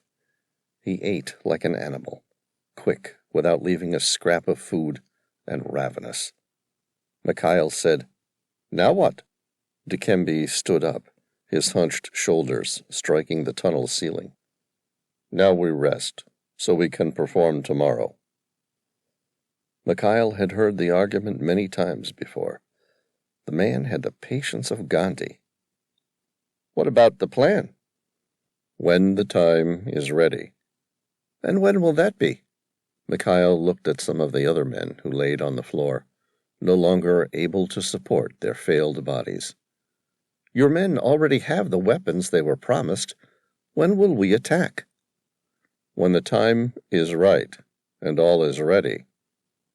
If the guy wasn't twice his size, Michel seriously considered hitting him. "Can't you see? Dikembe, your men are dying around you. Their once strong and healthy lives withering away to greet death for nothing." Dikembe walked away, descending further into the mine silently. "You owe them a better death?" Michel stopped him by reaching the giant's massive shoulder with his hand. "And you owe me a better explanation after all I have done for your cause?" Dikembe looked at him, his gray-blue eyes somehow ghoulish in the poor light. "You don't know a thing about this mine, do you?" "No, but I know I don't intend on dying here for no purpose at all, while a coward waits for his own oblivion." The giant stopped. He turned around abruptly. For a second, Michel thought the giant was going to kill him with his bare hands. Instead, the man looked to the ground below. With his massive finger, he drew a series of horizontal and vertical lines. There were 4 separate mines, each one extending miles upon miles in a series of tunnels spanning every direction. The 4 mines were all joined by a rectangular tunnel that formed at level 10. And above that, 3 tunnels traverse in an ascending direction, until all 3 joined together and finally reached the surface. Dikembe said, "This is the Lake Tumba lithium mine. There are 84 levels. As you know, throughout a 24-hour cycle, we need to extract a total of 10 tons of lithium from inside this maze. That includes both the metal separated from other elements in igneous minerals, and the lithium salts extracted from water and brine pools. Michel nodded and said nothing. Dikembe wasn't telling him anything he didn't already know. Dikembe drew a line across the top levels of the mine. At nighttime, Nguige's men lock gates at this section, keeping us trapped below level 10. Yes, but give me enough time and I'll break through those gates. Dikembe ignored his request. Instead, he drew the 3 main tunnels that lead to the single tunnel that extended all the way to the surface. He then met Michel's eyes. Do you know what's directly above these 3 tunnels? No. Lake Tumba, and nearly 300 million gallons of water. Michel nodded. If anyone tried to tunnel out, they would have no way of knowing when or where they would reach the bottom of the lake. Even if they didn't try to escape, General Nguige must have ordered dynamite to be drilled into the ceiling of one of those tunnels. At the first sign of a revolt, the dynamite would be blasted and all of them would drown below.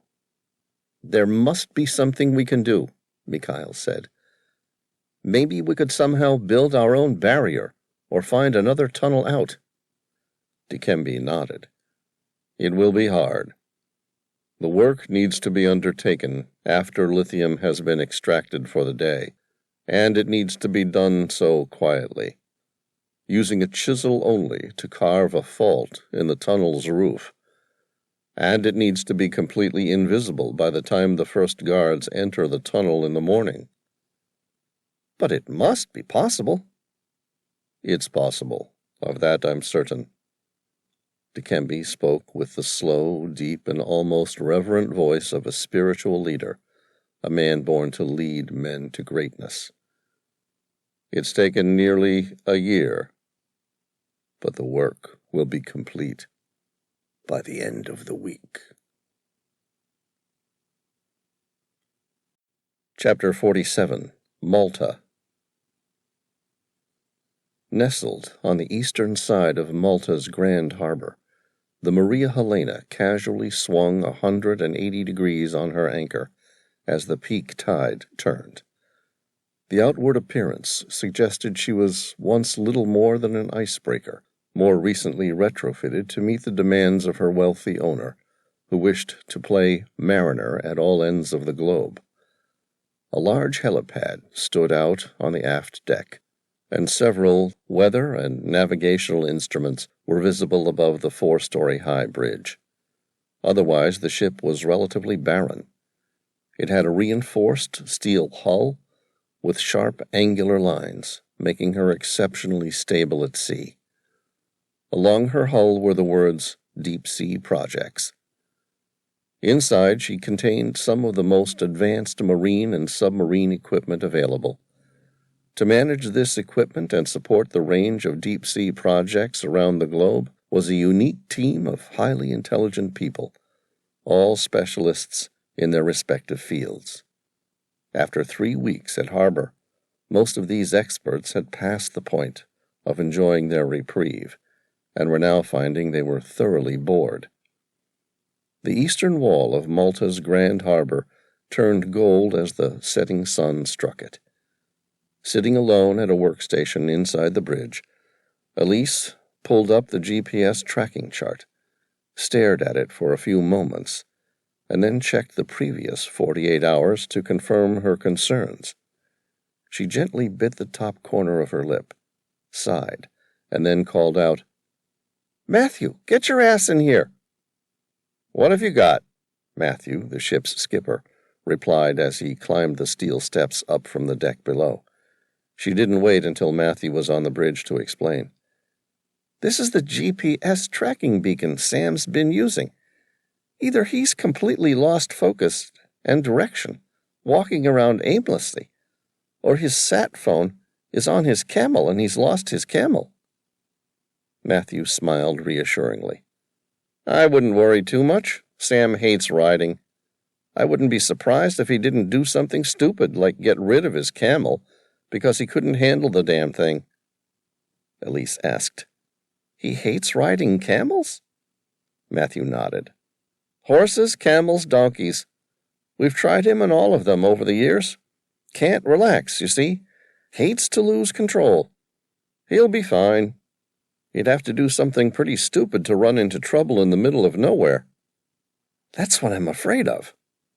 And that's what Tom's doing there, making sure he keeps Sam in check. Elise brought up the image of the last waterhole where the camels had taken a direct route 3 days ago. We know someone was guiding the camels at this point. The lines are too direct to be accidental. Afterwards, they seem to go around in circles before repeatedly returning to the same oasis. Where's the oasis? It's called Mini Bilma Oasis, somewhere in Niger, bordering with Chad. Okay, can you get me current satellite imaging? He asked.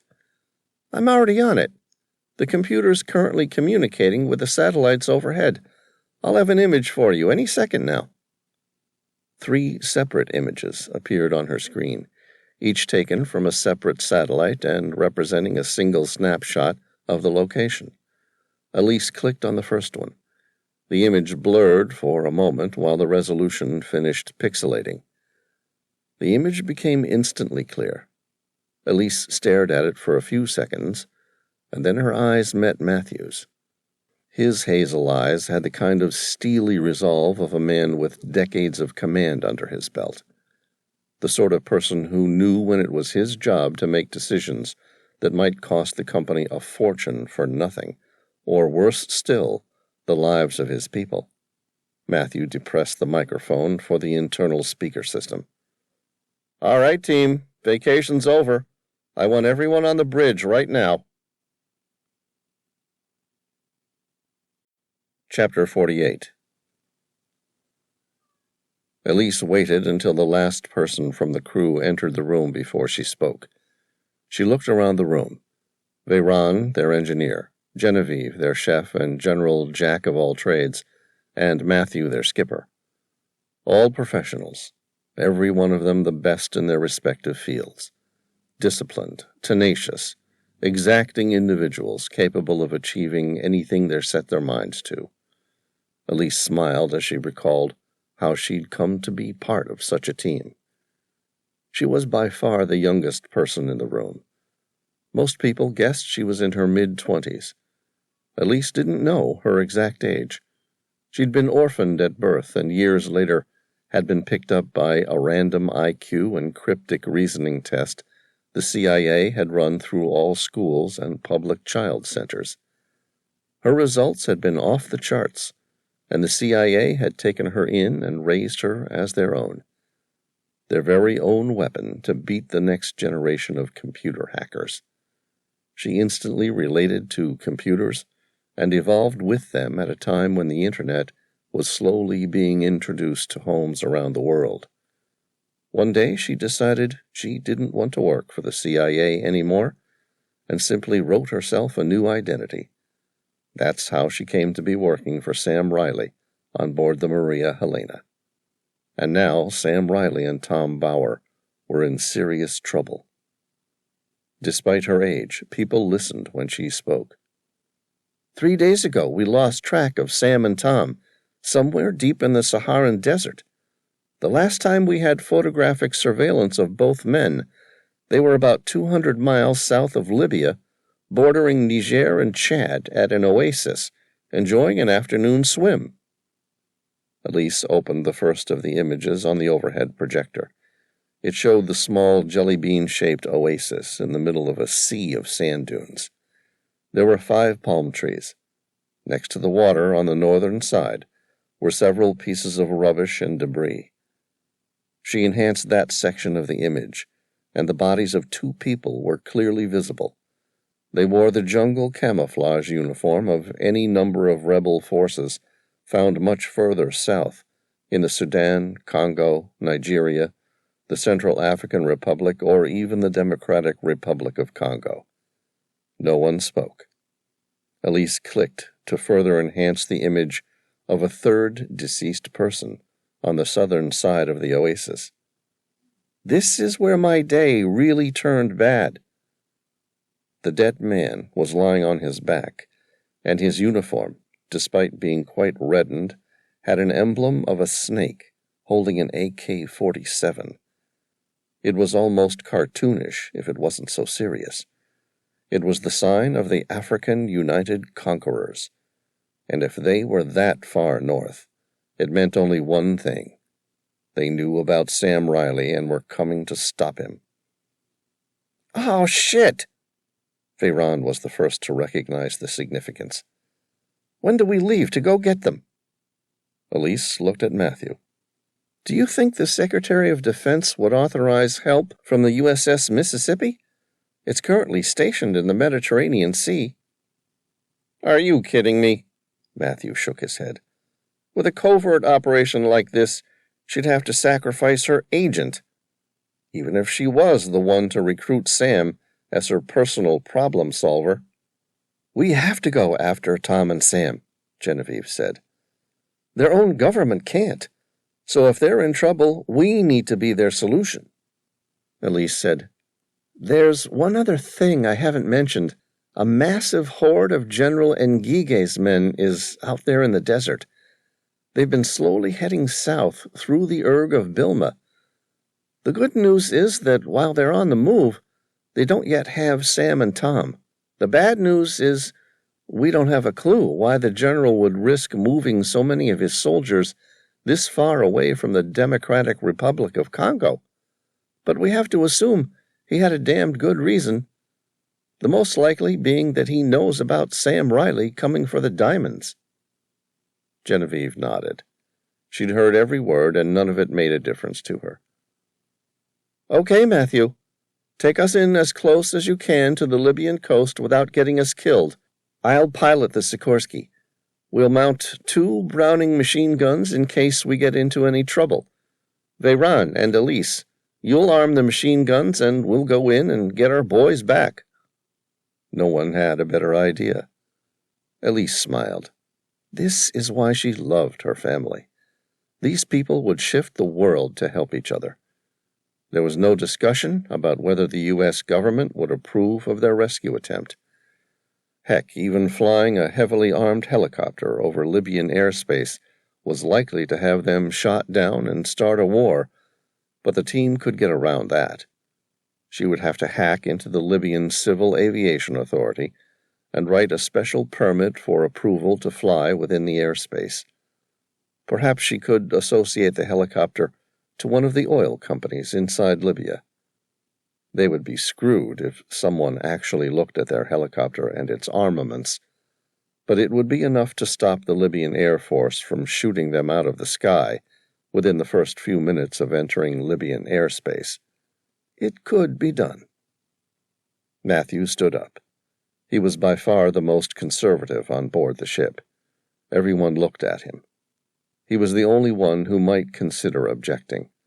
Certainly the most likely to find legitimate reasons to object, and there were many. His face was focused and his eyes determined. "Okay, remember our boys are stuck in a desert with a horde of madmen after them. Let's get a move on." Chapter 49. Desert City, Bilma, Niger. The Sikorsky flew a total distance of 815 miles from the coast of Libya directly through to the desert town of Bilma on the northeastern border of Niger.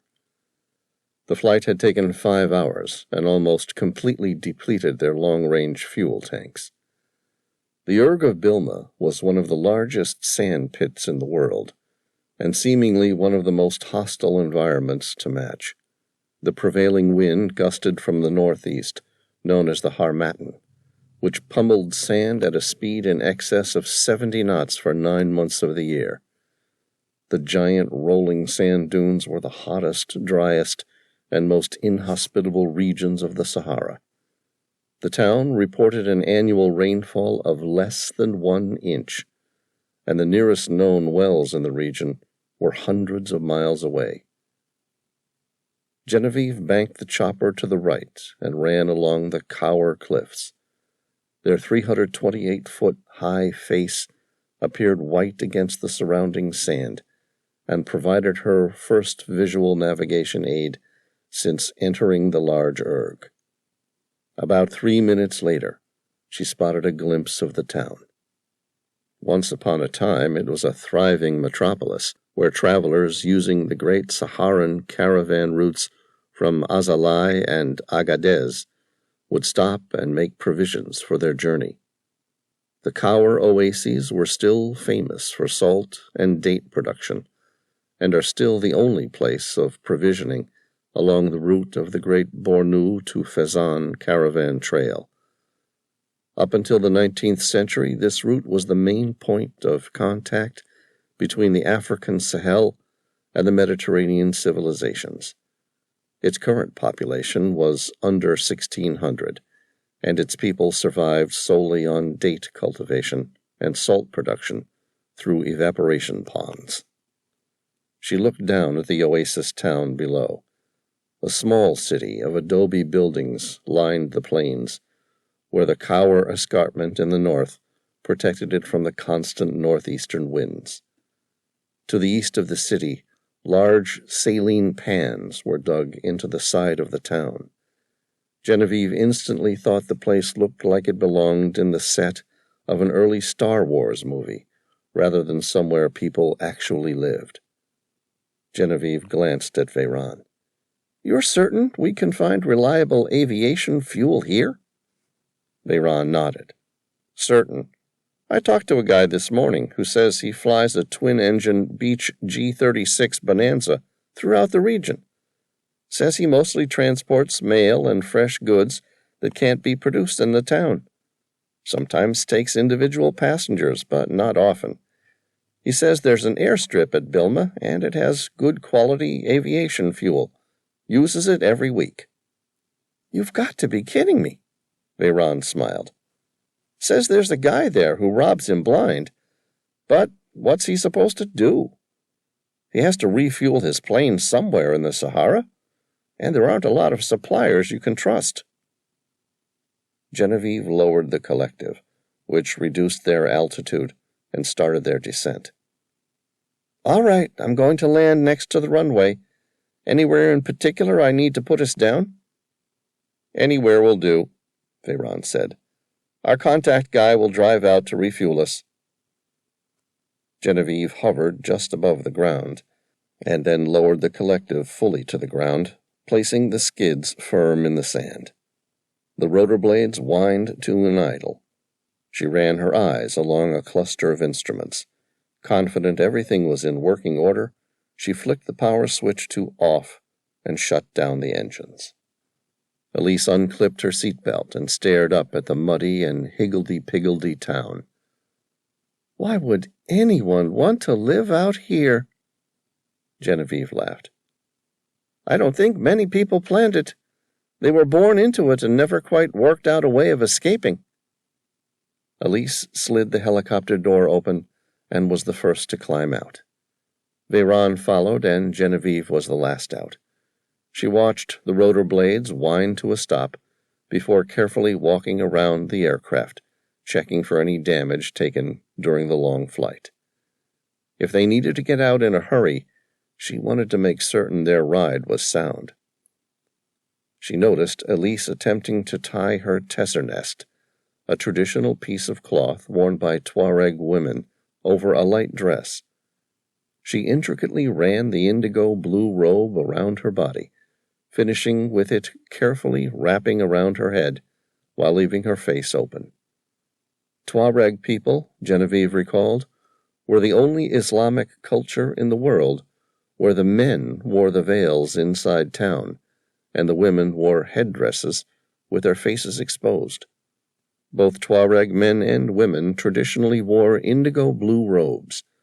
The dye used in coloring the cloth would leak over time and become absorbed in the wearer's skin, giving a slight bluish tinge to their faces.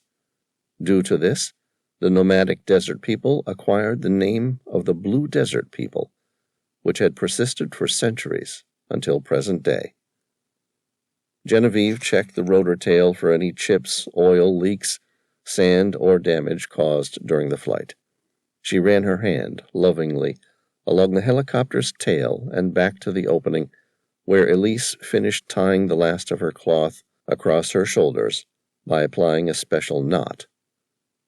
Tuareg women were also recognized for their seniority in the social structure of society, with men being beneath the females in the order of the family household. Women were allowed to divorce their men and were unconditionally entitled to their household savings, while men were not allowed to divorce. Elise turned to face her. "What do you think?" The deep blue robe, delicately left open to expose her face, and the dark blue makeup applied to her face, accentuated the deep purple of Elise's eyes. If it were possible, the image made Elise even more stunning than she ordinarily appeared. Genevieve smiled. "I think if I had any inclination of being gay, I'd ask you to marry me." "Thanks." An awkward upward crease formed at the corner of Elise's lips. "I think. I'm more interested in whether or not you think we'll pass as Tuareg nomads." "Hell no! I think they'll take one look at you and wonder which empress has arrived." Elise closed her eyes. She looked like she was imagining an empress coming to town. She nodded and said, "That will do, so long as they give us the information we need." "About that, how do you think we go about this? You think a couple of Tuareg women can just walk up to a public place in Bilma, and someone will tell us where Sam and Tom ended up?" Standing outside the helicopter, Elise placed a metallic briefcase on the floor of the Sikorsky. She typed in a code, and the weapons case opened. Inside was an Israeli Uzi, a Glock 19, and 2 German-made grenades. "Yeah, I think we can do something like that." Elise removed the Uzi and stripped it. She then checked the firing mechanism and reassembled it, before starting again with the Glock. She was quick, always had been. It was part of her inner psyche. She had a naturally sharp, systematic, and analytical mind, and completed the entire process in under a minute. Genevieve watched as Elise glanced over to see how far she had gotten with her weapons. It was a challenge. It made her smile. For Elise it was still a game, one she played well, and for a newcomer had developed an expert proficiency in a relatively short space of time. But Genevieve had spent her life with weapons. For her it wasn't a game, it was a part of life. Genevieve blinked without saying a word. She had already stripped her weapons and reassembled them in nearly half that time. Then again, she had done little else than work with military hardware for a lifetime before joining the Maria Helena. Chapter 50. Elise slipped the Uzi into a holder built into her robes. The Glock she nestled into an ankle strap on her right leg, and attached 2 grenades to a weapons belt beneath her robe. If General Nguige's army of rebels were still searching the city, the last thing she wanted to do was get caught in a firefight under-equipped. She watched as Genevieve finished tying her tether nest. She brought a similar array of weapons with one addition, a razor-sharp 13-inch hunting knife. At a glance, the blade was Damascus steel. Elise wasn't an expert in knives, but recognized the hardened metal from its distinctive patterns of banding and mottling, reminiscent of flowing water. Such blades were reputed to be tough, resistant to shattering, and capable of being honed to a sharp and resilient edge, popular among hunters. The handle was made of Karelian birch, turned a well-worn brown color. At the base of the blade was a single word, written in Russian. "What's the blade say?" Elise asked. Genevieve grinned. "Some secrets I'd rather keep." "Sure." She pulled her robe over her shoulder to conceal the Uzi. "All right, shall we go bring our boys home?" Genevieve nodded and said nothing. They left Veyron to mind the helicopter and test the quality of the fuel before he purchased any. Elise and Genevieve entered the squat town through its first opening. It looked less like a gate and more like a crack in the poorly constructed wall. There were no other openings visible along the southern side of the town. The air was hot to breathe. The mercury was well above 110 Fahrenheit, and a strong smell of goat manure mixed with squalor wafted from inside. Elise heard some children playing in the distance, and the sound of the moldings of salt cones being cracked at the saline pans. She analyzed every sound she heard, and then relaxed. There were no sounds of large groups of men yelling or weapons firing, as expected if General Nguige's army was present. She took a deep breath and stepped inside. The temperature dropped immediately, at least 20 degrees at a guess. The opening led to a small semi-covered adobe, which was a mud-piled array of buildings leading to more of the same structures. 3 goats were tied to an iron ring protruding from the clay wall. The animals made no reaction as they entered. They breached deep into the desert city through a series of narrow laneways, corridors, and tunnels. Further inside was a swath of mud homes. Nothing quite as ordered as mud brick, but simply mud piled upon mud to make up the primitive protection provided by an adobe. There were no doors for privacy, only openings, where the mud had either collapsed or been left intentionally free. It was quiet. Outside there were the sounds of children playing and men working, but in here the only ones she heard came from the few goats. They walked approximately 300 feet inside the township without speaking. Maintaining a northern direction, they followed a pathway toward the heart of the township. It wasn't quite a road or an alleyway. Most of it was covered in some way or the other, but it was definitely a main pathway from the south to the north of the city, which meandered its way in a disordered approach through a multitude of mud houses that were interlaced throughout. Elise started to feel like she was walking down an old western town, where a shootout was inevitable, and the townsfolk had all gone inside to avoid the fight. Elise glanced at Genevieve. "Does it seem a little too quiet around here?" "No, I think everyone's outside working." Genevieve spoke loudly, and then whispered, "They're following us." Elise felt her heart race as adrenaline engaged her fight-or-flight response. Her eyes darted between each opening, and her ears strained to hear her attackers. It disconcerted her to know that Genevieve had already picked up they were being pursued, but she still couldn't hear or see anything to suggest so. There was nothing but a feeling, a sense like you were being watched. She let it go and picked up her pace, following the warren of low clay buildings, which meandered through the salt pans in a random and disordered way.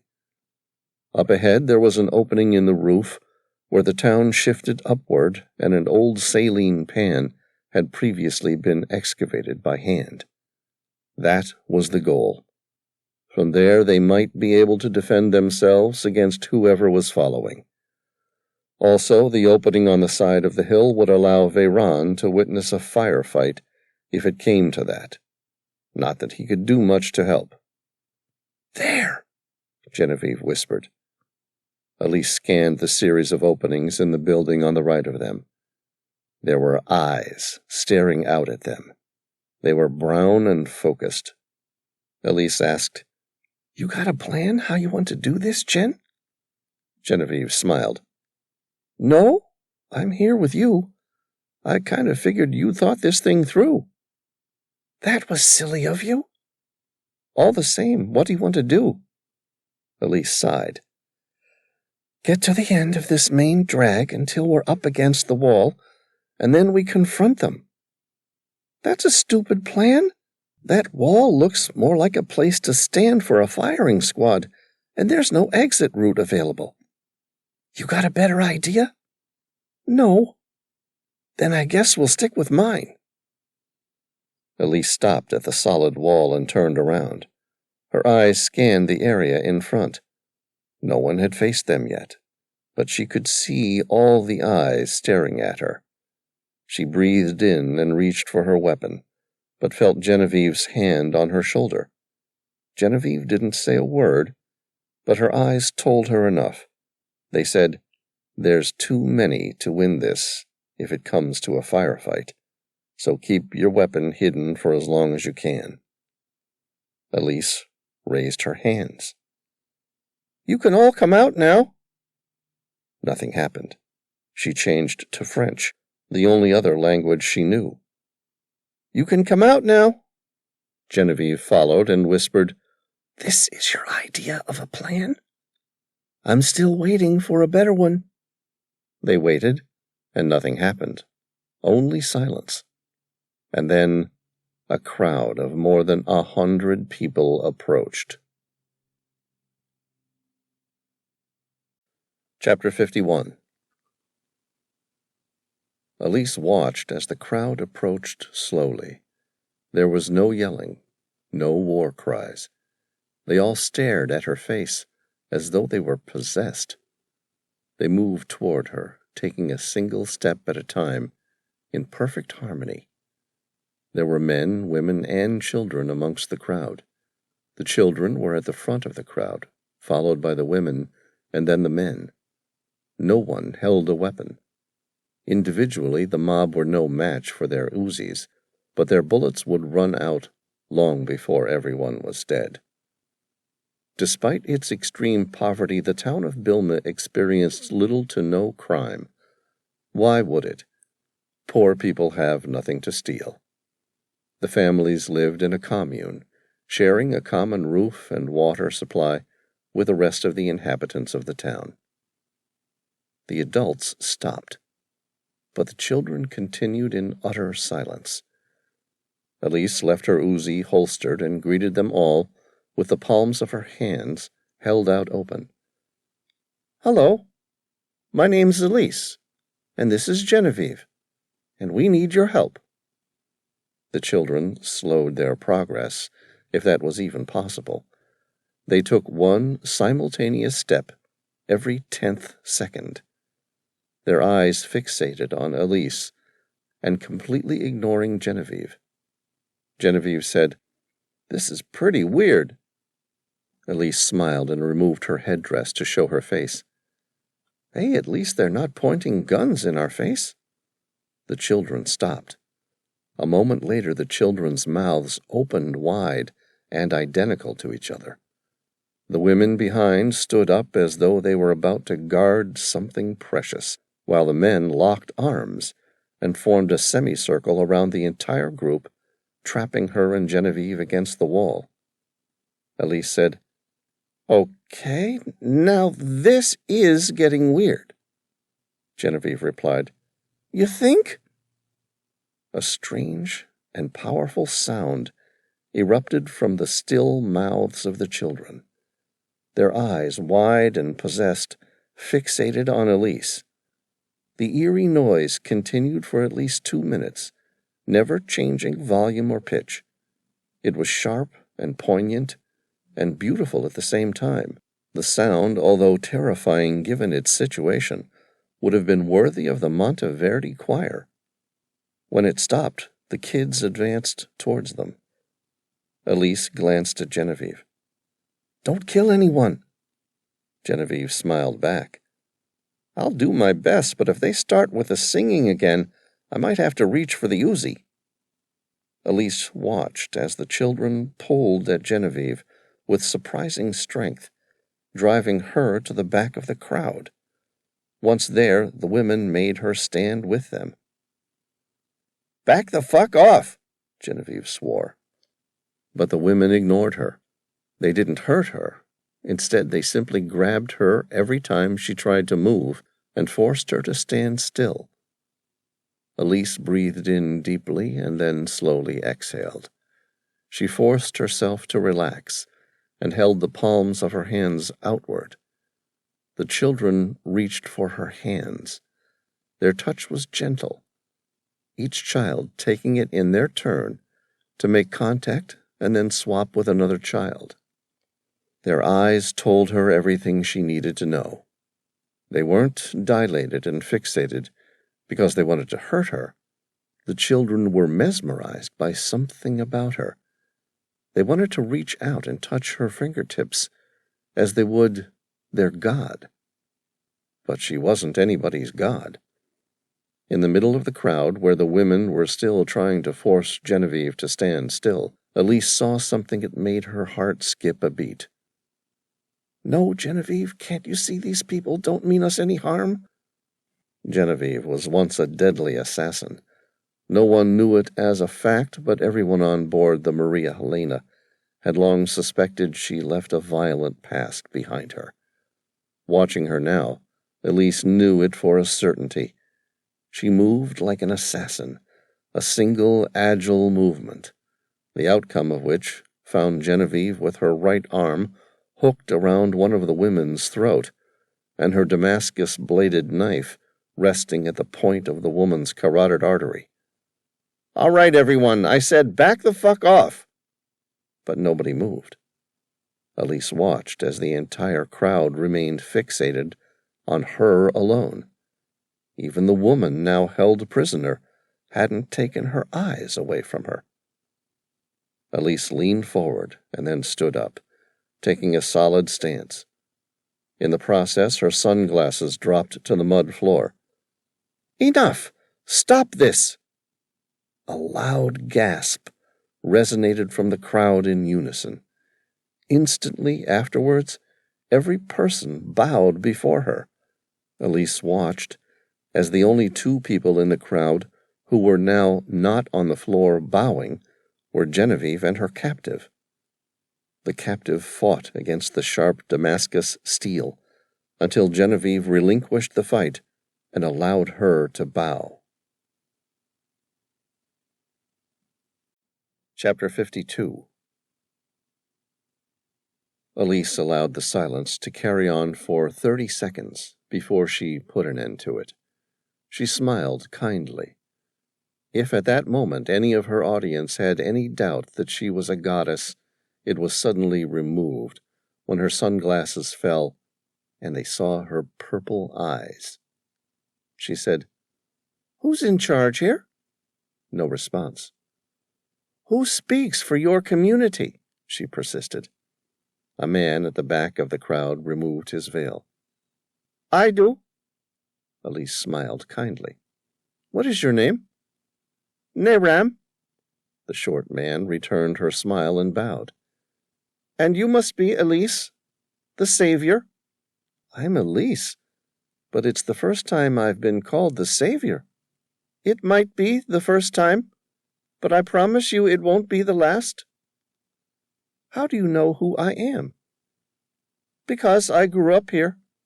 My father was born here, and so was his grandfather." Nehram spoke as though everything he'd said justified it. Elise said, "Thank you, everyone, for your warm welcome, but now I must speak with Mr. Nehram privately." Every person in the vicinity dissipated immediately. People returned to their daily tasks. Children played games at the edge of town. Women picked dates from the trees which littered the oasis, and men set about cracking saline pots once more. Elise watched Nehram look at Genevieve and then back at her, his eyes darting between the two, and a worried crest formed between his brows. "Do you want me to get rid of her?" "No, she can stay." He seemed uncertain about her decision, but nodded anyway. "Thanks," Genevieve said in English. Elise asked, "Do you know why I came here today?" He smiled and spoke with a certainty she hadn't seen in him before. "Why, of course. You are here to repair the future?" Elise laughed. "Okay, now I know you have me confused with someone else. Do you know how I fixed the future? It sounds unlikely. I didn't even know it was broken. It's broken, that's for certain. Strange times have sent us down the wrong string. He smiled cheerfully. That is why you are here, to repair the event and keep the future where she belongs? Sure, Elise nodded with uncertainty. We're looking for 2 friends of ours, a big tall guy and one around average height, both built like Sherman tanks, Americans, treasure hunters. Look uncomfortable as hell on a pair of camels. They went missing a couple days ago. I don't suppose you know anything about them? He shook his head. I am afraid I know nothing about your friends. Where were they when you lost them? North of here. 2 days ago they were filling up on water in the mini oasis of Bilma. That must be about 60 miles northeast of here? 70. They were heading south, so we assumed they passed through Bilma. Any chance they would have skipped Bilma and headed on to Mao? No. Everyone stops here on their way through. He shook his head. But there was a raid on a dig a few hundred miles north of here? She asked. An archaeological dig? Yes, a large archaeological excavation site. There's a camp to the northeast. They were looking for a sacred book. Many of our men went there for work. 3 days ago it was attacked by a large group of warriors carrying many weapons, AK-47s, big guns, an armored car. A lot of people died. You might want to look there. Your friends, if they were there, most likely were killed. Elise nodded. I understand. Is there anything else we can do for you? He asked. We were told you could provide fuel for our helicopter. Yes, of course, right away. We'll send the truck out to refuel your helicopter. My friends will provide you with refreshments and water for your journey. Thank you. Naram guided the 2 of them through the ancient desert city, stopping briefly while 3 women gave them a small bowl of dried fruits and a flask of water. Elise and Genevieve thanked the women and gladly accepted the food as they walked. Genevieve looked at her blankly, unable to follow the fast conversation in French. What did you learn? Not much. Nothing good. A camp was attacked northeast of here. He thinks our friends might have been caught up in the gunfight. Genevieve shrugged. That sounds like something Sam and Tom might do, left alone without you or me to show them the error of their ways. What about you? Elise asked. What about me? Genevieve smiled. You're not going to pretend we didn't just witness these people turn you into their deity, are we? It has to do with my eyes. I have naturally purple eyes. Really? I always assumed those were contact lenses. No, purple's my real color. I wear contacts only when I want to fool people. Okay, so they don't like purple. There's an ancient Egyptian legend about a bright light shooting across the horizon. It was the hand of God. Every person the light came into contact with became permanently scarred with bright purple eyes. They became immortal and highly intelligent. There was a group of travelers who witnessed the event. They were called the 600. They traveled the lands, living free and powerful lives, but most of them eventually got bored. Gods don't like to remain friends with mere mortals, so most left. But legend has it a few still roam the desert. Those are the throwbacks, the ones heaven and hell weren't willing to see. Those were the fiends to be frightened of. They were hunted to extinction by the living only until the purest remained. So what's the truth? Genevieve looked like she hadn't bought a word that she'd said. Elise grinned and stared at her. What's written on your blade? Genevieve paused and unsheathed her weapon. Despite its age, the blade shined like it had only been forged today.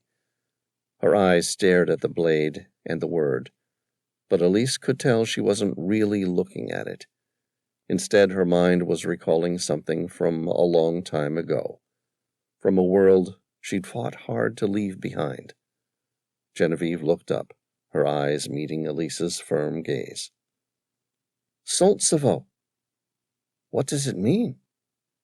It's a place, Elise asked. In Russia? Genevieve nodded. In the district of Kursk Oblast. Elise grinned in response, but remained silent.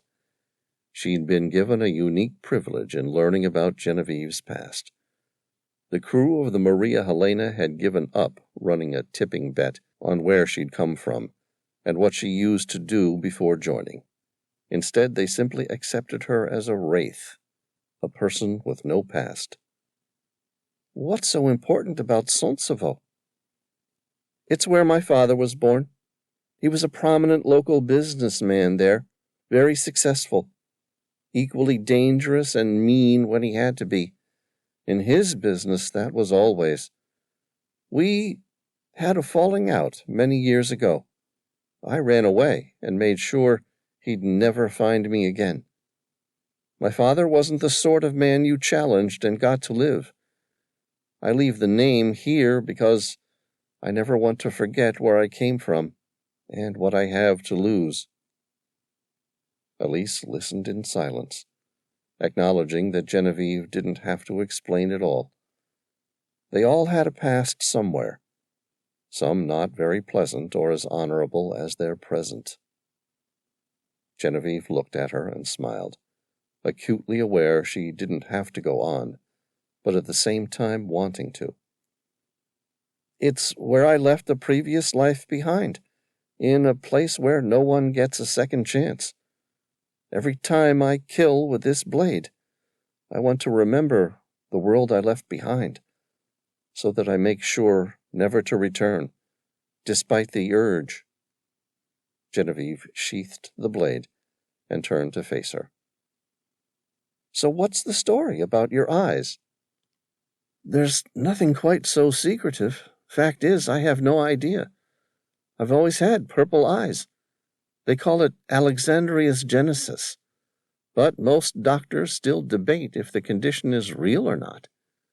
It's not a rare form of albinism, as most people would have guessed. I don't have any trouble seeing in the bright sunlight. I never got to meet my parents, so I don't know where they came from. She laughed. And if I'm immortal, I have a long time to find out.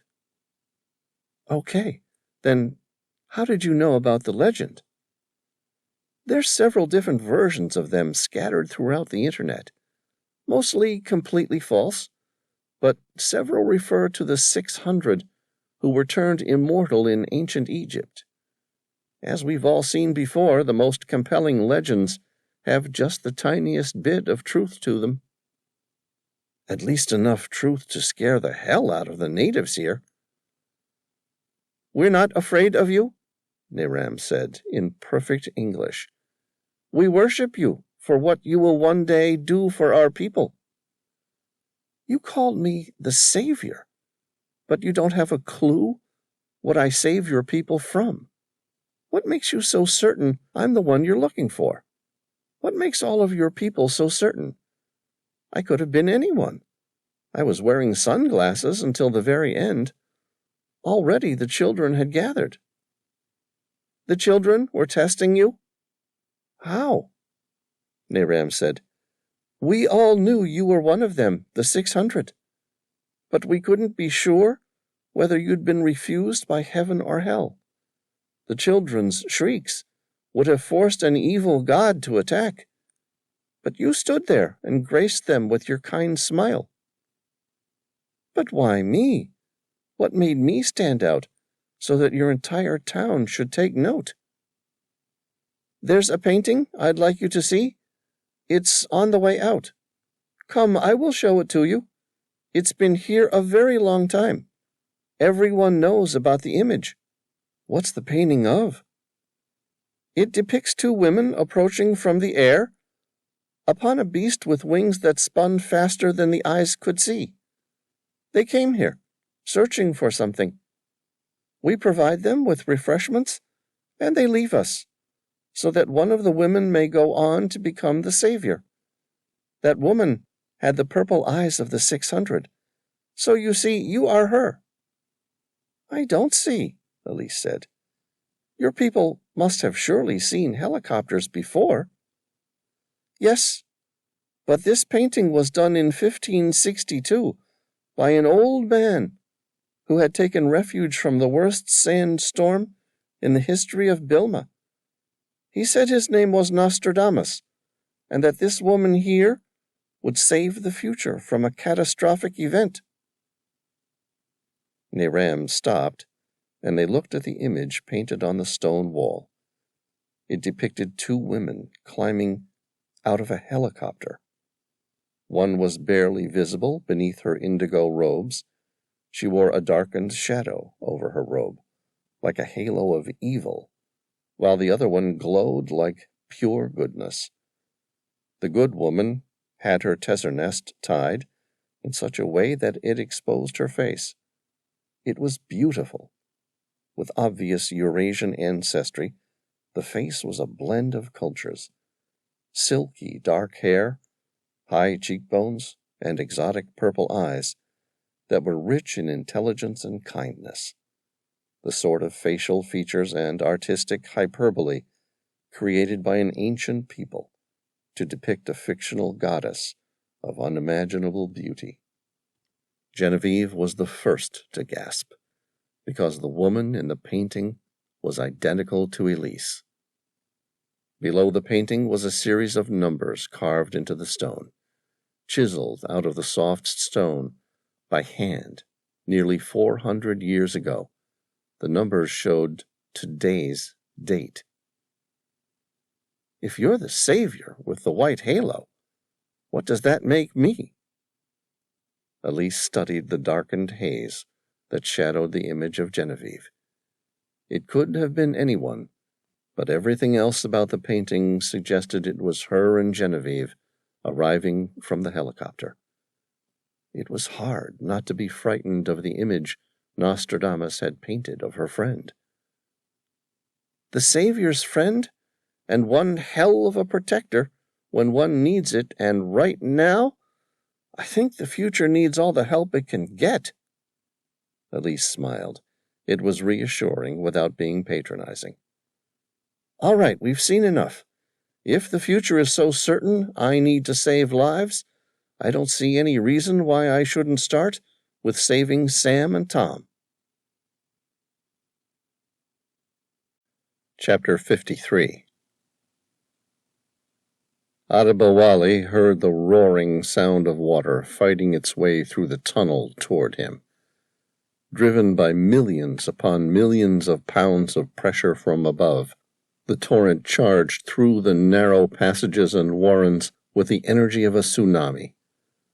Compared to the approaching onslaught, Adali's massive and athletic structure appeared weak and fragile. There was nowhere to run. Even though he was given a 10-minute head start, the water would reach him well before he could ever escape. There was nothing for it, and yet he tried to run. He always did. Every time it was exactly the same. He felt the burning sensation in his legs and arms as the release of adrenaline stimulated his fight-or-flight response. He'd played college football in the U.S. as a quarterback, and despite his massive frame, was capable of moving quickly when he wanted to. He felt as the tendons of his calves, designed for short bursts and sprints, propelled him like a race car. It felt good, like maybe this time he would make it. The pitch of the churning water increased, and he imagined his death at any moment. Despite his speed, he felt he was running through mud. With each movement, his legs were being slowed, as though an invisible coil was restraining them. Ahead, the passage split into two directions, left and right. Adali chose left. Somehow it felt correct.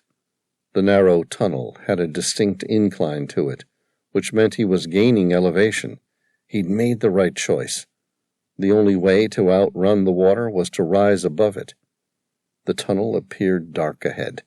The dim lights which lined the passageway looked like they'd suddenly been cut off. He continued running at full speed in a way that only an athlete could, and then he stopped. Directly in front of him, a large cave-in had blocked his progression. He'd run out of places to escape. He turned and watched as the water raced towards him with lethal finality. In an instant, and like last time, Adali realized he'd been here before, and like every other time, the water struck him with such force he lost consciousness before his mind could even register the sensation of the cold water on his skin. He woke up, struggling to breathe, his chest pounding, and his lungs stung. Sweat dripped from his blood-drained skin. Adali looked up at the sun. The pain lasted longer than usual this time. He still was having difficulty breathing, and his tongue felt dry and cracked. His right shoulder throbbed. Something's not right. The water should have killed him. There was no reason for him to have pain in his left shoulder. Adali gasped. He'd had another dream. He consciously forced himself to take in a deep breath and open his eyes. Everything was still dark. It could have been nighttime, but he felt the heat burning at his skin. No, it wasn't nighttime. His vision had become severely blurred. Something wanted to take him away from this world. He turned his palms outward in supplication. The death he feared for so many years, he now longed to receive.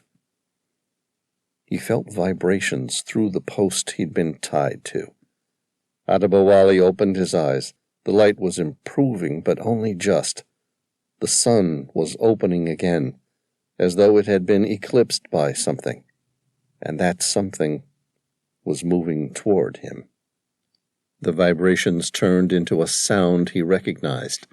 The blades of a large helicopter thumped overhead, and the light returned as the aircraft banked to its left. Chapter 54.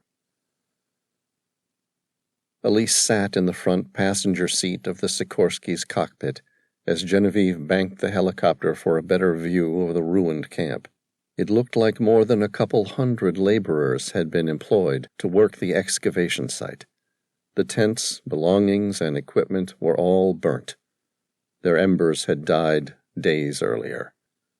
It wasn't until their second pass that Elise noticed them.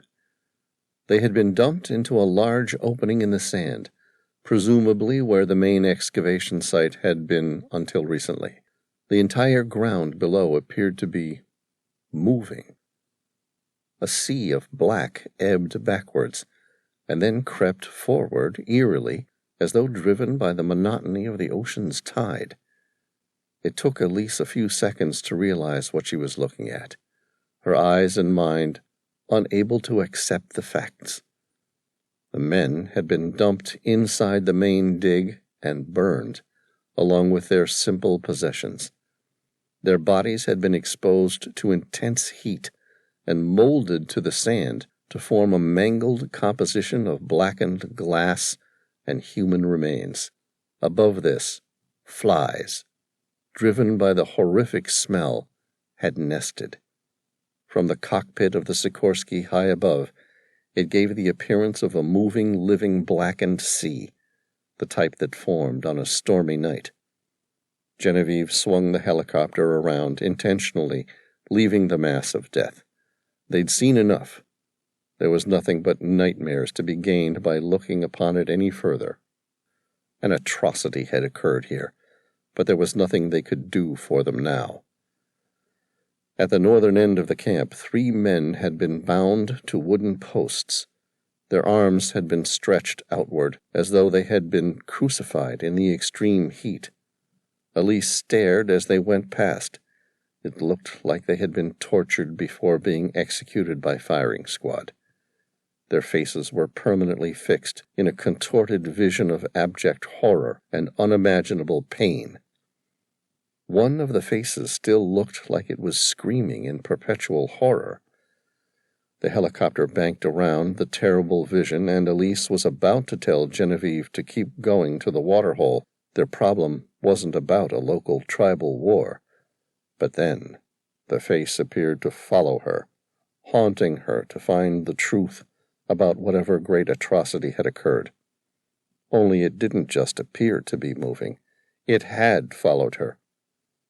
"Jesus Christ, that man's alive!" "You sure?" Genevieve asked. "Certain," Elise confirmed. "Take us around for another look, to make sure we don't have any other living company, and then put us on the ground." "You really want to get involved?"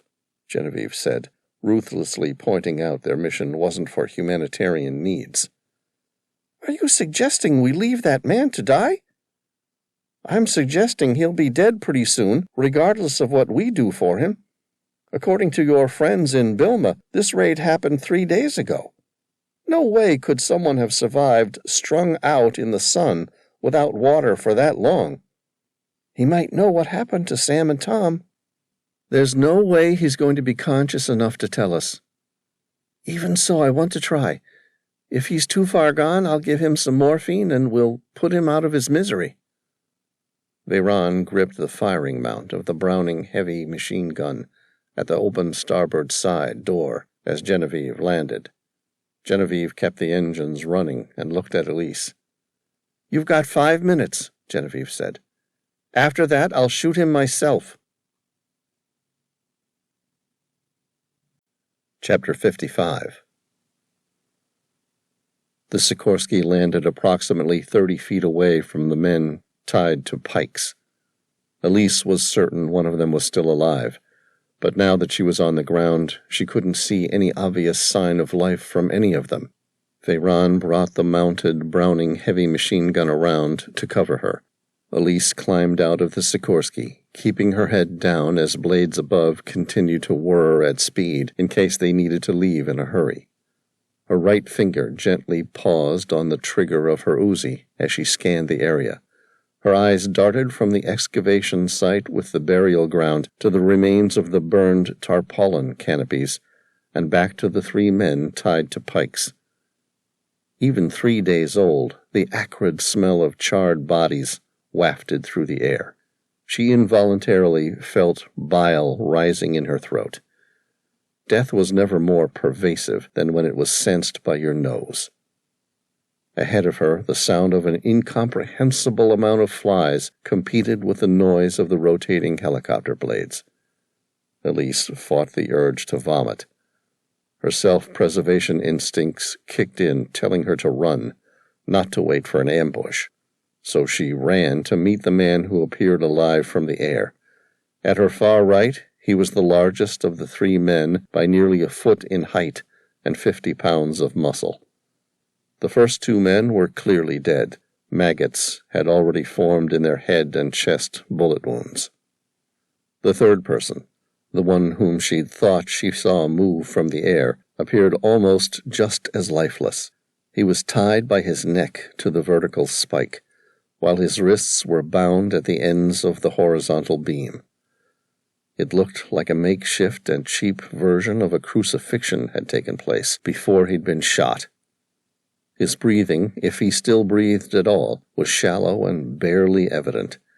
He had 3 large bullet wounds to the left side of his chest. On his forehead, a single bullet hole was visible. She stepped up close to the man. There was no exit wound. Sometimes a stray bullet will lose velocity so that it only has enough power to enter, but not enough to exit the human flesh. Even so, there's only one place a bullet to the head can travel, and the brain isn't very forgiving.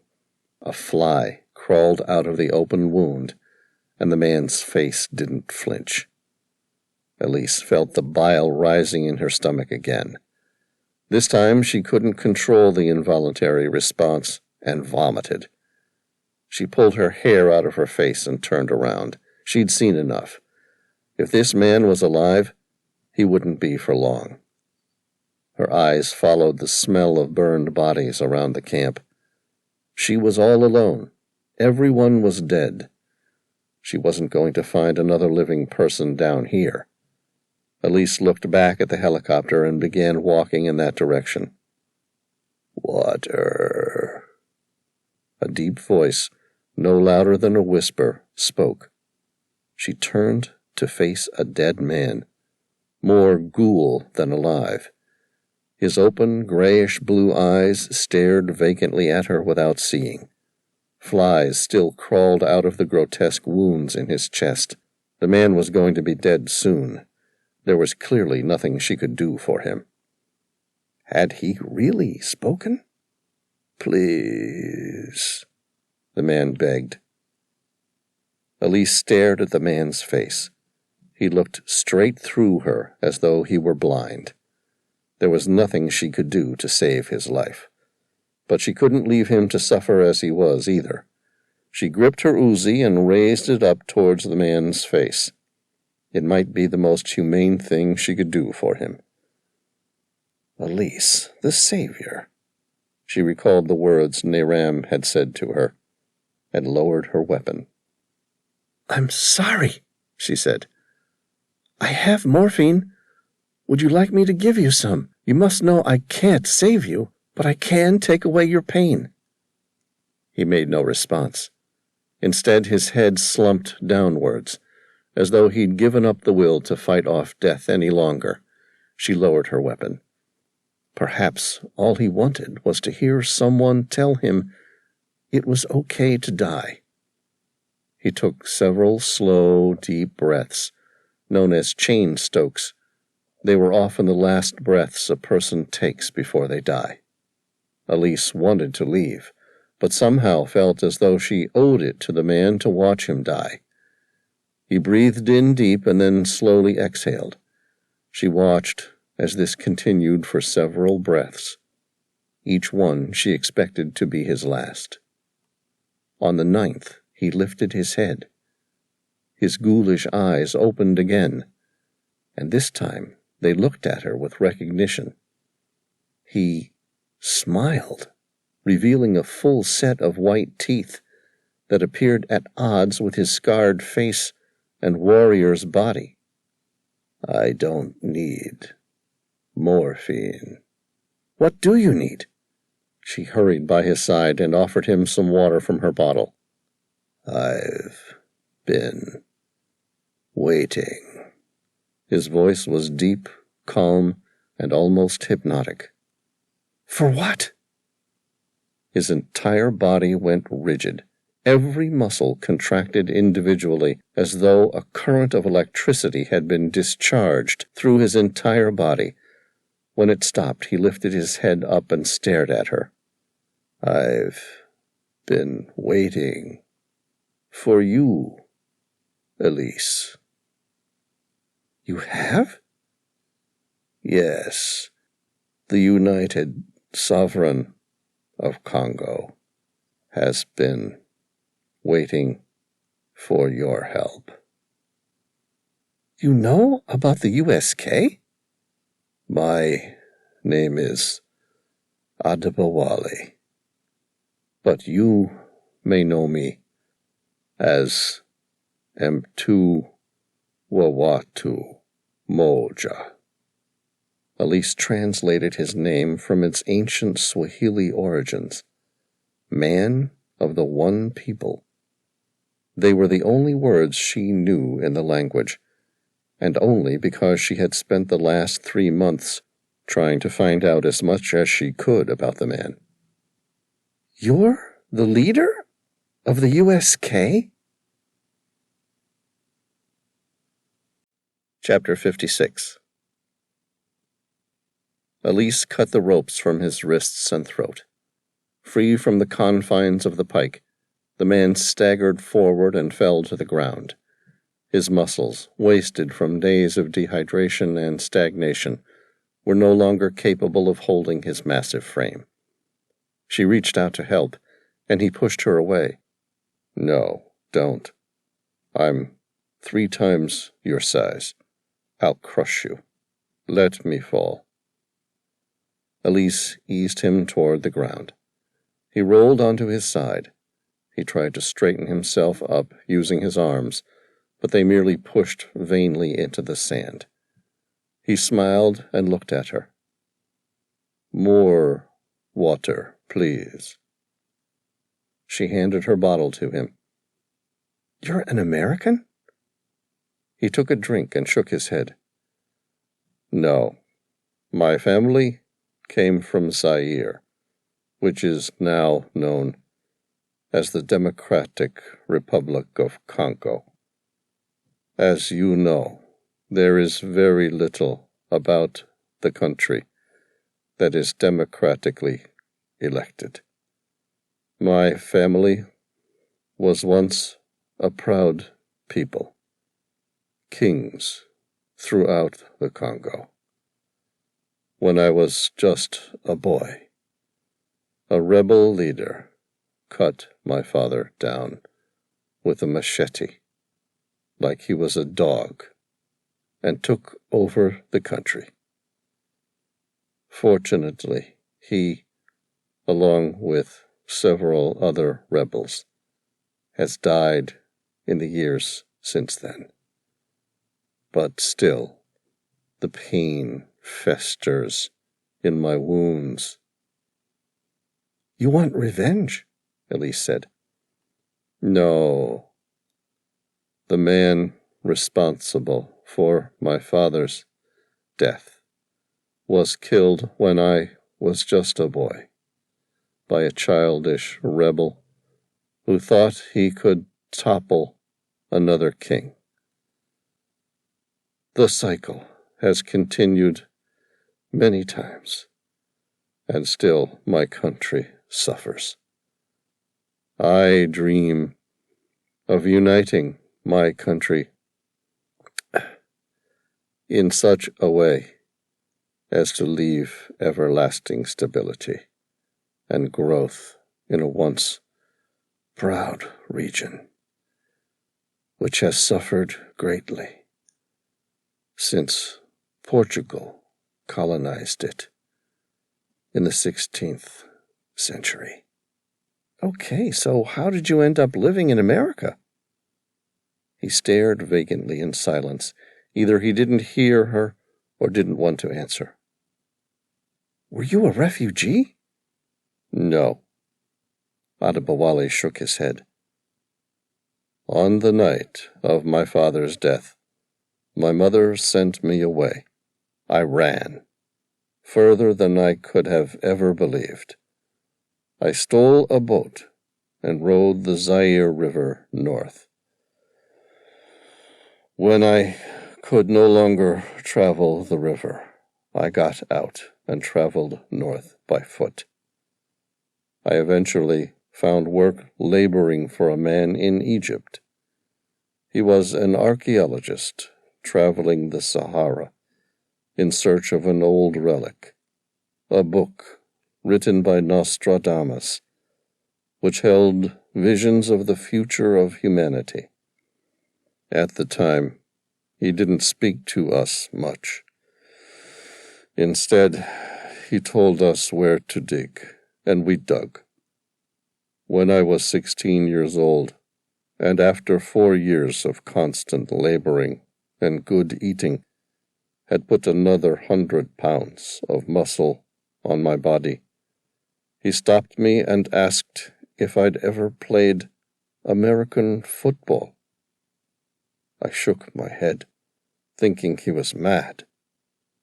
When would I have had time to play a game I'd never heard of? He then told me he could arrange for American schooling if I wanted to play some game. So you went to America to play football? No. I went to America to get an education, so that one day I might rise up and bring order and stability to my people, who so desperately long for peace. She smiled kindly. How long did you play football? He closed his eyes while he thought about it, and then opened them again. 6 years. I made it pretty far, I suppose. It was a means to an end. I got the education I needed, and then returned to Africa to commence my process of change.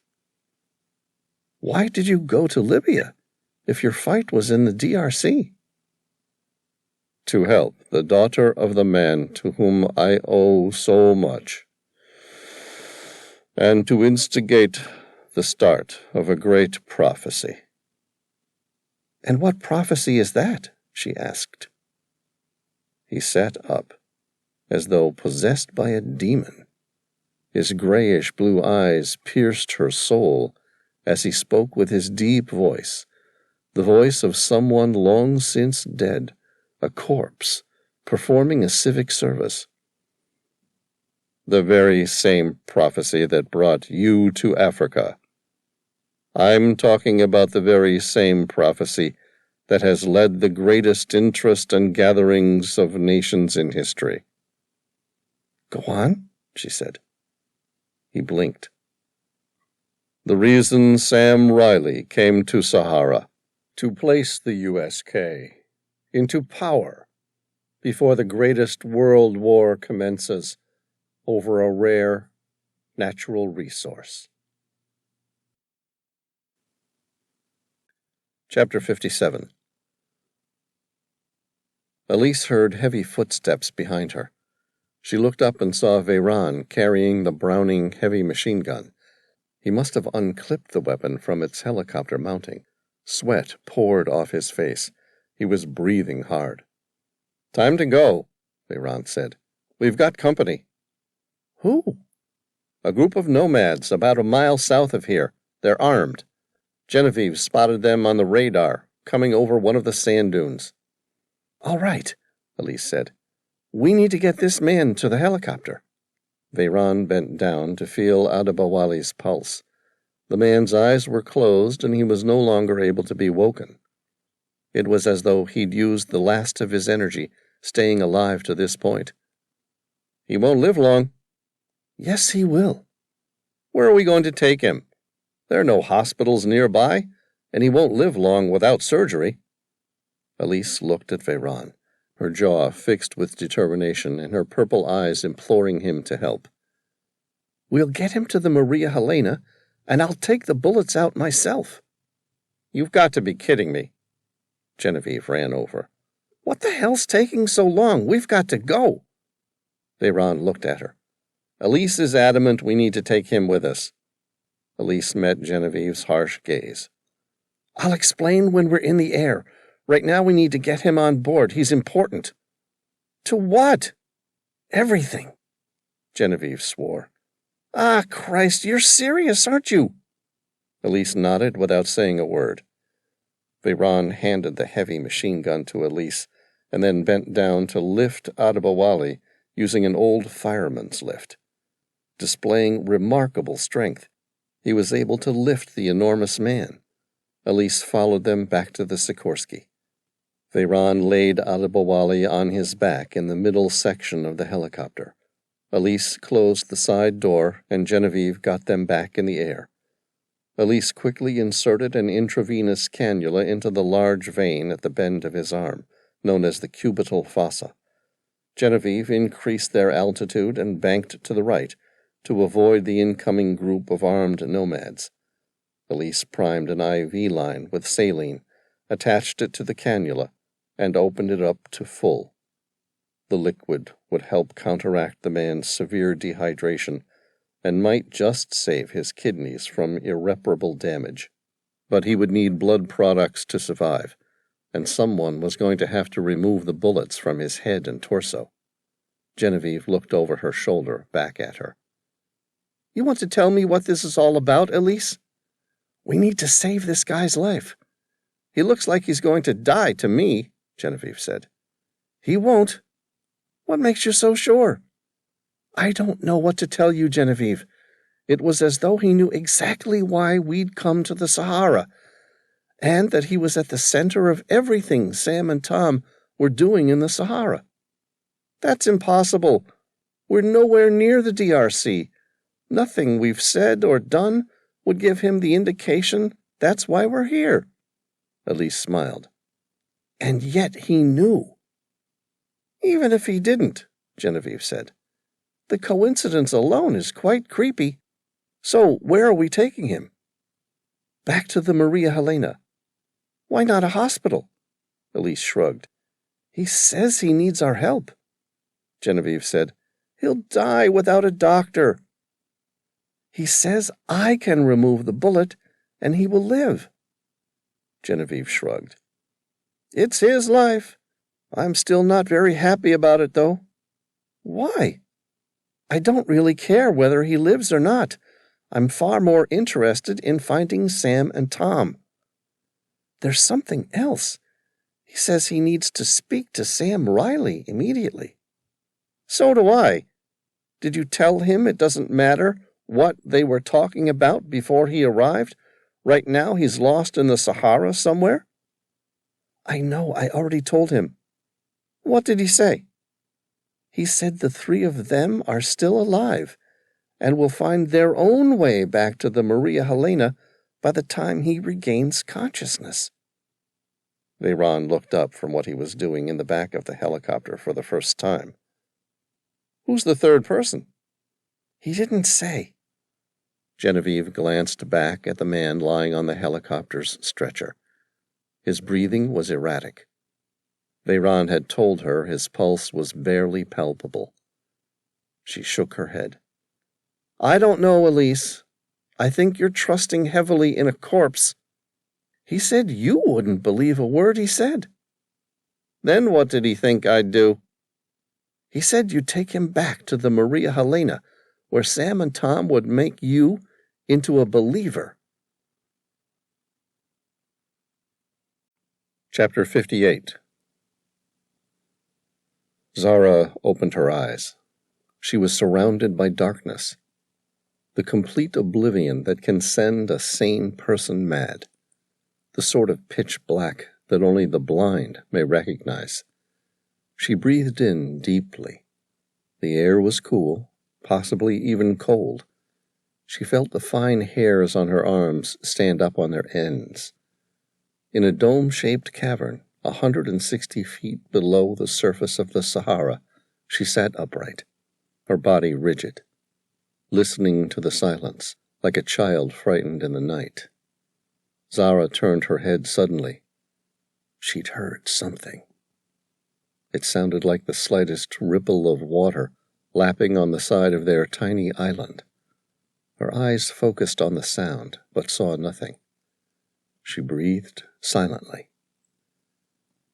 There was always a possibility her pursuers had found their way down inside the dome. It was unlikely, not impossible. She exhaled slowly as a faint light began to manifest beneath the water. Not quite bright enough to see clearly, it looked like a single dot bouncing around underwater.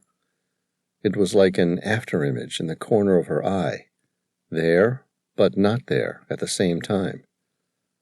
Her eyes focused in on the light. As it grew, recognition dawned on her.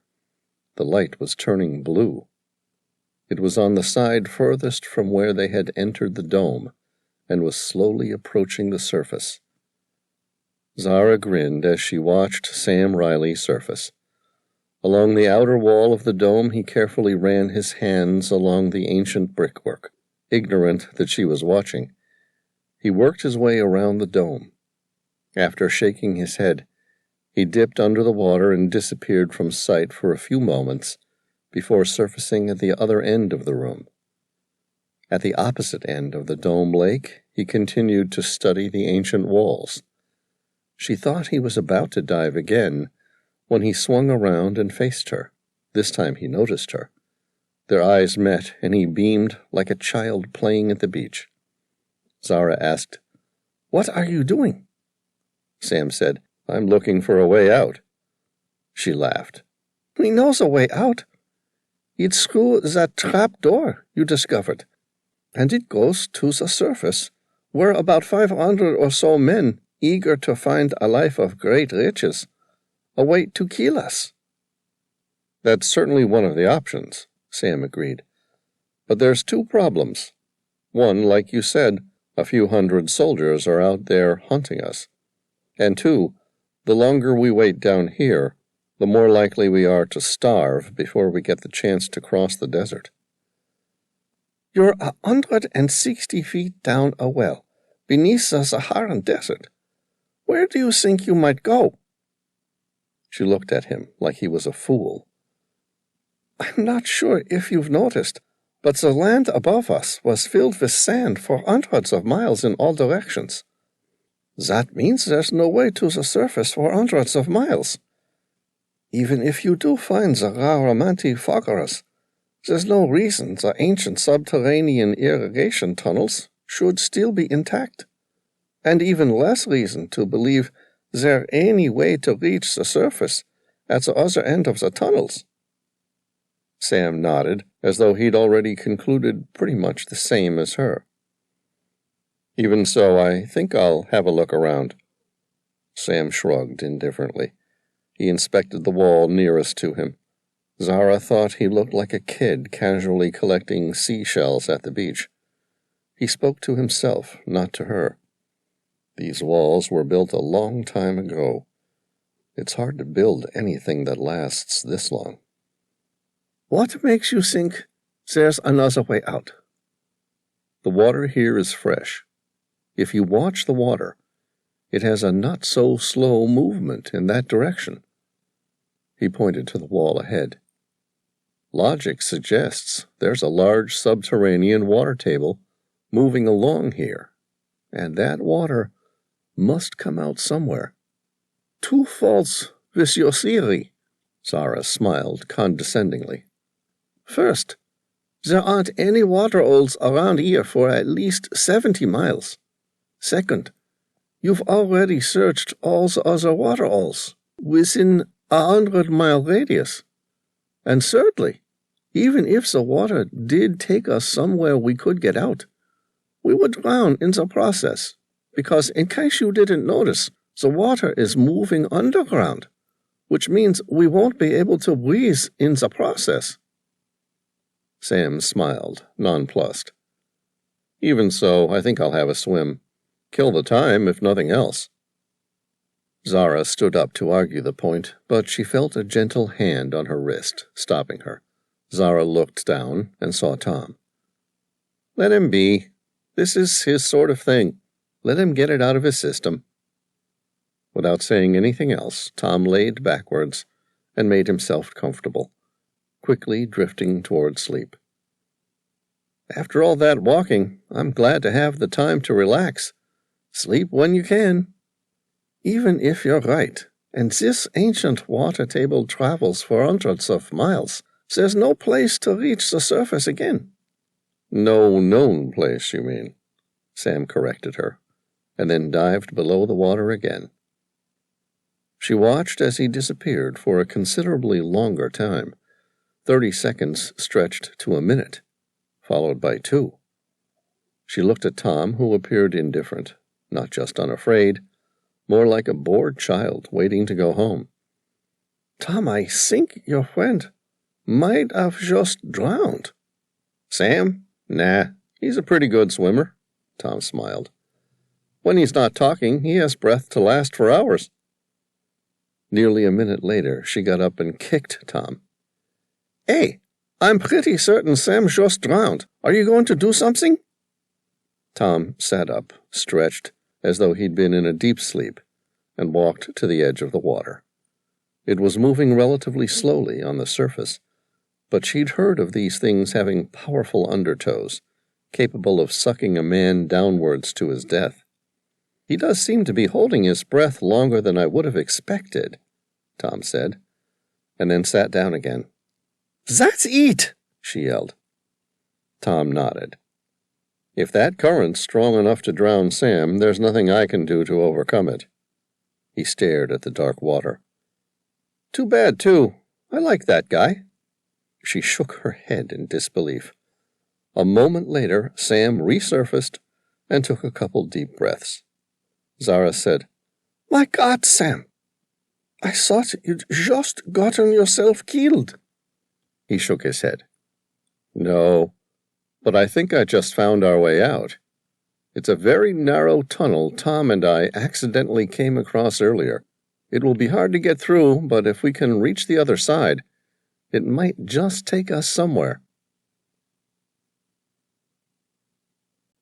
Chapter 59. Zara backed away from the edge of the island and said, "Oh, no, not me, no way." Sam swam along the surface toward her. "Why?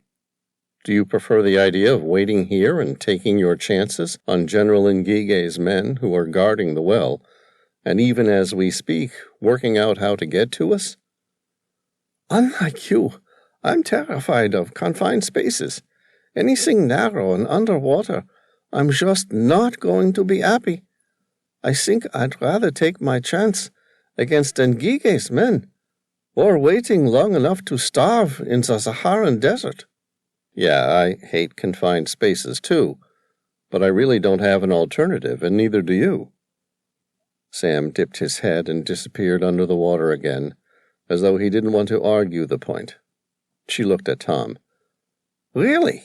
I thought he was supposed to be some world-leading cave diver." "He is. Always hated it, though. His mother gave him the stupid notion that one must try to overcome their fears, and he spent his life doing just that. It's a bit extreme, I'll admit. I think secretly he's grown to love the subterranean environments." Zara asked, "What about you?" Tom shrugged. "What about me?" "You don't look much like a cave diver. What do you weigh? 200 pounds? 250. So how did you get into cave diving? It can't be a natural choice for a man of your size." Tom laughed. "I don't get claustrophobia. Never have. Instead, cave diving came naturally to me." "Really?" Zara was surprised. First, to hear that Sam Reilly hated caves, and second, to hear that Tom Bauer, a giant, had always felt at home inside them. "How so?" Tom smiled. He didn't appear embarrassed, more like a gentle soul and a big kid whose heart never changed since he was a child with his first real dreams for the future. "I've been getting stuck in things since I was little. Always too big for everything. In that way, cave diving's always made me feel right at home." Sam resurfaced at the side of the island. "I've been thinking, and I've made a decision." "About what?" she asked. "I thought Tom and I would check out the tunnel I found. If there's any chance it's going to go somewhere, we'll come back and get you." "Great! And in the meantime, what do I do?" "It will be dark. You may as well have a rest." Zara had seen the domed cavern in the dark. She didn't like it. One of the few things more frightening than swimming through another narrow underwater tunnel was the thought of waiting here to see if Sam and Tom were ever going to come back, or if they were going to drown and leave her to die trapped in the dark. She bit her lower lip and then smiled.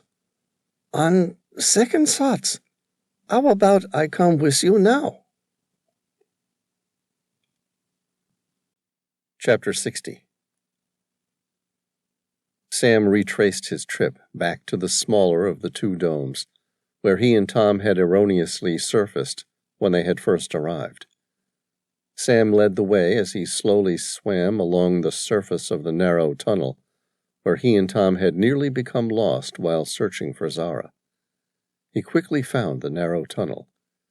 In this tunnel there were a few inches of air above the water level, so they could breathe while swimming. Zara swam in the middle of the group, with Tom following. They took it in turns to use the one watertight bag as a flotation device, with each of them using it for a brief break from the strenuous swimming. They traveled along the tunnel, following a constant and almost imperceptible flow of water. Because the tunnel was perfectly rectangular with no identifying changes in the shape or texture of its walls, it was difficult to judge how fast they were moving. Tom and Sam stopped on occasion to test their ability to swim against the current if later required. They would mark the stone walls of the tunnel with chalk and then swim for a minute. Afterwards, they would stop and measure the distance. Each time they stopped to do this, Sam was surprised by the strength of the current and also encouraged by it. That amount of water can't move unless it has somewhere to go. And of course, although it was not obvious because of the uniformity of the tunnel, the current was speeding them along its length. After 3 hours in the water, they saw the first change in the tunnel, and it wasn't a good one. The water height moved up the wall of the tunnel, which meant there was less distance between the water and the ceiling, less room to breathe. Zara caught up with Sam and tapped him on the shoulder. She asked, "Do you have a plan?" Sam gave a cursory glance at the ceiling, now only about half a foot above his head. He said, "To deal with our diminishing room to breathe?" She nodded. He said, "Not really. I was just kind of hoping it would resolve itself." "That's it!" She cursed and mumbled something under her breath about never trusting a man like Sam Reilly. "That's the best you've got." "If it makes you feel better, I have a gut feeling our problem will self-resolve soon. This won't last long. The Garamantes who built these tunnels were highly exacting people. They didn't simply decide to change the height of the tunnel. I think it's more likely there's been a cave-in somewhere further along, and it's caused a backflow of water here, or increased the depth below us. Either way, once we pass it, we should be fine." She asked, "Can we pass it?" "That's the big if. I'm reasonably confident we'll be all right." 2 minutes later, Sam placed his hand on the ceiling and stopped their progression. Zara floated into him and stopped. She asked, "What is it?" Sam said, "I don't know. This might be the end of the line. Wait here, and I'll go ahead and see if we can get past it. If that suits you." "Go," she said. "I'll just hang out here." As Tom caught up, he reached up and touched the ceiling, coming to a stop. "Do you want me to go ahead and see what we have?" "Nah, we're already agreed. I'll go ahead and check," Sam said. "Wait here and look after Zara. I'll have a quick look and see if it's possible. If I don't come back, you know the deal?" "I won't come looking for you. I'll get Zara back, we'll wait as long as we can, and then climb back up the well and escape across the desert." "Be sure you do. You know I would if the roles were reversed, right?" "I doubt that very much," Tom said. "But I'm better at following orders, so be careful. You know I prefer it down here in the cool water than trekking across the scorching desert." Sam nodded. "I'll do my best." He then dipped his head below the narrow ceiling and disappeared. Chapter 61. Sam drifted along the tunnel with no more than an inch or two of air between the water and the ceiling. He kept his eyes open while floating on his back. The blue glow from his DARPA thermal suit reflected off the ceiling back down at him, as though it were a mirror. Occasionally, every 20 or so feet, a gap would form where the glow would be absorbed by an area of darkness. These areas, he soon discovered, occurred when the ceiling had collapsed, leaving a small opening. He floated into the first large one he found. It formed where 3 stones, each no larger than a soda can, had fallen from the roof, not big enough to surface his entire head, but good enough for him to place his mouth inside and breathe the air trapped above. The air was not stale and foul, but felt cool and delicious in his throat. Sam waited there for 10 or so seconds as he caught his breath, not wanting to wait any longer, in case he drew the last of the air out. He dipped again and floated well below the roofline. It was at least another 40 or 50 feet before he found another opening. This one was much larger and capable of supporting his entire body. It looked clear to him that a large pocket of the tunnel had collapsed. He surfaced and took a couple deep breaths. His eyes scanned the area. The opening appeared to go to another level. The light of his suit shined upwards approximately 20 feet until it reached another thoroughly damaged ceiling. Bits of limestone and sand intermingled through a gaping hole where the ceiling of a second tunnel passed through the cave-in. Sam waited until his eyes adjusted to his new environment and then grinned. There was definitely a second tunnel about 10 feet above. 2 tunnels are better than 1, especially when the second one is high and dry. He tried to grip the remaining stone walls and climb. The rocks he put his weight on fell apart in his hands. He tried another grip, followed by a third. Each one broke in his hands, sending more stones tumbling down. He stared at the second tunnel. It was clearly visible now that he'd identified it. He shook his head and cursed to himself. 10 feet? I can't reach a meager 10 feet. Sam dropped back into the water and continued to swim down the flooded tunnel. He didn't get very far. A second large cave-in blocked his progression any further down the tunnel. The water sped past him, as its pressure became confined to 2 small cracks in the limestone wall. Neither was big enough for even Zara to slip through, definitely too small for him to make it. Sam performed a swimmer's tumble turn against the pile of stone rubble which blocked his progress through the original tunnel, and started swimming hard against the current. He surfaced at the large opening to catch his breath, and then swam all the way back to where he'd left Tom and Zara. It was a much harder swim going back against the current. Surfacing, he took several deep breaths. Tom held onto the side of his right arm to stop him from floating down the current and waited. Zara asked, "Any luck?" Sam said, "Maybe." She looked at him like he was a fool. "What does maybe mean? We can either get through, or we can't. Which one is it?" Sam's eyes narrowed. "I don't know yet. It's a maybe, but I'm willing to give it a try." Tom asked, "What have we got?" "There's a cave-in approximately 80 feet ahead. The current is still getting passed through 2 small cracks in the limestone, real small cracks. Even Zara wouldn't fit through, which means it's not going to be an option for either of us. About 20 feet back from there, there's an opening in the ceiling where another cave-in occurred. Above it, I can see a second tunnel, high and dry. It looks like a good option, but we've got a problem." Zara frowned. It said, "Don't we always?" "What's the problem?" Sam said, "The tunnel's 10 feet above, and the walls are too unstable to climb." Tom said, "Okay, but surely we can get past that. I mean, between the 3 of us, we can build some sort of human chain or something and remove the obstacle of 10 feet. "I think you'll find we need a human pyramid," Zara corrected him. Tom shrugged. "Either way, it must be possible." Chapter 62. 10 minutes later, all 3 of them surfaced inside the large opening where Sam had found the second tunnel.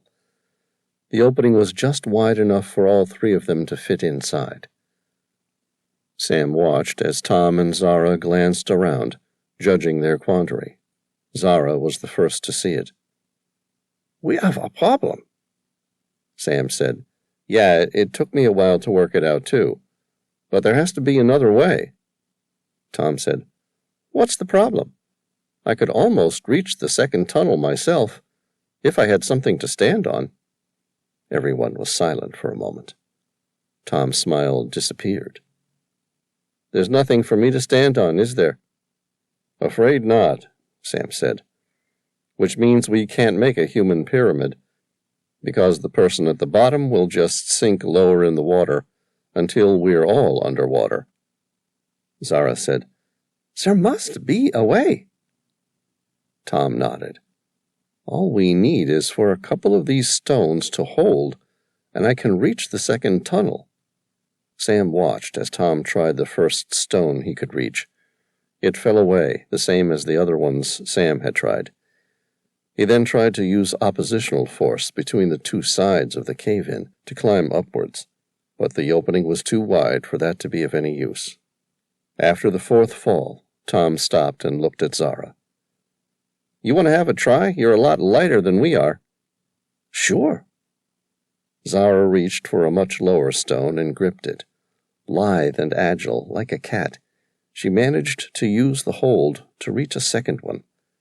She spread the weight between both holds, leaning forward as she climbed to distribute the pressures evenly. 2 feet from the top, a third stone held her weight.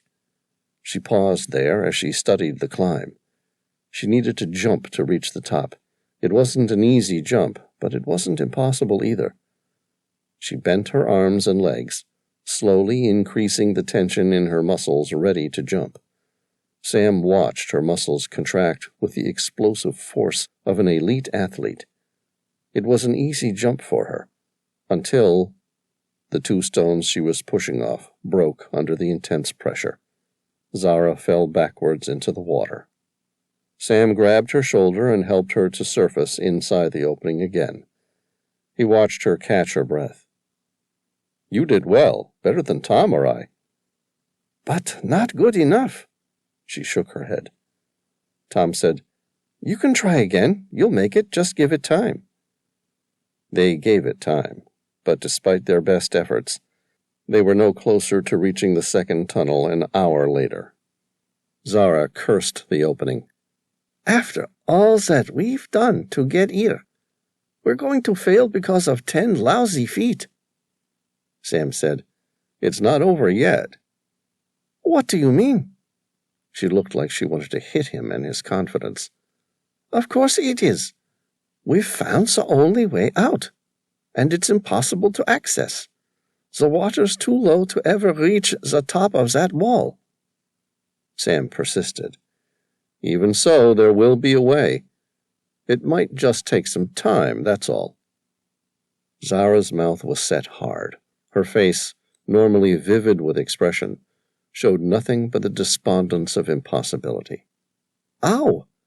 It's not like you can raise the height of the water. Sam grinned suddenly. Maybe we can.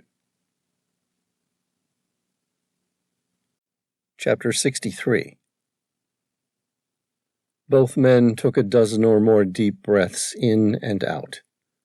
By hyperventilating, they were reducing their carbon dioxide levels and turning their blood slightly alkaline, the benefit of which was to offset the inevitable acidity that would be caused when they held their breaths for a prolonged period during the free dive and reduce their urge to breathe. Sam caught Tom's eye and nodded. It was time. He dipped his head under the water and back into the submerged tunnel. He quickly swam down the current until he reached the cave-in, approximately 80 feet ahead. He glanced at the 2 small cracks in the limestone where water still flowed. One was shaped like the jagged opening to the mouth of a large fish or small shark, while the other was larger and more rectangular. Sam placed his hand well above the opening and studied the shapes, mentally trying to picture a way to block their flow. He felt his arm pulled toward the smaller of the 2 openings. The large channel of water flowing from the entire tunnel was being forced through the 2 small openings, causing an increase in speed and force of the current, much like a jet engine. Sam moved away from the opening. Tom nodded and swam toward a pile of rocks lying on the base of the tunnel. Together, they moved a series of smaller rocks until they were able to block the smaller of the 2 cracks. Instantly, the strength of the current increased on the larger opening. They both then swam back to the opening in the ceiling where Zara waited. Zara looked at them both. "What do you think? Is it possible?" Sam felt his chest burn as he breathed hard. He turned to Tom as though to say, "Well, is it possible?" Tom looked at both of them with a non-committal smile. "It all depends." "On what?" she asked.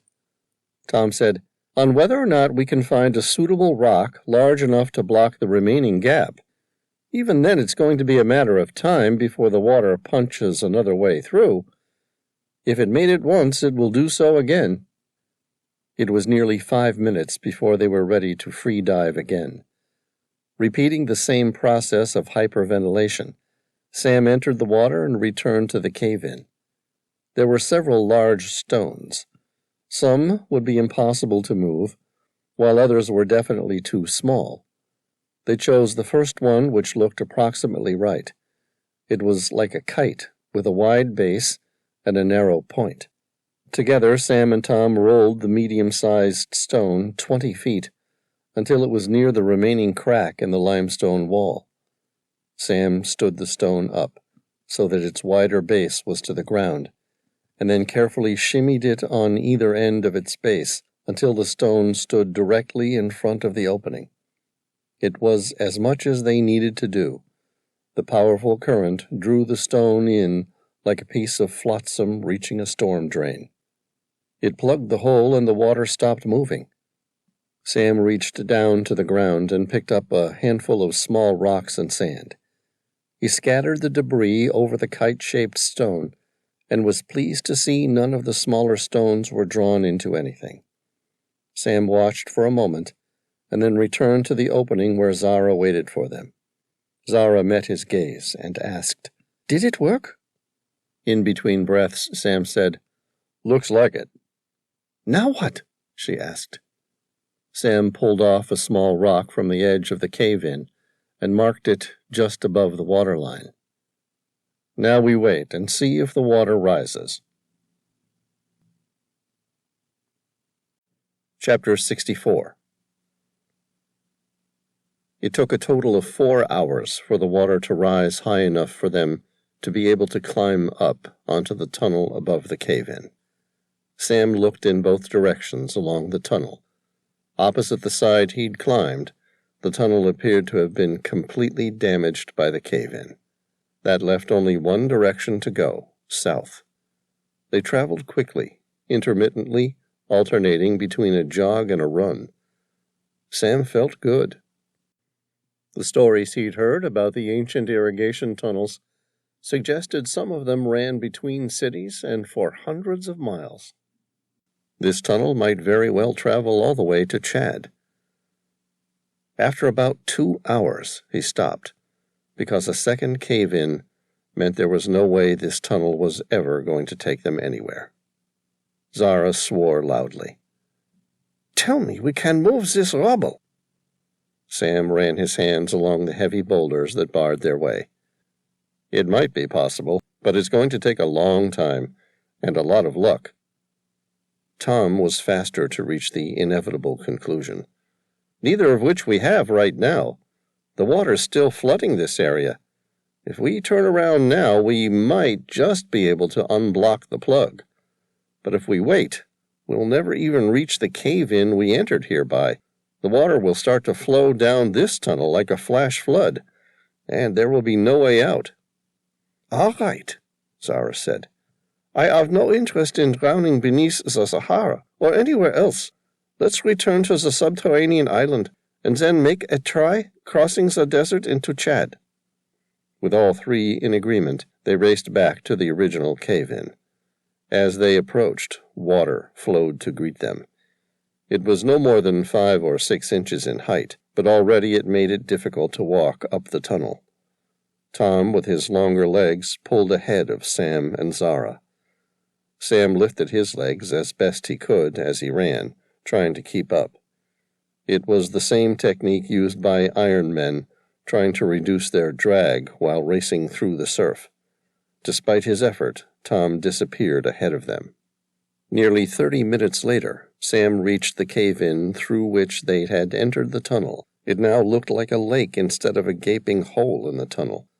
Sam started to hyperventilate in preparation of the long free dive. But before he dropped into the water, Tom surfaced. Sam asked, "Did you reach it?" "The plug's gone, and the water's draining freely again." Tom looked around at the water still flowing down the tunnel. "It might take a while for all this water to dissipate, and longer still before we can swim back to the subterranean island." It took 8 hours for the water to return to its normal height in the lower tunnel, where they were able to then swim against the current. It took a further 4 hours to reach the subterranean island. Sam pulled himself up onto the island, and then he and Tom lifted Zara out of the water. Every muscle in his body ached. Zara said, "Well, that's it. We'll have to wait as long as our food rations last, and then make an attempt at crossing the desert into Chad." Sam shook his head. "I haven't given up finding a way out of here yet." "Really?" she asked. "You're going to look for a third irrigation tunnel?" "Why not?" Sam asked. "If there were 2, there might as well be 3. We only need one to lead to the surface a long distance away from here." "What do you want to do, Tom?" Zara asked. "Do you want to make another attempt to find a third tunnel out of here?"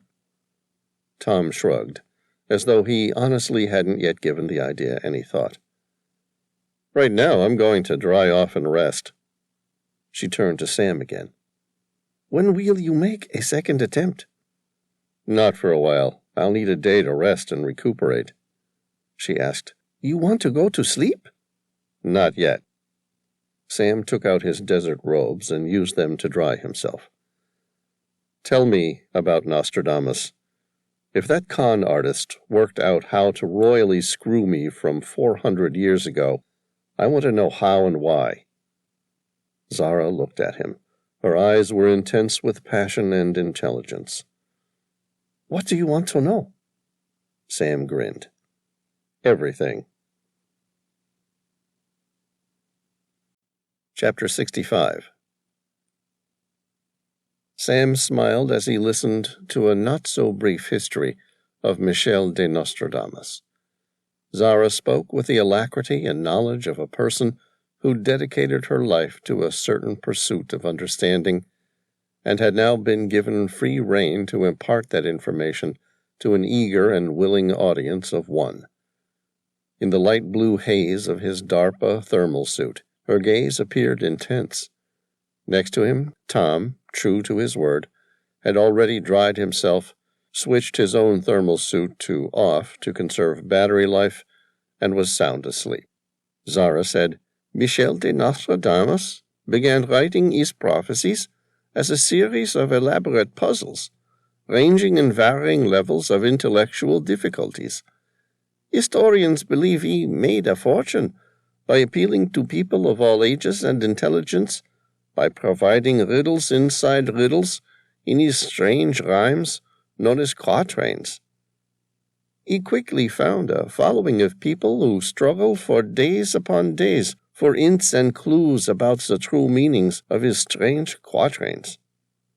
"So he was a charlatan," Sam said, "albeit a very entertaining one." "No, I believe now he did see the future, but in an attempt to avoid being identified as a heretic and burned to death by the Inquisition, Nostradamus wrote in a series of codes. He removed names or changed them so much that even the main subjects of the truth could not be interfered with." "So he made stuff up," he persisted. Zara smiled. She'd heard the arguments before. She'd even made many of them. "Names were changed, dates were changed, words rewritten. By the late 1550s, Les Prophéties was one of the most widely distributed and read books in the world. They were written in no chronological order, and in many parts appeared more gibberish than anything of real logic and substance. I now wonder if he had another reason, altogether, for why he wrote in such a confusing way." Sam asked, "Such as?" What if Nostradamus could only receive small parts of his vision, like tiny clips of a film of the future? What if he wrote them in the order that he viewed them? Sam asked. You think he really did see the future? Yes, I do now. And if that is the case, then Nostradamus was telling the truth all this time, and he could really see the future. Logic suggests that math, if applied correctly, may be able to rearrange the order of the prophecies until they form a clear and chronological description of that future. Sam interrupted. Okay, let's start a bit earlier. How did Nostradamus come to have these visions in the first place? She asked. You want to hear it all? Sam nodded. Zara began at the beginning. Michel de Nostradamus was born in the south of France, in Saint-Rémy-de-Provence. He was one of 9 children to Rainière de Saint-Rémy and her husband, Jean de Nostradamus, a well-to-do grain dealer and part-time notary of Jewish descent. Nostradamus' grandfather, Guy Gassonnet, had converted to Catholicism a half-century earlier and changed the family name to Nostradamus in order to avoid persecution during the Inquisition. She paused for a moment. A little too much information? Sam smiled patiently. No, I'm keen to discover what it was about Nostradamus that led us to arrive at our current veneration of a fortune-teller. Her white teeth shined in the blue light with enthusiasm as she spoke. Little is known of his childhood, but evidence indicates he was very intelligent as he quickly advanced through school. Early in his life, he was tutored by his maternal grandfather, Jean de Saint-Rémy, who saw great intellect and potential in his grandson. During this time, young Nostradamus was taught the rudiments of Latin, Greek, Hebrew, and mathematics. It is believed that his grandfather also introduced him to the ancient rites of Jewish tradition and the celestial science of astrology, giving Nostradamus his first exposure to the idea of the heavens and how they drive human destiny. Sam studied her face. Go on. At the age of 14, Nostradamus entered the University of Avignon to study medicine. He was forced to leave after only 1 year due to an outbreak of the bubonic plague. According to his own account, he traveled throughout the countryside during this time, researching herbal remedies and working as an apothecary. In 1522, he entered the University of Montpellier to complete his doctorate in medicine. He sometimes expressed dissension with the teachings of the Catholic priests who dismissed his notions of astrology. There are some reports that university officials discovered his previous experience as an apothecary and found this to be reason enough to expel him from school. Evidently, the school took very dim view of anyone who was involved in what was considered a manual trade. However, most accounts state he was not expelled and received license to practice medicine in 1525. At this time, he Latinized his name, as was the custom of many medieval academics, from Nostradamus to Nostradamus. From there, life became difficult for Michel.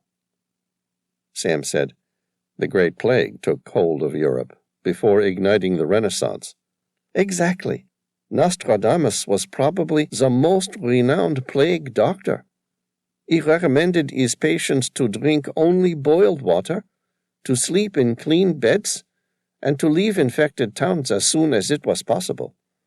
Over the next several years, Nostradamus traveled throughout France and Italy, treating victims of the plague. There was no known remedy at the time. Most doctors relied on potions made of mercury, the practice of bloodletting, and dressing patients in garlic-soaked robes. Nostradamus, had developed some very progressive methods for dealing with the plague. He didn't bleed his patients, instead practicing effective hygiene and encouraging the removal of the infected corpses from city streets. He became known for creating a rose pill, an herbal lozenge made of rose hips, rich in vitamin C, that provided some relief for patients with mild cases of the plague. His cure rate was impressive. So much can be attributed to keeping his patients clean, administering low-fat diets, and providing plenty of fresh air. In time, Nostradamus found himself somewhat of a local celebrity for his treatments and received financial support from many of the citizens of Provence. In 1531, he was invited to work with a leading scholar of the time, Jules César Scaliger, in Ardres, in southwestern France. There he married, and in the next few years had 2 children. In 1534, his wife and children died, presumably of the plague, while he was traveling on a medical mission to Italy.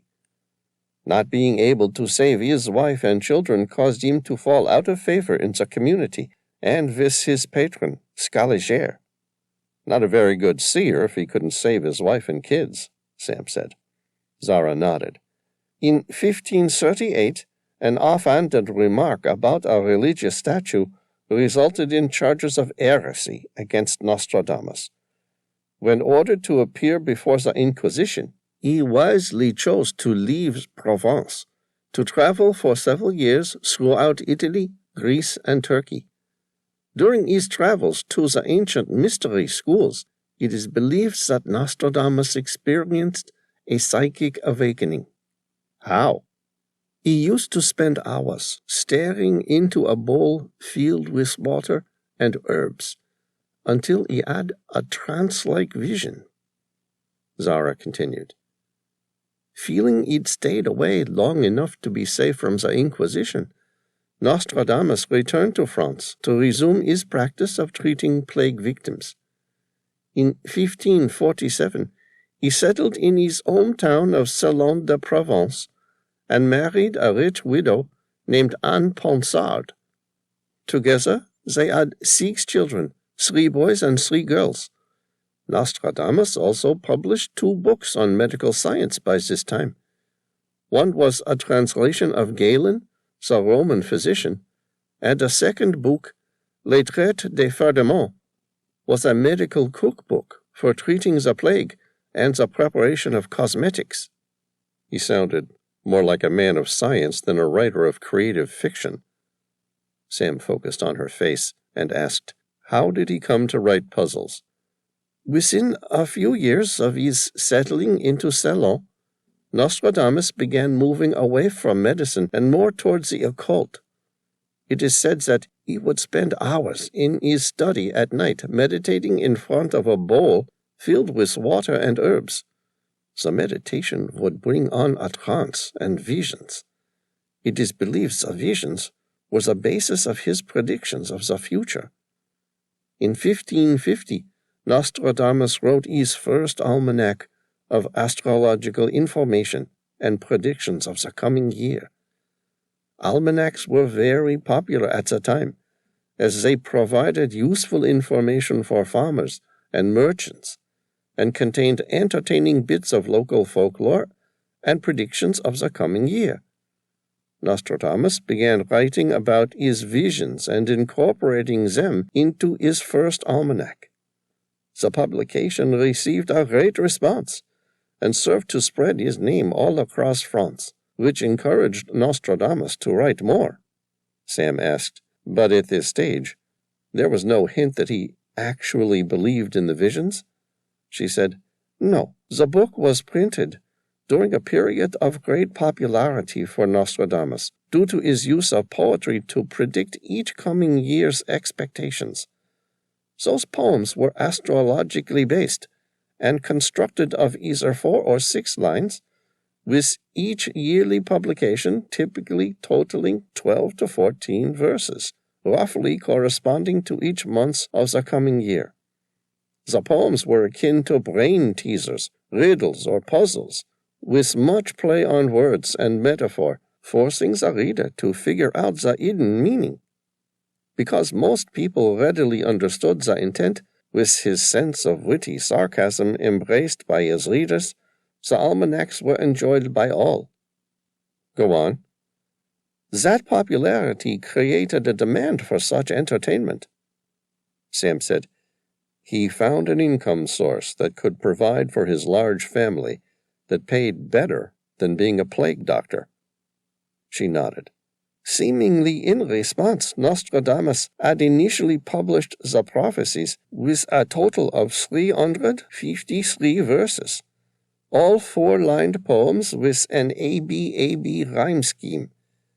He did that in May 1555, dividing that number of predictions into 4 chapters, as divisions of 100 prophecies, added as centuries. Of course, he still left out 47 quatrains. But the prophecies included a lot more than 353 verses. True. Prior to the 1557 edition, King Henry II had approved an additional 291 quatrains be added to the book, bringing the total to 642, presented in 7 centuries. Century 4, which originally only contained 53 quatrains, had filled out to 100. But the new Century 7 ended with only 42 verses. Heads were still being scratched over the first edition's riddles. No one could work them out? Sam grinned. He took his puzzles to their next level. Zara smiled. The problem was that no one could solve any of these new riddles. While delight in the almanacs was still high, people were reading this new book and thinking Nostradamus was losing his grasp on what the people enjoyed. Some might have thought he had gone mad. Therefore, his request for the approval of 300 final quatrains, bringing the total centuries to 10, with Century 7 still only having 42 quatrains, was in effect denied, pending an explanation as to what it all meant. So what did it all mean? Nostradamus claimed to base his published predictions on judicial astrology, the art of forecasting future events by calculation of the locations and motions of the planets and stellar bodies in relationship to the Earth. His sources include passages from classical historians like Plutarch, as well as medieval chroniclers, from whom he seems to have borrowed liberally. In fact, many scholars believe he paraphrased ancient end-of-the-world prophecies from the Bible, and then, through astrological readings of the past, projected these events into the future. There's also evidence not everyone was enamored with Nostradamus's predictions. He was criticized by professional astrologers of the day for incompetence and assuming that comparative horoscopy, the comparison of future planetary configurations with those accompanying known past events, could predict the future. Zara said, the unique and substantial events described by the individual quatrains appeared to be jumbled mess of non-chronological order, jumping forwards and backwards through history. The quatrains described a combination of some events that had already been and many which were still to come. He intentionally obscured the quatrains through the use of symbolism and metaphor, as well as by making changes to proper names by swapping, adding, or removing letters. The obscuration is claimed to have been done to avoid his being tried as a magician. Sam asked, so what made the prophecies a success? Zara said, you see, the writings of Nostradamus were enjoyed by many people of all levels of society in 16th century Europe. The more noble his public admirers, the more people wanted to read his predictions. His most notable admirers were the royal family of France. He was invited to the Paris court of Henri II, and his wife, Catherine de Medici. The Medicis were known for their pan-European political ambitions, and the queen hoped that Nostradamus could give her guidance regarding her 7 children. Ostensibly, Nostradamus also arrived in Paris in August of 1556 to explain quatrain 35 of Century 1, assumed to refer to King Henry II. Zara carefully flicked through the first few pages of Century 1 before handing the book to him. This is quatrain 35 of Century 1, probably the most notable and influential of all Nostradamus's predictions. Sam carefully read the quatrain out loud. The young lion will overcome the older one. On the field of combat in single battle, he will pierce his eyes through a golden cage. 2 wounds made 1. Then he dies a cruel death. Sam shrugged. So what did it mean? Nostradamus told the king that he should avoid any ceremonial jousting during his 41st year, which the regent's own astrologer had also asserted. Nostradamus spent the next few years ensconced in the luxury of the royal court, but received word that Catholic authorities were again becoming suspicious of his soothsaying and were about to investigate him. He returned to his hometown of Salon and his wife and children. Finishing volumes 8 through 10, he also began work on 2 additional volumes of Centuries, which were unfinished at the time of his death. On June 28, 1559, in his 41st year, Henri II was injured in a jousting tournament celebrating 2 marriages in his family. With thousands watching, his opponent's lance pierced the king's golden visor, entering his head behind the eye, both blinding him and penetrating deep into his brain. He held on to life for 10 agonizing days. Sam said, "Tough break." Already a celebrated persona in France, Nostradamus became a figure inspiring both awe and fright among the populace. His other prophecies regarding France's royal line were consulted, and most seemed to predict only death and tragedy. Henri's surviving widow, now Queen Regent Catherine de Medici, visited him in Salon during a royal tour of 1564, and he again told her, as he had when he drew up their astrological charts, that all 4 of her sons would become kings.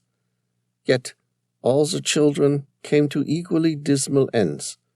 One son became king of Poland, but was murdered by a priest.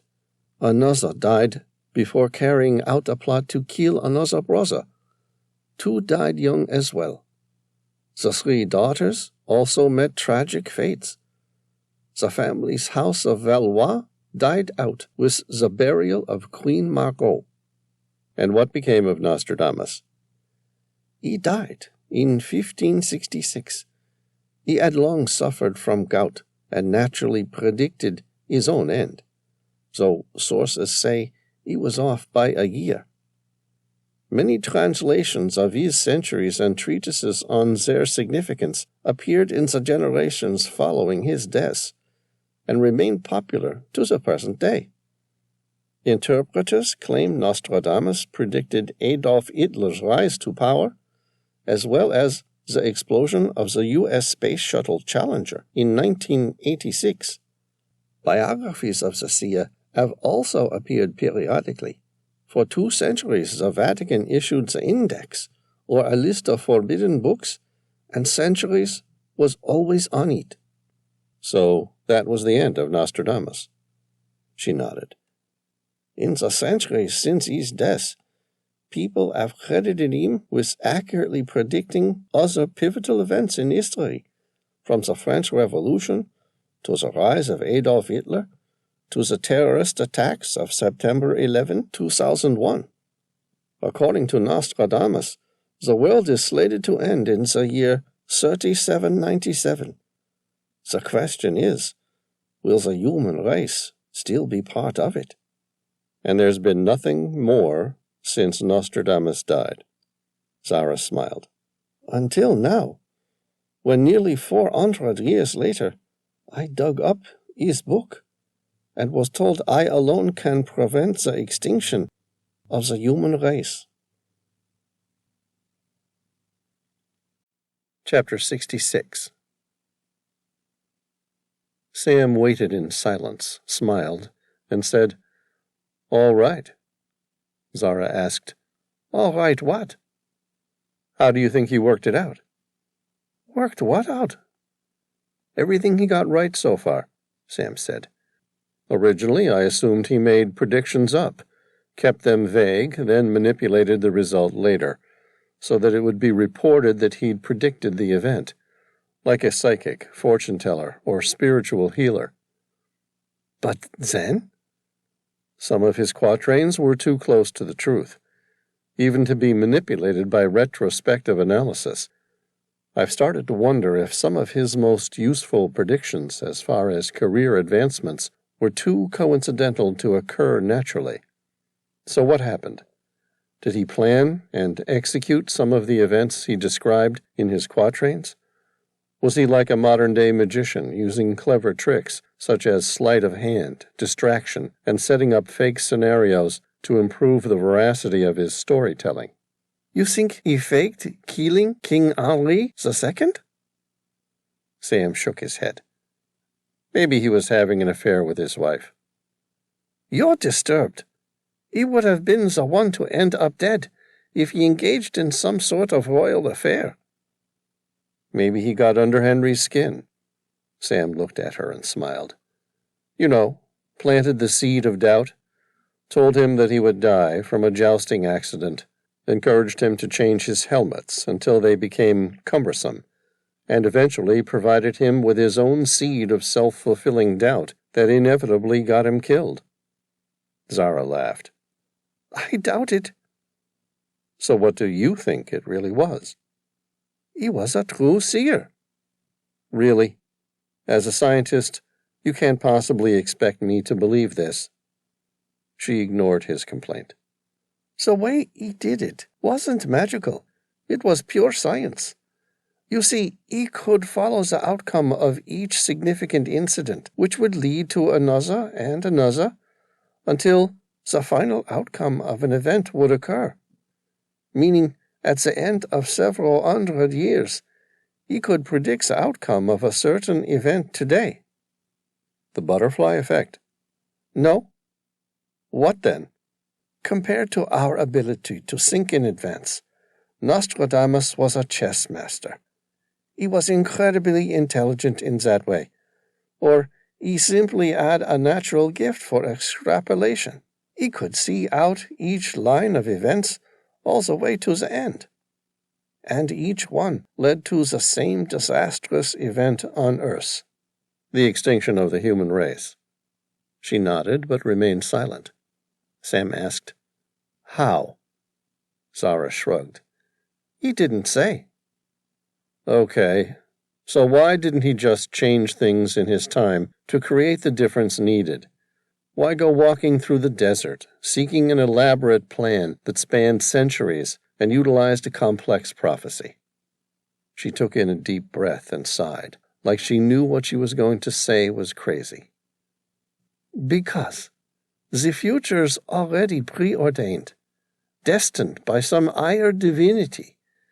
It wasn't that Nostradamus didn't believe in the butterfly effect. He knew it didn't work. He'd tried it multiple times without success. He could change small things, but the things which really mattered simply fought back until the destiny of man returned to its original path. He looked, trust me, He looked. But all the alternative lines led to the same catastrophic event, which in turn led to the demise of humanity. Sam said, "Fuck with the future and it fucks with you." She smiled and shook her head. No, nothing quite so vulgar or sinister. Simply that new events will occur, and those will eventually lead to triggers that cause the same outcome to be achieved. Well, that's just great. So now we know that the future's been ordained, and there's nothing we can do to affect it. What's the point of living? Exactly. When is this catastrophe supposed to occur? Now. Now when? This year, to be exact. Sam's eyes narrowed. So if he knew we were all going to simply vanish, why go to all the trouble of burying his stupid book? Because out of the billions of lines of futures that he investigated, just one provided him with an unclear future. He can't see everything? Everything except the outcome of one event. All he knew was that if that one event occurred, everything afterwards became foggy. As in the world ended? No, as though a new line had been created with no known future. The only line in which the world didn't end. It was a long shot, but he took it. Sam asked, "What was the image of the event that changed everything?" Zara said, "Me." "You?" "I found his book." Sam looked her in the eye, trying to gauge some sort of understanding. "And what does he expect you to do with this book?" She shrugged. "He doesn't know." "Because of the cinema fragments thing?" "Probably. He didn't say. As I explained before, Nostradamus doesn't see all of the future, only tiny scenes. Somehow, he knows the scene in which I find the book changes the future. We're at a turning point, a watershed moment, where life can go either way." "What's inside the book?" "The 58 quatrains that are missing for Century 7. "Could you work out anything with those?" "Not much. I'll need a lot more time to work it out. At a glance, I doubt there will be much there that I can do to change the future." "Let me guess. It's all a bunch of riddles and poorly written gibberish." She cringed. "Sort of." "Did he tell you anything useful at all?" "He said I needed to find an equation he's never seen but knows exists." "What sort of equation?" "I've nicknamed it the Nostradamus Equation, but he didn't write it. In fact, he spent a lot of his life trying to find it, and he's certain I already knew what it was and where to find it when he wrote to me in his book." "But what does it do?" "Nostradamus only ever saw parts of the future, like you just said, like tiny scenes from a movie. He documented thousands of these visions over the course of his lifetime, but had no more idea than you or me when these events would occur." "And so the equation could be applied to his visions?" "Yes, the equation could be aligned precisely with his century predictions." Sam asked, "Find the equation, and you can see precisely when these events are going to occur?" She said, "Exactly." "But you can't change them." "Nostradamus believes they're almost impossible to change. But when he follows the strings of time, he sees one continue, and that one is me, after I find the Book of Nostradamus and apply the equation to it." "Right. But you have no idea where the Nostradamus equation is." "Not a clue," she confirmed. "Yet Nostradamus was certain you had already found it," Sam said, "or at least knew where it could be located." "Yes, he wrote it as though it were fact." "You said before that your father had told you about this prophecy since you were a little girl. Did he tell you anything else, anything that could be used to find the equation?" "No." Sam asked, Nothing at all? No. She then smiled and remained silent for a moment. I was given this stupid medallion. Sam looked at it, his fingers tracing the delicate inscriptions. Could this be a map? That's ridiculous. You think Nostradamus left my great, I don't know how many great-grandfathers a map so I could one day work out the equation needed to complete his Book of the Future? No, you're right. It's ridiculous. Then again, it's no more ridiculous than the fact that 400 years ago he wrote you a letter and signed it with the date you found it. My father thought it was a map. Sam examined the brass medallion under his blue light. On one side were ancient Egyptian hieroglyphics. He turned it over. On the obverse side was the image of an island. It made the shape of a figure 8 on its side. In mathematics, this shape meant infinity. Have you been to this island? No. Sam asked. Why not? Zara breathed in and then sighed. Because it doesn't exist, at least not on any map I can get my hands on. Chapter 67. Sam handed the medallion back to Zara after staring at it for a number of minutes. If the island existed, he had people on board the Maria Helena who would find it. At least that was one lead. Not much, but better than nothing. And until recently, they had nothing. Tom approached. He carried one of the bags made from gazelle hides that contained the rough diamonds used to purchase weapons by the United Sovereign of Congo. The bag had been opened since Sam had left it with the other 2 on the island. He smiled. You're not going to believe what I just found. Sam grinned. I think the people we're working for are going to want those diamonds back. Not the diamonds. We both know those are intrinsically worthless. What I have will change something. What did you find? Tom removed a small piece of paper. Nothing fancy, just a piece of scrap paper, with the hastily written scrawl of a person unaccustomed to handwriting. A note addressed to Michel. At the mention of Michel, Zara's eyes widened, but she remained silent. Sam took the piece of paper. It's important? Just read it, Tom said. Sam nodded and started reading. Dear Michel, it was never about diamonds. General Ngige had discovered the largest lithium stores in the world. It's being mined by an army of prisoners. Our estimates suggest at least 5,000 prisoners are currently being forced to work deep inside. We are happy with the weapons, but won't fight until our brothers are freed from the lithium mine. They have set it up so they can drown all of them if there's a rebellion. Instead of acting as an incendiary, it has had the opposite effect. The news has spread amongst our supporters. Many of them have loved ones inside the mine, and now they want to calm the rebellion until the prisoners are freed. I wish there was another way. Our movement doesn't have anything more to trade. Even so, we ask for your assistance. The mine is below Lake Tumba.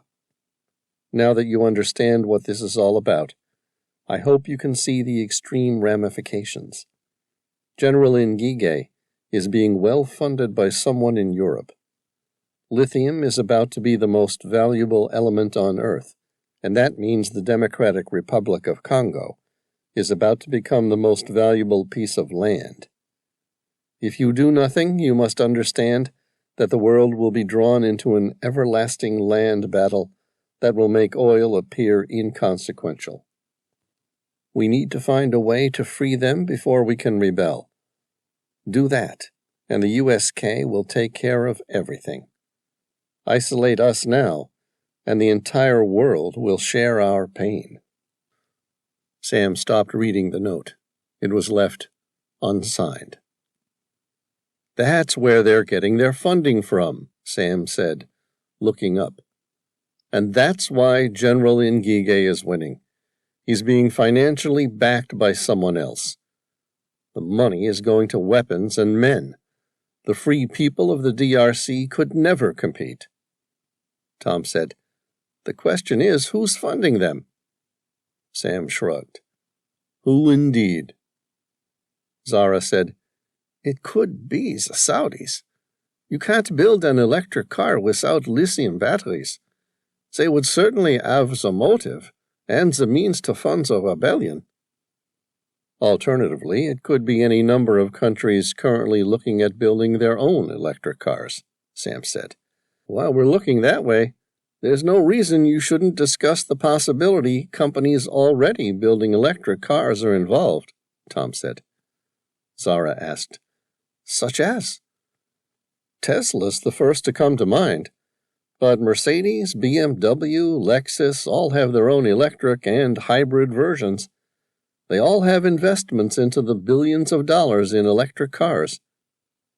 "And all of those investments are worthless if they can't find enough lithium to power them." "Did you know there's only one lithium mine in North America?" "That's a hell of a motive to sponsor a warlord." "Someone needs to know. This changes everything. If the intelligence analysts back at home were able to process this information, I think the U.S. Department of Defense would be interested in doing a lot more than selling the USK $10 million worth of military hardware." Zara looked at him. "You think this could be precisely the watershed moment Nostradamus was predicting?" Sam nodded. He still hadn't bought everything she'd said about Nostradamus, but neither was he keen to overlook the greatest prediction the Master Seer had ever made concerning the future of the human race, especially when it coincided with their present circumstances. "Okay, I agree with you, but to do that, we're going to need to find a way out." "We might not have much time," Tom said, "and I can't see us finding another way out of here." Sam said, "I think I've made a decision about that." "What?" Tom and Zara asked in unison. Sam powered down his DARPA suit to conserve energy. "We rest tonight, and tomorrow morning we climb back up the well." "We'd never survive. It's too soon. There will still be hundreds of Ngige's mercenaries searching for us." "Sure," Sam agreed. "But maybe we don't need to kill all of them. Maybe we kill a few and take their satellite phone?" "We could take them one at a time by the well. Once we have a phone, we'll contact the Maria Helena and get retrieved." Zara said, "It sounds like an impossible plan." "That's because it is," Sam said. "But I don't have another one, and we're running out of time." He closed his eyes in the darkness and forced himself to rest. He would need to if he was to think clearly tomorrow. In the complete darkness, Sam had no idea how long he'd slept. It was a deep sleep. He'd had a dream. It was vivid.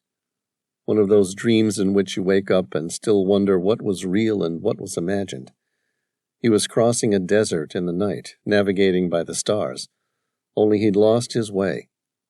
Something terrible had happened to the celestial sky, and instead of an infinite myriad of stars and constellations, he saw nothing but the dark canvas of space. He was on a journey, searching for something important. He couldn't quite remember what it was he was looking for, but he knew it was the most valuable and important quest he'd ever made. He was about to give up all hope of finding it, whatever it was. He'd stopped walking, fearful of finding himself even more lost as the time went by. He wanted to cry. He felt so close, and at the same time distant from whatever it was he was searching for. He tilted his head and looked straight up. Above him, a tiny dot erupted into a fireball in the pitch-black canvas. The light glowed brighter until he was no longer able to look at it without hurting his eyes. Sam opened his eyes.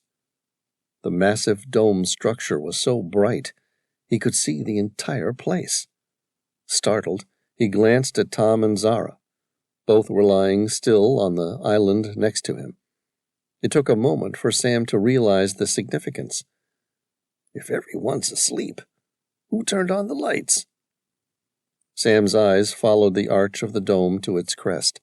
At the very top of the dome, a massive oculus, maybe 30 feet in diameter, no longer displayed only darkness. Instead, it now erupted in sunlight, which reflected throughout the subterranean cavern. Zara opened her eyes. "What the hell is that?" Sam grinned.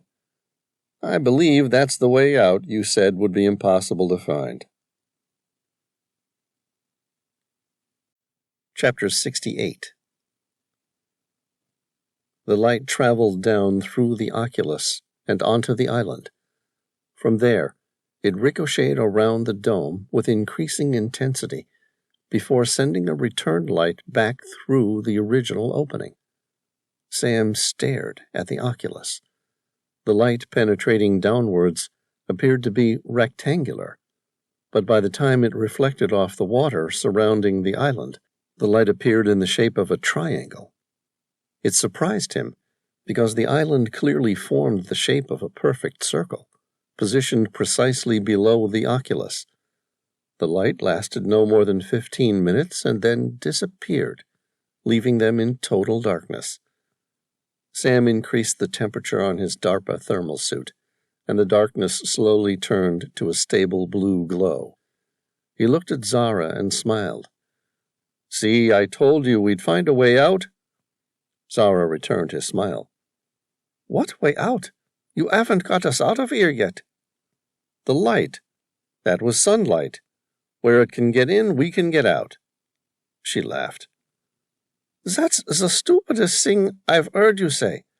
The light could have just as easily come through an ancient pipe, no larger than a coin in diameter. The light will get in, but nothing will get out." "That's a possibility," Sam conceded. "But I have another idea." Tom looked at him, the edge of his lip curving upwards, not quite in a grin, but definitely as a statement. "This ought to be good." "Come on, Sam, let's hear it." Sam opened his mouth to speak, paused, and then grinned as though he'd suddenly been delivered a revelation. "It's the light. You see, the light that reflected upwards did so in the shape of a triangle." Silence. Zara asked, "What exactly is it about the triangular light that intrigues you, Sam?" The light that descended through the oculus was in the shape of a rectangle, but when it reflected off the waters surrounding the island, it did so in the shape of a triangle. Tom asked, "But the island is a perfect circle."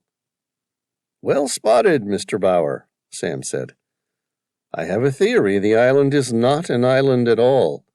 Instead, I believe it floats. Or that is to say, it once did, when the water levels were much higher than they are today." "The island floats?" Zara asked. "Used to," Sam corrected her. "Probably still does if the water level ever rises high enough again." Tom smiled. "You think this was a giant water-holding tank, like the heart of the Garamanti's last major water stores. It was protected and monitored. The light shines through the opening down to the island. If the water is low, it shows a triangle. If it is high, it shows a rectangle. If it's full, it shows a circle." "Exactly," Sam said. "Maybe this was the lowest point in the Garamanti Empire. As water flows downward, all irrigation tunnels fed through to this chamber here. The masters of the day must have known they were using enormous amounts of fossil water to irrigate their arid lands. They must have been terrified it would one day disappear, so they built this chamber and every so often would shine light through a tunnel to get a reading of the water's depth." Zara asked, "Why not simply walk down and measure it?" Sam shook his head. Not that simple.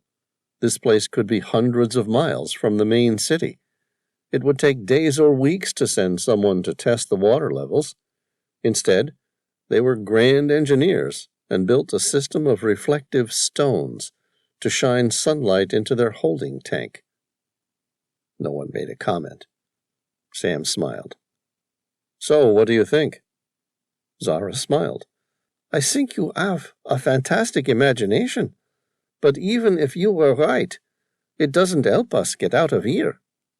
Why not? Sam asked. Because that oculus must be 80 feet above us, and there's no way to reach it. Sam glanced at the base of the dome, where the triangular-shaped pendentives met the water. I had an idea about that, too. What? She asked. Sam smiled. Have you ever been to Florence? Chapter 69. Sam spoke slowly. His eyes stared vacantly at the massive dome, but his mind wandered, as though he was reliving a time nearly 20 years earlier, when his father had taken him to visit the Italian city of Florence. Sam said, It's been many years since I last visited the great city, but one view still remains from my trip, one vision, so fantastic that I found its impression permanently embedded somewhere in the part of my brain that permanently stores valuable information. He grinned. Among the contour of spires and domes, one regal structure dominates the city's skyline. Zara smiled. Florence Cathedral. Sam nodded. The construction of Il Duomo di Firenze, as it is known to locals, started in 1296 in the Gothic style, with a design by Arnolfo di Cambio.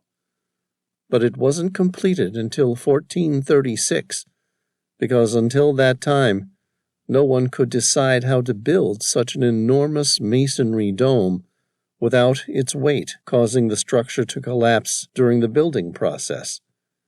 Do you know who worked it out? She nodded. Her eyes were wide. Filippo Brunelleschi, a master goldsmith. Tom sat down, disappointment showing across his face that he was being forced to hear another history lesson before being able to escape. Sam continued. The building of such a masonry dome would have posed many technical problems. Brunelleschi looked to the great dome of the Pantheon in Rome for solutions. The dome of the Pantheon was formed by a single shell of concrete, the formula for which had long since been forgotten. Soil filled with silver coins had held the Pantheon dome aloft, while its concrete set. This could not be the solution in the case of a dome this size, and massive shoring would put the church out of use. For the height and breadth of the dome, starting 171 feet above the floor and spanning 144 feet, there was not enough timber in Tuscany to build the scaffolding and forms. Either of you like to hazard a guess how Brunelleschi overcame this problem? He used a double shell, made of sandstone and marble, Tom said. Sam glanced at him and nodded, a slightly wry smile forming on his lips.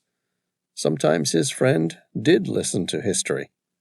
Brunelleschi's dome would consist of 2 concentric shells, an inner one visible from within the cathedral, nested inside a wider, taller external dome.